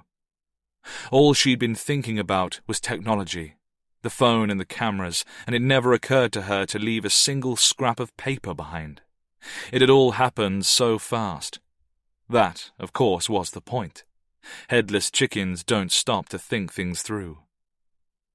Now that she's thinking rationally, more ideas come. Steve at number 12 has a video doorbell installed. Might the police knock on the surrounding doors, questioning about Duke's death, a suspected attempted burglary, and ask to check the footage? What would they see, she wonders? Not merely a dog killer, but some stranger emerging from the Mulligan house carrying Hannah. Would they see the car? Sarah's heart, which had finally, mercifully steadied, begins to pick up its pace again. Only this time, it's not just fear. It's adrenaline. It's a chance. She feels closer to the people in this car, but nowhere near close enough to share this stream of consciousness, and she buries it deep inside like a winning hand. She even slides her left hand into her coat pocket, squeezing the damn burner phone, wrapping her hand around it as if the microphone might be picking up these treacherous thoughts right out of her head. It's infuriating having a phone on her, knowing Neil's number by heart, but being unable to use it. If she could only get one message out, a code perhaps, something so fast that it leaps past whatever spyware is monitoring her actions. But it's impossible. The phone is a non-starter. She can't risk it. With her hands still in her pocket, she moves away from the phone and begins passing cold metal objects back and forth between her fingers. She rubs the smoothed, sore tip of her ring finger against them, feeling the milling in the metal. The burner is unusable, but there has to be another way, something simple. She does this for a good 30 seconds or more, moving the pieces of metal through her hand, before she realizes what's in her grasp, and her breath halts in her throat. Bingo. Her skin turns incredibly hot, and she slowly, casually turns her face to the passenger window to stop anybody from noticing. What had her mum said? "Let me give you some pennies to give to her." "Mum, honestly, I really need to be—" "I won't be 1 minute, Sarah. Am I not allowed to give my own granddaughter a little bit of pocket money on a day like this?" Sarah's pulse has increased to palpitations. How much, she wonders, have we come to rely on our mobile phones? How often do we miss the answer because it's too basic, too old-fashioned, too obvious? In those first hours after Hannah was taken, Sarah had been so lost to utter shock, so terrified for her daughter's well-being, that not only had it never occurred to her to leave a message behind, but it also never crossed her mind to simply pull over on the journey to the postcode, leave her bugged mobile in the car, and use a public payphone to call for help. Likewise, once she'd actually arrived at the inn, she didn't consider finding a phone on the premises because she was too damned afraid of who might be involved and too conscious of who might be watching. She doesn't think any of the others in this car would have considered such a blindingly obvious solution either. Hadn't Noah, after all, hit the nail on the head while they'd all been sitting in that firelit parlour? "This is what they want us to think. They are trying to intimidate us. They want to seem omnipotent." She slides her finger through the coins, counting softly, careful not to make clinking sounds. Such a paltry sum, but it could turn this situation around. Instead of the 9 grand she'd originally expected to pay, this palmful of pocket money could change her daughter's fate. Sarah's second lucky break, her second miracle, one could call it, comes only a few moments later. It's as if Linda has read her mind, mother to mother. The headlamps pick up a sign beside the road, and Linda clicks her tongue. Services, 2 miles. "Bad news," Linda says. "If we're going to make it, then we're going to have to stop to fill the tank." "Good," Sarah replies, and she quickly changes her tone. "I'm dying for the loo." The three in the back agree that they too could use a break. I don't know if that's a good idea, Linda says. It'll draw too much attention. If you all need the bathroom, I'll pull over at the next tree line and... Forget that, Brett groggily says. My guts have been liquid since the changeover in Paris. If you think I'm going to drop my pants in some ditch, then you've got another thing coming. Linda sighs through her nose, but she doesn't touch the indicator. There seems to be some internal battle raging behind her strangely blank face. The exit is coming up fast, and Sarah can see from here that the red petrol light is glowing. Linda? She says softly, heart hammering in her throat, palms sweating on the coins in her pocket. If the car runs out of fuel, then you'll never get to Alyssa. Linda fixes her with a flat, sideward stare, then flicks the indicator to the left.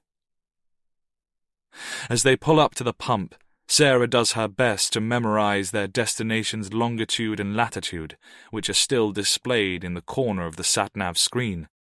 But the numbers are too long, and she has to get out of the car first to allow those in the back to disembark. She holds her seat forward for them. Then, when everybody is out, and because she is still conscious of its microphone, she discreetly drops her burner under her seat and closes the door. There's not even time to memorize the license plate without looking suspicious. She feels like it's written all over her face. The toilets are on the far side of the service station. The public payphone is outside them. The group divides by gender, and Sarah chooses the end cubicle in the ladies, walking a little slowly, but not noticeably slowly, to make sure that Linda and Maggie choose a cubicle each. They do. Sarah walks into her own cubicle and locks the door.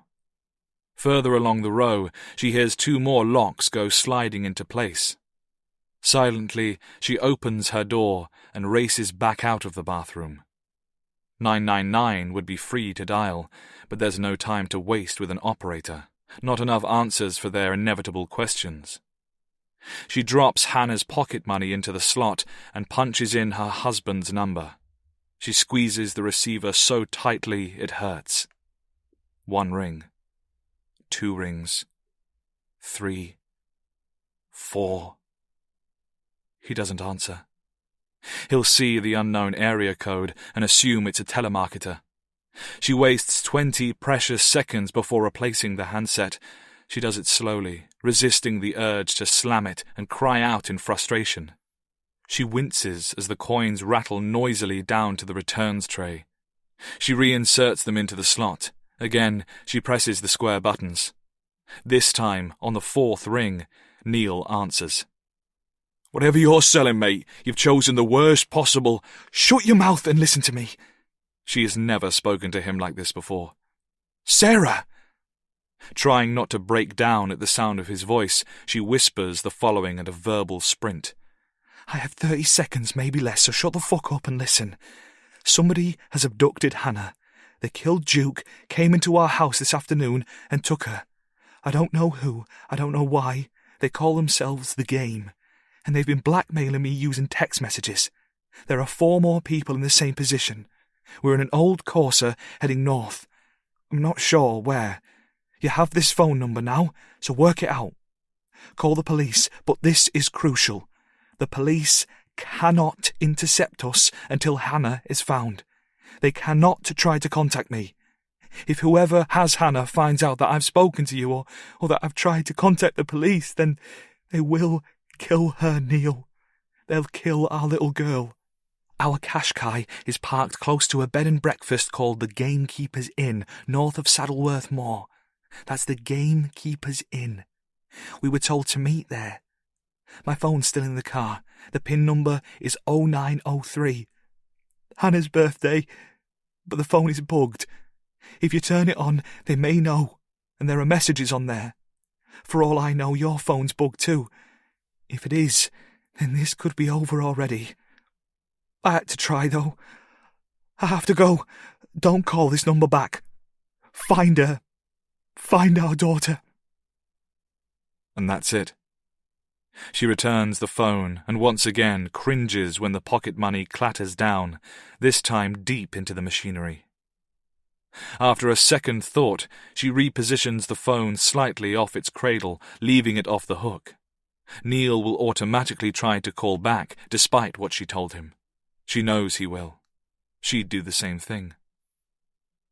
After a noiseless sprint back into the restroom, she slips into the last cubicle, heaves huge, silent breaths until she's no longer panting, and then walks out as calmly as she can.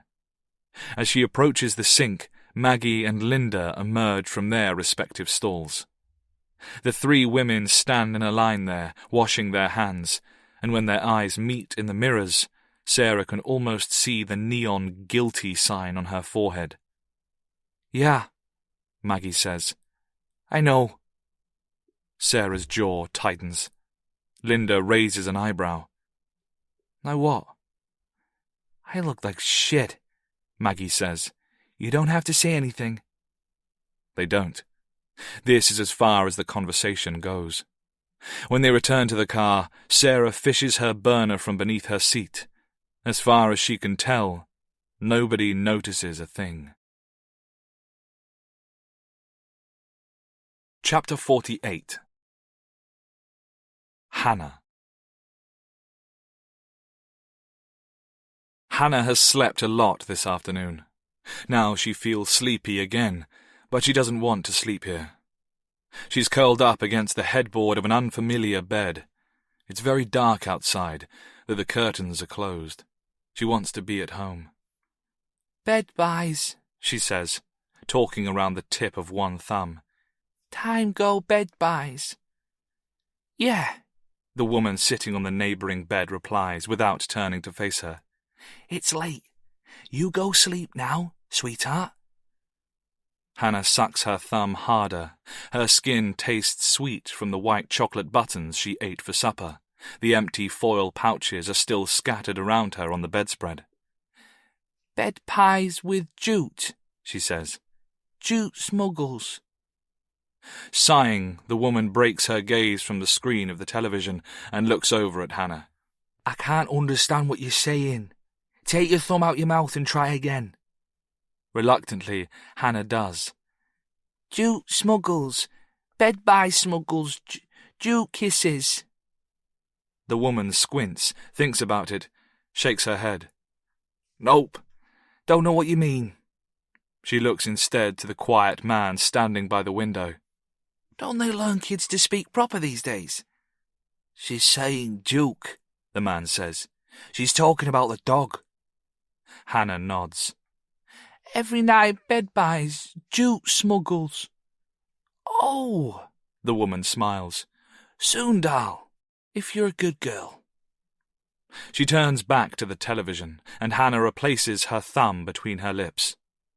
The woman is older than Mummy, but not quite as old as Nan. She's bony and she smells vaguely unpleasant.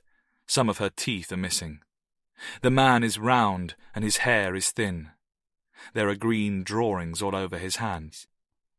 The woman had woken Hannah from her afternoon nap. The man had been waiting in the car outside. They told Hannah this was a sort of game, a funny trick to play on Mummy and Daddy, but it doesn't feel funny anymore.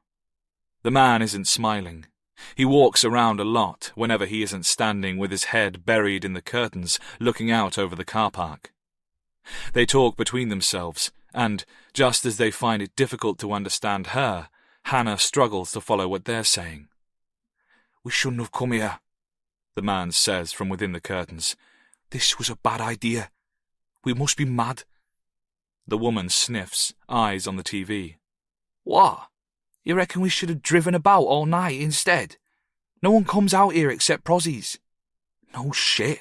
A hotel full of whores plus one toddler. We'll stick out like a sore bollock." "And keeping your face pressed up against the glass like that isn't going to help, is it?" He steps back, snapping the curtains closed.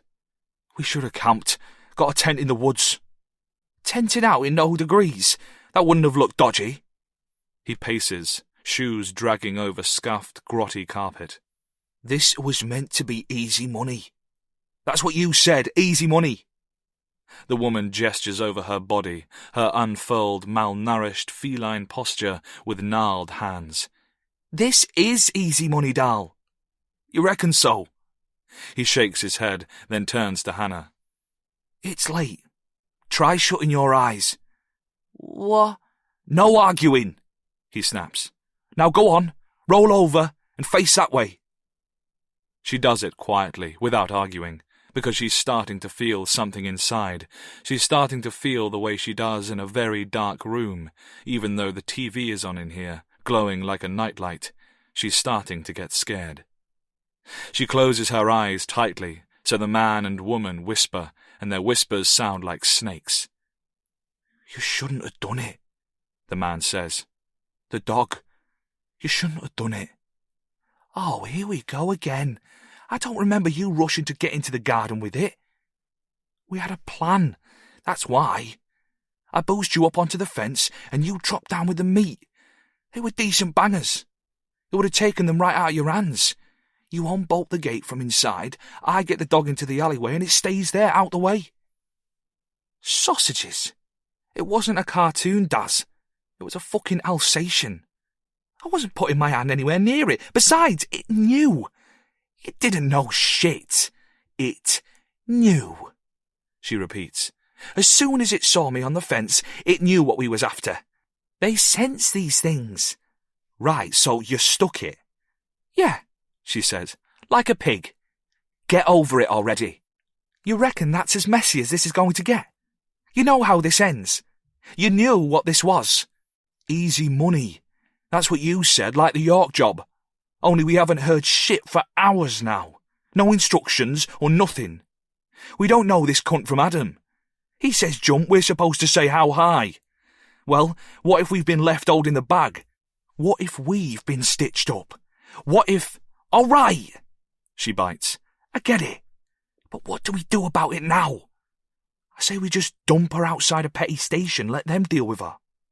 And lose the cash? No chance. It's gone too far for that. We give it 2 more hours. How about that? 2 more hours. And then what? Whether she wants to or not, Hannah can feel herself slipping, the room warping into an infant's dreamscape around her, and she's almost fully asleep when the woman next speaks her name. Hannah? She's talking softly, closer now, and Hannah can smell her breath coming from over her shoulder.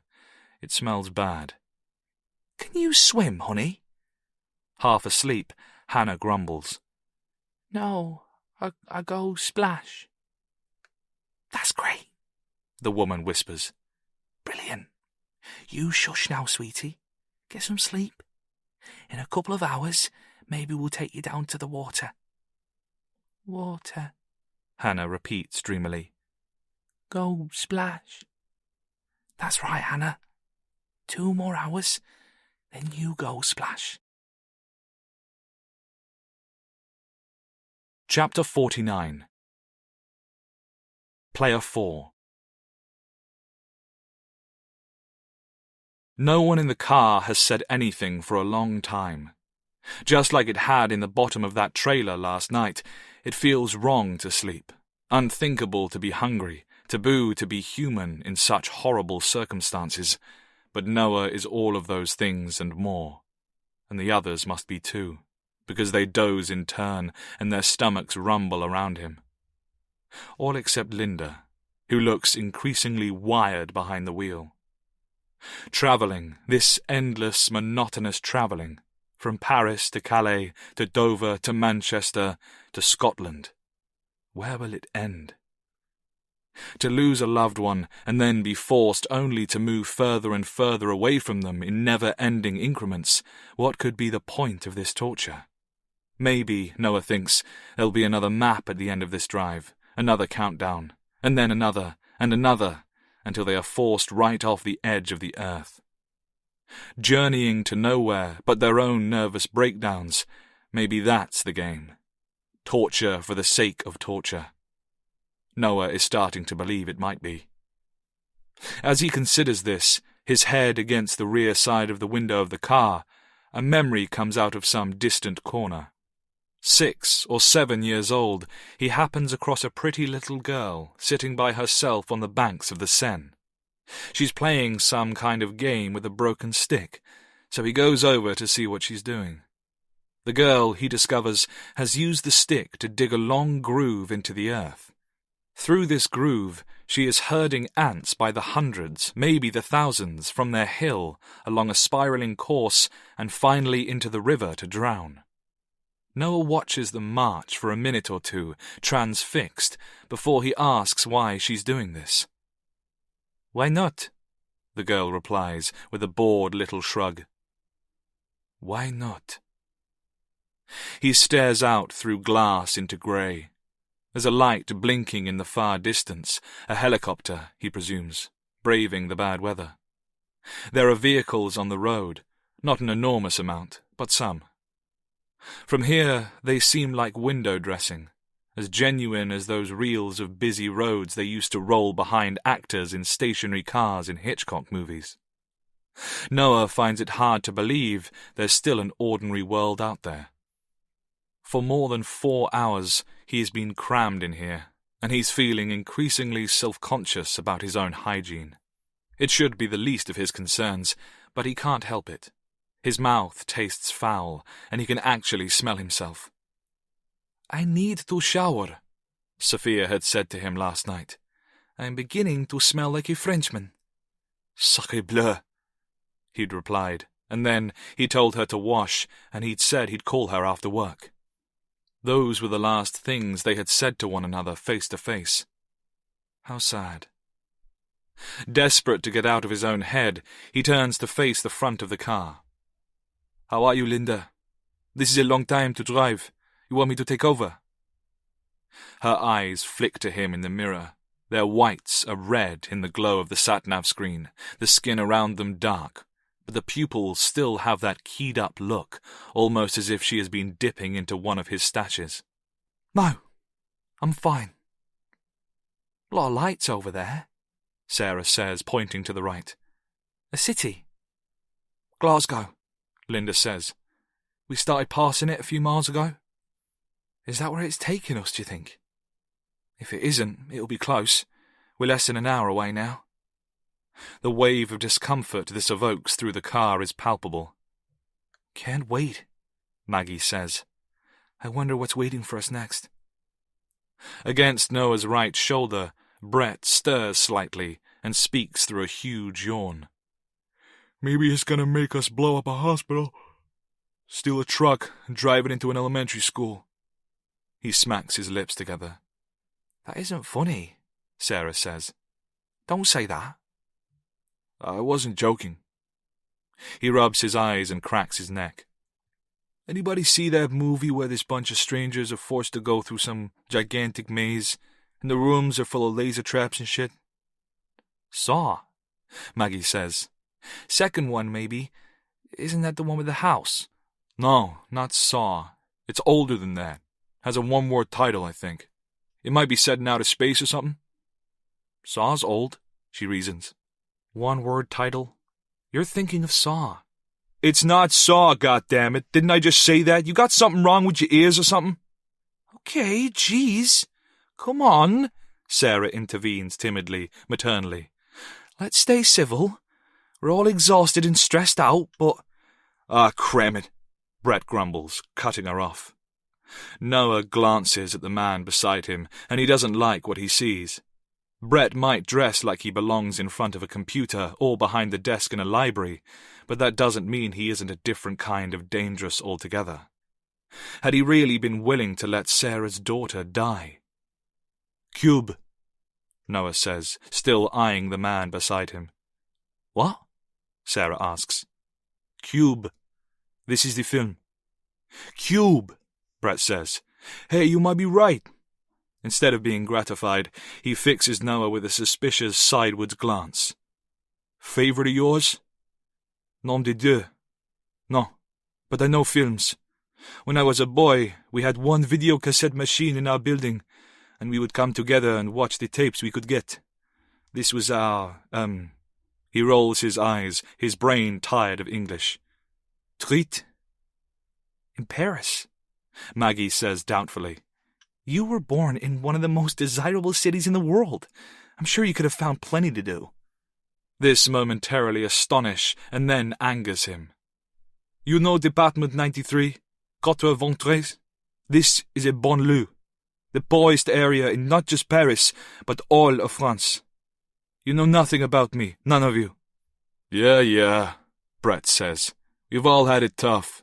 I was raised in Brownsville, Brooklyn in a 22-story housing project. My mom worked 3 jobs to keep the clothes on our backs, and we slept to the sound of gunshots. That's no joke. By the time I was 10, I'd been to more kids' funerals than birthday parties. I had to fight to get my scholarship to college, and I made some hard dollars. Did things I wasn't proud of. That's just life. It doesn't mean I deserve to be stuck in this piece of shit car with you. Life's tough all over, kid. A pause. Then Linda asks, What things? What? You said you'd done things you weren't proud of, she says frostily. What things? It's just a figure of speech. Nothing criminal, officer. Noah sees a flicker of something on Brett's face, but he doesn't push him on the subject, because he wishes he could say the same. Soon they clear Glasgow's limits, and the land on either side of the road begins to rise into sheer faces marking the start of the Scottish Highlands. Noah thinks of those ants, the ones following that chasm towards their pointless doom, and a shiver runs down his spine. The car skates through brief flurries of heavy snow up here, and, even from the back seat, Noah can feel the surface of the road becoming slicker. Linda seems tenser than ever, if that's at all possible, her knuckles glowing white on the steering wheel.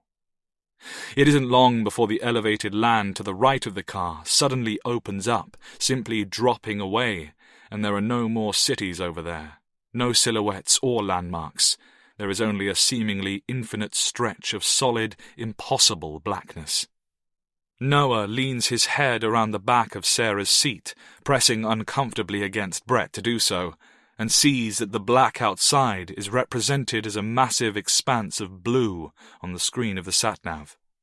We're at the sea, he asks. No, Linda says. It's a lock. Oh. Noah turns his face back to the blackness, and to him it looks like the edge of the world. The edge of the world, and they're going to drive right off it. Why not? Chapter 50. Player 5. With just 15 miles to go, the sat-nav instructs Linda to leave the main road for one last time. She turns onto a treacherous single-width carriageway that winds and turns, rising and falling at lethal pitches, so that she has no choice but to drop down to second gear and crawl. The engine moans, and there's a furious ticking noise inside. Only now does it really hit home that, even if she can somehow manage to keep the tyres from skidding off the narrow, icy road, the engine simply might not make it. Astoundingly, the vehicle endures, but Linda's vision is foggy at the edges and filled with small, shuddering black stars that frequently dart across her eyes. She has driven from Luton to beyond Glasgow, with only a hike and a sprint through freezing temperatures to break up the day. She should have let one of the others drive, probably should have, but it felt safer to be in charge of the vehicle.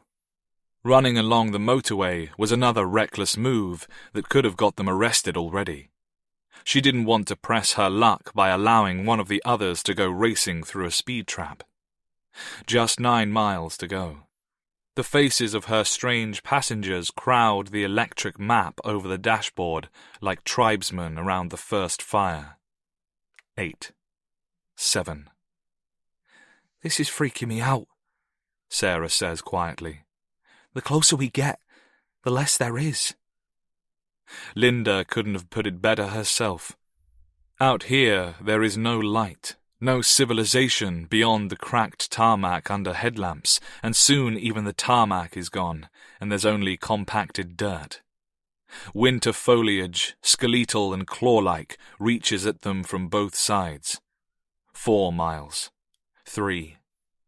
The sat-nav, blue-white in the car's interior, beckons them onwards with the humorous malevolence of a will-o'-the-wisp. 2 miles. 1.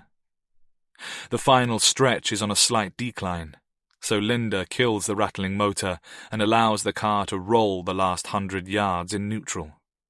She lowers her window and listens hard for any signs of life, but all she can hear is thin ice cracking under tires and the sound of her own heartbeat, as if blood is being shotgun blasted around her veins. She switches the headlights for the dimmer sidelights and closes her eyes, just for a second, to listen harder. It's calm behind her eyelids, peaceful even with the racket of her own pulse. It seems like a long time since she has had any sort of peace, either outside or in here. "Whoa!" Sarah's voice. Linda comes back with a start, and it takes her another moment to see that, about 20 yards ahead, the ground abruptly disappears. They're rolling towards a plummet. She slams on the brake pedal, and the car keeps sliding. Beyond the horizon there is only night and another lock waiting greedily below them, and Linda is overcome by a strange, terrifying certainty that this will be the conclusion. Lungs full of water, body floating, grey flesh stripped by lampreys and eels. Panic causes her to freeze. It may be for the first time in her life, and it's Sarah, of all people, who reaches over and spins the wheel through Linda's clammy hands, aiming for a tree that might stop the car before the drop, a net of branches to catch them. When the front left tire dips into a depression in the earth and the vehicle shunts to a halt, all the passengers exhale at once. Linda kills the sidelights. "I don't think I've ever... I couldn't. I didn't. The water. It's okay." Sarah places her hand on Linda's arm and squeezes. "You did it. You got us here. We made it." Linda stares at the hand, fascinated, until the sat-nav dings, announcing their arrival, and she quickly shuts it off, casting the car into total dark. They sit this way for a few seconds. It feels like a long time. Lazy snowflakes drift down in singles, one at a time, to melt and cover nothing. "I don't see anything," Brett whispers. "Anybody else?" "No," Maggie replies. "We should get out and look." "Yeah? After you." "Thanks." They step out into the night, this peculiar quintet, and Linda hears their sharp gasps as the bitter air spikes their lungs. When they close their car doors, they do so softly, only just allowing the latches to click home. It might be well below freezing up here. Through all her layers, through her very flesh, Linda feels the cold seize her skeleton with needle fingers. It makes her feel old. Much too old for this. While the other players silently bounce on the spot, pivoting cramped shoulders and stretching numb legs, Linda finds herself drawn slowly to the precipice ahead. Her sense of dread is deep and ultimately inescapable, but she also feels hypnotized as she shuffles forwards, a passenger lost in the zone. She swallows a breath of ice, as crisp and unpleasant as the air in a mortuary, and looks down. There is a drop. It's not quite as high as she'd imagined, nor is it positioned directly over black water. There's a stretch of shoreline below. On the shoreline stands a small, solitary building. Nothing else down there. Just this private cove. Linda's heart is beating so hard now that she can feel it in her temples, and it hurts. The building is a fishing cottage, and in the absolute darkness it looks practically primeval. Ivy clings to exposed, weather-battered stone. Frost clings to the ivy. The windows are timber, the walls lean. By day it might be pretty, quaint, charming. By night, though... "Dear God," Sarah is here now, whispering. "Do you think...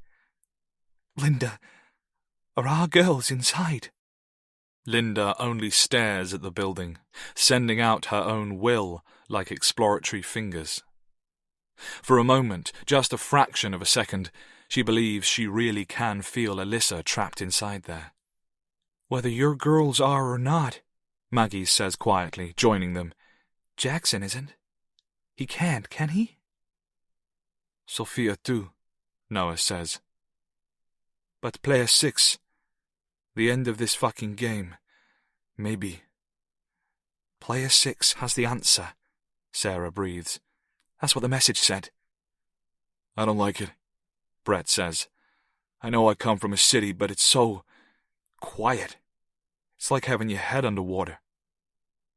This sends a tremor through Linda, and again it's water she's thinking of. Water in her lungs, an old nightmare of being submerged. She's never seen a lock before, and she never expected one to be so bowl-like, so enormous on every side. She's trapped in the bottom of a well. She's trapped here, listening to 4 people who don't care one bit for her daughter. Listening to their jaws vibrate, their teeth chatter, their frightened whispers as their breath goes up in white clouds. Rage gathers inside her, swelling up, a star ready to go supernova. She is mother, and she's close now. Close, but still too far. "It's gotta be deserted," Brett goes on. "What did I tell you? This is the game. This is the fun house. We go in there, we die.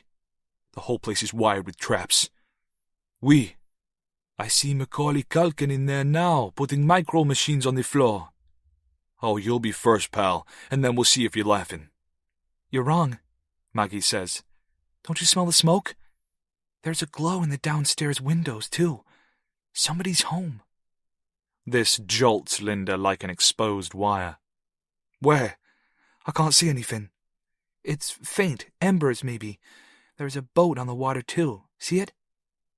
Linda does, but only once Maggie has physically pointed. From here, it's just a white shape, floating like a rock in space or a ghost in a void. Linda's fists tremble and clench. "So far out," Noah says. "Somebody is on board?" "Probably not," Maggie admits. "But it could explain how they got here. I'm surprised it hasn't been winterized and shored. Must be anchored out where the water is deeper, and then the sailor rows to shore. There's a tarp down there. That'll be the rowboat." "What are you, in the Navy?" "Minnesotan, Brett. Land of 10,000 lakes." Even as they watch the boat, it moves slightly, and there's a huge cracking sound that makes them all jump. "Ice on the surface," Maggie mutters, but she doesn't sound so sure. "How do we get down?" Linda asks, fighting the urge to simply go off at a run. "Over here." Maggie breaks off a little way to their left. "Here's a path." It slopes 30 feet down to the shore, not wide enough for any car. It's the only way down, and the only way up again. Maggie takes a slow lead, cautiously navigating a route to the bottom, and the rest follow in a tight huddle. "Wait!" Sarah stops, halting the procession, to state the obvious. "It's late. Proper late, and we're in the middle of nowhere. What are we meant to do? Knock on the front door and say we've broken down?" "British manners," Noah says, shaking his head. "We should break the window. Go in with Fost."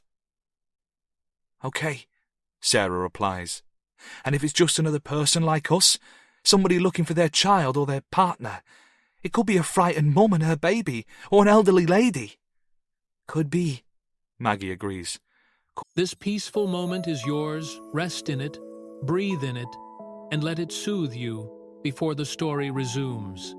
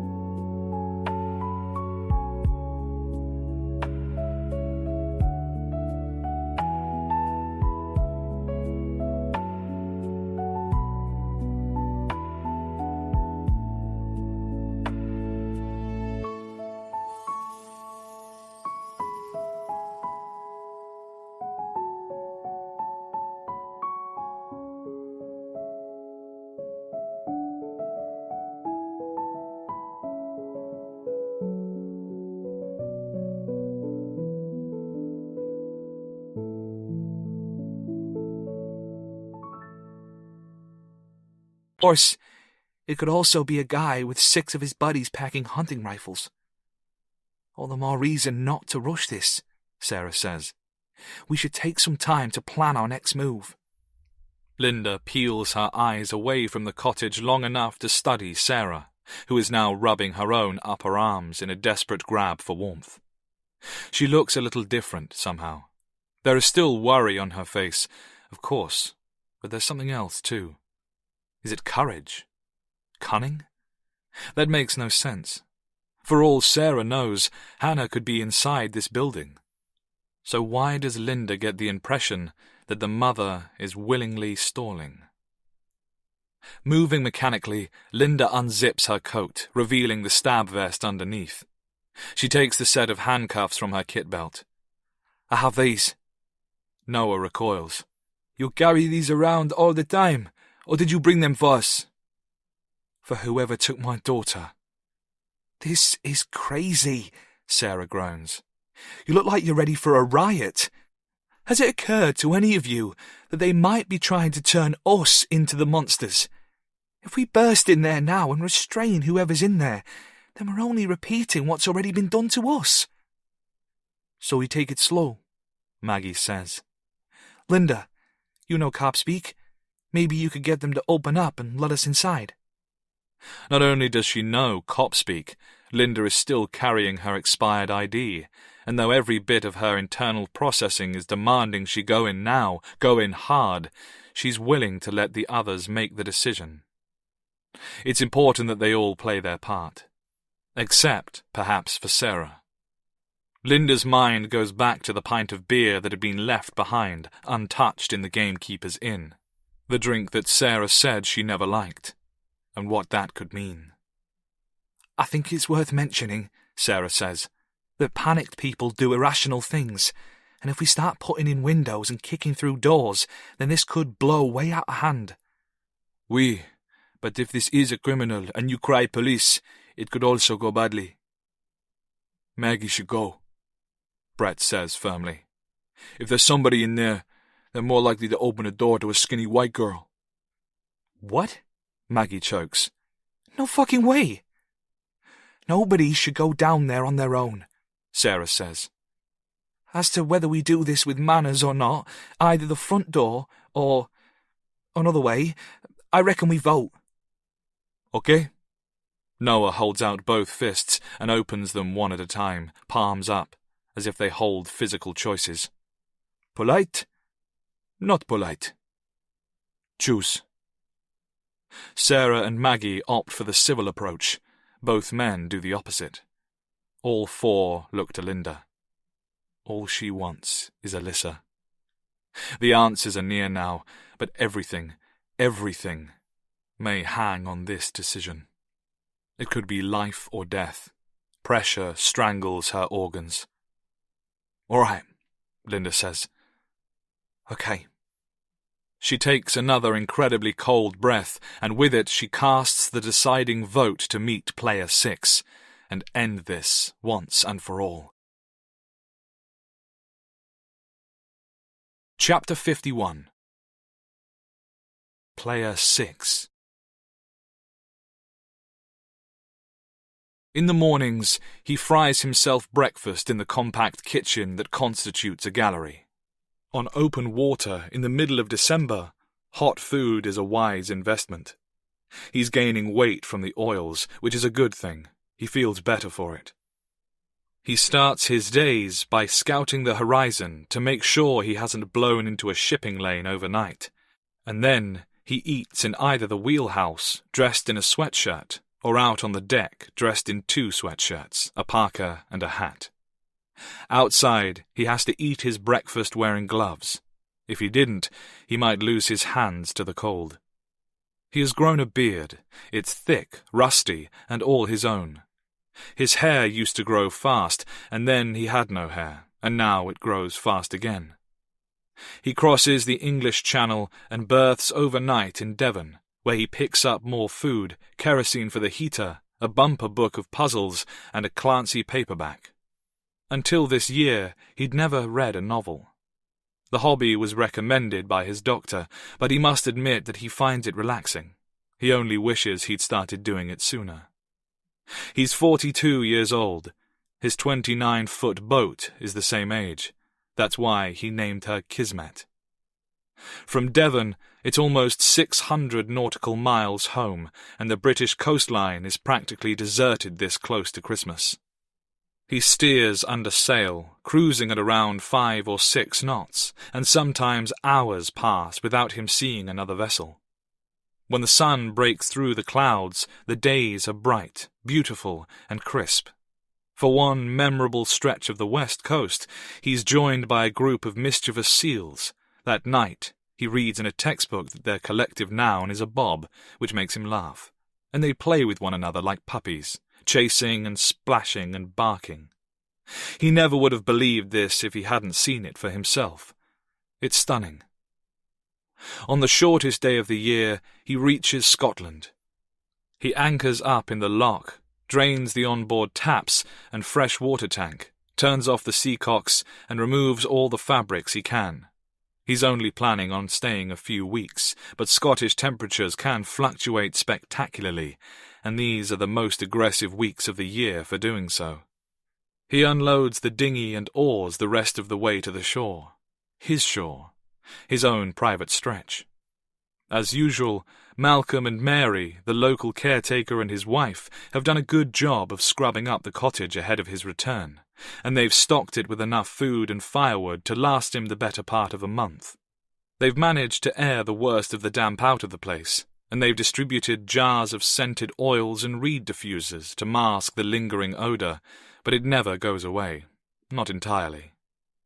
The ancient walls are porous stone, and the windows are timber-framed and single-paned, all except for the recently installed floor-to-ceiling bifolds overlooking the water from the kitchen end, so the place is susceptible to draughts, mice, and creeping patches of black mould.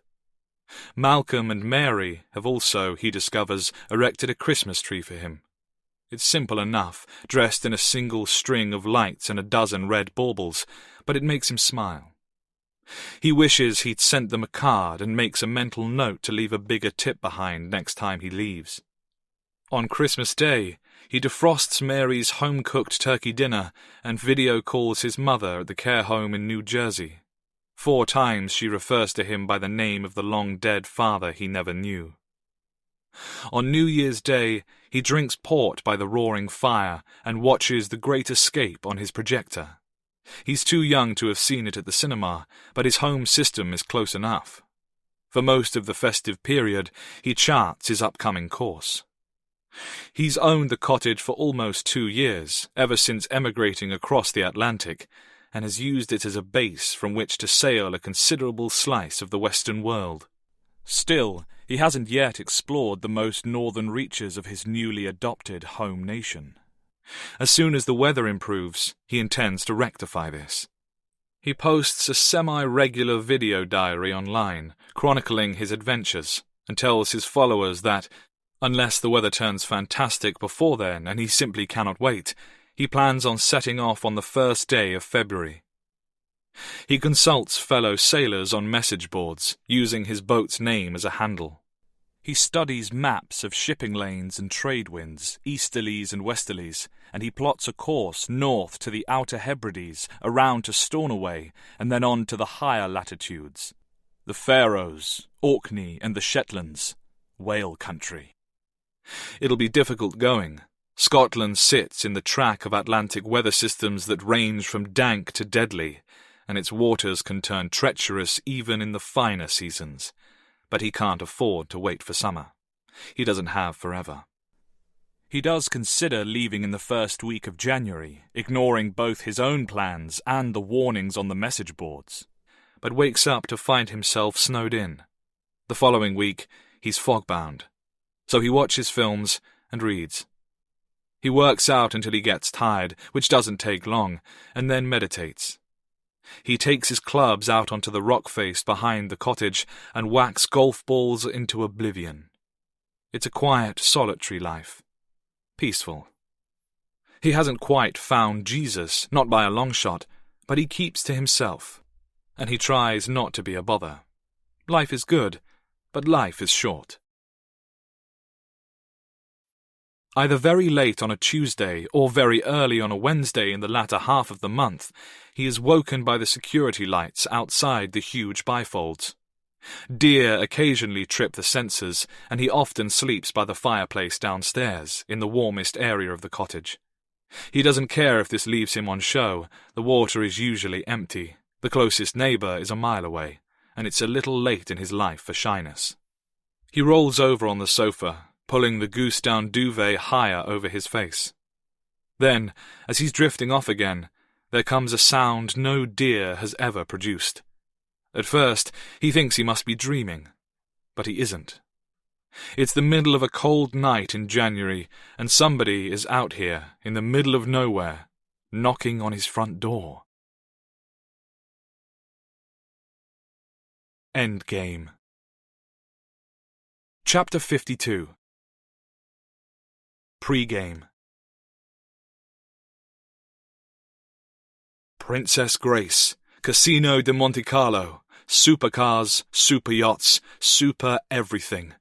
This was Monaco, and it was beautiful. Beyond beautiful. Glitch was in love with the place. She felt like her chest was about to burst. They were gathered on the world-famous marina, waiting for a smaller powerboat to taxi them out to their destination on the sparkling blue, where yachts boasted helipads and swimming pools on decks the length of small streets. Lola, their host, announced that she would soon be leaving the girls, and everybody groaned. They were all beyond tipsy by then. "I'm sorry," Lola said, showing her bottom lip. Then she read from a prepared script filled with bullet-pointed information. "Before you go, I must first explain some of the rules of the game. Since this is an exclusive pilot for a future project, what you ladies might know better is a beta test. Some brief hollers. There are stipulations on what you should be sharing. This is going to become the biggest social media event of the year, a defining moment for the online scenes you are helping to build, but it all comes down to you guys. You are the marketing. Everything you share, you should be tagging the game, okay? Hashtagging the game. We want luxury, but this should not include the use of drugs. On camera." Something about that momentary pause, what on paper might have been nothing but a full stop, caught Glitch's attention. Lola went on. "From the first moment you arrive on the boat, you will be streamed almost constantly. Your every move is being monitored. What you are selling to your followers is a dream. The dream." With a wave of her hands, she gestured to the scenes around them. "But—" This was Lolita, 2 million followers on TikTok. "What is the game?" Lola paused. Her face turned into something Glitch would return to in her mind throughout the following hours. It was something between a frown and a total blank, like an actor who has forgotten her lines on opening night at the National Theatre. "It's the biggest social media event of the year," she said, returning to her trusty script. "It's the dream." "No, I get that, but what is the game? What will it consist of?" The following pause lasted longer. Apparently, their host didn't know. Chapter 53. Player 1. Security lamps burst into light, bathing the approaching intruders. Linda flanked by Noah and Brett in dazzling white. The three of them halt, looking from a distance like jailbreak convicts beneath a roaming searchlight, and then Linda mumbles something to her escorts, and they continue towards the door, feet crunching over shingles. Maggie is watching from what she guesses is the boundary of the cottage's grounds on this stretch of beach. The beams of the security lamps don't quite reach her, so she's probably more or less correct. Sarah is standing with her. Brett had naturally wanted to stay back here, but it was unanimously agreed that, out of the entire group, he looked the most like a plainclothes cop, and he soon relented. Linda had really seemed to want the two men at her side. Maggie doesn't blame her. She's a tough customer, old Linda, but she's certainly getting on in years. Their vague plan, which they'd thrown together in approximately half a minute, is for Linda to use whatever cop wiles she still possesses to gain peaceful access to the property. Then, when the situation has been deemed civil and secure, they will calmly ask Maggie and Sarah to join them. Then they'll get their answers. If it's some kind of trap, Noah had said, then it's best for a couple of their group to remain at a safe distance. Hence the two ladies watching from the beach. It's only now, though, as the first rally of formal knocks lands upon the door, that Maggie realizes two of these three trespassers had actually voted for the more violent approach. She's suddenly glad that Linda is with the boys, lest they try to turn this into some raiding party. Out here, the knocking is loud.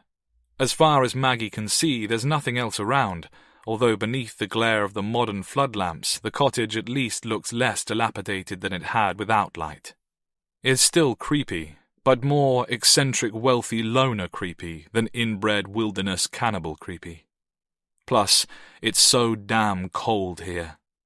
It isn't like the dry freezes of her home, which reach much, much lower temperatures, but rather a wet, soggy chill that penetrates the organs. The lock frightens her too.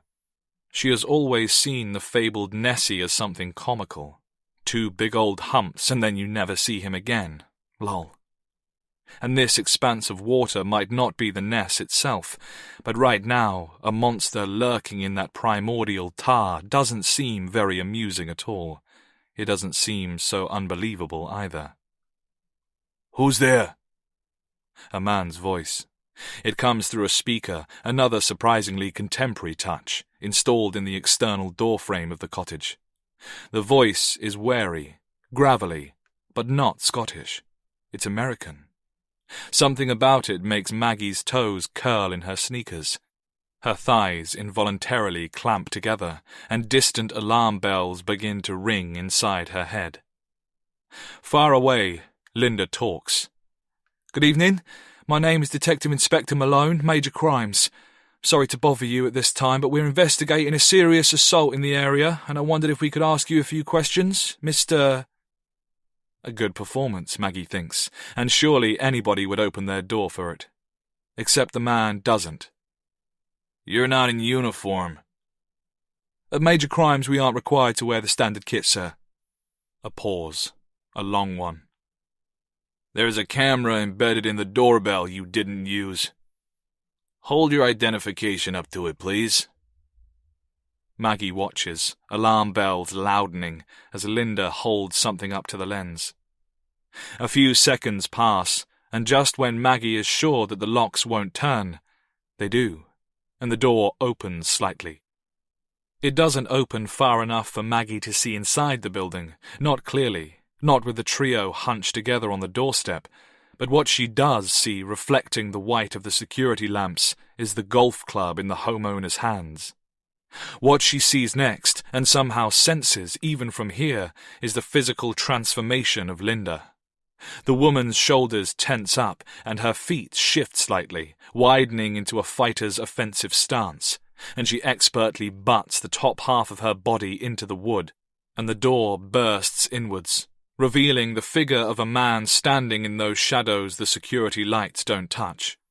Noah reaches into his own coat, as if about to pull a weapon, but there's a hideous thwack, followed by a dead-weight thump, and he's suddenly on the ground inside the cottage's entrance, and Maggie is somehow pelting, without thinking, towards the chaos.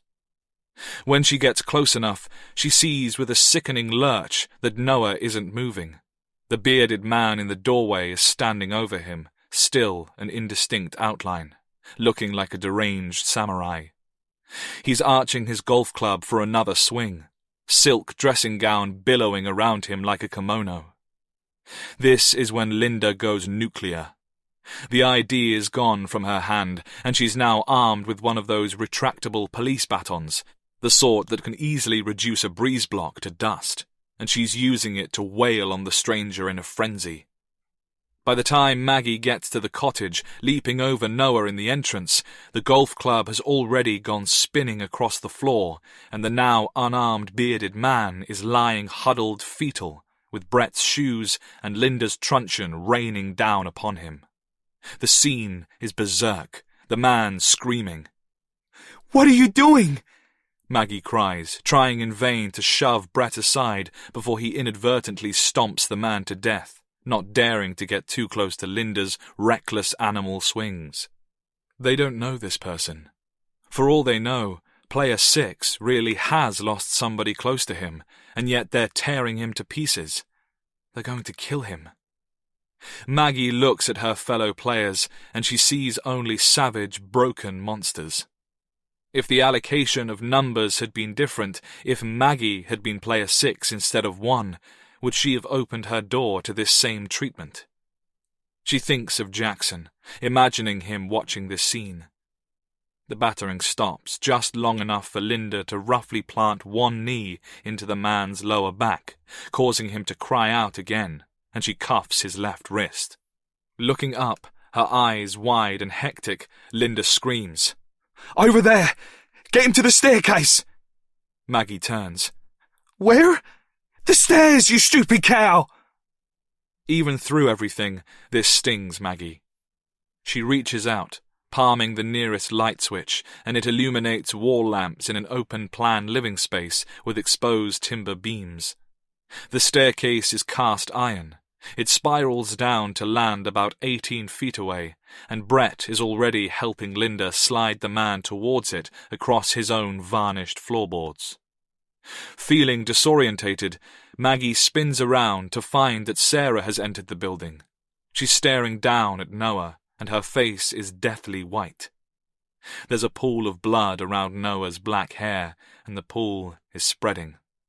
Sarah utters 2 words. "Oh no," and faints, unconscious against the wall. Maggie pulls at her own hair with both hands. "Fuck!" and closes the front door, shutting them all inside. It's all she can think to do. When she turns back, she sees that the homeowner has been thrown against the staircase, on his knees now, with his arms raised over his head, and Brett is pinning him in place while Linda cuffs him to the iron balustrade. Once he's secure, Linda tells Brett to go upstairs and make sure there's no one else in the building. Without bothering to check on Noah or Sarah, Brett arms himself with the man's dropped club and begins to ascend the stairs. Maggie looks desperately around her for any sign, any clue, any hint of the game. She sees a gigantic pair of stag's antlers mounted on red brick above embers in a log stove, a table papered with fishing charts, a paperback novel, and a book on whale spotting. There's a pile of Blu-rays by a projector, which faces a screen that's currently rolled up and fixed tastelessly to one of the overhead beams. An untidy but stylishly restored kitchen area, complete with range cooker on the other side of the open plan space. No collection of burner phones, though. No high-tech monitors. Crucially, no children. Maggie is still searching when something catches her right ear, bringing with it a hot flash of pain, and she's astounded to discover that Linda has actually clipped her with the precision of a scolding grandmother. She clutches her ear, wincing. "What the hell? Pass me a pillowcase." Maggie shakily grabs the closet cushion from a mismatched scattering on the sofa, wondering just when, why, and how this situation descended into Linda's dictatorship, and slips off the white cotton cover. "Quickly," Linda snaps. "Ivory's head." The man has been mostly groggy since his beating, but as Maggie approaches, he begins to thrash his head from side to side, desperate to avoid the cotton sack. No, wait, don't do it. Do it, Linda roars. No, please. Maggie spreads the open end wide above his head. I'm sorry. He looks up at her before the darkness engulfs him. He's hanging like Jesus Christ in a silk Hugh Hefner robe, confused, angry, and in so much pain. Please. Maggie starts to lower the hood, wincing, and then a realization hits her like a wrecking ball, and her body seizes up. For an impossible time, she stares into the man's bulging eyeballs. She wants to scream. She needs to scream. But she can't. Her chest has locked up. Her hands finish the job for her. They pull the hood down over his face, swallowing his features, and then Maggie's feet carry her backwards until she bumps into the sofa and falls onto the duvet laid out there. She stares at the man with her jaw unhinged. She stares because she knows him. She stares because the man handcuffed to the banister, with his arms above his head, hanging like a pagan sacrifice ready for burning, is Jackson Taylor's biological father. Chapter 54. Player 2. Brett pads along the upstairs landing with the 9-iron hooked over his right shoulder. Linda told him to look for anyone else who might be in the cottage. She didn't say what he should do if he happens to find someone. And just when did she start running the show anyway? Of course, if there are more people in this building, then they would have heard the commotion downstairs, and Brett will hardly have the jump on them now. Quite the opposite. He starts to tell himself as he reaches the first door that there could be someone with a cocked shotgun waiting on the other side, but he doesn't really believe that. Perhaps for the first time in his life, he isn't afraid. It's liberating, exhilarating, overdue. And what if I find a kid hiding in the closet? He weighs the golf club in his hands. Best not to think about it. His adrenaline is still pumping, his limbs quivering with it. He's aching, and he might have pulled a muscle, but it doesn't hurt in the ordinary way. He reflects on his actions at the front door and feels a shiver around his testicles. He's binged most of those drawn-out documentaries on Netflix, all the overhyped murder mysteries, and they always include at least one of the following hackneyed lines. I saw red. I just snapped. I lost my mind. Well, Brett can now empathize with those basic sentiments, because, in the seconds surrounding Linda's first blows, something really had come rushing over him. He was furious about what they'd done to Craig, sure, but it went further than that. If Brett's entire history was stored up in a bottle, then the bottle had just shattered.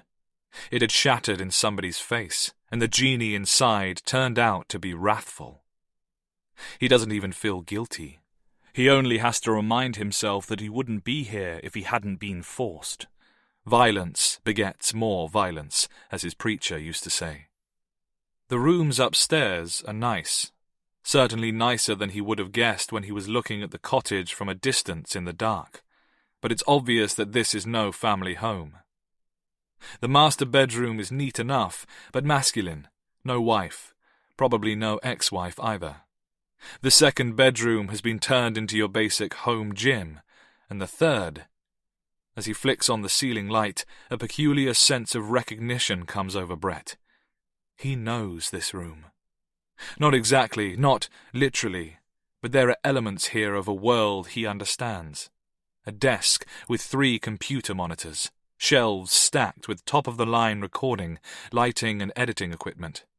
It's the home office version of his own workspace and thousands of other workstations like it.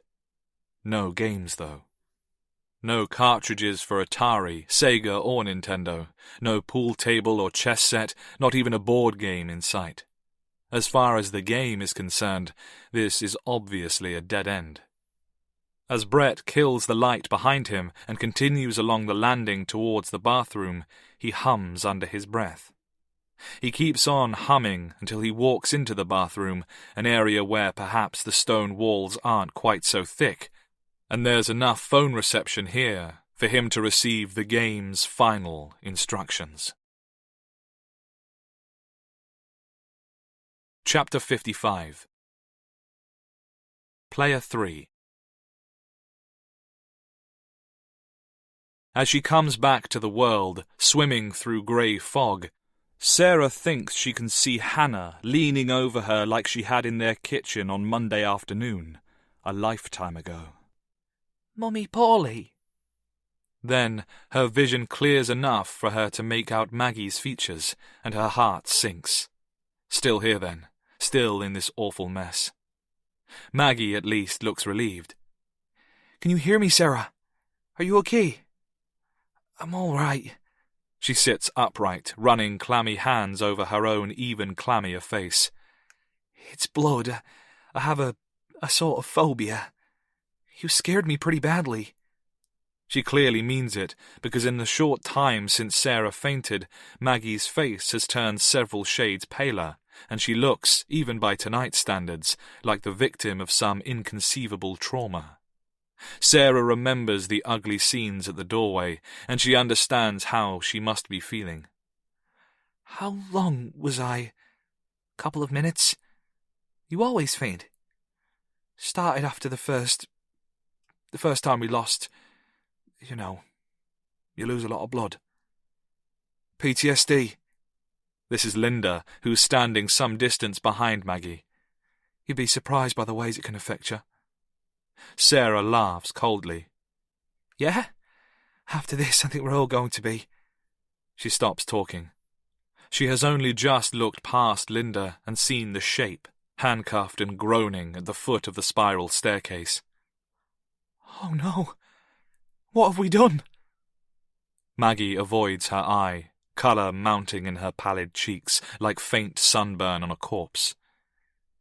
We need answers, she whispers, not very convincingly. Jackson's life is at stake. Hannah's too.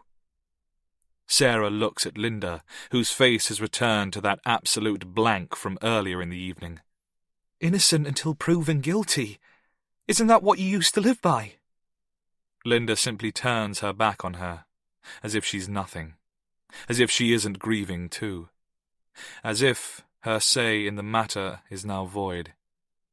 This turning around, which is such a simple, rude gesture, tells Sarah that, as far as Linda is concerned, the time for compassion and for sanity is coming to an end, and this scares the living shit out of her.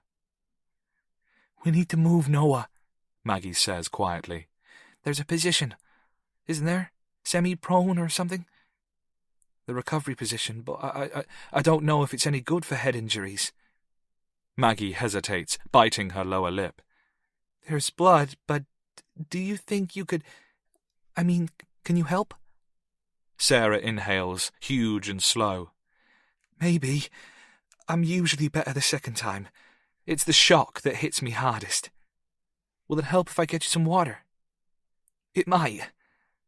Maggie nods, placing a reassuring hand on Sarah's shoulder, then crosses the room towards the kitchen area, choosing a path on the opposite side of the sofa to where Linda is looming over the shackled man, who's now alternating between coughing and moaning incoherently.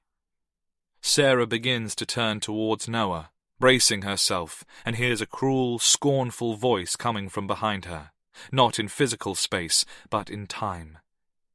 For Christ's sake, Sarah, you're 37 years old. What if something happened to one of the kids? Would you fall on your arse then?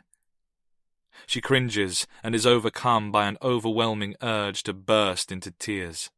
Because she had, hadn't she?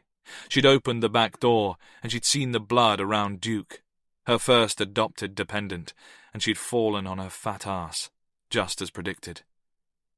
Mummy just needs to be a bit more careful, doesn't she? Neil had said. Tell her she's a naughty mummy. That had hurt at the time, after she'd fainted over a mere scratch, and it all but kills her now. Neil may have been proven correct, but that doesn't make him right. She wonders where he is now. Hours have passed since her phone call from the service station. Greater Manchester Police should be combing the entire city.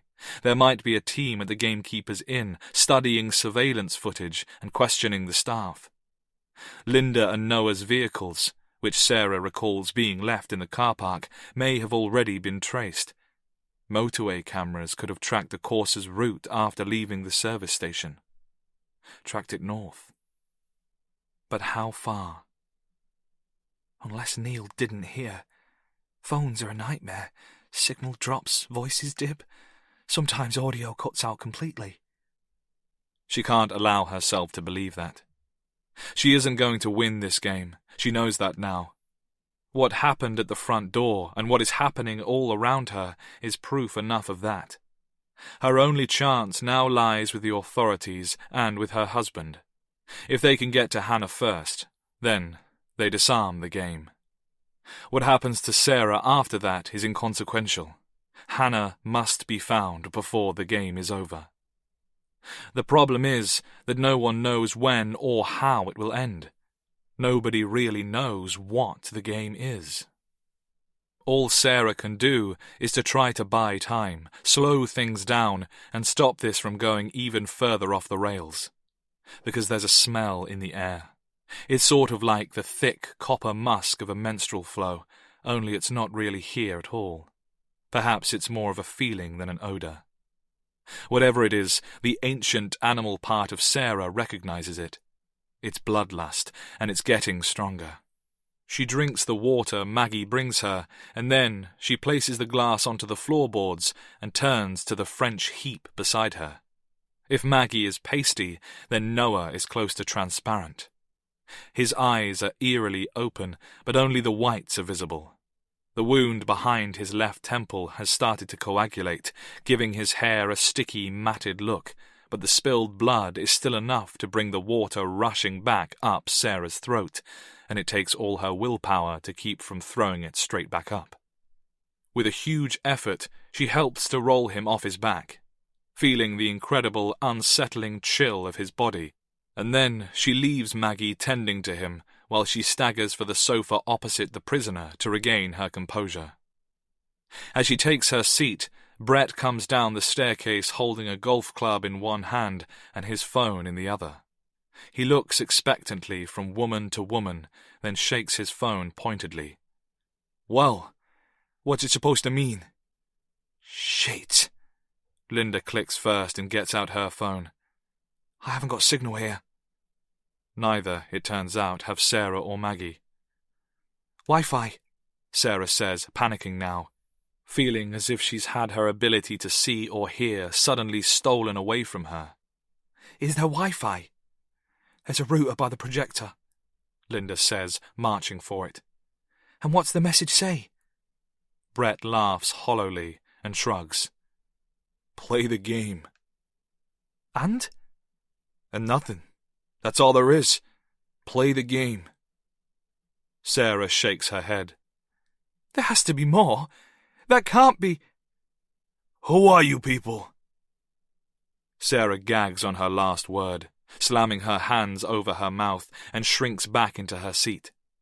The words came from inside the cushion case, that rasping American voice. Brett flicks a lizard tongue over his lips. Who are you? The man coughs, speckling his makeshift hood with red dots. You cocksuckers came into my home in the middle of the night. You beat the fuck out of me, chained me up like some dog, and you're asking who I am? Linda, who had been copying something into her phone from the underside of the internet router, turns her blank eyes on Brett. Use the club. The joints work best. Knees and elbows. Sarah cries out. What? But Brett is already drawing back the club, taking aim. Don't! He does. Only at the last second, he alters his swing to instead clang it off the iron banister with a reverberation so piercing that the man yelps. Paul Benishek! Fuck! Brett freezes. His shoulders slacken, and he almost drops the club. Sarah, who had herself been cringing, sees it as clear as day. The dawning horror on Brett's face, the unmistakable look of recognition. He knows him. He didn't recognize him in the dark of the doorway, but he knows him. She opens her mouth to say so, but she never gets the chance. Guys? Maggie's voice, very hushed from across the room. Guys! What? Linda snaps, her eyes also trained on Brett's face. But Sarah knows what. As soon as she turns to look at the young American girl, she knows. The expression on Maggie's face is one she has seen time and time again. She had first seen it on the sonographer who had gone on to haunt her dreams, the one who never found a heartbeat. It's an expression that makes Sarah's muscles go loose. "It's Noah," Maggie whispers, looking down at the congealed blood on her own hands as she inexpertly presses 2 fingers to the side of his neck. "Noah's dead." Chapter 56. Sophia. Sophia pictures her perfect wedding, while she is waiting to be raped. This, she decided many hours ago, is the inevitable conclusion. Not her wedding, her sexual assault, her rape. These men she doesn't know, men she has never bore an ounce of ill sentiment towards, are going to hurt her in the vilest way imaginable. And then they may kill her, put an end to her whole universe. She will die more than 1,500 miles away from her family in Estonia, and she doesn't know why, hasn't a clue. But life, or rather death, is cruel sometimes, cruel and senseless. 25 years have been enough for her to have learned that much already. For the first many hours, impossible to know just how many in here, she had been unable to keep her imagination in check. She wondered how they would do it, whether they'd cut her, beat her, how creative they might be. The first time they'd entered the room, which must have been around dawn, Sophia's bladder had given out. One of the men had laughed. It was an honest laugh, the sort you might hear from a kid after a loud fart, and it had made her cry with shame. They're West Africans, she thinks. Ghanaian or Liberian, maybe. There are 3 of them. They speak in their native language. They dress in the sort of ragged hand-me-downs Sophia sees on the refugees who tent in the city centre, and there's a sense of desperation about them. They never cover their scarred faces, though, and that quietly terrifies her. It's as if they're already confident that she won't ever get the chance to describe them. It's like there'll never be an after this. Not for her. The first time she slept in this place, she dreamed of the rat catcher. Back in Tallinn, their building had been full of rodents, but it wasn't the rats Sophia had been afraid of, it was the rat catcher. He was a fat man with dirty overalls and wandering, hungry eyes. He put down poison, and he put down traps.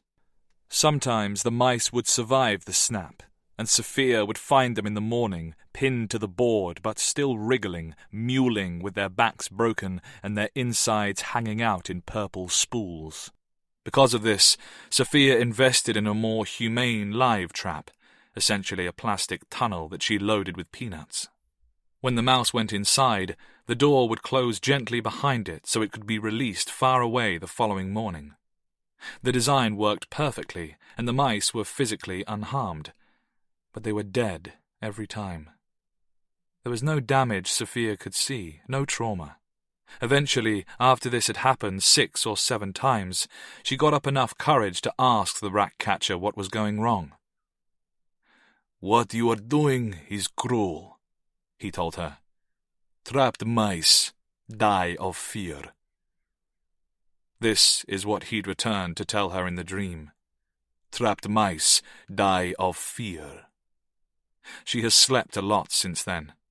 Now, when she sleeps, she dreams of Noah. The men have involved him in this. She doesn't know why, and she doesn't know how they got to him, but she heard his voice tonight. Heard it through a loudspeaker. He sounded so afraid, so broken. She'd do anything to take that pain away from him.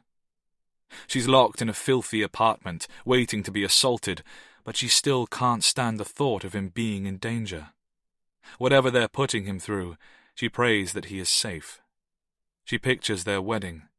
Only there's no Eiffel Tower, no terrace, no guests. There is Noah, and the rest is unimportant. "He will come," she tells herself. "Noah will come for me." And as the hours pass, she tries her hardest to believe that. Chapter 57. Player 5. Linda's head is really starting to hurt. This is all going wrong. The French kid is dead. Sarah and Maggie are shell-shocked, both of them now sitting on the sofa and about as useful as tits on a bull, while Brett is trying to get answers out of the illustrious Player 6. They have all connected their phones to the Wi-Fi, hijacking it via the default password stickered on the router, and they've all received that same 3-word message. Play the game. Paul Benishek obviously isn't well, but he's surprisingly stubborn. Or just stupid. Whenever he coughs, which is more and more often, blood spatters onto the inside of his cotton hood. The result is a grim burgundy Rorschach test that gets steadily more complicated. What does this bloodstain look like to you, Miss Malone? You've murdered a guy, Brett says to Benishek. Split his head open with your golf club. Self-defense, asshole. You broke in here. That shit ain't going to work on me. Another hacking cough. More blood spit. If it's cash you're after, then you're shit out of luck. It isn't cash. So who are you? What do you want from me? Brett takes a moment to consider, swinging the golf club like a pendulum at his side. We're strangers. 5 strangers from across the world. We met for the first time today. We were sent a message to come here, to this cottage, tonight. We were told to come and find you, Paul. Benishek groans. Ah, shit. Is this a religious thing? I don't know what peyote you morons have been eating, but there ain't no Messiah here. He coughs again, or perhaps it's a hoarse laugh, then moans at the pain it causes him. Only visitors I've had up here since I bought the place, and it turns out to be the fucking Manson family. Foolish, Linda thinks, for a man who is not just defenseless, but crucified. His silk robe has opened further now, and his body is swelling and turning black with remarkable speed. She can actually see the bruises forming in real time as vessels bleed beneath the skin. The muscles of his chest and abdomen have a wasted, struggling look, as if they were once 3 times more defined, but have shriveled in a microwave. His white Calvin Klein briefs are visible, and the sight makes Linda feel bilious. When Brett looks to her and shrugs, she returns a stern nod. Thus endorsed, Brett takes a deep breath and swings Benishek's own golf club into his elevated elbow, causing him to bellow for a long, long time. The 2 women on the sofa bury their faces further into their hands. Linda feels nothing. Brett cocks his head, adrenal sweat dripping from his hairline onto the lenses of his glasses. How do we play the game, Paul? What game? The game. The game. The reason we're here. How do we play it? I don't know what you're talking about. How can I possibly tell you how to play something if you won't tell me what the game is? Brett clangs the 9-iron off the banister again, inches from the hooded skull, and Benishek cowers further. But you have the answer. We know you do. So why don't you stop playing? Brett pauses, an abnormal, feverish expression on his face, and laughs. Why don't you stop playing games? Benishek's head flops forward, the pillowcase turning from side to side as his breathing worsens. He's starting to sound like a toddler with a croup. Alyssa had several terrifying bouts of croup, Linda recalls flatly. Twice she ended up in the hospital. I don't know what... Brett doesn't even bother waiting for him to finish. Fine. He bowls the club overarm into the staircase, then storms into the kitchen area. When he comes back, Linda's own adrenaline cranks up yet another notch, taking her further into dizzying heights she didn't know existed. Brett is carrying a very chic block of knives. Sarah has looked up from her hands. Her face is all dismay. What's this? Simple, Brett replies, crouching to place the block of blades on the floorboards between them. Since Paul here doesn't know what we're talking about, we're going to have to invent our own game. The game is called Everybody Take a Piece of Player 6. We all pick a knife each, drawing them out the block like we would straws, see? He flexes his fingers dramatically, and then chooses a handle at random and slides it out, revealing a 12-inch carver. Shit, maybe I found my sport after all. So we each choose a knife blind, then we set ourselves a timer, because we're all used to timers by now. How long should we say? 10 seconds each? Maggie is shaking her head. This isn't the way. This can't be the way. She looks at Linda to intervene. Linda holds her gaze. A whisper from somewhere inside asks when she's going to step in and put a stop to this. The wheels are well and truly off now, but she only shoves it down deeper. Either way, Brett doesn't have to go any further. The gambit pays off without a drop of blood being shed. Wait! I think I know what you want. Silently, the surrounding players share glances that are simultaneously relieved, bemused, and afraid. Maggie says, You do? The pantry in the kitchen. Pull on the bottom shelf, pull hard, and the whole back wall will come away. There's a safe in there. 8008, that's the code. The game's inside. It's inside a safe? Brett asks slowly. The game. I swear to God, you can play it on the projector, if that's what you want. Just let me go, please. I can't fucking breathe with this on my head. Linda doesn't move. She has no intention of releasing him yet. This safe, it wouldn't be the kind with a false code that alerts the police, would it? Christ, I wish it was. She eyes him for a moment, weighing her distrust, then turns to Maggie and Sarah.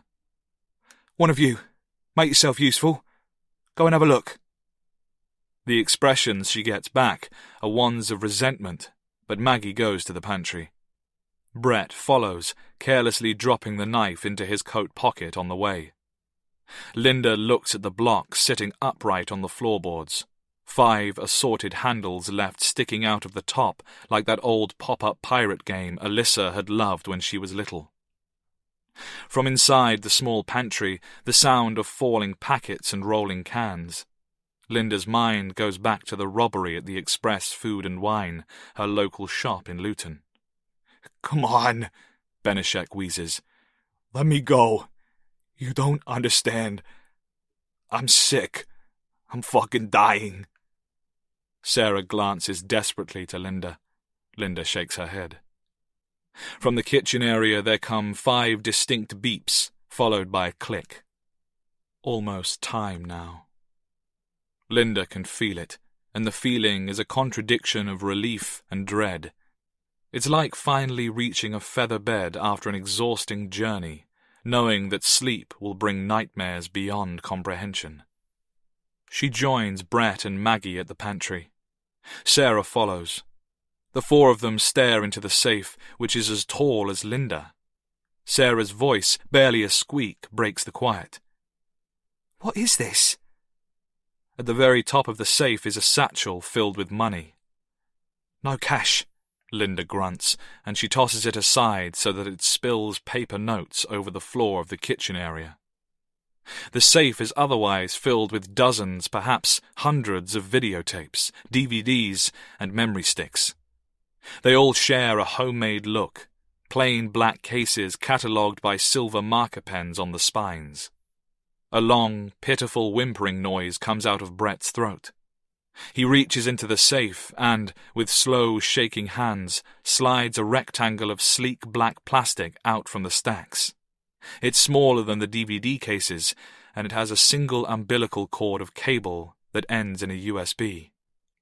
External hard drive, he utters, holding it up so they can all read the 2 words written across it.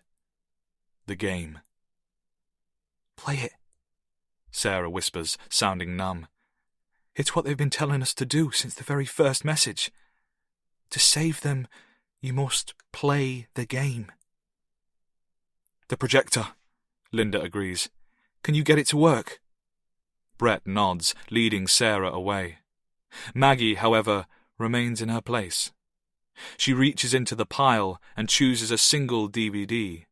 Then she just holds it tightly in both hands, staring at it as if it's the missing piece of a puzzle she doesn't want to ever see completed. Over her shoulder, Linda gets a look at the case. Silver handwriting. Karen. M.N. It's dated, and the date is around 9 years ago. What is it? Linda asks. It's nothing, Maggie says, but she slips the DVD into the front pocket of her hoodie when she walks away. She does this because, clearly, she is lying. Chapter 58. Player 1. Do you think I could be a model? Maggie had returned to the front passenger seat and dropped the sun visor.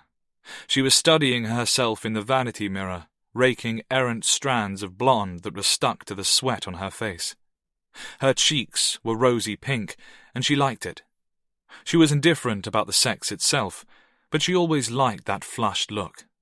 That was probably how rouge was invented.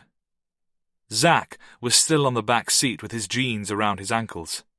He lit a pre-rolled joint, held the first chestful of smoke for a while, then exhaled.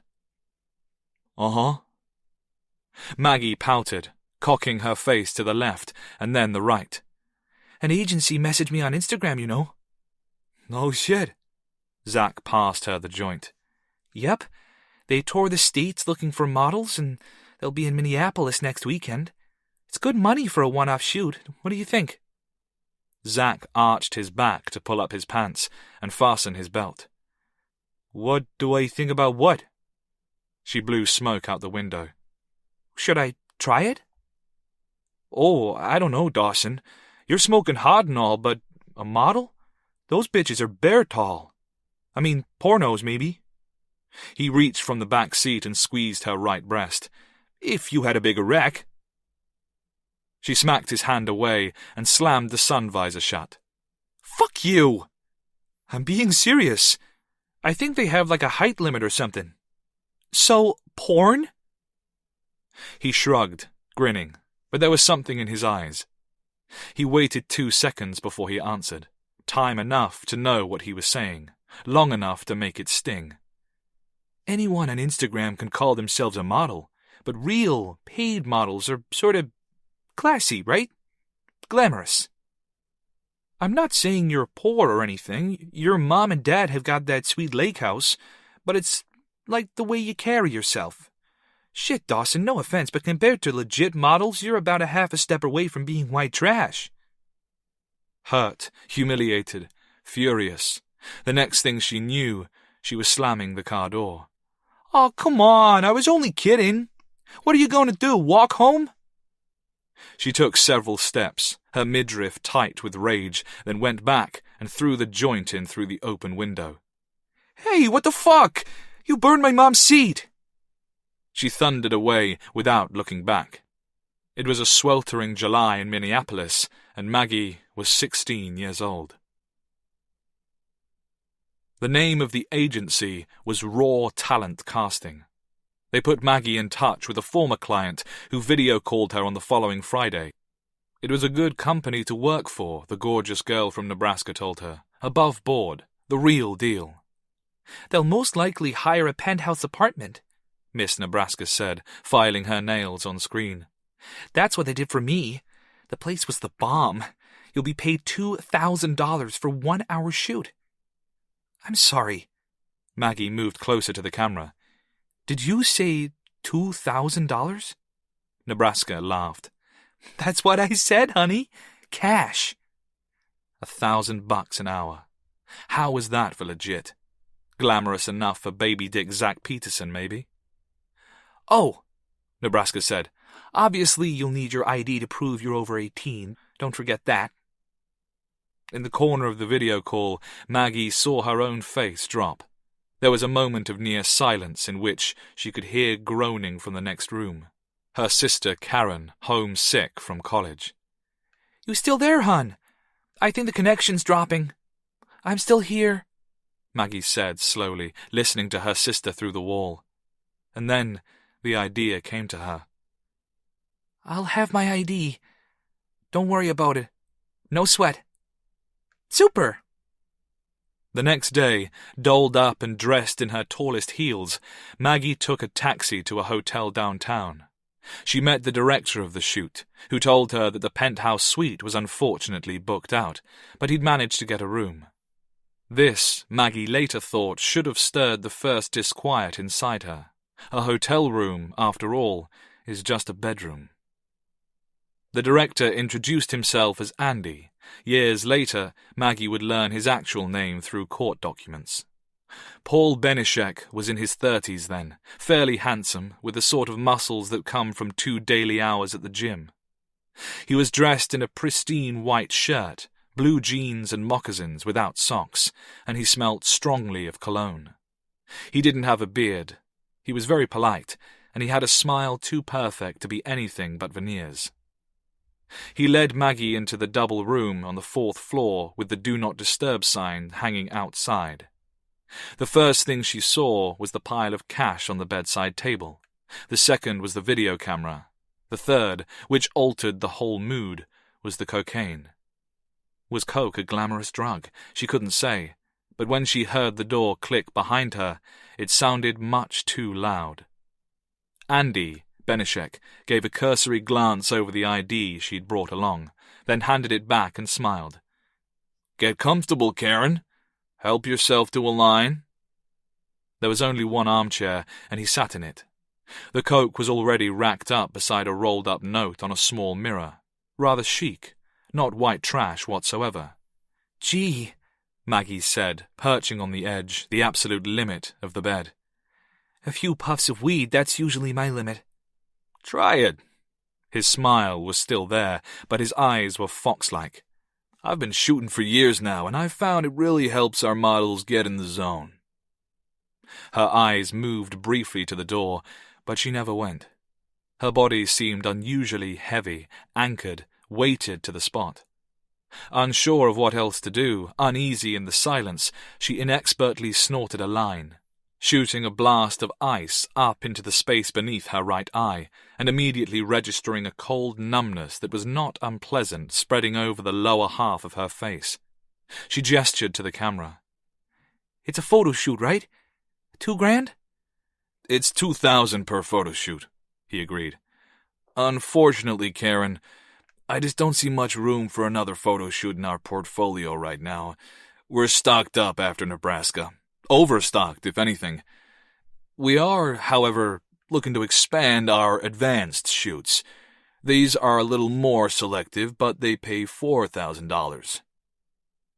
He squared up his index finger and thumbs as if they were a viewfinder, and studied her through them with one eye. "I think you might be good-looking enough to be considered." She rubbed a hand across her increasingly anesthetized lips. $4,000? What does that consist of? First things first, it's not pornography. I can't stress that enough. It's erotica, and there's a big difference. Porn is the smut you see spread all over the web, but what we do is work with private collectors who are interested in a certain class of woman. Our material is never released in the United States, that's contractual, and the DVDs are digitally watermarked, so they can't be uploaded onto the internet or screen shared. She looked at the money, and it didn't look so tempting. The door, on the other hand, seemed much more appealing. So why did she feel like she couldn't walk out of there? Was she more afraid to get up and leave than she was to stay? Somehow it felt as if, even in a few short minutes, things had come too far to back out now. She cleared her throat, aiming for a mature tone that would put her back in control of the situation. She's suddenly glad she'd done the coke. She suspected it was the only thing stopping her hands from shaking. What exactly would it consist of? First, I'll offer you the money on camera, that's important. It's part of the narrative we're telling. You'll introduce yourself, following a sort of script we'll come up with together. Again, that's an important part of it. And then? And then we'll just keep the camera rolling and see what happens. 10 minutes, and another 4 lines later, Maggie was gazing into the black hole of the camera's lens. She could see her reflection in there, but it was very far away. The cocaine had filled her head with electricity, and she felt like she could do anything. Almost anything. She felt alive. She felt like $1 million. She felt classy. What's your name, and where are you from, baby? My name is Karen, and I'm from Minneapolis. Minneapolis? Does that mean you're going to show us some of that Minnesota nice today? She forced a smile, just like he told her to. I guess I am. She left with $1,000 cash. The rest, he told her, would be figured out once he'd subtracted the coke, the price of the room, and the cost of editing time. By then, she barely cared. She hobbled out of the hotel with her face on fire, feeling the snide gazes of every clerk. When she got home, she found her sister on the couch with a microwavable heat pack clutched against her abdomen. Maggie got a heat pack of her own and held it tight against the unbearable aching below her belly. Sitting like that, side by side, watching old episodes of Friends. It was to be the last time Maggie ever sat in the same room as her big sister. The video was online by the end of the month. Zach Peterson played his part in spreading it through school, but in the grand scheme of things, those were comparatively small numbers. Within 12 weeks, Jackson's conception had racked up more than 1 million views across the globe. Chapter 59. Player 2. It was sunny outside, but it was gloomy in O'Brien's. It was always gloomy in O'Brien's. On the flat-screen TV, mounted high up in one corner, it was the 7th inning stretch. The fans were singing "Take Me Out to the Ball Game," but the atmosphere at Yankee Stadium looked a long way from upbeat. There was losing, and then there was losing to the Red Sox at home. Craig sighed, slapping his Yankees cap onto the bar. Christ's cunt, what a shit show! The feed cut to a Burger King commercial, and Craig drank half of his beer in 2 large gulps. He belched. You take a look at this Benishek's work yet? From the neighboring stool, Brett flashed Craig a glance, eyebrows raised in a boy-oh-boy expression, while he sipped his own drink. Oh, yeah. I took a look all right. And? Craig scooped up a palmful of peanuts from the bowl and shoved them into his mouth. He spoke around them. What's the problem? The problem? Brett lowered his voice. It's fucking porn, Craig. I don't want to work in porn. Craig burst into laughter, showering the bar in his own brand of masticated peanut butter. He choked the peanuts down and continued to roar until he wept. They're not asking you to get your 4-incher out on camera, dipshit. Everybody in the bar looked over then, and Brett cringed. Besides, it's hardly porn. This is the entertainment industry, pal. You've been bitching about getting your foot in the door since you graduated, right? I give you the open door, and you can't see past the bouncing titties. Keeping his voice lowered for the both of them, Brett said, How do you even know this guy? Craig shrugged. I know everybody worth knowing. Met him while you were off at college. Benishek, I'm telling you, he's going places. He's like a, whatchamacallit, entrepreneur. Exactly. Guys like Willy Wonka. Everything he touches turns to gold. He's going to invent the next MySpace or some shit. Just you wait. The next MySpace, huh? From what I saw online, all his big ideas seem to involve women taking off their clothes. And you don't want to work on that because... Craig shook his head at Brett, then rapped his considerable fist on the mahogany. 2 more over here, Charlie. Brett finished his bud. Did he actually tell you what the job consists of? Sure. This titties game, they're just stepping stones. No one's interested in the California silicone shit no more. Benešek's seen a gap in the market on the East Coast, and he's going to exploit it for a while. He's already got a dozen domain names registered to some fucking island in the South Pacific, and a list of investors lined up from Montreal to Monaco. He tells me he wants an editor on board to airbrush the material, same as they do on these Vogue shoots or whatever. He says these chicks, they do a lot of yakking on camera, a lot of bitching. I say I know how that goes. It'd be your job to edit that shit out. You'll never be on set. Working from home, no more fucking cube farms. And most importantly, you'll be in the game from the ground up. As far as I see it, there's only one major drawback to the deal. Yeah? What's that? You're going to have to learn to work with a raging boner. Brett had worked without boner for Benešek's fledgling company for a year. This was a decade ago, and he quit when the shower would no longer run hot enough to make him feel clean without scalding. Soon after that, he met Kelly, and he never saw those films again. Not until he saw them at the bottom of the stack in a safe on the other side of the world. As Brett loads the external hard drive onto the projector, he's overcome by a sense of understanding that's every bit as liberating as it is nauseating. That shitty job is the reason he's here in this cottage tonight. It's why Craig was taken. It might even be why the other 4 players were brought here, though he doesn't yet see the connection. His head is spinning, and he's worried that his concept of reason and of what constitutes reasonable behavior is being eroded by stress. He keeps thinking about that very first message, the one he'd read on the subway to Manhattan. There can only be one winner, and if you lose, your loved one will die. He thinks he's beginning to understand. He knows what's contained in the safe, whereas none of the others do, and this might actually give him an advantage.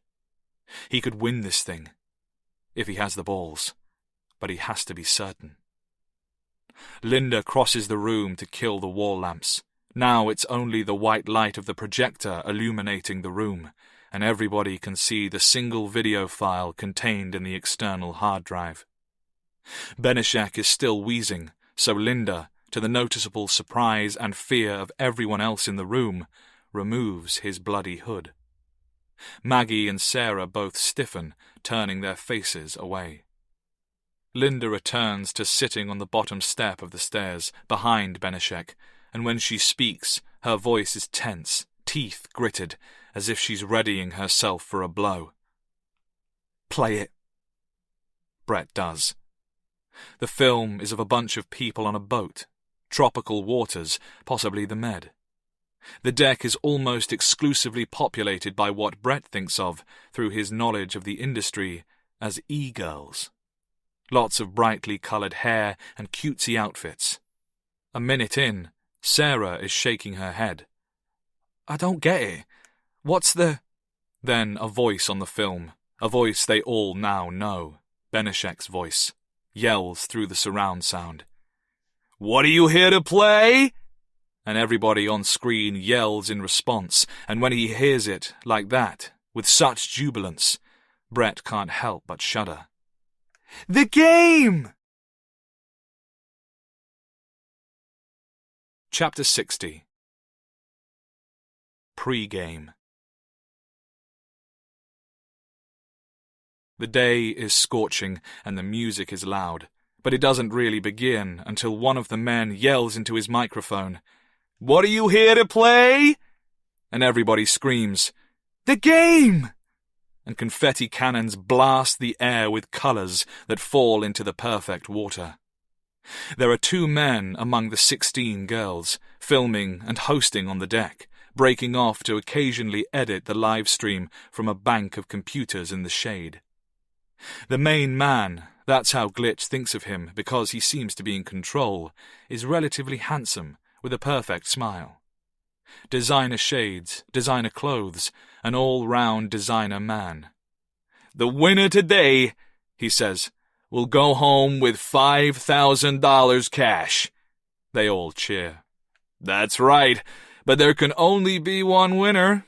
Now, to make things easier for the fans at home, we're going to assign you numbers. Your name is the number I give you, okay?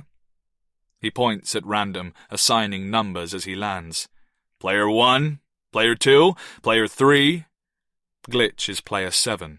Lucky number 7, he adds, giving her a cool smile before moving on to number 8. By the time he gets to Player 16, Glitch has lost interest in the numbering, and she's dancing, the world around her a riot of movement and bright, shimmering colours. She feels as if she dances for hours, and maybe she does, because by the time she flops onto something comfortable, she's thirstier than she's ever been in her life. She turns to the girl beside her on the seating and grins delighted. "Amy Cho!" she yells then, in a deep, serious voice. "Infinitaire!" Amy lowers her round shades to give her a wink, and her eyes are very black, as if the pupils are taking over. "Hey, Valentine, what's cooking?" "Your legs are. Bet the prize money your legs are." Amy looks momentarily puzzled, then gazes down in amazement. "Man, I knew I was hot. Need to get out of these fucking stickly, prickly cacti legs." She rubs her hands over her own neck, collecting sweat from the tattoos there. "I need a shower, or a swim. You think there's sharks in the water?" Overhearing this, a passing girl, Firestarter, joins her palms as if in prayer, raising them above her head like a dorsal fin, then swims away singing the theme from Jaws. Amy and Glitch burst into wails of laughter. When she has finally caught her breath, Glitch leans confidently into Amy. "I don't know about sharks, but you know what I do think?" "What do you think?" "I don't think there is a game." "What?" "I think they just wanted to create a buzz. I mean, that's all social media is, isn't it? We don't sell anything." She opens and closes her hands to show how empty they are, and the movement feels good through her muscles. "There's no product. Nothing actually exists. We don't exist. Infinitaire doesn't exist. Glitch Valentine doesn't exist. I think they got so wrapped up in the hype of the game, they forgot to come up with the game. What do you think of that?" Amy stares at her, jaw slightly open and moving from side to side. "I think that there is something wrong with the drinks on this." For Glitch, time does a peculiar thing then. It skips, like a needle missing the groove on an old record player. Like a sudden leap forward after a lag in a bad stream. Like one of those things in a video game. A glitch. And the next thing she knows, she is sitting on the edge of the boat, looking down into the water, and the water looks good. Behind her, all around her, the man's voice through the microphone again. "All right, players, let's have ourselves a bit of a warm-up. This part of the game is called chicken. Only it's not precisely chicken as you know it. I'm going to assign you players into pairs, and the chickens are the first to stop making out." He pauses, then adds, "Oh, and extra points if we get to see some titties." Glitch sees two girls kissing with tongues. One she sees with dismay is Amy. Another leap through time, and she's on her knees in a strange little bathroom. It's sweltering in here, and she needs a drink badly, but all the cocktails on deck aren't helping to quench her thirst. The drinks are somehow like the seawater in that old poem, "Water, water everywhere." The more she drinks, the thirstier she gets. She hasn't eaten all day, but her body is desperate to purge. The thought of food right now is somehow revolting. And there must be a corridor outside, because fuzzy voices are coming through the door. "What are you trying to pull up there?" the main man is asking. "What?" A woman caught by surprise. Followed? Southern accent, but not Amy. You're making an ass out of me." The man's tone is very off-camera. "You take your clothes off for money, but you're going to cry about showing some skin on my platform?" Do you know how much money my investors have put into getting you here from that fucking swamp, Tallahassee? I thought you were a professional. Tallahassee. Something clicks through the fog in Glitch's mind. Florida. Lisa Simpson? No. Stupid. Mayflower. Lisa Mayflower. You're making me uncomfortable, Lisa says quietly. I need to use the restroom. You do that, and you have a think about why you're here. If you still don't want to participate, then that's fine. We'll settle up the money you owe us for the flights and accommodation, plus the limo, and the drinks. Then you can leave the boat and make your own way back home. But we're on the water. You can swim, can't you? A pause. Around Glitch, the bathroom continues its relentless spin. The man laughs hard. Hey, I'm only joking. Lighten up. It's just a game. Another lag in time, and she's back up on deck. Something's happening. Something big. The man is on the microphone. It's time to announce our first winner of the evening. Your fans have had a couple of hours to get to know you and to place their bids, and it's my pleasure to announce the first winner of the game. Glitch thinks this should be exciting, but somehow it isn't. Our first winner, with a bid of 5,000 euros, is... Player 12. Stand up, Player 12. Player 12 is Infinitaire, Amy Cho. She tries to stand up to receive her prize, but she can't quite do it on her own. Chapter 61. Player 3. Sarah doesn't like this. Everybody in the film is having the best time, and yet somehow it feels like nobody is having a good time at all. There's something below the surface, or just beyond the perimeter of the lens, which you can almost see. It's like dipping bare feet into warm water and feeling the cold, slimy movement of a passing eel. Something's wrong here. It's in the girl's enlarged pupils and their sloppy, stumbling movements. Time passes, and the party goes on. Sarah feels unbearably uncomfortable watching, and she's obviously not the only one. Beside her, Maggie is peering out from behind splayed fingers like a kid at a horror film. Looking back, Sarah sees that Brett is biting at his thumbnail, and even Benishek, the star of the show, has a hollow, haunted expression on his rapidly bruising face. In front of him is the knife block that Brett, thankfully, never got the chance to utilize. Sarah's gaze lingers on it for a second or two, lying there on its side, with 4 assorted handles emerging from it, like toppled birthday candles. Behind Benishek, sitting on the bottom step, Linda is silently crying. Sarah knows why. If this on screen really is the game, then what's Alyssa, Linda's own teenage daughter, being made to do right now? What's Hannah being made to do? Sarah's stomach rolls.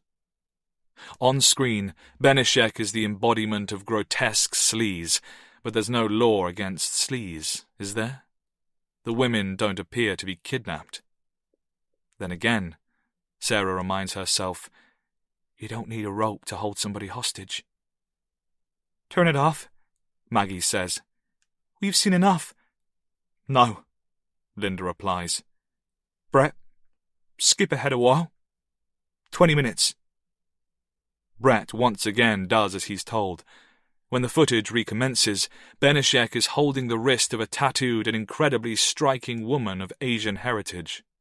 She has neon pink hair with a close undercut, and when Benishek asks her to give the camera a twirl, presenting her as if he's one of those seedy, old-fashioned pageant hosts, she almost trips over herself. Laughing at her instability, he says, "Let's show your sponsor what his donation has bought him." Sarah can only watch as, without warning, Benishek whips the woman's leggings down to her ankles. He immediately begins to jeer.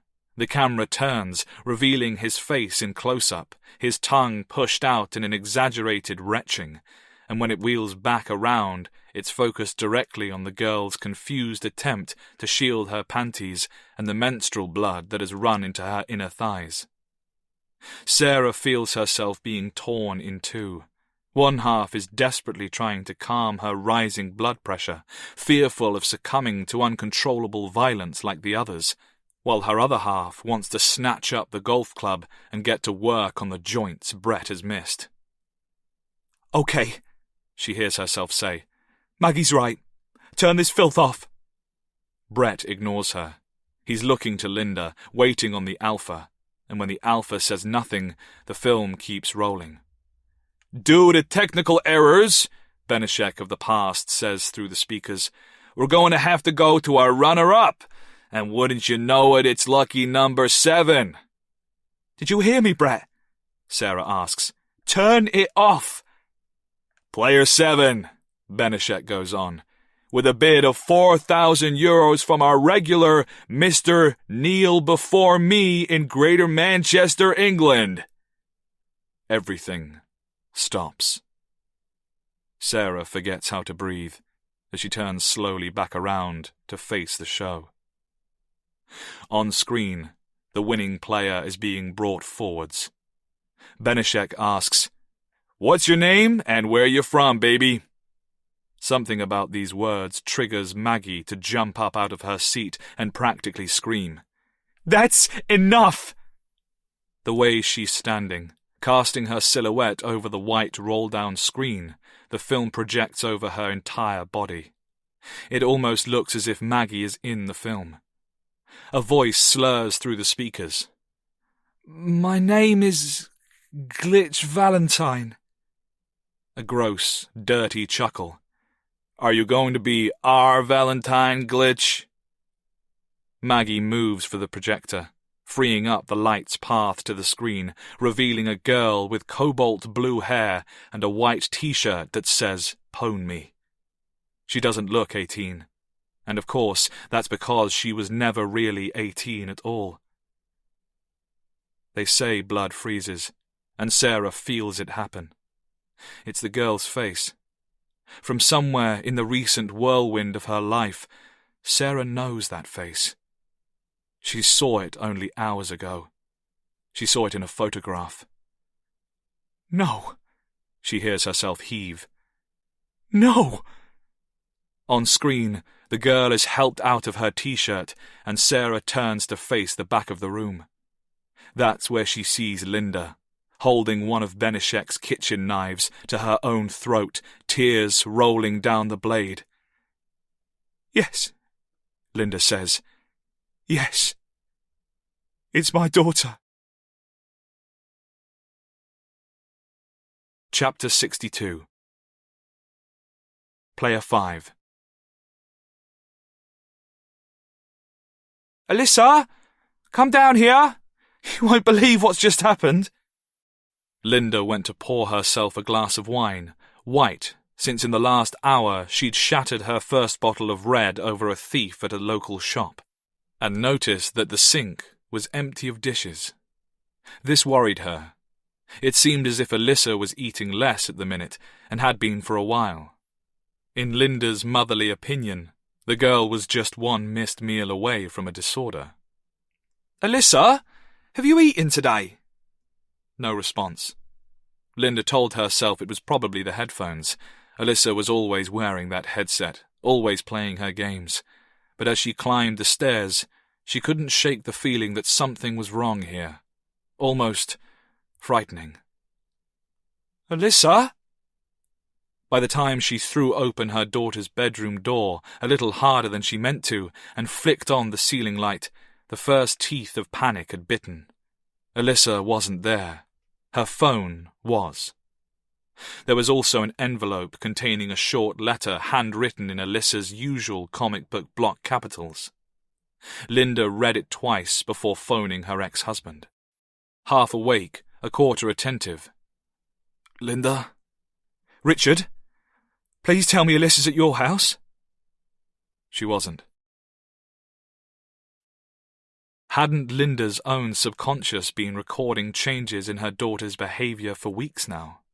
The loss of appetite, the uncharacteristic quietness from her room. The streaming, which was her daughter's life and which always made the house sound so full, had all but silenced. "Since when?" Richard asked later that night. He was driving with Linda in the back seat of his Audi. Becky, his 30-year-old girlfriend, had come along too. She was sitting in the passenger seat with a look on her face that said she was worried, that she was a part of the family too, that she had a right to be there. "I don't understand. Why would she stop doing her streaming?" "I don't know," Linda replied defensively. "She went to that convention. That was late July or early August, and she hasn't really been into it since then." "What convention?" Linda squinched her eyes closed. "I told you this, Richard. It was for her games, London. She went with her friends." "Which friends? Have you met them?" "You know how they are nowadays. They're all online. America, Australia."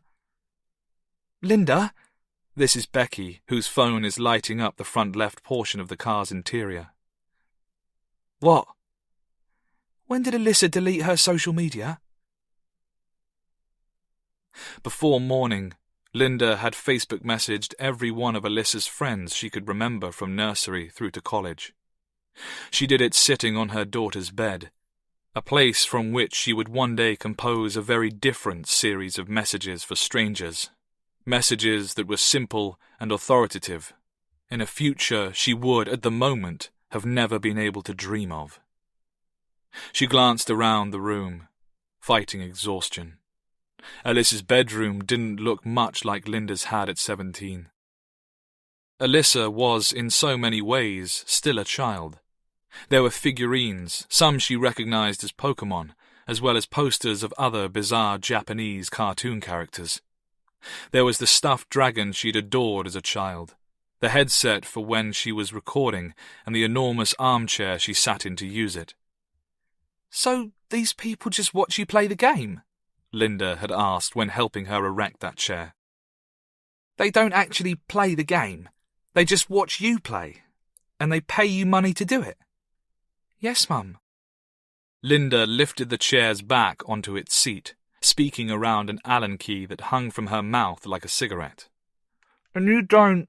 if these people are sending you money, you aren't, taking off your clothes, or..." "Jesus, Mum, I am not having this conversation with you." "Well, you've got to be careful, because there are a lot of weird people out there on the internet. Trust me, I've seen things." "Mum, please. I don't need a lecture from a woman who started using dial-up in her 40s. That must have been one of the last times she'd had her natural hair colour. The computer was gone now.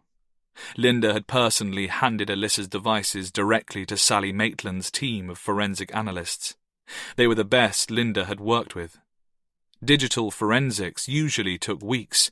They'd be able to study everything from search history to app usage. Nothing digital was ever truly deleted. After sending her messages, Linda went out again. She never slept that night. She checked parks. She trudged through woodlands and wastelands, and all the awful, secret places she knew from her police days. The places Richard would never think of or want to search. Sometime after the sun had risen, Linda returned home to see if Alyssa had come back yet. The house was as empty and agonizing as she'd left it. She brushed her teeth in a daze. When the police officer knocked at her front door, she almost fainted. It was Chris Hudson, the constable who'd attended the robbery at the shop the previous night. "It's not about her," he blurted as soon as the door was opened. "I'm sorry, Mom, but I'm not here to talk about your girl. I haven't heard any news. Can I come in?" "I need to get back out there," she said, impatiently showing him through to the living room. "I'm assuming every officer in Luton knows by now." "Every officer in Luton is out looking for her, I can tell you that much. I don't think there's one who wasn't back in the parade room by midnight, paid or unpaid. We don't forget, Mum." She nodded, turning her face away. "Is that why you're here? To pass on your best?" "No. I hate to do this to you now, considering, but it's the suspect from the robbery. He went into a coma overnight. They're trying to save one of his eyes, but chances are he'll lose both. The glass went deep. Linda collapses onto her sofa. Alyssa is missing, Hudson. Why in God's name would you... She shut up fast and got straight back onto her feet. Her phone was ringing. Sally from forensics. Tell me you found something. Please, anything. Sally's voice sounded dull, nothing like Linda had ever heard in the duration of their working together. Your daughter's gone to serious efforts to delete a lot of content, Linda. She's tried to wipe everything, and I mean everything. Why? A terrible, lingering quiet. We're going to need you to come in. There's a video online. It could be significant. Linda could hear her own heart now. She fished in her pocket and took out the letter her daughter had left behind. With the phone against her ear, she read through it once more. It didn't take 30 years of policing to recognize it for what it was. It was an ending. It was a last. It was a note. You'll learn things about me. Unforgivable things. Things that will change your opinion of me forever. I'm sorry for the damage they'll cause. I'm sorry for everything. Understand that I never wanted to win, because winning meant losing everything. For once, I just wanted a chance to play.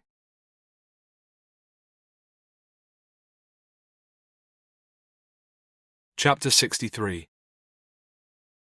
Alyssa. Her suicide is twofold. She dies in two halves. Glitch goes first. She's already half dead by then anyway. Finished, cancelled, inboxed with hate from suicide baiters across the world. Murdered.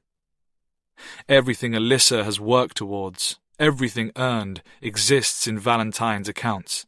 Her followers, her feeds, her entire life history. It's all in lines of code, and then, with the click of a button, it simply isn't. It's as if she's never existed, and of course, she never did. Except for the video. The video remains, the ghosts she leaves behind. Alyssa Malone goes second. She does it in the water. Ever since the boat, the water has been calling. Water baptizes. Water cleans. She sits on the edge of a bridge and binds her feet tightly, then her wrists, pulling at the knot with her teeth. It's evening, and her final breath is a cold one. She's falling when the panic comes. It's not a big enough drop to scream. As she swallows dirty water and the water swallows her, she begins to struggle, kicking her legs and wanting nothing except to live. But the knots are strong, and this final regret, this ultimate terror, is something she takes with her. A secret her mother will forever suspect, but no one will ever know for sure.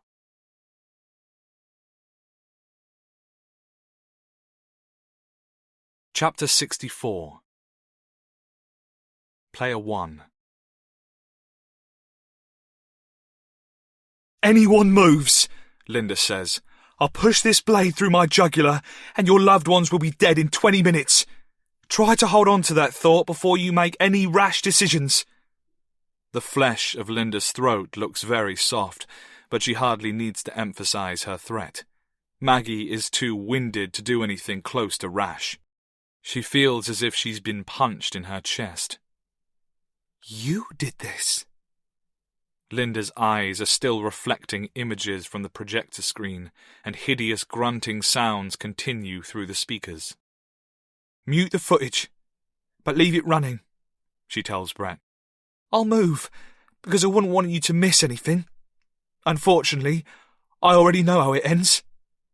She gets up and walks very slowly across the room, still holding the blade steady, and settles on the floorboards with her back to the screen, facing the others, low enough to keep from being blinded by the projector. With her free hand, she takes out her burner and places it on the floor in front of her crossed legs. Above and behind her, The rape of her daughter continues in monstrous high definition. Brett mercifully silences the audio. "We've seen enough," Maggie mutters. "No," Linda says coldly. "you haven't. You people won't turn a blind eye to this anymore." "Alyssa," Sarah utters in a low voice. "Where is she? Really?" "Drowned. 14 months ago. I have photographs from when they dragged her out of the water if you'd like to see them. Not pleasant, but I look at them from time to time. They've given me the strength I needed to do this, and I had to do this, because you took her from me. You're all culpable." "No," Maggie says. "That's not true." "No?" Linda shows her teeth. "How long did your payoff last, Maggie? How about you, Brett?" "Payoff?" Sarah says quietly. "I don't understand." 6 years ago, Linda says, a civil suit was filed against Benishek by 5 women who'd been coerced to appear in his films. What their attorney needed was 2 key witnesses. One was the editor of Benishek's early work, the other a former high school student. With their testimonies, the class action would have led to a federal indictment for sex trafficking by force, fraud and coercion, and producing child pornography of a 16-year-old girl. Paul Benishek would be nearly halfway through his custodial sentence by now. And my daughter would be at university. Maggie looks into Linda's eyes, searching through the frightening blackness for compassion within, finding none. I was 18 years old when that suit came about. Living alone, scared out of my mind. You think I should have faced him across a courtroom? Had my sexual history torn apart by some defense attorney? I was isolated, full of self-blame, trying to get my life back on track. But you took his money. You and Brett both did. His people came to you first and offered you cash. 5,000 each, and you didn't hesitate. So that's what this is about? Maggie says, feeling delirious. Victim blaming? Punishment? Responsibility.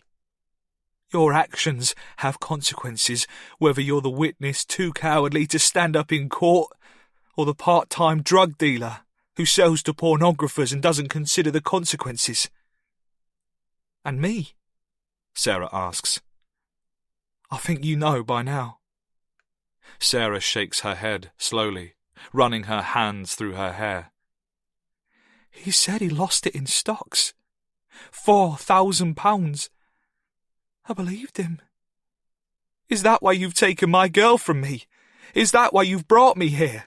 Because I was foolish enough to believe my husband? Not exactly. Linda looks momentarily awkward and apologetic, with a knife against her throat. It's a peculiar sight. If you want something doing right, do it yourself. This is what happens when you're forced to hire the dregs of society, rely on timers and set up automated messages. It's a mess. Your phone contract is under your husband's name, I suppose. My contract? What does that have to do with... Sarah falls quiet. She closes her eyes. Oh, no. Maggie catches up, and she feels close to hysterics. You bugged the wrong phone, didn't you? Blackmailed the wrong spouse. It was supposed to be her husband all along. It wasn't supposed to be like this at all, Linda admits, more to herself than the room. The lesson was simple.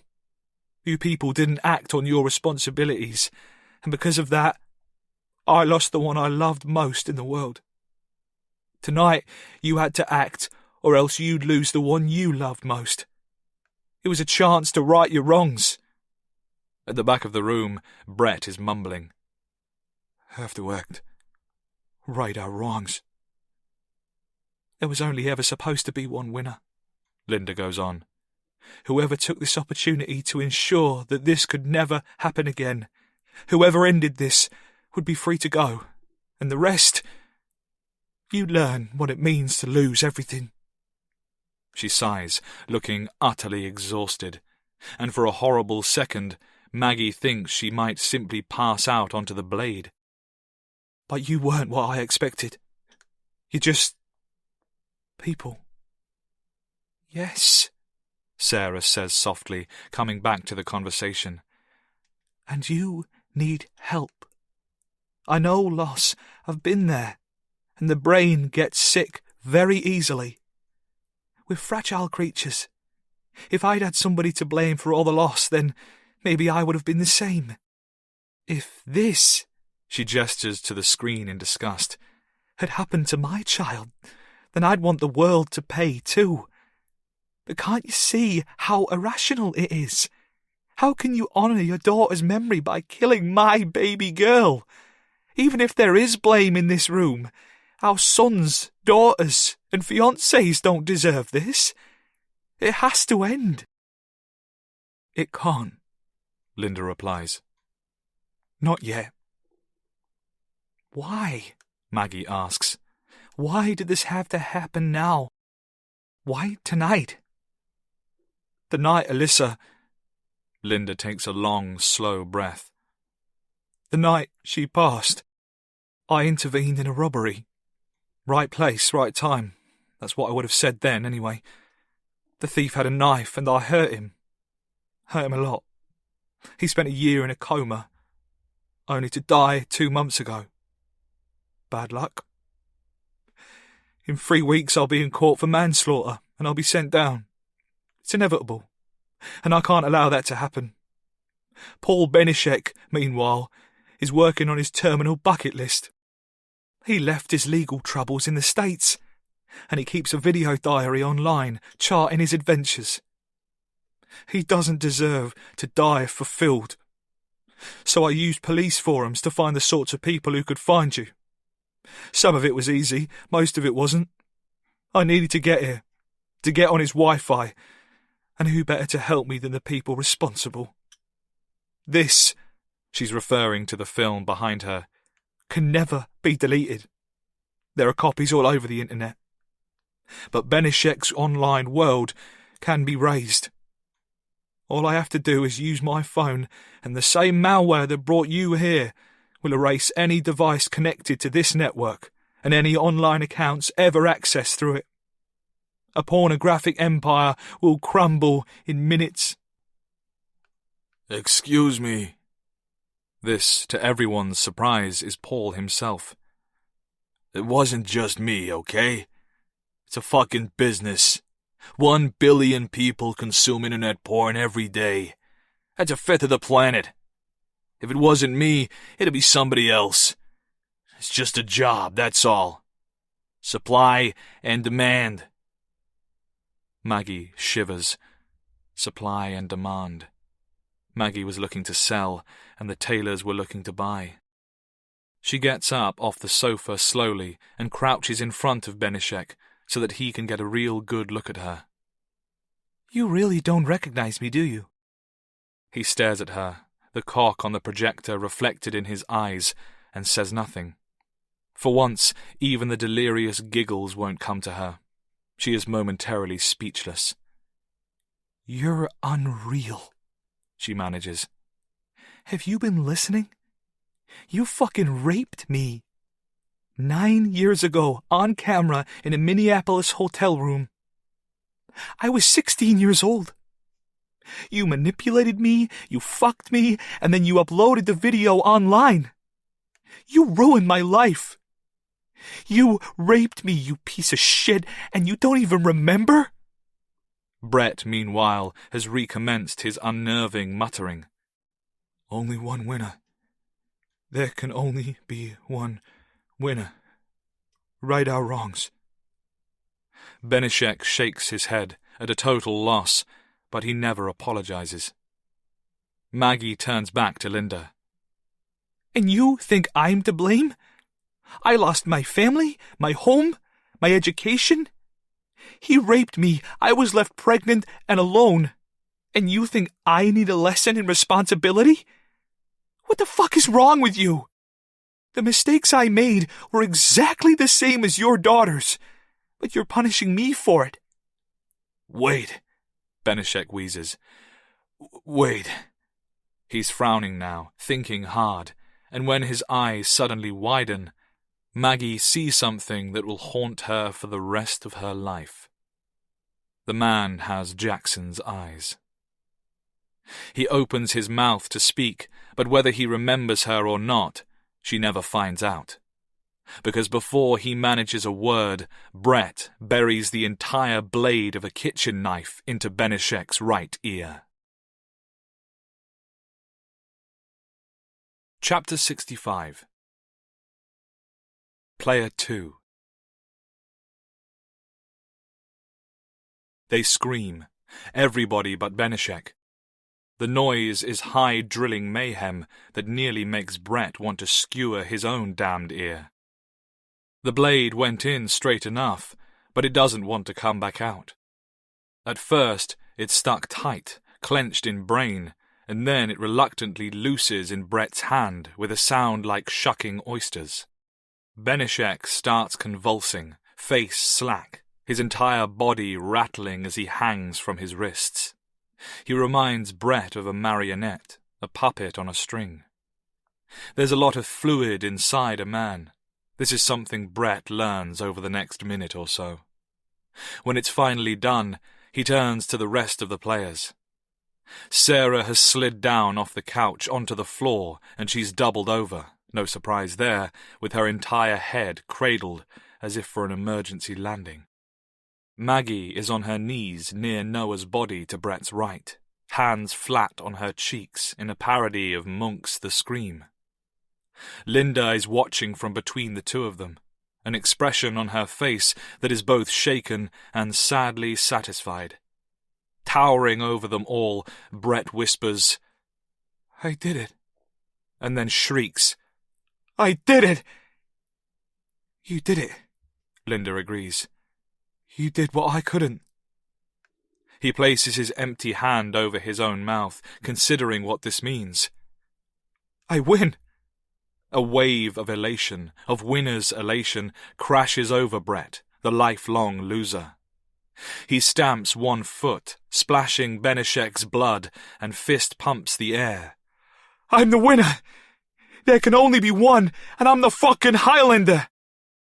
Linda says nothing. Still surfing his winning wave, Brett aims the wet knife at Linda. "You'll let him go? Craig, let him go now!" She only fixes him with that same infuriating solemnness, sitting on the floor like she's some high and mighty monk in a stab-proof vest.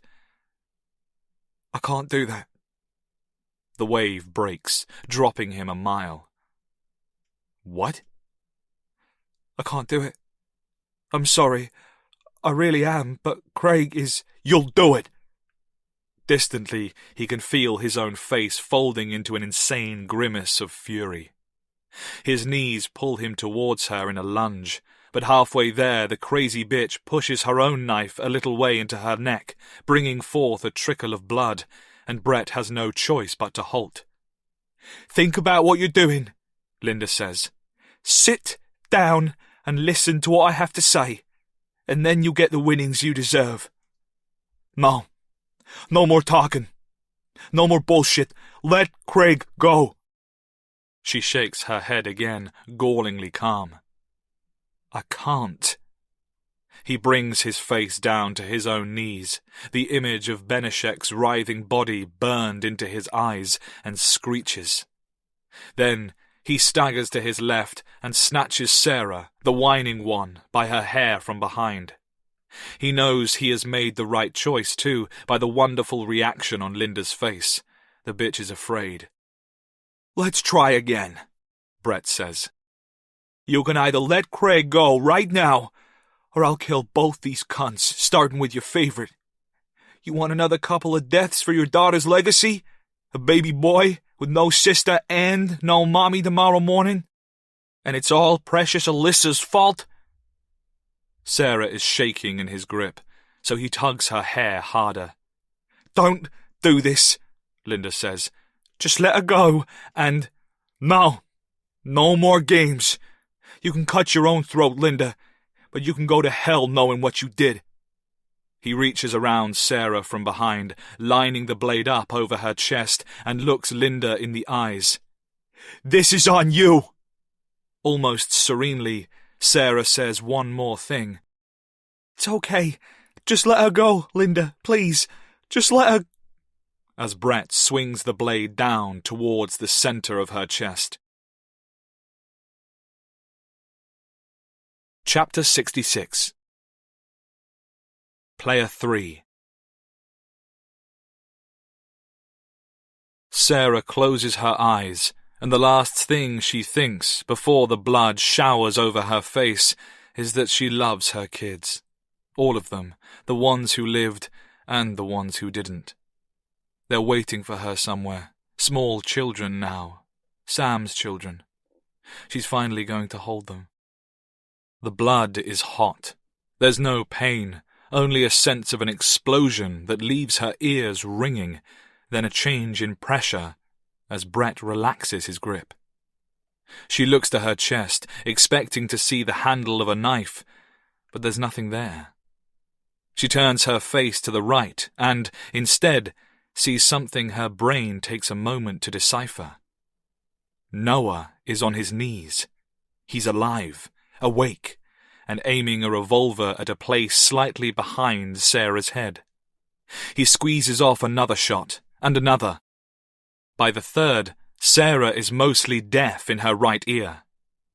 Brett collapses somewhere on her left, and she doesn't need to look to know he's sporting 3 new breathing holes. The room is full of blue smoke. Maggie, who had been beside Noah, is covering her ears. Linda is still sitting upright beneath the projector screen, watching this French revenant warily. He pushes himself up and wavers on the spot for a moment, holding the gun by his side. His eyes are black holes in a face painted with blood. "It was you," he says. "Yes," Linda replies. He nods, coughs. "Sophia." Linda considers him carefully. Then, with the hand that isn't holding the knife, now slackly against her own throat, she picks up her phone. Her eyes leave Noah only to type in short bursts. When she's done, she places the phone back onto the floor. They stare at one another in silence. There's a vibration inside Noah's pocket. He reaches in, takes out his phone, looks at it. "Congratulations," Linda says. "You saved a life. Sophia will be released unharmed outside your apartment building in 15 minutes. You have my word." "Your word," he mutters. He pockets his phone and lifts the revolver. Sarah can only watch in stunned terror as he aims it at Linda's head and thumbs back the hammer. Then his eyes flicker up to the projector screen where the party in hell is still ongoing. He lowers the revolver. There's an overturned coat stand by the door. The 3 women watch as Noah helps himself to thermals, gloves, and one of those ear-flap hats. Then he takes the goose-down duvet from the sofa, dragging it along the ground behind him. On his way, he spots the satchel of Benishek's secret cash on the kitchen floor and, naturally, takes that too.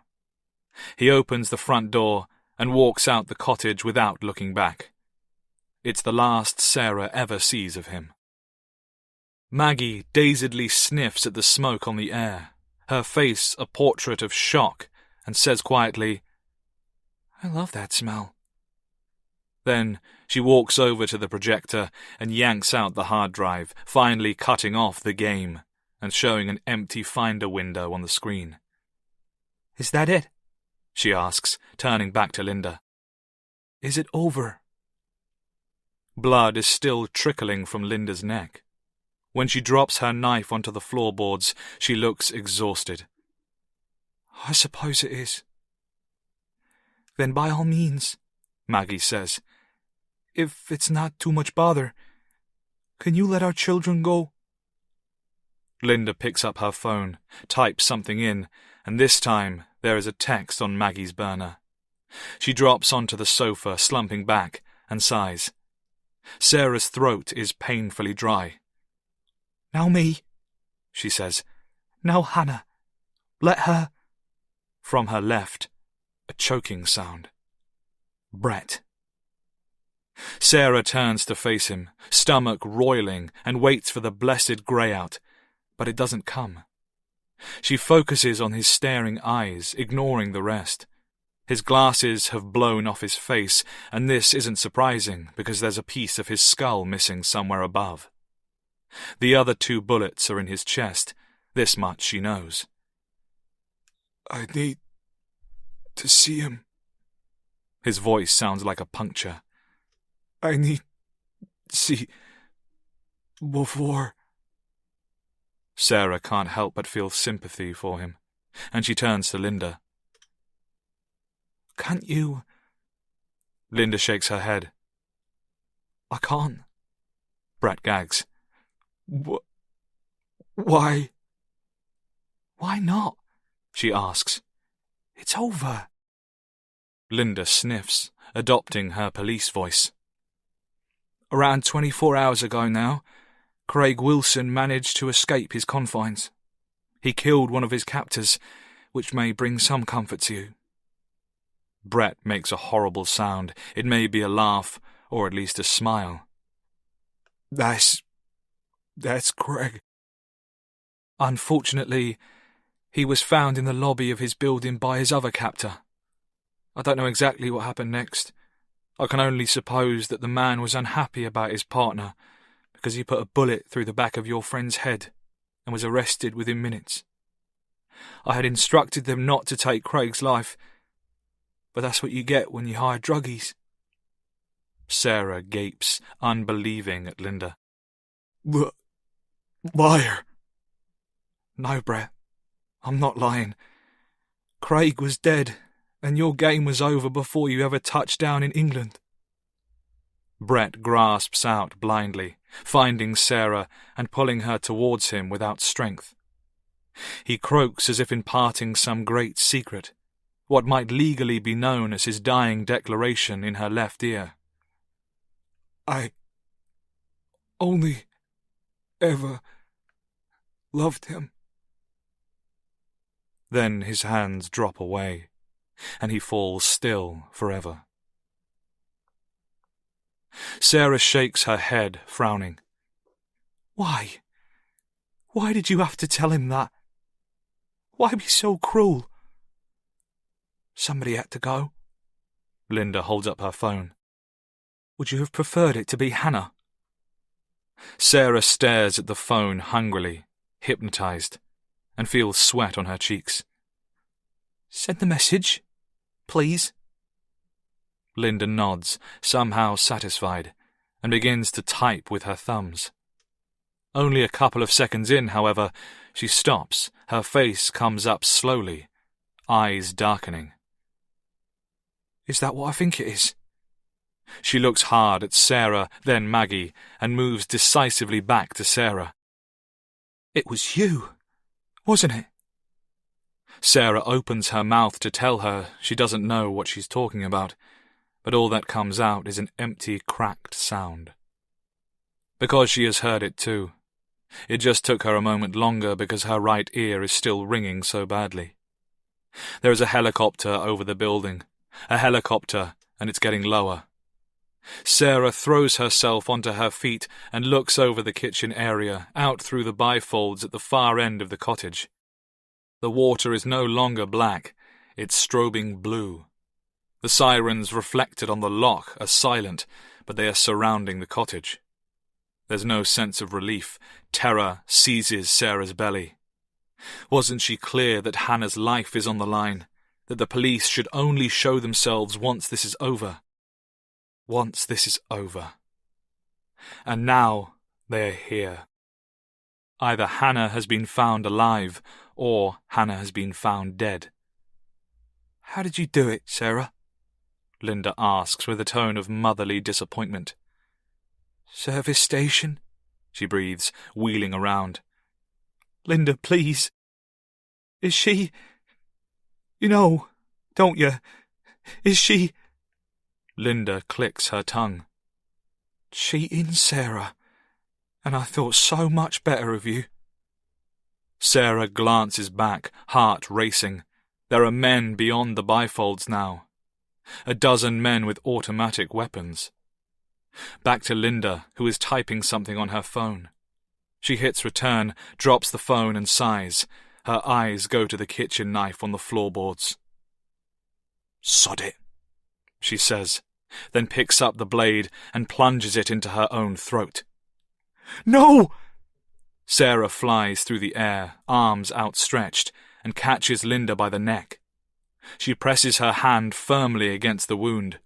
Blood is gushing through her fingers, but she barely notices. No! No! No! Over her shoulder, Maggie is screaming for help.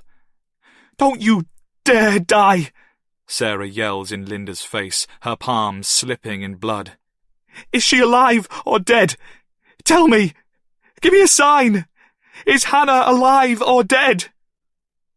She's still asking this when the bifolds shatter and the officers flood the building. She's still asking when the phones vibrate and every device connected to Benishek's Wi-Fi, every account he has ever owned, and every piece of hardware connected to the game are wiped clean forever. Chapter 67. Player 4. Noah sees the flashing lights from almost a mile away. The low cliff face above the cottage must be covered in vehicles. He stops to watch those lights for a moment, as he had watched the fireworks every Bastille Day as a poor, grubby child, and then he continues to heave the oars through that bottomless abyss. The boat pulls him further and further away from the cottage, breaking apart sheets of thin ice on the water. The tarpaulin that was covering the rowboat is now wrapped around him, yet another layer around the duvet. His head is throbbing, the pain radiating from the top of his skull down through his neck, but he is alive. He's alive, and Sophia is free. She's out there somewhere, confused and afraid. Maybe she'll go into their shitty apartment looking for him. He'd give anything to be there waiting for her, starfished on the bed they share and touching every wall at once. More likely she will be with the police, and that's the right place to be. He whispers into the night. Stay safe, mon amour. Wherever you are, I will find you. His burner phone vibrates then, and it takes him a few seconds to dig it out through his layers. He gets one last look at the light on the screen, and then it goes out forever. He tries to turn it back on, and nothing happens. If he is to call Sophia, or anybody else for that matter, then it will not be from this phone. He scrubs every part of it with Benishek's gloves, then drops it overboard. He does the same with the revolver. Whatever happens next in his life will have to happen without the gun. Time passes. The oars squeal, the boat creaks, the water softly sloshes. He considers taking the yacht, but he wouldn't know how to get it moving. Perhaps Maggie would have, but he is alone in the tiny rowboat. His breath still plumes upwards to join the occasional snowflake, but the temperature's not so bad in his nest of fabrics, and the tarpaulin keeps any splashing water away. The effort of rowing generates warmth, and the layers are keeping it in. What concerns him more is the amount of battery power he has left. He wonders if he could row all the way to France. It'd probably be some kind of record for mankind, even if he wasn't setting off exhausted and almost mortally wounded. For now, he will just keep rowing and see where it takes him. There is a case of money at his feet, and that's a start. He looks around. It's so empty, like floating through outer space. On any other night of his life, this might have frightened him. Now, it's a relief. He doesn't know what will happen when the police catch up to him. In a best-case scenario, he'll be kept in a migrant camp, unable to contact the outside world until his identity is confirmed. Either that, or he'll end up in a British prison. And is there really any difference between the two? While he rows, he dreams of his perfect wedding. Sophia is there, and she is smiling. All of the rest, the whole universe around her, is unimportant. The venue, the false grandeur, the lies he has told, and the image he tries to project. None of those things seem important anymore. He'll do anything for her, and he'll do anything to keep her safe. Anything. Even if that means letting her go. Whatever she wants to feel secure, whatever she needs to be happy. The helicopter has landed on the distant shore now. A few minutes later, it takes off again, and it races away through the night. To a hospital, a jail cell. Noah can only wonder. Whoever's left will probably warn the police about him. He hopes they don't. They know what he wants, just a fighting chance to get back to see Sophia. But will they break the law to give it to him? He isn't sure. He has realized that there is a gulf between what people deserve and what they actually get, and the gulf is vast. If Maggie, Sarah, or Linda alert the police to Noah's escape, then boats will apprehend him before he ever makes it out of this loch. All he can do is keep rowing, stay warm, and wait to see if the survivors turn him in. Wait to see if the sirens advance, if the police come for him tonight. They never do. Post-game. Chapter 68. Maggie Dawson. It's early evening on Jackson's 9th birthday. Orange sunlight pours in through a window that's newer than every other pane in her apartment. The room is mostly empty now, the bed gone. Maggie pauses in the doorway, as she so often does when she walks in here, and for a beat she sees the scene from that morning. Then she blinks, and the image is gone. She crosses the room, double-checks the lock on the window, lowers the shade. She sold his bed on Craigslist. She couldn't bear to look at it perpetually empty. For now, there are boxes against the skirting boards, but she's thinking of turning this room into a sort of study space, an office like the one she visited in her sister's house the only time she ever went there. She could use a desk, because she is enrolled in adult diploma classes at the Hub's Center for Lifelong Learning in St. Paul. She is trying to earn her GED, or General Equivalency Development Certificate, a diploma for high school dropouts. She'd like to be a counselor.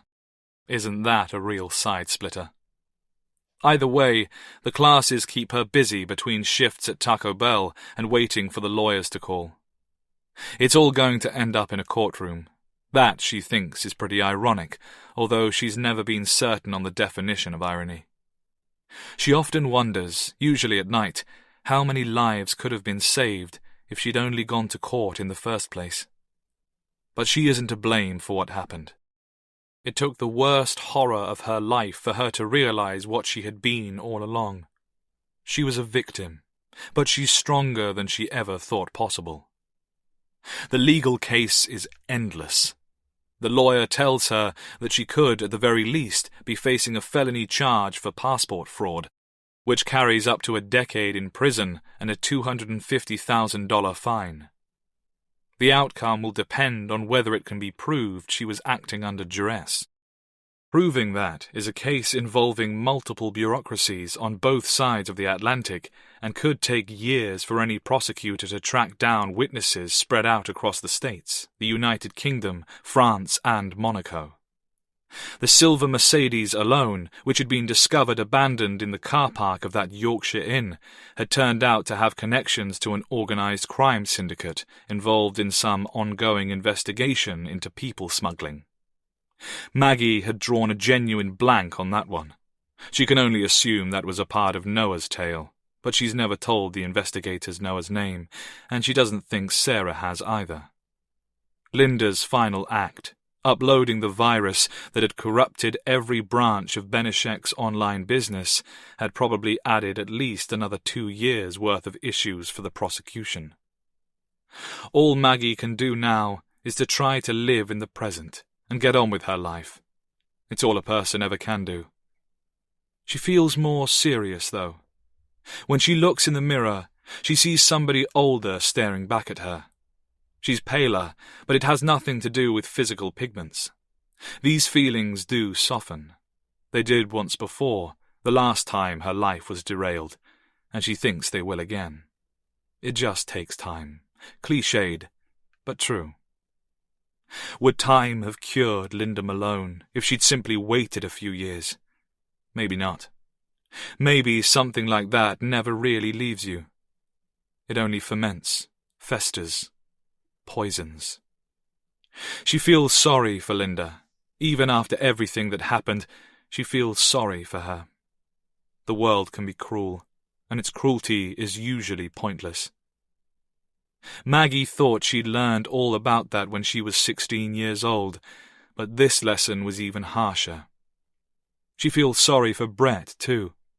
She thinks about how quickly, under the right stresses, a life can spiral out of control, how fast it can end.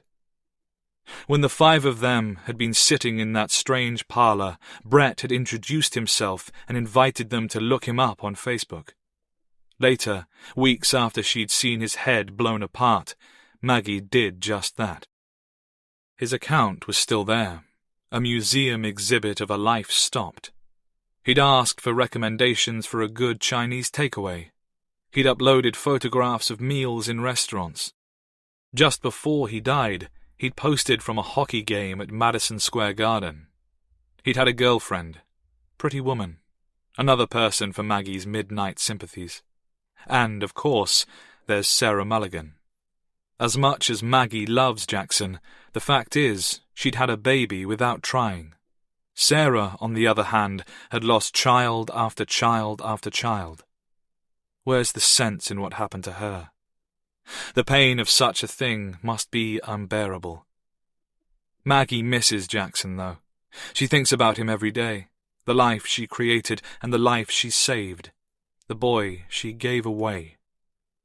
The visits are over. The court sees Maggie as a danger to Jackson, and she doesn't have much room to argue. Her lawyer thinks this will be overturned when the case is over, but that won't make much difference. What the courts don't enforce, the Taylors surely will. At least Maggie trusts them with Jackson. She did when she handed them over 9 years ago tonight, and she still does now. They're the parents he deserves. Will he be forever scarred? Will he remember everything that happened? His memories will be bad, but hopefully nothing like Maggie's. She doesn't know what it means for his future. In just another 9 years, he will be an adult, old enough to make up his own mind about how much he wants Maggie in his life. Maggie is on her way to bed, running through these same old exhausting thoughts when she gets the text message from Caroline. It isn't long, but it takes her a while to read. The birthday boy. He's sleeping better. Happier every day. Kids are resilient. He misses you, understands what you did for him. So do I. Be safe, Mags.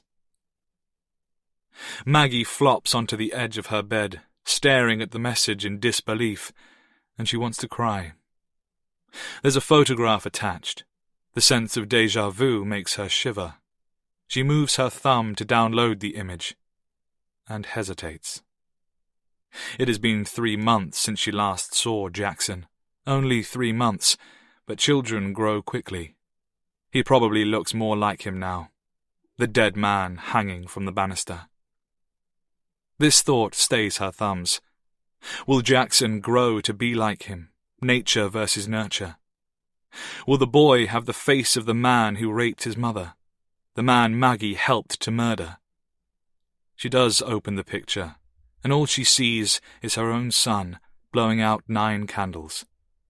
She smiles, smudges a tear from one cheek, and kisses the screen. Happy birthday, little man. Because she'll always love him. Chapter 69. Sarah Mulligan. She's seated on the sofa waiting for Neil to arrive home from work. The house is immaculate, and she doesn't like the way that feels. She misses the smell of dog in the carpets. She misses the dog a lot, especially now that she takes longer walks. She has lost 16 pounds, and her legs are getting stronger. You never know when you'll need to run, never know when you might have to be strong. Also, she misses the chaos, the sense of a full home, a family. She pines for the way things were, and the things she has lost. She doesn't miss the bingo, though. Unsurprisingly, her taste for games has diminished. She runs a hand through her hair and checks the time. It's almost 5:30. Not long now. He'll be on his way, and this afternoon she'll face him down. 3 months have passed in a heartbeat, and she finds it harder and harder to look him in the eye. He hadn't meant to hurt anybody. About that she's sure. He'd broken down when he'd found out what happened to Linda Malone's only daughter, and Sarah believes that his guilt was, and still is, genuine. He's a father, after all. He's just a man. Glitch Valentine, as Neil would have known her, was a streamer who'd caught his eye months before the horror at Monaco. Some men, he'd clumsily tried to explain to Sarah, liked to have a drink and ring up the old-fashioned sex lines. Neil, whom Sarah's mother had always called a proper bloke, unlike the last one, got his kicks from watching young women dress up as Japanese cartoon characters or play computer games. It sounds funnier than it is. Sarah will never understand why, just as she'll never understand what compelled him to spend hundreds of pounds every month behind her back on paid subscriptions to these girls' softcore social media feeds. But she understands that everybody has their own vices and addictions. Everybody has their secrets. When Neil heard about the game, he must have thought he'd died and gone to camgirl heaven. Benishek's live stream probably promised the exclusive that nobody else could. The biggest upcoming streamers and influencers in the world, willing to bear it all to the highest bidders. Social media meets smut, the clash of the internet titans. Or maybe that wasn't quite right. Not in the beginning. Perhaps Benishek really had wanted to move into more legitimate social media, to be the man who created the next big thing, but when the day was hot and the drugs were flowing, he'd gone back to what he knew best. He'd given his fans what they wanted. Supply and demand, as he'd said. As far as Neil had been concerned, most likely sitting there with his laptop open and his dick in his hand, Miss Valentine had just been another consenting adult along for the ride. His excitement had got the better of him. Sarah has since wondered how many people, not just men but women too, have failed in what Linda once called the basic duty to protect another. How many choose to stay ignorant to the impact of their own vices? How many consume pornography without questioning the ethics, or choose not to see the look of discomfort in the actor's eye? How many sell drugs on the side, or indulge in an occasional dabble without considering the lives destroyed? The problem, Sarah has discovered, is that these questions stem from a philosophical black hole that's hell-bent on swallowing every hour of her sleep. Once it starts, where does it stop? Is your average voter responsible if the government sells arms used on Yemen infants? Is your choice of coffee the cause of a bloodbath in Colombia? Is your husband culpable for the rape of a teenage girl? Supply and demand. Neil has changed since finding out about Alyssa. That much is true. He has changed since the day Hannah was taken from them. But no matter how much he changes, that doesn't alter the way Sarah feels about him. She can't help it. When he's in bed beside her, they're miles apart. They haven't had sex since it happened, and she knows, or at least she believes in her heart, that they probably never will again. When she thinks about him climbing on top of her, it's a projector screen she sees in her mind, and a girl with cobalt blue hair. This is why she's leaving him. This isn't the first day she has sat here, waiting to have the conversation. It isn't even the first time this week. She has been practicing for months. Today, though, is the day. The media circus has finally blown over, and she has her bingo winnings withdrawn. She will have to rent, and the money will help to keep her on her feet for the first few months, but she will eventually have to find a job. The thought of that makes her incredibly anxious, but it's just another problem she'll have to face down when she reaches it. Of course, leaving creates the issue of custody. To leave is to take Neil's fatherhood away from him, or at least diminish it. To leave, Sarah thinks, would be to kidnap from her husband. Whatever Neil has done, he's a good father. Better than Sarah's had been. Can she take that away from him, even for 5 nights out of every week? And what about those other nights when he has custody and she's alone, unable to check on her children, unable to hold? And if Neil fights for full custody, what then? Sarah had, after all, been gambling in a bathroom when Duke had been killed. She'd been unconscious when Hannah was stolen. She could lose custody altogether, and is that a risk she's willing to take?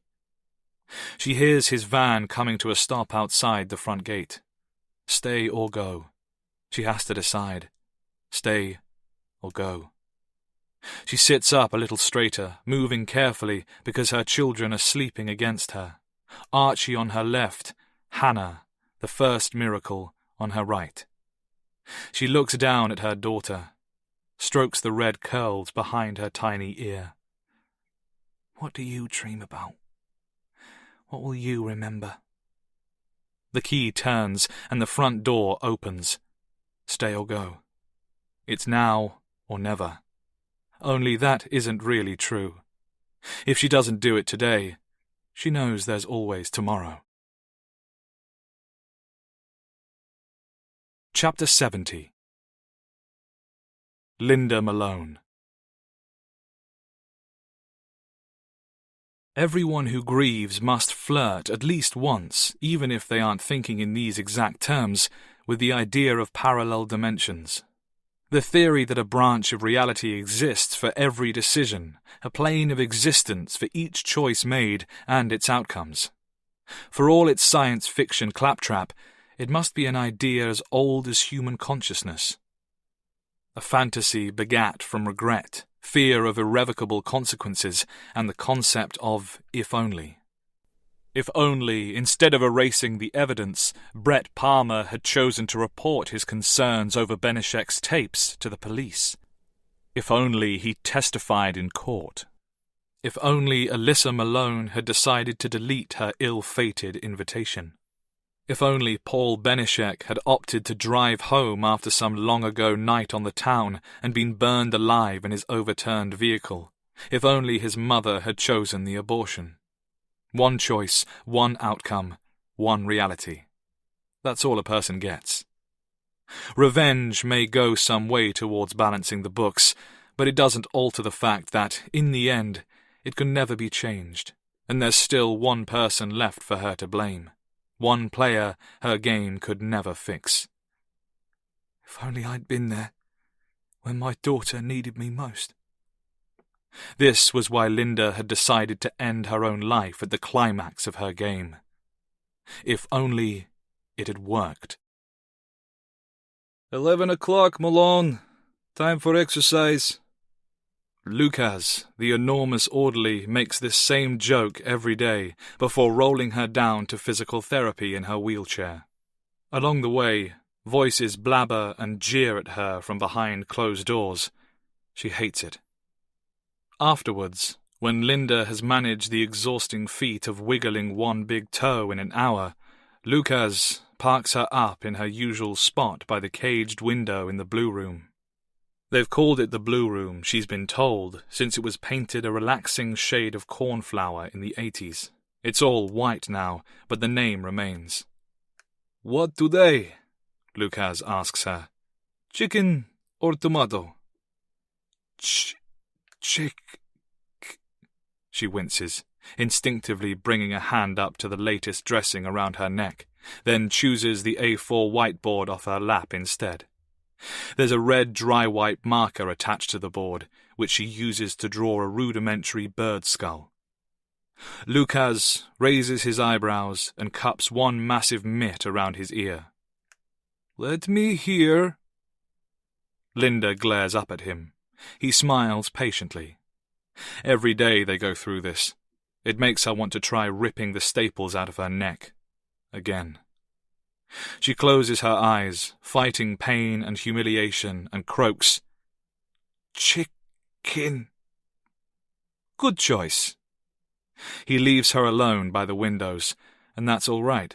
The rest of the women in the blue room keep to themselves. They're incapable of posing much of a threat to anybody anymore. Linda watches them stare into empty space, watches them gape back at whatever horrors brought them here. If only their lives had been kinder, if only their choices had been better, if only they hadn't been caught. If only, if only, if only. While Lucas is off fetching soup, the woman Linda has been waiting for is wheeled into the room in her own chair. Linda knows this woman, despite never having met her in the real world. It took her a few weeks to recognize the face, because the face has grown so gaunt it features permanently catatonic. The woman's name is Primrose Madison. It's not the easiest name to forget, though it's her crime Linda remembers best from her own tenure with Bedfordshire Police. 12 years ago, there'd been a nationwide hunt for the young Primrose Madison, a former student of the illustrious Wilkes Girls' School in nearby Oxford, and a suspect in the killing of a former tutor. Except, killing is an understatement. As the police closed in and her capture was imminent, Madison uploaded a now infamous post online describing years of systemic abuse at the hands of the Wilkes staff. She named them all, 9 of them in total. Then she hanged herself. She survived, medically speaking, but by the time the officers cut her down, her brain had been starved of enough oxygen to leave her speechless, and she'd suffered a complete cervical spinal cord injury. Those teachers never even went to trial. If only. Linda scrubs out the bird's head on her whiteboard and, in honor of Primrose Madison, doodles simple gallows as if she's playing hangman. The doctors tell Linda she's lucky to be moving her arms at all. They tell her she's lucky to be alive. She wipes off the gallows and writes, "Good luck," then alters it to "bad luck." This becomes win, then lose. Primrose Madison drooling in her chair. If only she'd died. Linda can empathize. She's still planning on ending her own life just as soon as she gets the chance. She doesn't believe in heaven or hell, so she doesn't expect to see Alyssa again, but she knows she doesn't want to stay on this planet without her. She'll probably be ashes by her own trial. Hopefully. Until then, she'll just have to find a way to get through this nightmare. A way to pass the time. Still staring at Primrose Madison, she begins to think of that teacher, the one whose balls Primrose fed to his own terriers. There were 8 more names on that list, men and women. The list will still be online somewhere, of course. Nothing digital is ever truly deleted. Once unleashed, it can't be taken back. The internet is irrevocable. It's only when Linda hears the faint squeaking of her marker pen that she realizes she's been writing. There are 3 words scrawled in red across the surface of the whiteboard. Make them pay. Linda stares at these words for a moment, frowning. It's only when she makes a slight adjustment, adding one long vertical line straight through the sentence, that she feels something unfolding across her own face. It hurts at first, pulling at the wound below her chin, but it's not entirely unpleasant. It's a smile. She wheels herself forwards a couple of feet until she's perfectly aligned with Primrose Madison's vacant stare, and holds the whiteboard up for her to see. She holds it like a scorecard. Whether Primrose acknowledges the message or not, Linda isn't sure. It doesn't matter anyway. It's just a game to pass the time. Make them play. Game over. That was The Game by Scott Kershaw, read by Ethan Kelly, produced by White House Sound Limited, an audiobook from HQ, an imprint of HarperCollins. Text copyright 2022, production copyright 2022 by HarperCollins Publishers. All rights reserved. Scott Kershaw asserts the moral right to be identified as the author of this work. Thank you for listening.